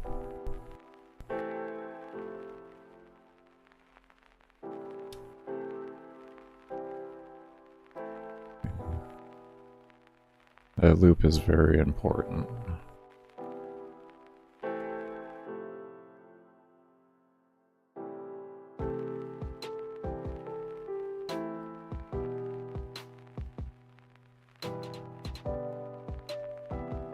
No? Actually, not gonna look too different. Definitely made a difference early on, I could see that.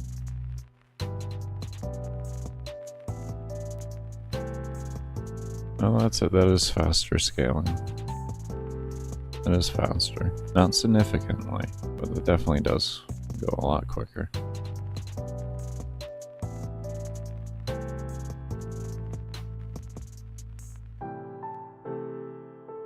Oh yeah, because the soul level before was like 50 to like when the enemy was 120.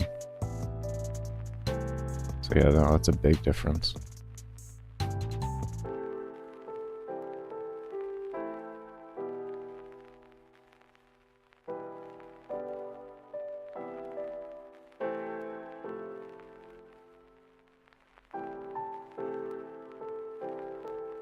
Okay.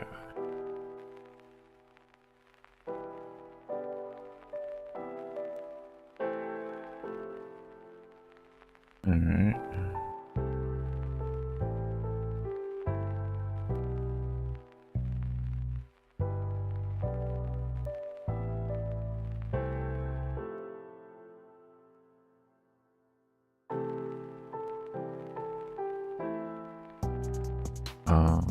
We didn't set these down to 2. I wanted to test that next. That was one thing I wanted to test next. If we leave the values as they are, but we allow the player to go down to alarm cap, what happens then?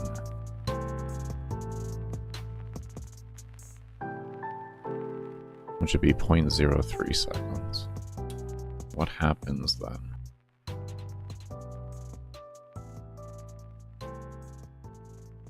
Oh, that's what happens.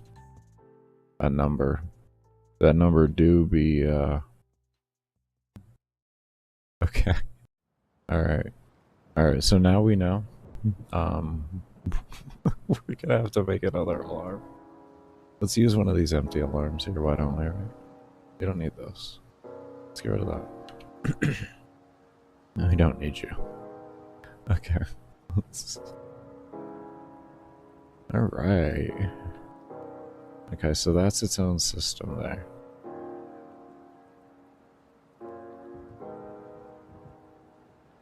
Then here, I guess we do that, and then just set that to 0.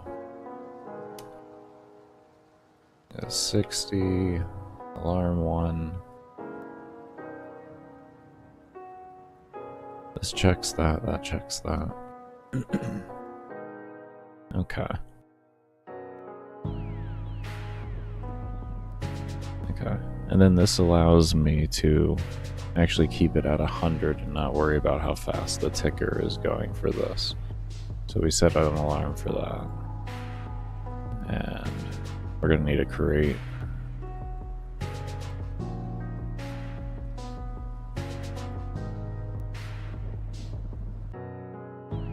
Okay. Let's see what that does. Actually, alarm 1 would probably suit better having that set to 2. Probably same with that one. On initial creation, this way they get activated immediately.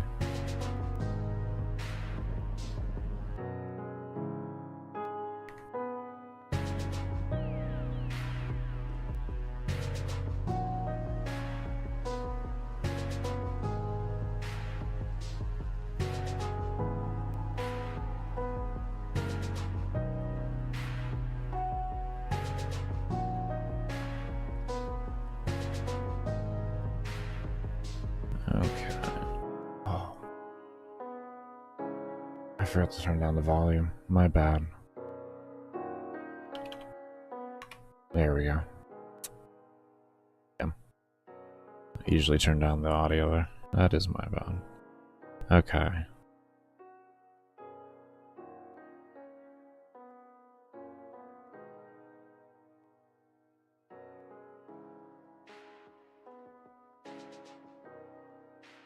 Actually, I really like this. I really like this.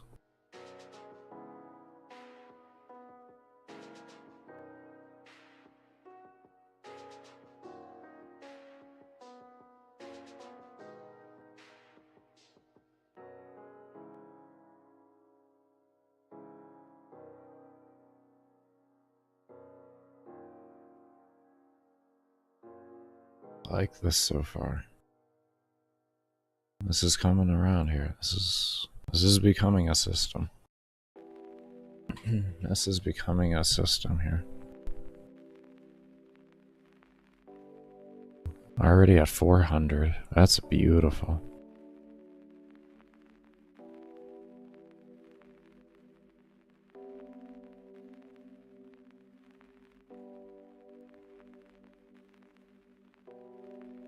And then I slowed down on kills. So now it's not triggering as frequently.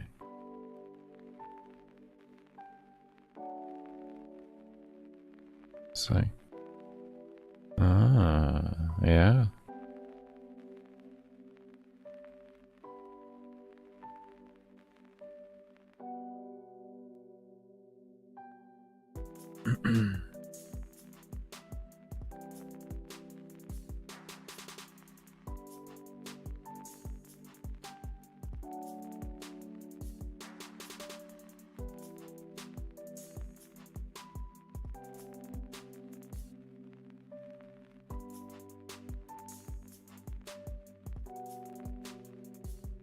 Okay.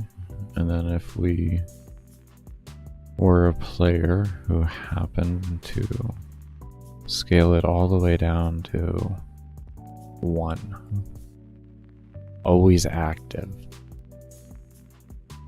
If you can kill 1 mob a second, it's active.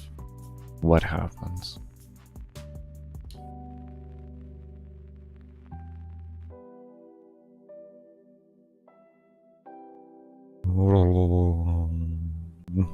Wow, look at that scaling.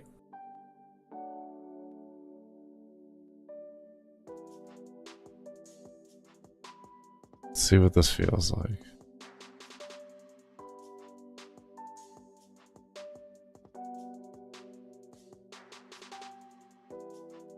This is player level 100,000 and change. I think this was 130.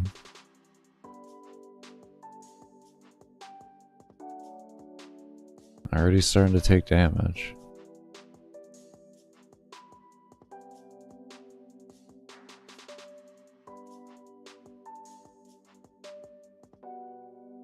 I actually really like this.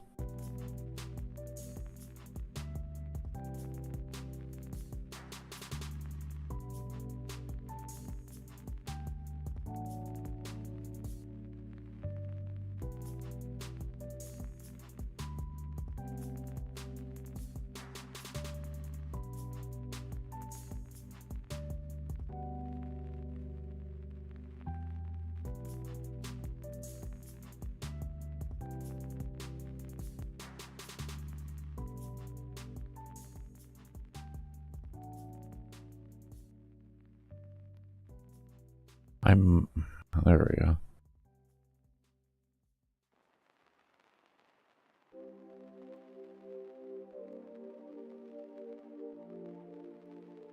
Actually,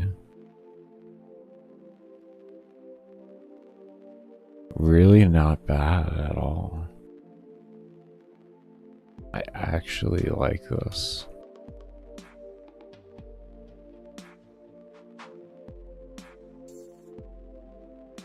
Actually really fucking like this.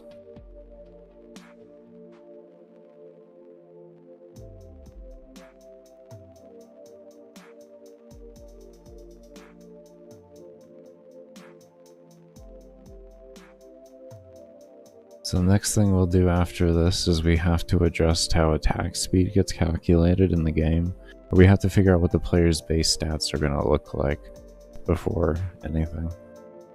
Which it does include changing attack speed because I've already, hold on a sec. Fucking thing in my throat.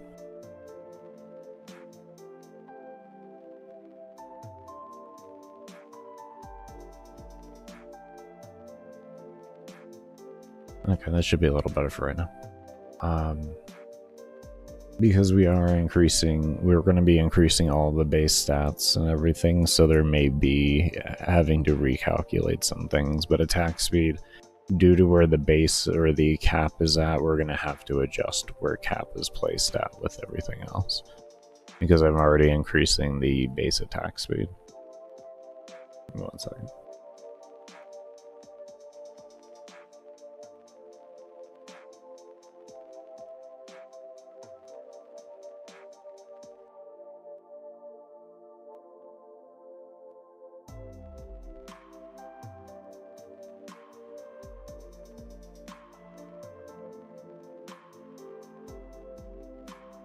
Now this is coming together very nicely. And for anyone that has been following since like the very first video I posted, I hope you can see why it is taking me a minute to actually make everything. I'm trying to really make something that feels good. I don't want a mindless first mission, even though it is just a mindless killing field. I want it to feel like something. And I'm really trying to capture that. Because I knew like what I had made originally was not going to be what I wanted. So it was just about figuring out how to make what I wanted.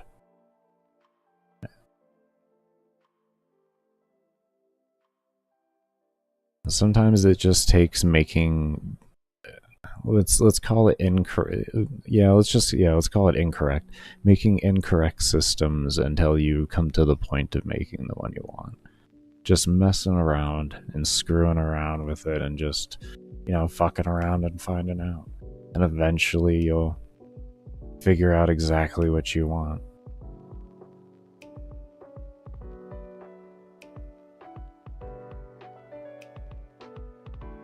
So we could also, if I want to, should be able to come through here. We can kill all the lower tier guys that are all slow.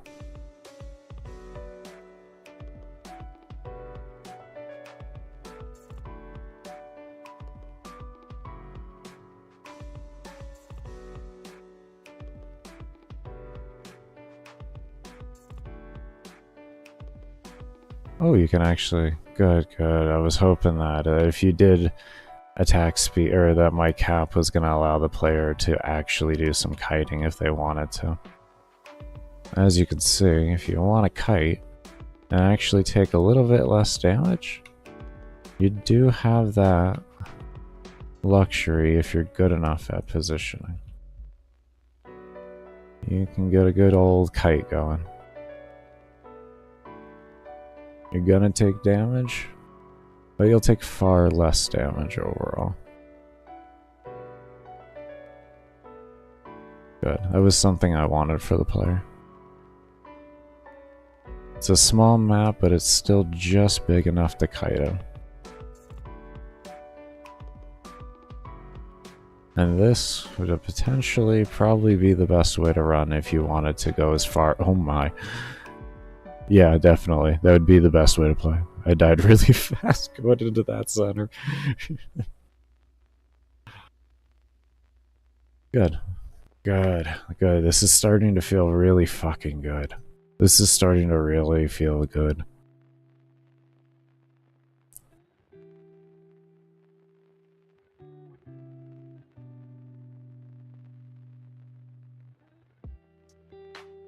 And get rid of... See, we need alarm 0, 1, 2. We don't need 3. We need 4 and we need 5, so we can get rid of 3, essentially. Yeah.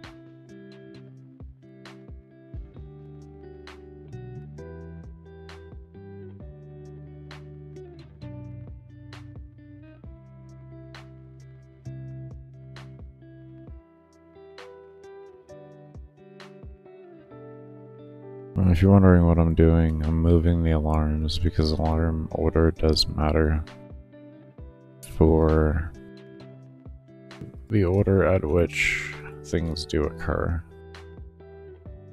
So I am making souls per second occur first, and then everything else. So I'm feeling like that's gonna make the most sense.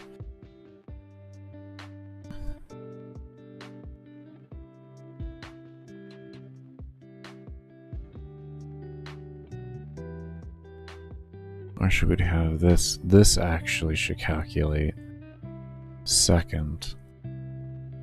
So let me take you. This is why we didn't delete alarm 5 yet, so that I could keep making these adjustments.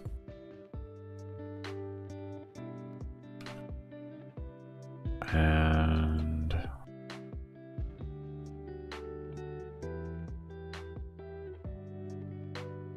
pop that in there.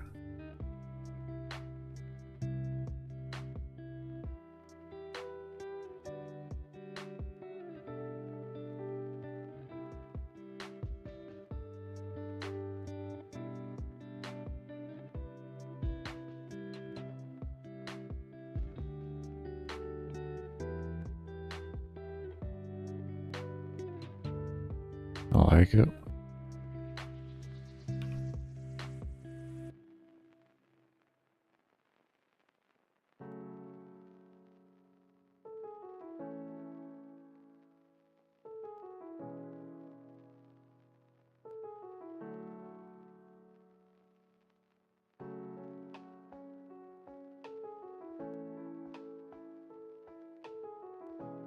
Okay.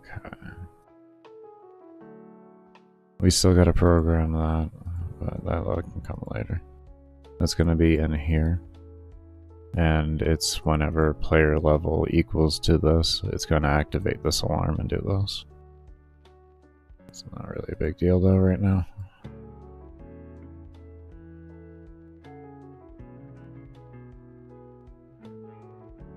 Okay, let me see how that feels before we continue on.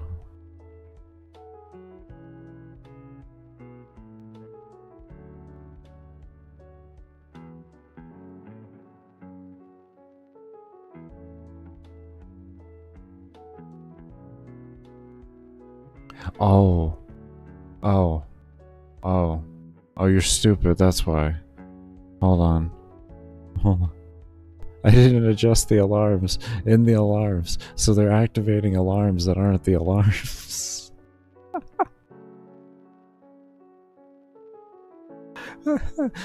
No. Hold on.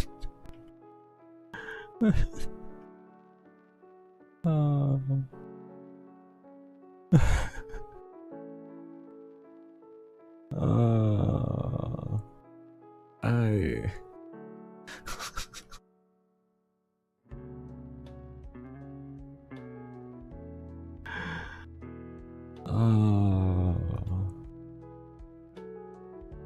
Okay. That should work better now. We win. We win. Oh man.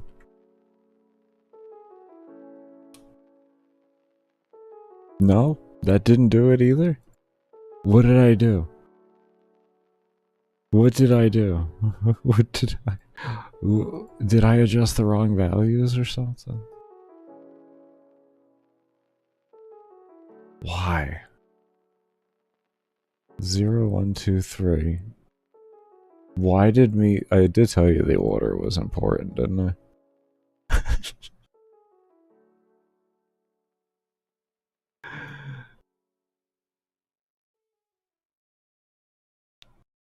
Wait, wasn't that supposed to be like that? Or is that? No, no, no, it was the other way around. It was, wasn't it? Hold on.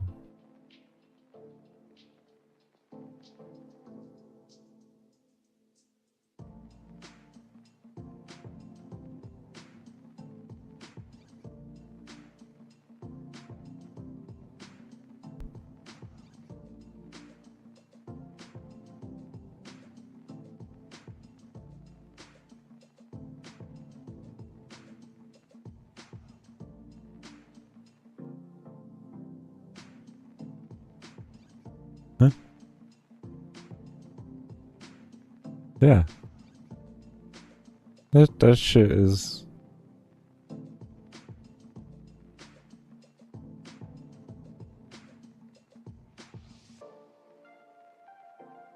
Okay, let's make alarm 5 here. It's a little different apparently. Okay. Oh,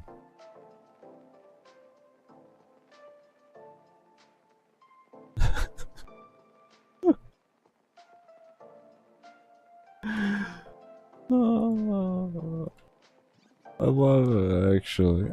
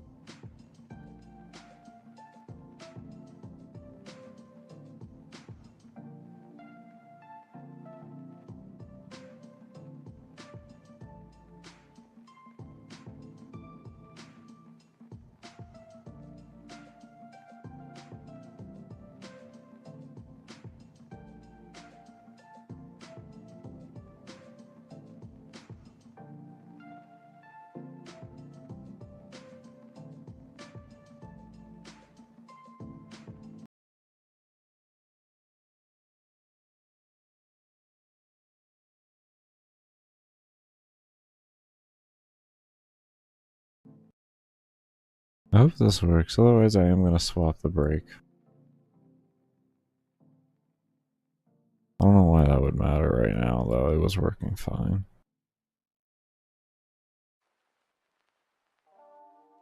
I might have to have the player level calculate first, then the souls per second. I don't know. And then have it reset after that.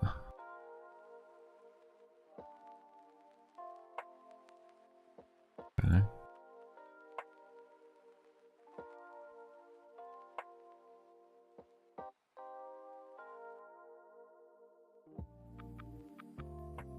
Is there something with the alarm? Because I put the alarms there. What if I did the alarms down here? Let's try that first. Create values, then set alarms.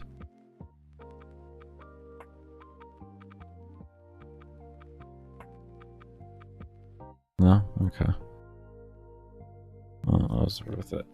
Why don't I have my task manager? There's my task manager. I decided to close it. Okay. Wow. So you have to have something to do with it.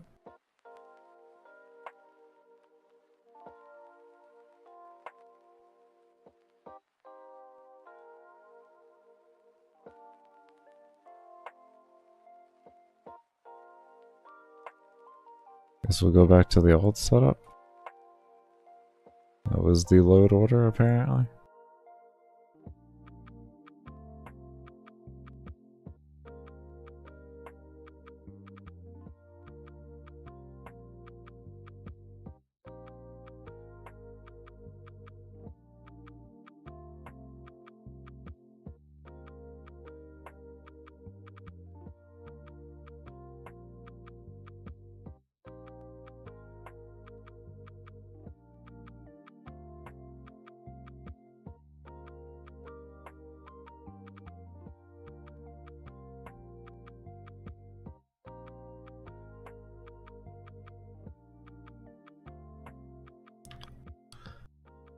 Okay.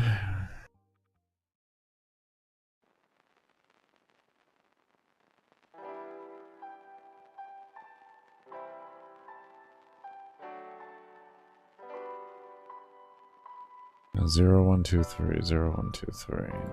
Yeah.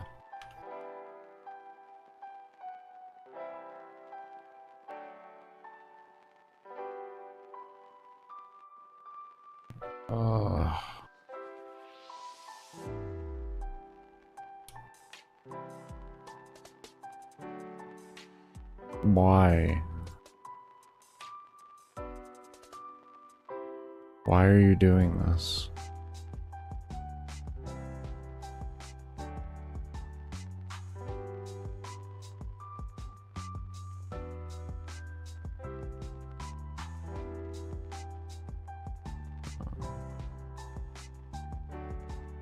What is going on?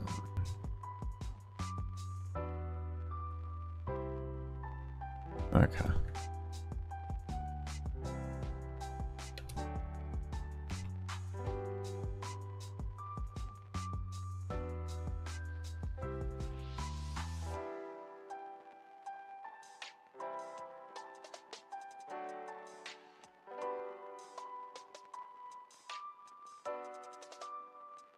Where is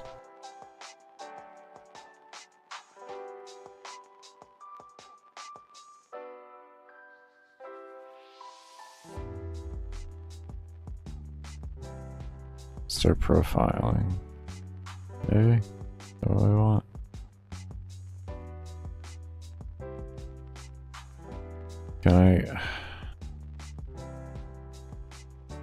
Can you give me like real-time data here of the processes and what's taking up everything? Can you do that for me? Like, where do they put that now?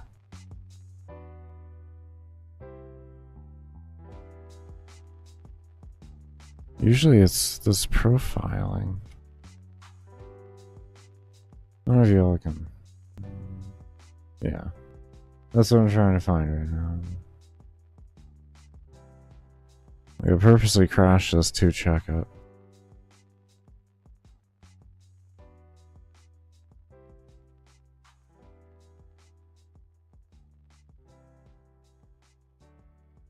That again.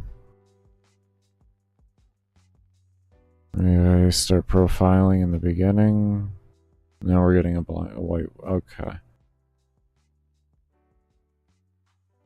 Oh, let's see here.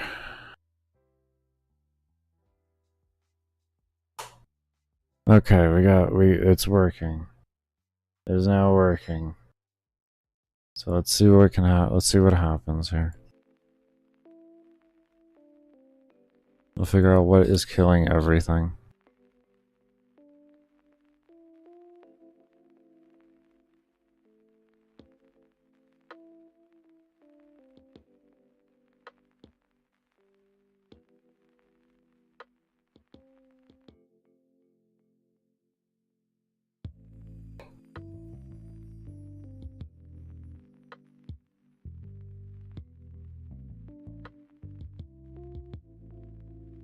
Huh?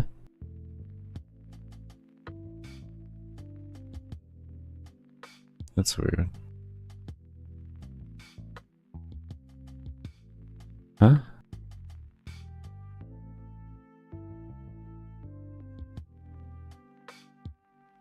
Interesting. Oh no. Oh no. Okay. Alright. Interesting.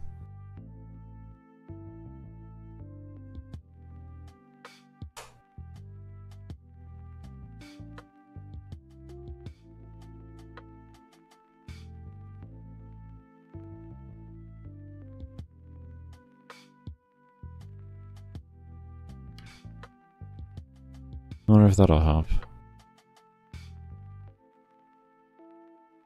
Why would my gear be conflicting that much, though? No?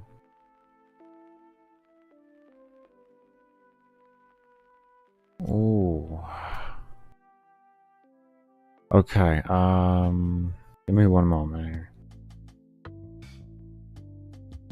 Kind of broke something a little too much here. I'm gonna pull up the old version. I broke something a little too far. I'm pulling up the old one.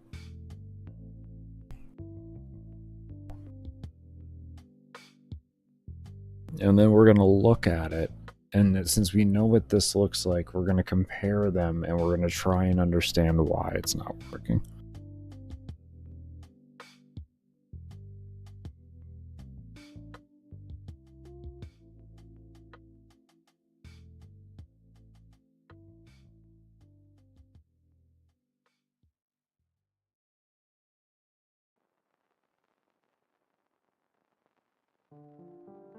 They might just...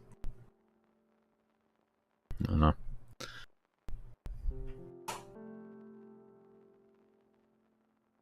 Oh yeah.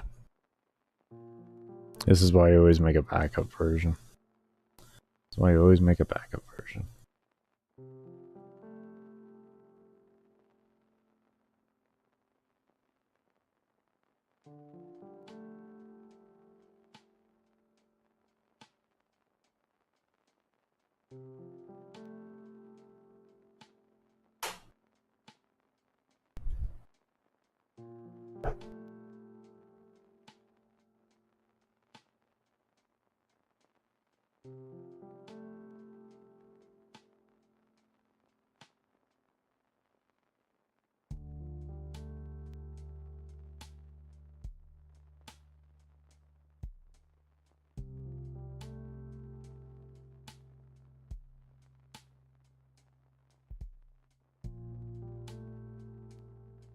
Yes, I'm still waiting.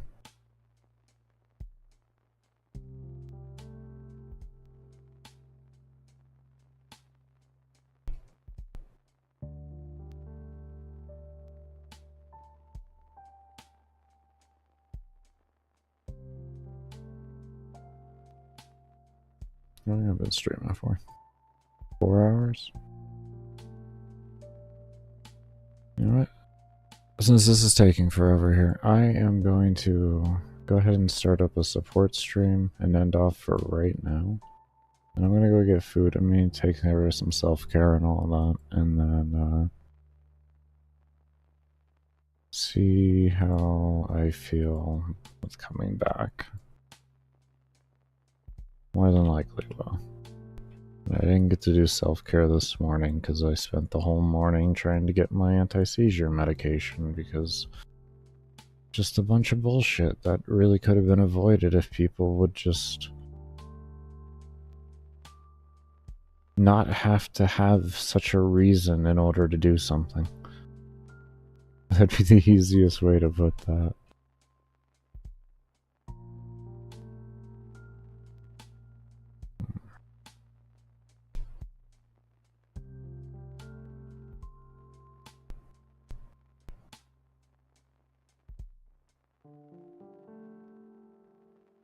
This thing is still not responding. Jesus.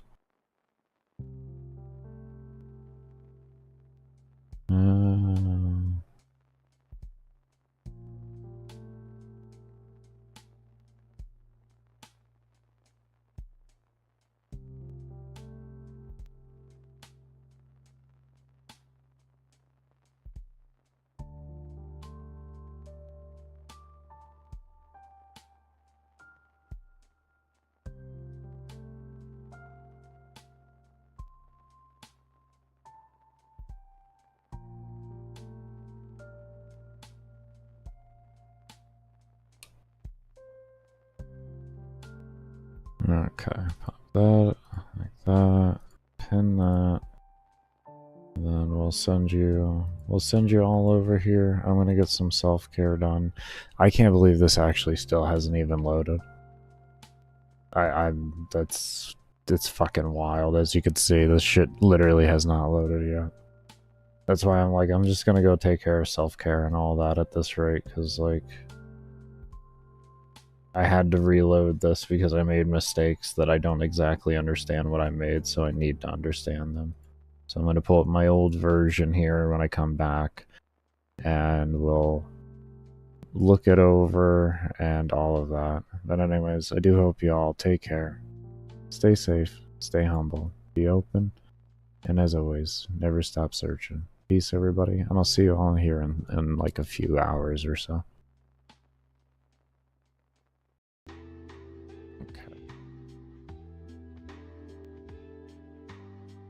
So, probably should have ran over and looked at the mob interaction. I have this doing this here. I believe they still went through.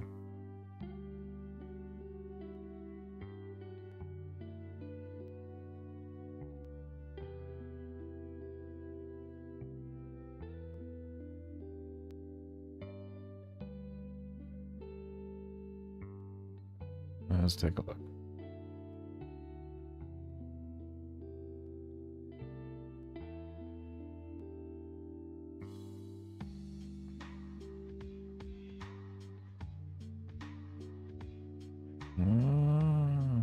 Okay, it was when they were switching places they could.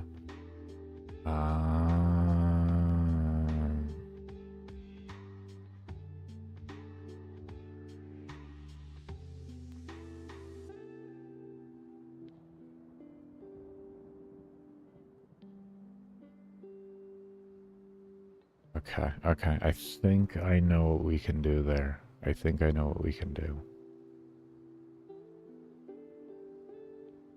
Let's come over here. Go into this, right? You say if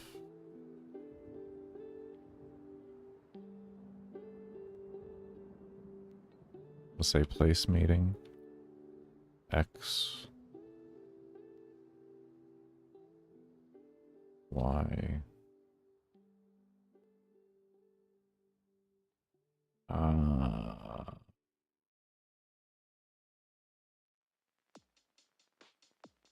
we'll just use parent collision.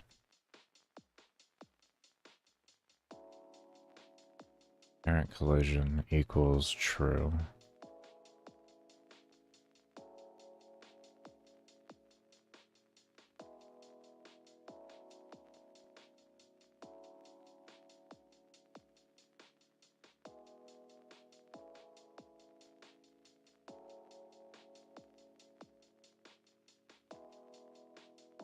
Mm.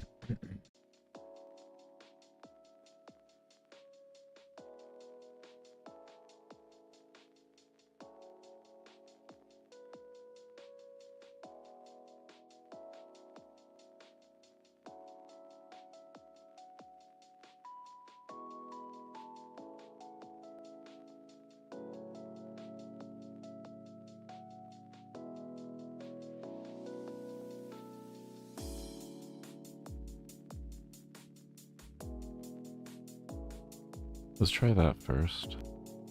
Let's try to go as simplistic as possible. I don't know, this may get mobs stuck. I feel like mobs are gonna get stuck into each other, but I could be wrong.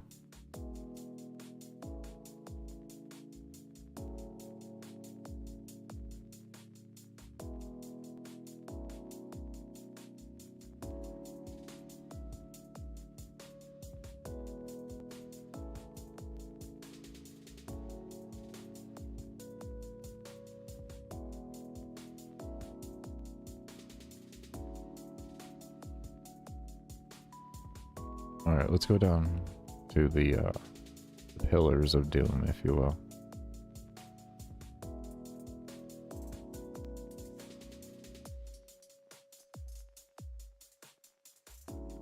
But no performance impact either. Oh, that's not good. Okay. What was that? They weren't going through walls there. Or they were going through the walls. Kinda weird.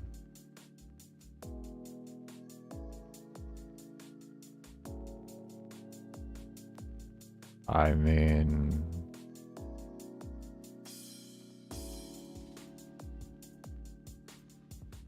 let's go further down.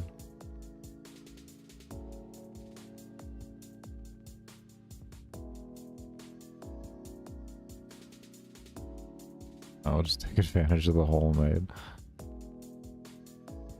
Let's give these walls a lot of health here. Let's give these walls a whole lot of health.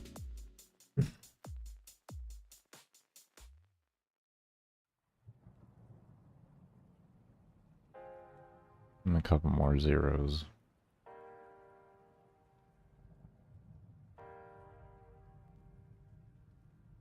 I can also... hold on. Parent ability.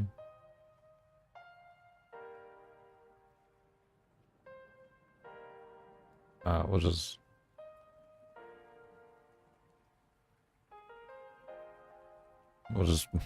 actually, just exit. It won't even run the code then. Oh, actually, just run an exit right in the beginning. Screw it. Just exit right in the beginning. The code will not run. And then this way, the only thing that'll be doing damage to it are the NPCs. So we can get really good testing. Really good testing. Because right now, that's what we're focusing on. And this is also going to replace the system where mobs would go underneath item or objects and all of that. So you won't be able to do that anymore. Nor will the player and everything. Because everything is going to be destructible. Oh, you see how they just go through sometimes? Oh, it's because they're colliding with each other. At that time, they're colliding with each other. And they're running the code. No? No, they just... why do they just go through sometimes? Oh, see? They're still just going through. On a vertical way. Okay, so there's... that's weird.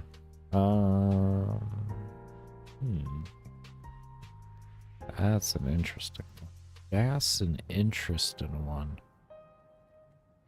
That's an interesting one.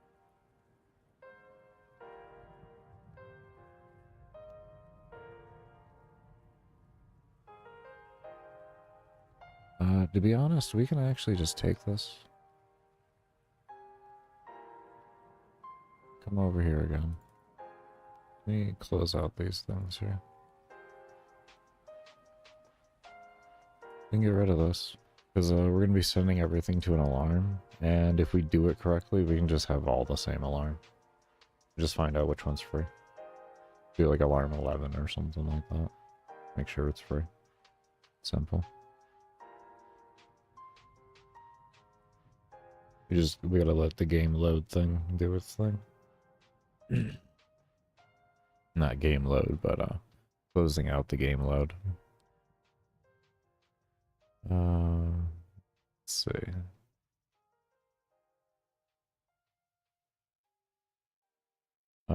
Let's make it over here first. Actually, that's the play.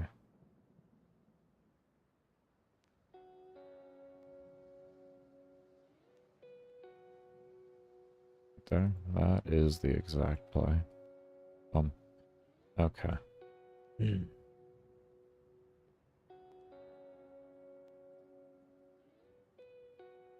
Now,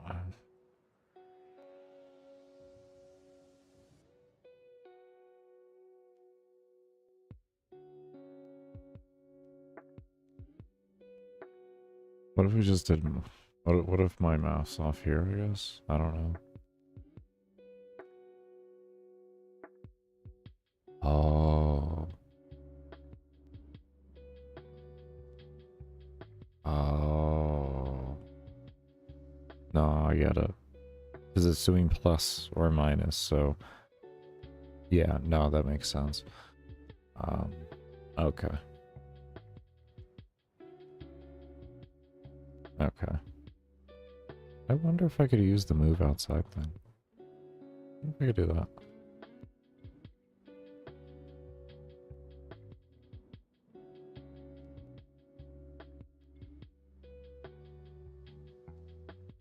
And instead of directional, just do like minus direction.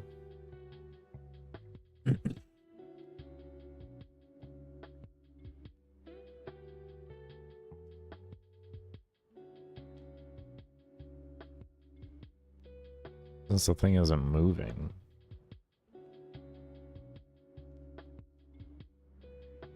Quite possibly. Exactly what we're looking for.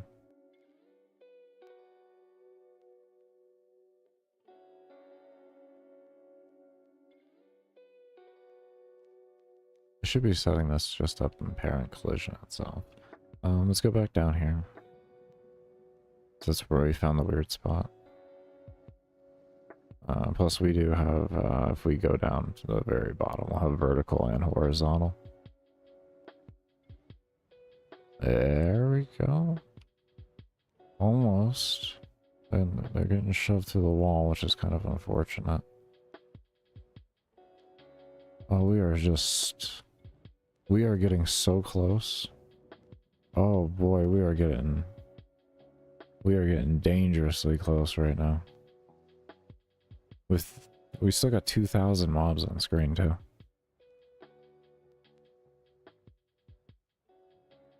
Oh, we are getting so close. Why are they getting knocked out like that?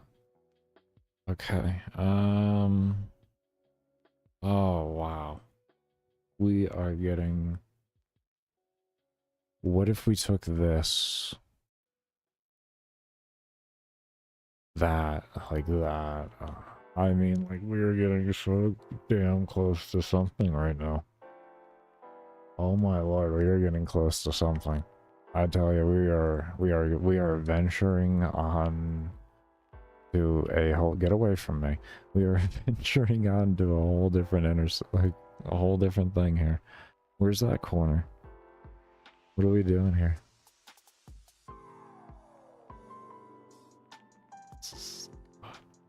What are you gonna do? What are you gonna do? You just shoot. Oh man, no. No. No. Interact. Detect the other. Detect the other. What is that? Why do they do that? It's like, it's just so close, and yet then the vertical hits. Okay.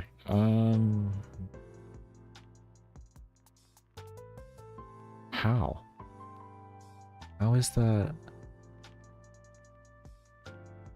And why aren't you detecting here again? Or no, you are, and why are you throwing it in? You... Oh wait, your direction's going... This going up there, and then you hit the angle, and then it would be the... Oh shit. Oh, that would be the opposite. Oh no. Oh no, that is actually that is fundamentally correct, actually. That is actually fundamentally correct. Oh shit.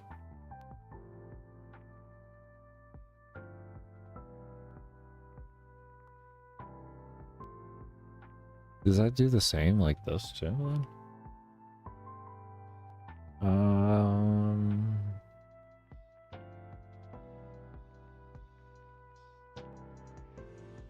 Oh boy, we are on to something and yet so far from something.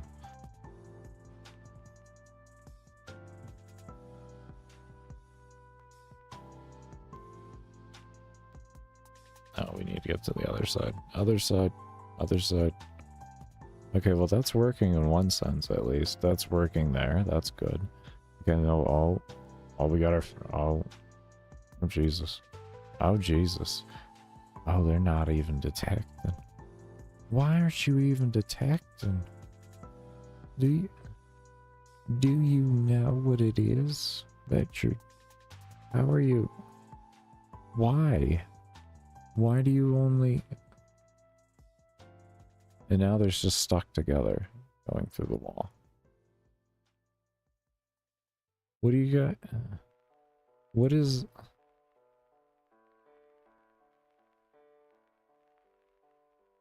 I don't want to have to move it into a step. I refuse.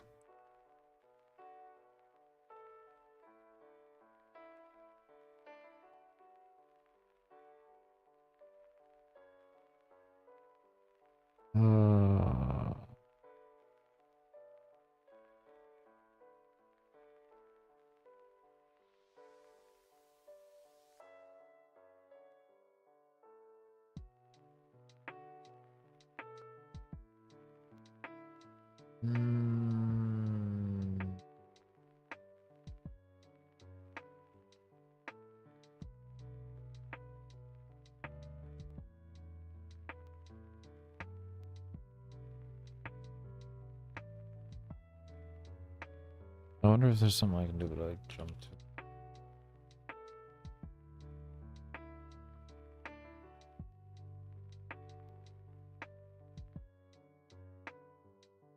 I don't know if that'll work. It might just shoot me an error, to be fair. I would not be surprised.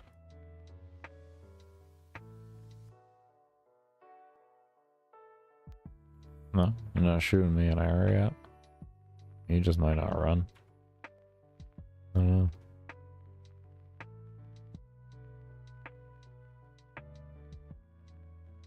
Where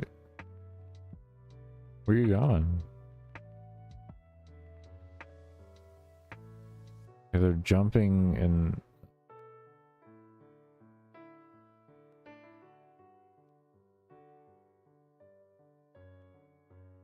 I mean, the concept is there, but where are they going? Let's find out where they're going.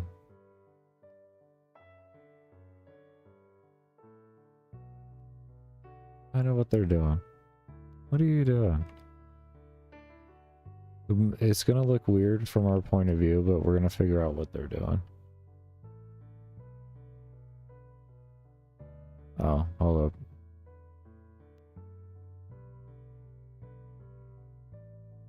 That's gonna shoot a very weird point of view.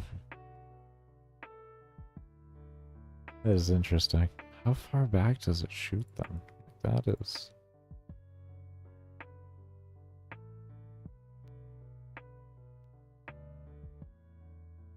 Huh?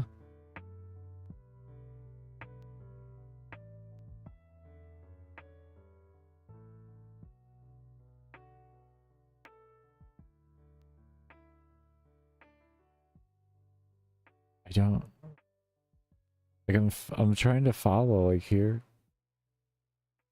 I don't know. Maybe we just make one mob spawn or something. I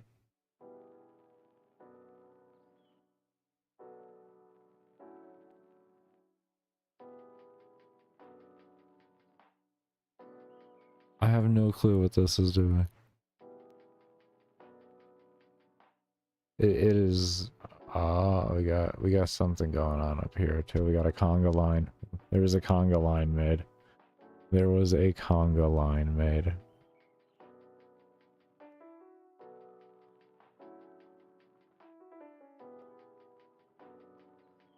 Okay, well, regardless, there was a conga line made.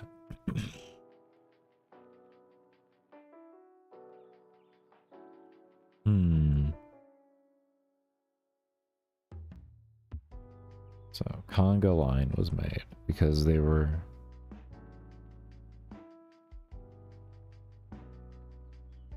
We never even just tested this to see what this does, by the way. I just kind of... Oh yeah, let's fix the alarm too. I know I'm all over the place right now. Let's fix the alarm.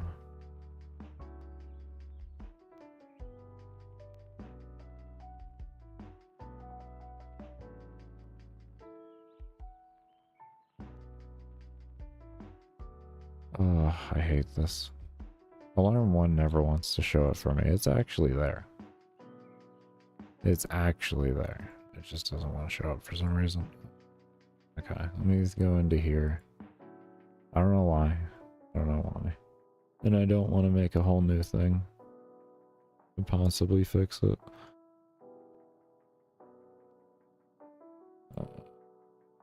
That just so I can do that.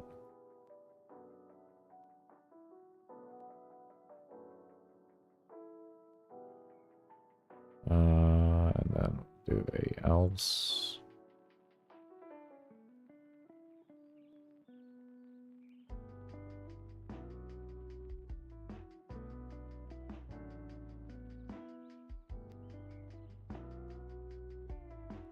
That there. Grab that.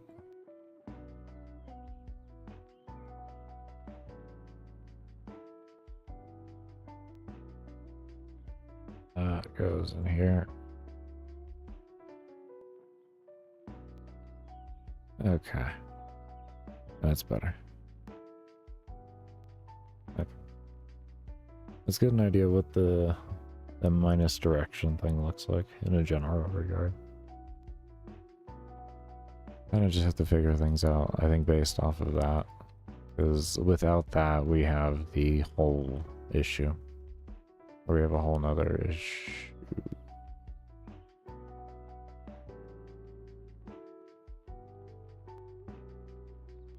What'd I do?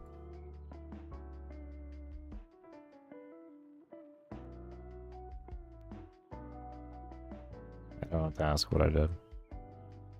Oh, this is greater than, so there's going to be a point in between a to do less than or equal.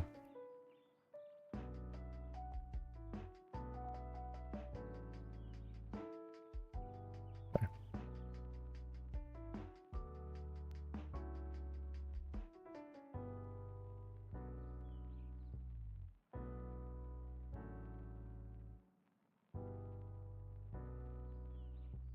There we go. Okay.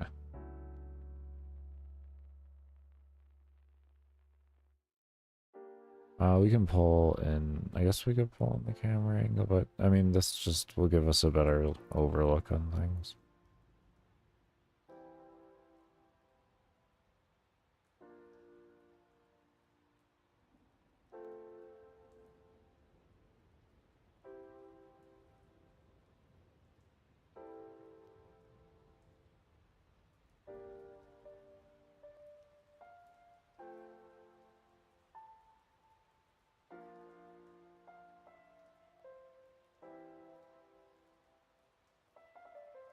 Why is the enemy count so low?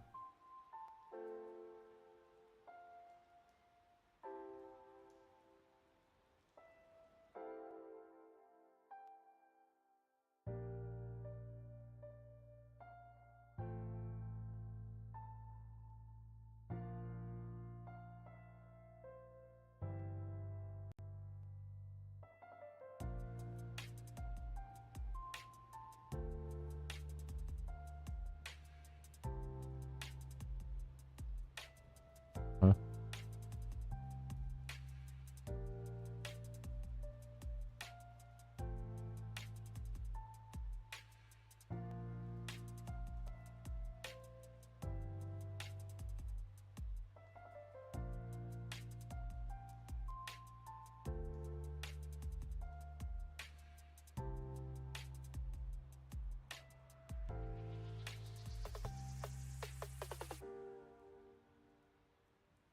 Yeah, what's going on with mob count?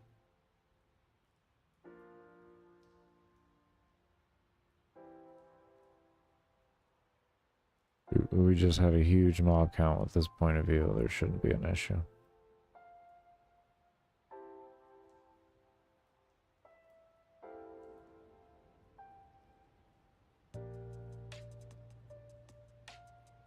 Um,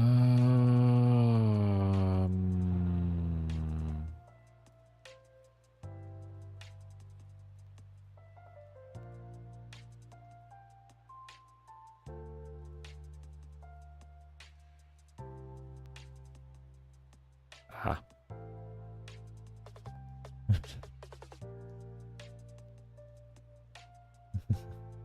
Oh my, oh my. Oh my, what happened to this code? Oh my lord. What happened to you? What happened to you? Oh my lord. You done got all sorts messed up. Come on over here real quick, like. Okay. We go ahead and we set this alarm near to 1 and go to the other one. Okay. It's okay now. Okay. We made big mistakes.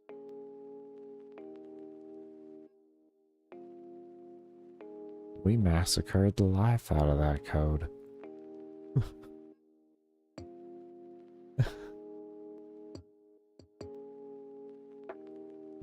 There we go. We massacred the life out of it now. Alright, let's see what's going on now.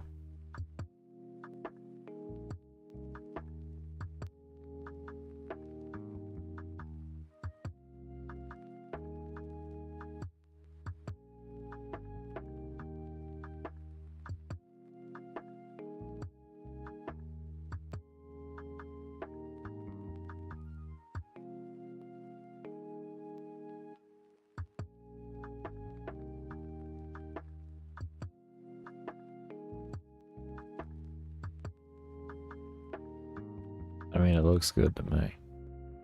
Not that. No, we just need to figure out everything else. Okay. So we're gonna have to base the game around...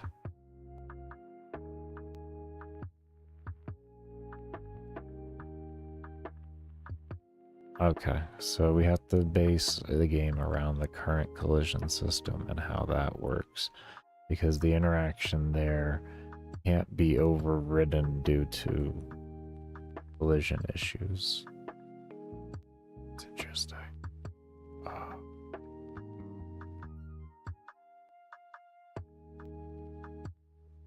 Ow.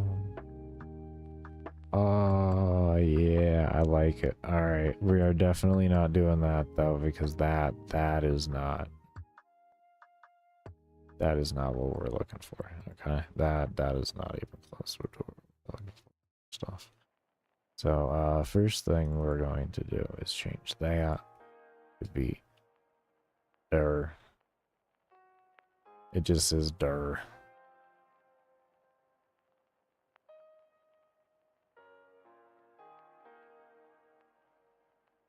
Everybody gets their own der. Everybody gets their own der.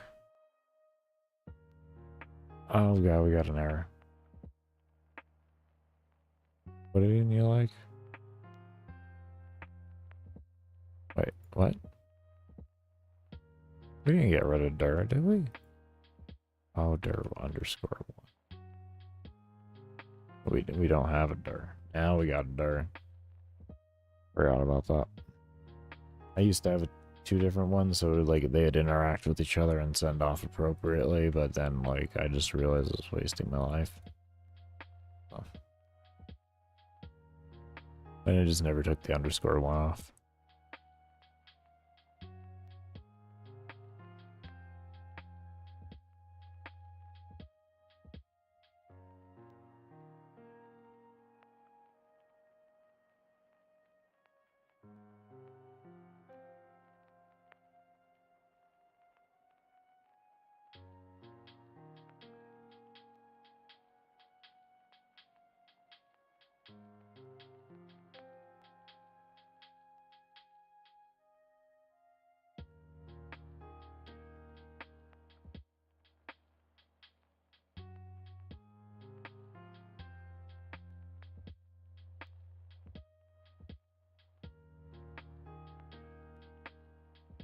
So we're gonna want to get rid of them from parent collision, so they don't share the same properties in any regard as the walls.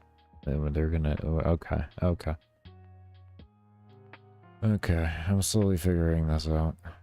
And yeah, this looks a lot better for the movement. This looks a lot better. A lot better.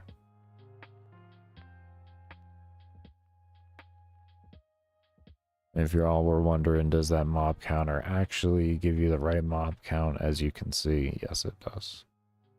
Yes, it actually does give you the right mob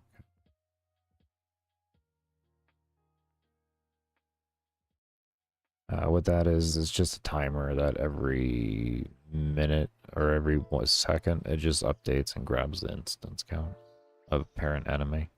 Really just easy. There's nothing fancy about that, to be fair, and it will stay in the game. I'll have it part of the information.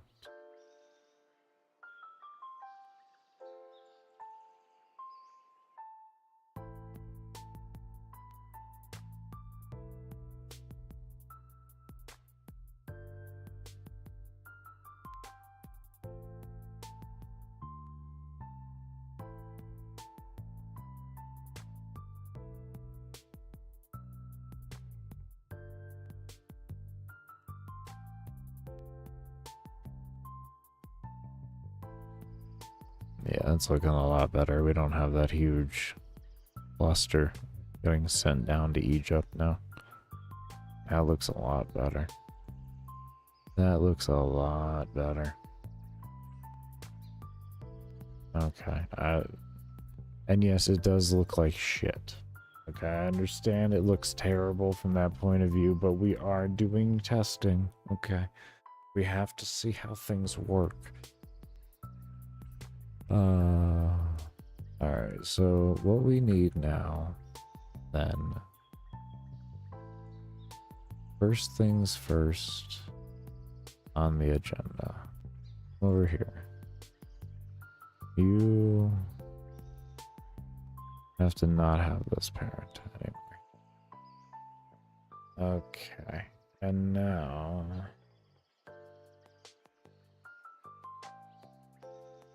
what we want to do, come over here, do a new unique one.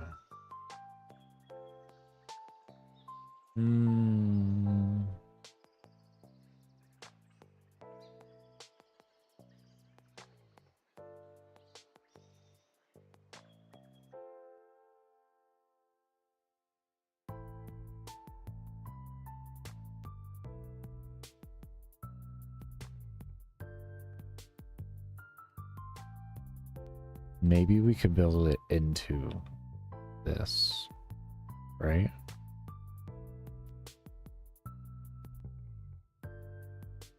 Could we build them in together?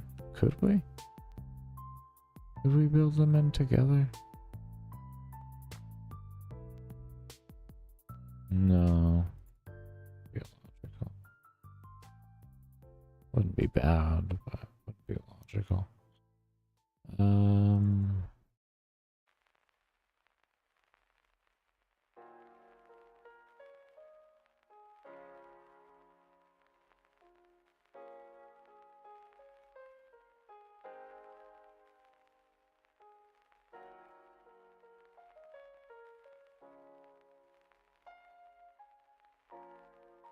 We always have the traditional horse.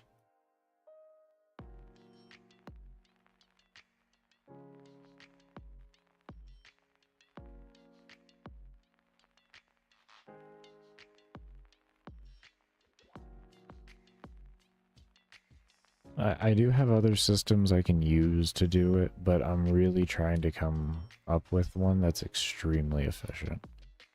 So that's why we're just taking time to beat our head into a wall here. Okay, we got a guy stuck right there. That's good. Oh.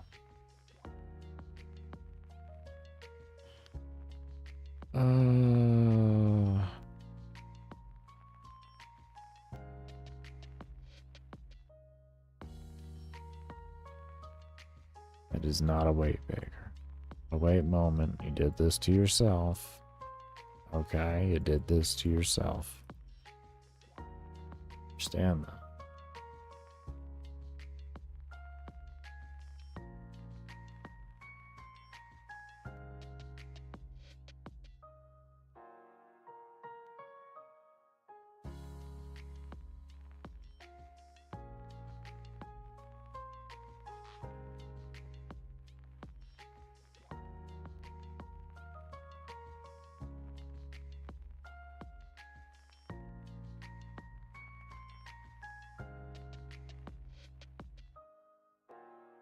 Okay.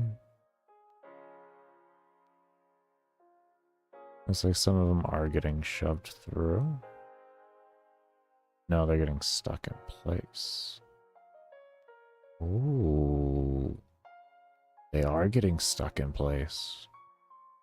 I don't think... Oh, no, that one just went through. Damn. Oh, it's so close, though. Oh, it's so close.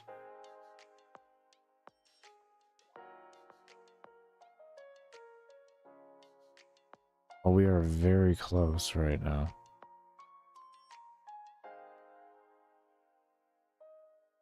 They get stuck randomly, too. This isn't the worst thing. You may ask, well, why isn't that bad? Why is that not a bad thing? Well, if they're stuck to it, they're constantly doing damage to it and they're constantly scaling. Which makes the player have to go around and look for them. They can't just rely off of them undoing themselves or something like that. They have to go look for mobs. Otherwise, they're just going to deal with higher scaled mobs. They are stacking a little more than I would like, and they are affecting mob spawning because of it, though. So that is something to take into account.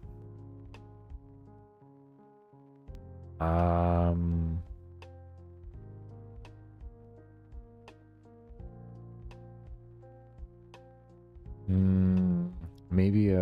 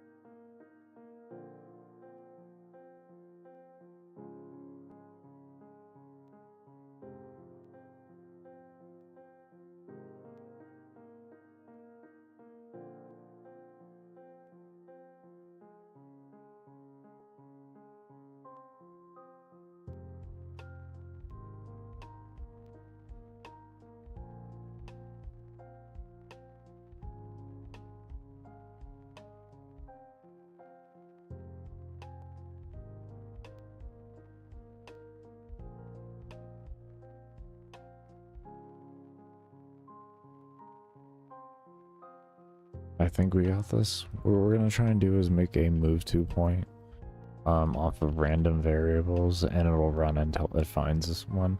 So it'll essentially be something like what we have for the default system, but it's gonna work a little bit more enhanced, hopefully. I'm not 100%, but I'm thinking we might be able to work something out with this.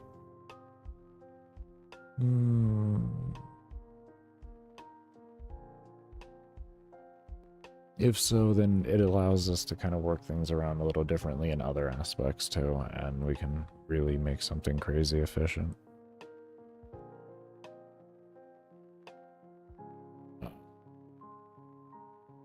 Essentially, right now we are creating a custom AI altogether.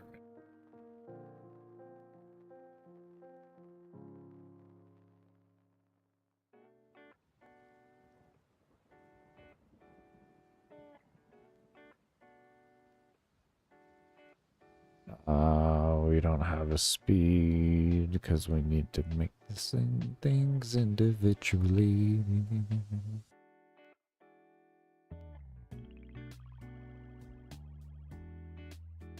I hate that. Oh, I hate that. Oh, what is...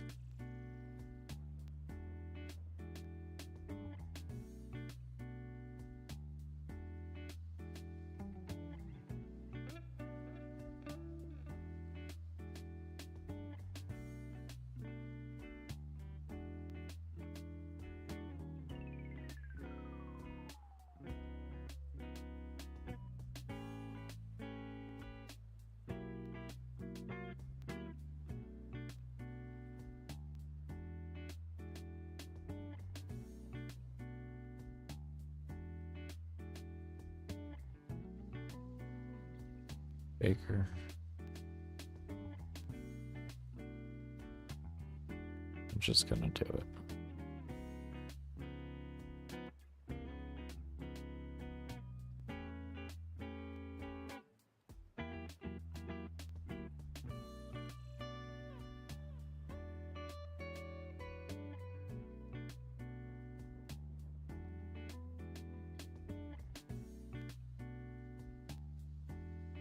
And then we're doing this just so we can easily copy this over, but what we're going to end up doing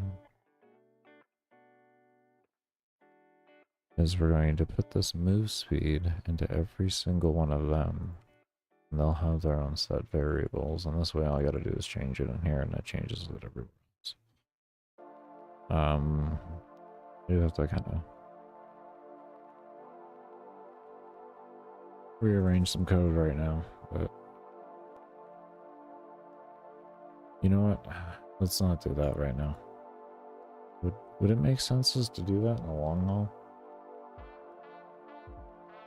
No, because it's just easy copy and paste. Just work on one mob at a time. We'll just make one mob spawn. We'll work on Young Soul and we'll stop being stupid.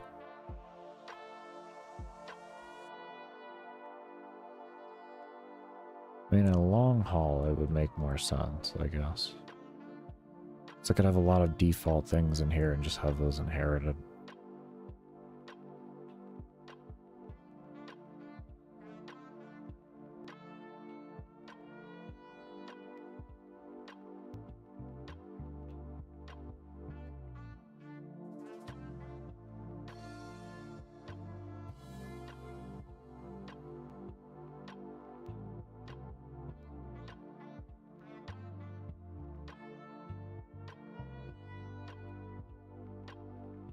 If you want to change the system in the future, then you have to then change every mob if you don't do those. Do you want to do that? Are you going to have so many mob types in the game to where that's going to be a problem for you?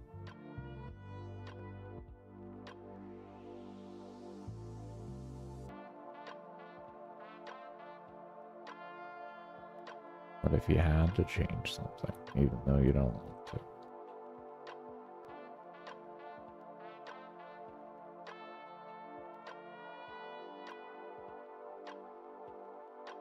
I'd be okay taking the extra time.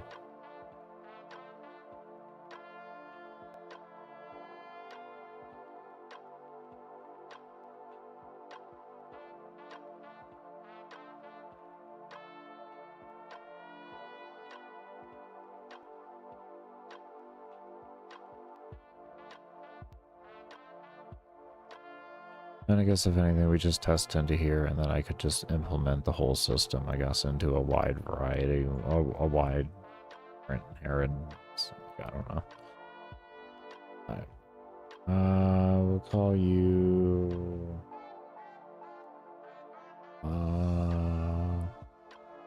wall move, I guess.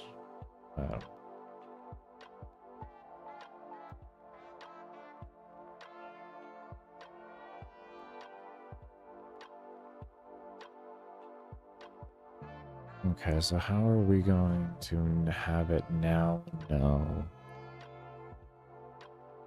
to check coordinates around its direct vicinity?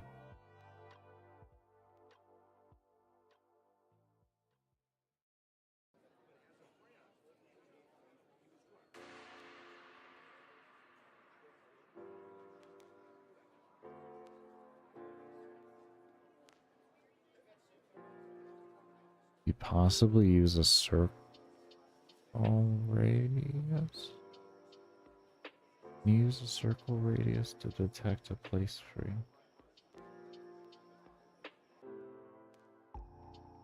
Circle collision.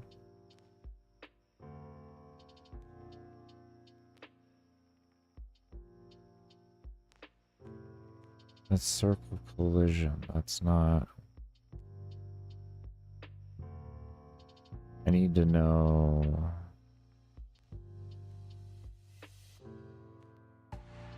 A point in circle? Could use a point in circle, maybe.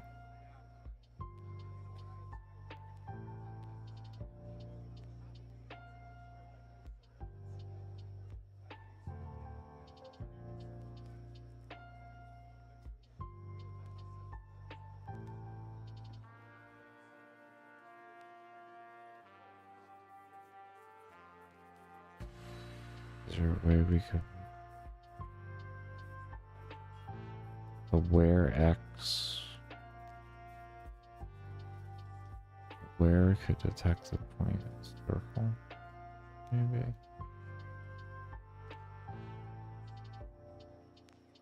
What would that look like then? Are we gonna spawn? Would I essentially then just create like an invisible instance and then have that instance detect whether the place is free or not, and then if it is, it moves to that? Otherwise it does something else?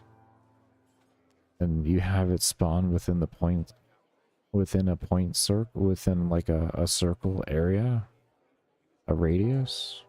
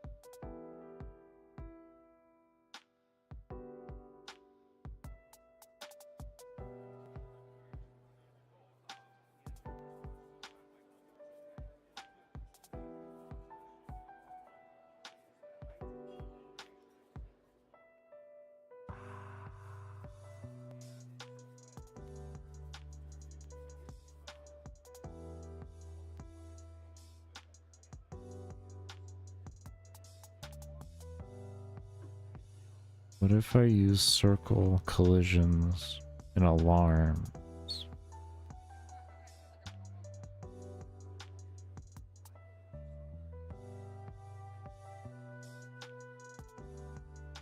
Then make mobs detect earlier when things occur and maybe make them adjust accordingly.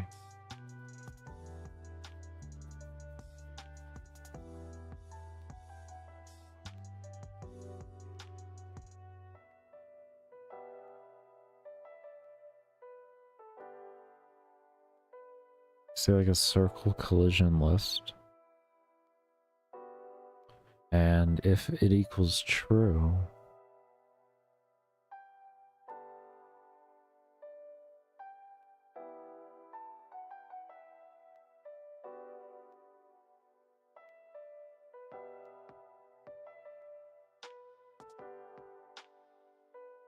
hold up. Actually, hold on.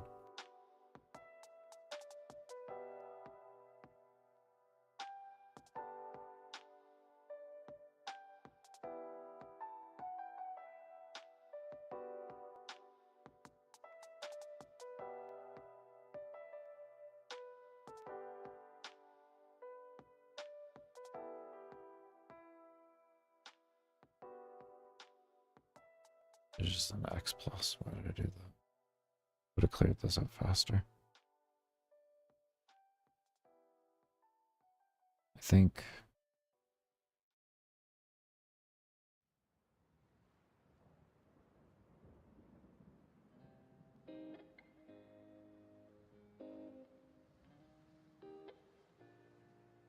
Now we want the iRandom range. We need that. But we need this.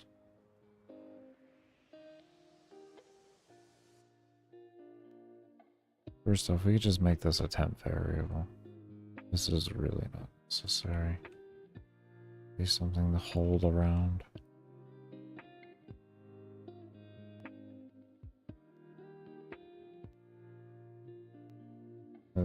That is completely unnecessary.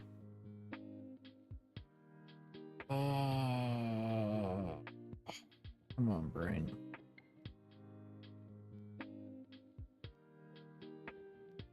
We're getting close to there. We're getting close. I'm gonna go ahead and render up the version of the game that I have right here. And we're gonna go ahead and take a break. We're gonna keep working closer to this. We're getting there. I do remember I only run ads when I am taking my breaks and when I do my support streams. So your lurks during those do keep the streams ad free. There we go.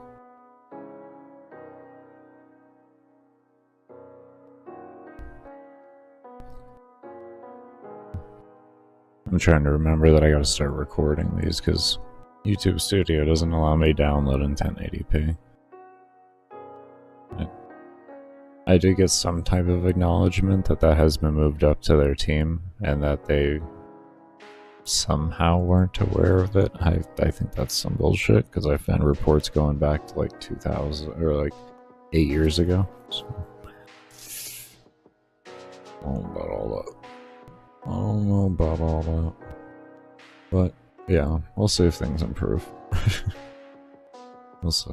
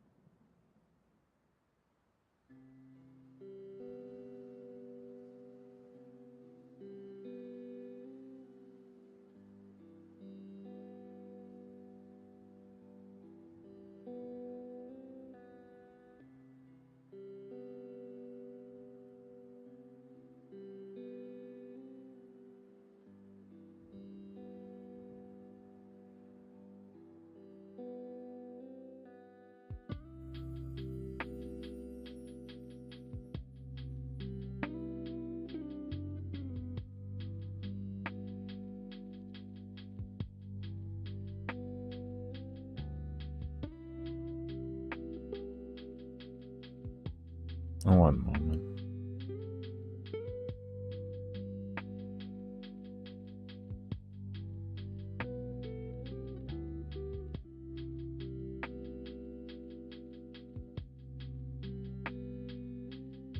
Okay, a little bit better. Let's see here.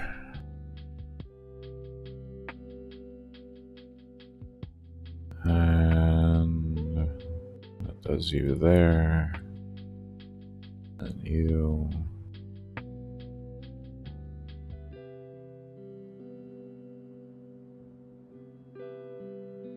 There. Okay.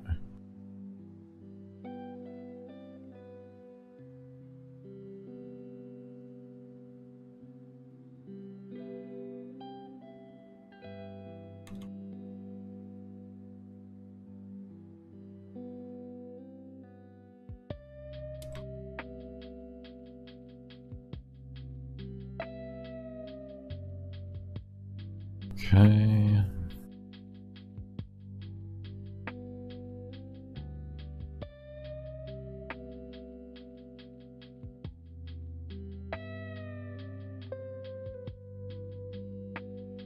I don't know why I keep moving those over. There's literally no purpose to it. You should be able to just copy that whole thing over at one time. Save myself some time. Yeah. Boom, just like that.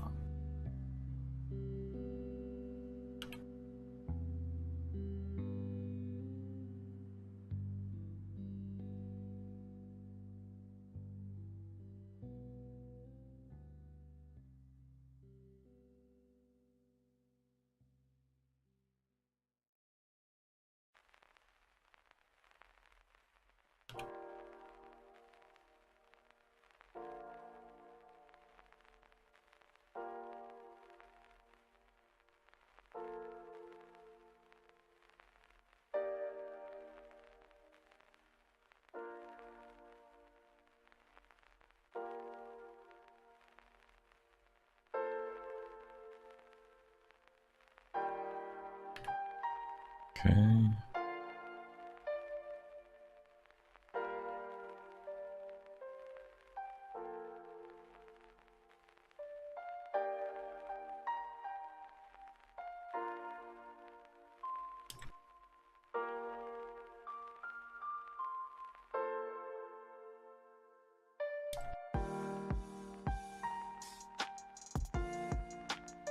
Okay.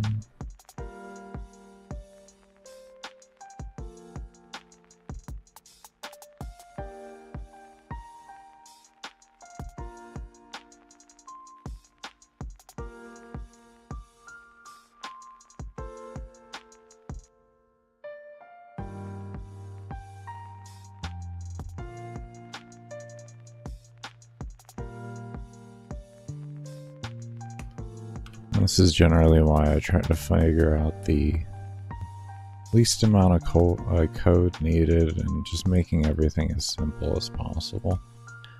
Is because when I do need to make changes, I want them to be very quick.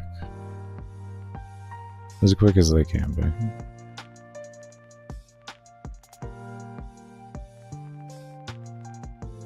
This is why sometimes things that may seem simple will take me a good while to figure out. It's because I'm trying to also think of, if I need to make sweeping changes, what's going to be the problem with the sweeping changes too? How much of a pain are these sweeping changes going to be? Because you never assume that everything is going to always stay the same. Never assume.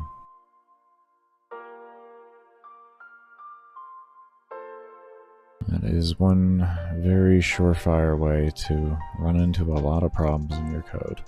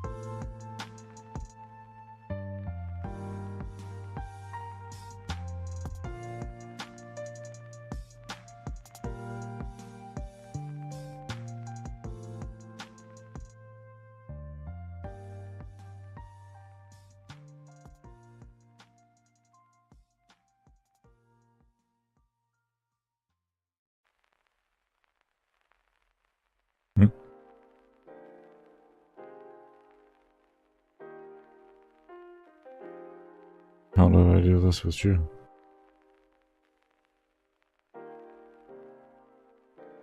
Did I really just tunnel that? Did I really just, like... Did I zone out that hard in doing this? Should I skipped? I completely just blanked out of the whole process here.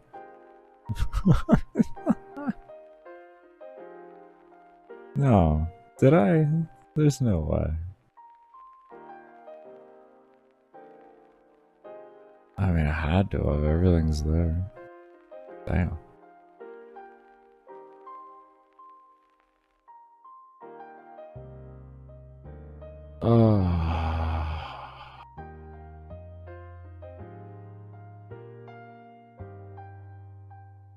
No, see, no, this was actually done different. Okay, no, this was done at a different time. Okay, I was gonna say that, no. I was not zoning out that hard. Okay, listen. Okay, alright, I was gonna say. How in the hell did I zone out that hard? Do I doubt it sometimes? No, I don't. You know, like... This is why I make the sweeping implement, or like... This is why I take the time to do the things that I take the time to do. Is so that, like, when I need to make the changes and stuff like that, it's not a problem. I can just... Once I get the baseline figured out, everything else is just seamlessly just put in. And you can kind of, for the most part, just kind of zone out while doing it.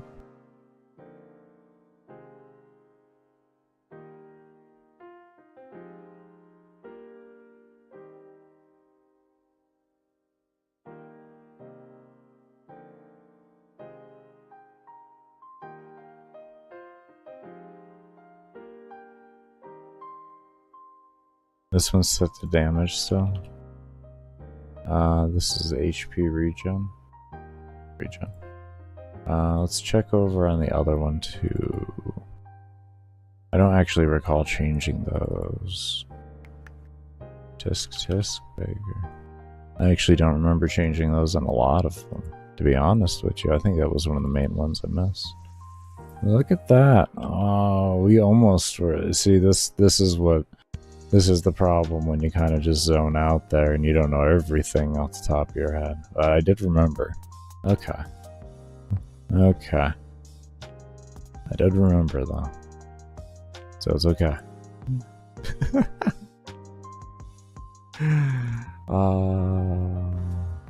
Is it really okay, Baker? No, it's not. Not even in the slightest is it okay. Unacceptable on every facet. That's what it is. Completely unacceptable.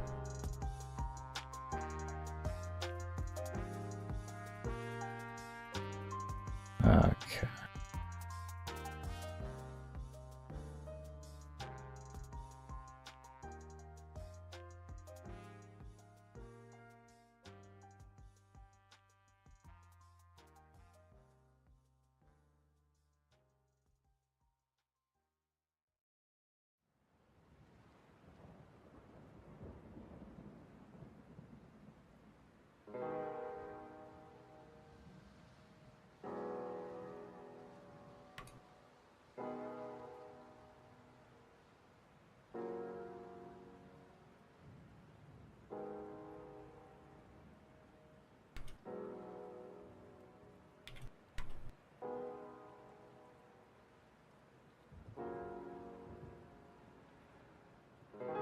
Okay.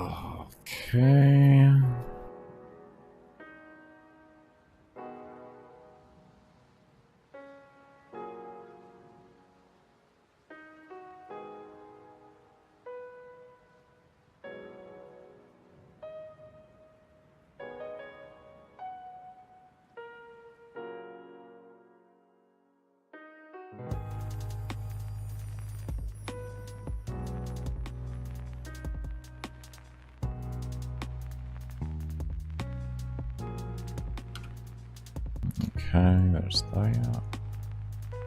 Layout. And I didn't delete these. in the beginning there before we went down. I should have done that. And then kind of do that, and then reset layout. There we go. Okay, all that's done there. We're gonna remember this time. See, we're remembering.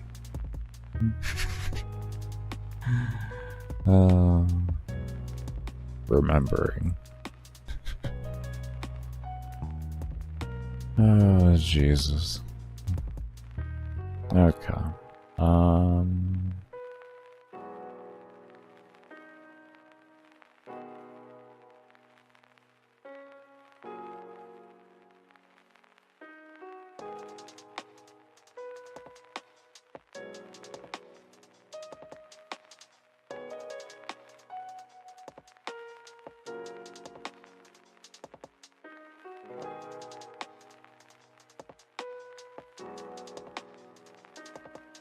Okay, find a reset.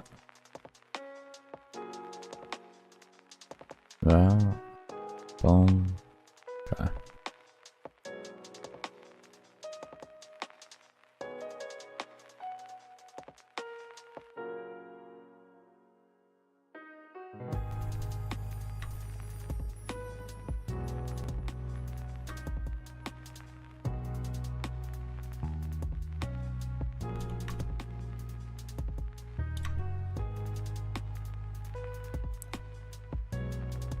Okay, that's another one done.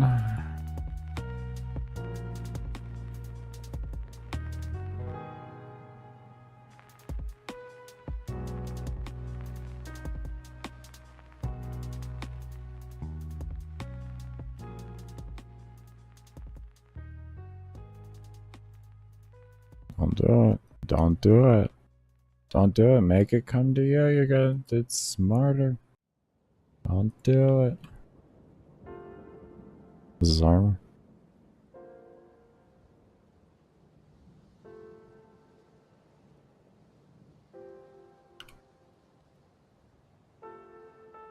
Okay.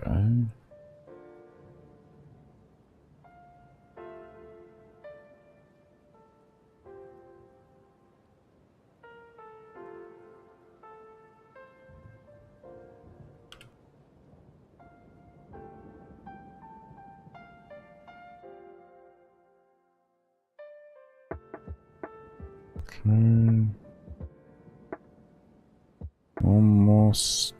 Almost done, and then we can tear our brains out with the other one. We'll be right back. But at least we'll have this done.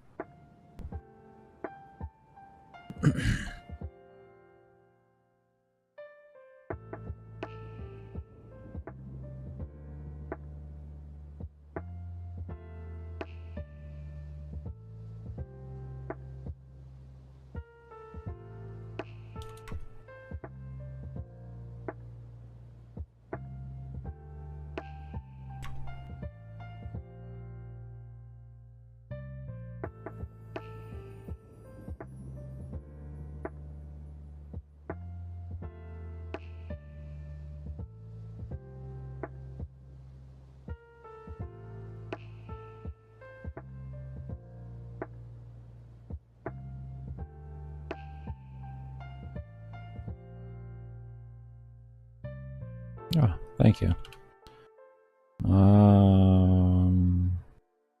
Dodge. You know how to read? Do you know how to read, Baker?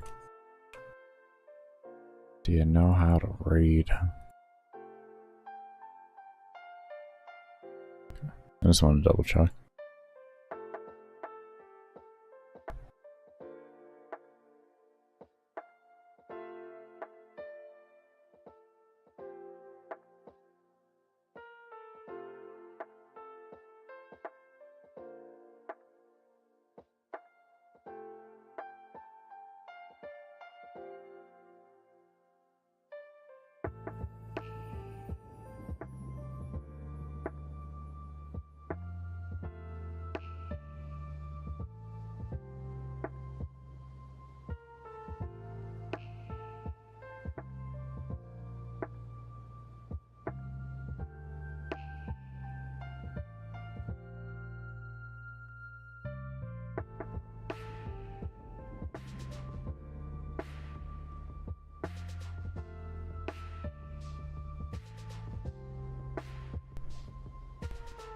Alright. Good. We just tore through that. We just tore through that. We just tore through that. I'll tell you what.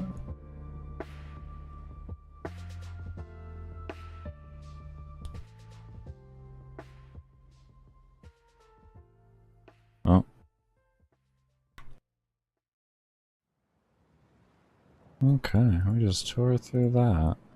Alright, one thing I do want to do is we're going to take these values that spawn here when we click this. Any of these. We're going to take these values here and we're going to make them a permanent fixture XY that actually spawns higher up, so they won't be spawning directly underneath the given what's it called? Underneath the given area itself like that. Instead, they're going to be spawning higher up here always, so that it's more up to where the player's eyes naturally will be throughout everything.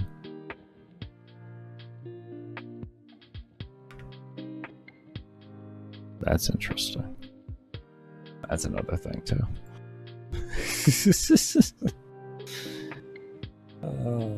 Okay, apparently we got a bunch of things to figure out before we get even to where we were at before. Alright.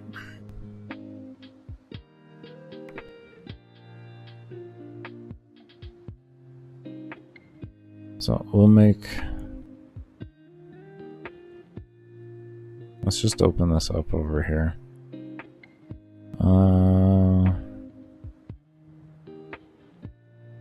I think we can use this, actually. We can use that. We can use that. So let's go ahead and save real quick here. Close down the workshop. We'll open up a new one, and we're going to open up with all of these, and we're going to work through these and get those opening in the correct location. And then this way it'll make easy adjustments later on.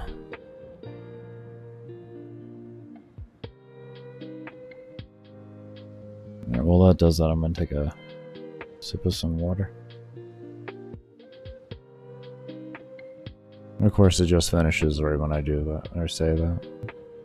I'm still going to.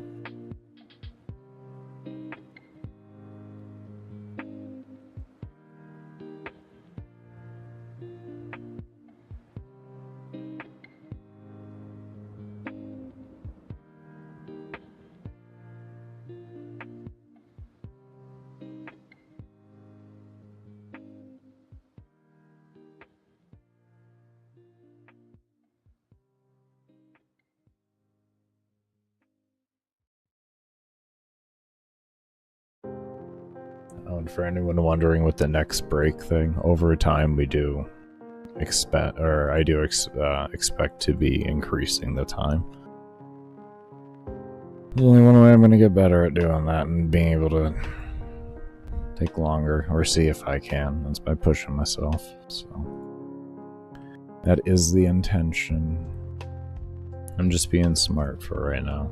Mainly the predominant goal is to get as much coding as I can get done on stream in 40 hours for the given week, and then from there I'll be able to sit back and render through all the footage and take out all the breaks, so that the support streams will have more footage added onto it at the end of every week. So we won't be running the support streams during that time period because I can't stream at the same time while running Adobe. My computer really does not like it. It really doesn't.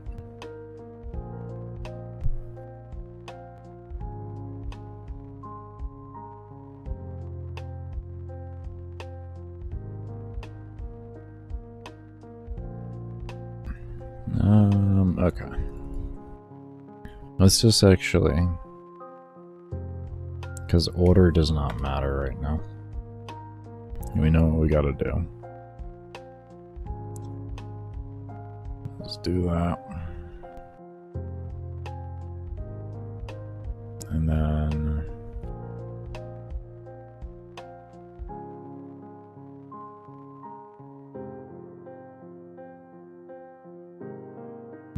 no, we can't just use those. Let's see here.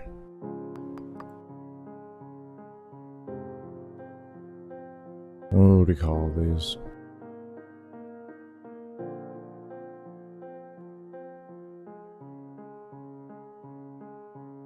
Do something like that. We call it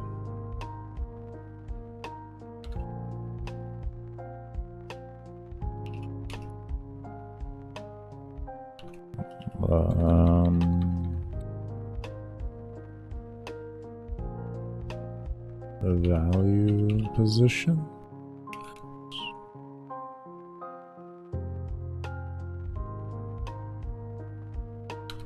Why? Something like that? Does that make sense in my head? Does that make sense in my head? We call it upgrade position. Make it easier on there. Upgrade. Upgrade. There you go. Jesus Lord. Bakers, your brain starting to shut down. Let's not talk about it, okay? And then this will be level position.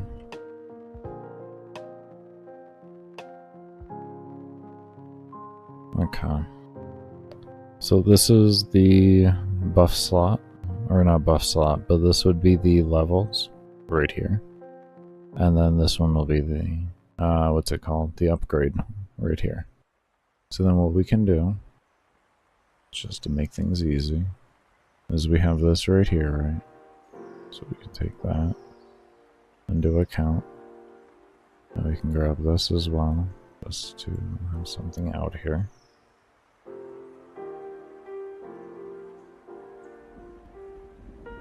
Baker, you letting your OCD go? Shh. I've been controlling it all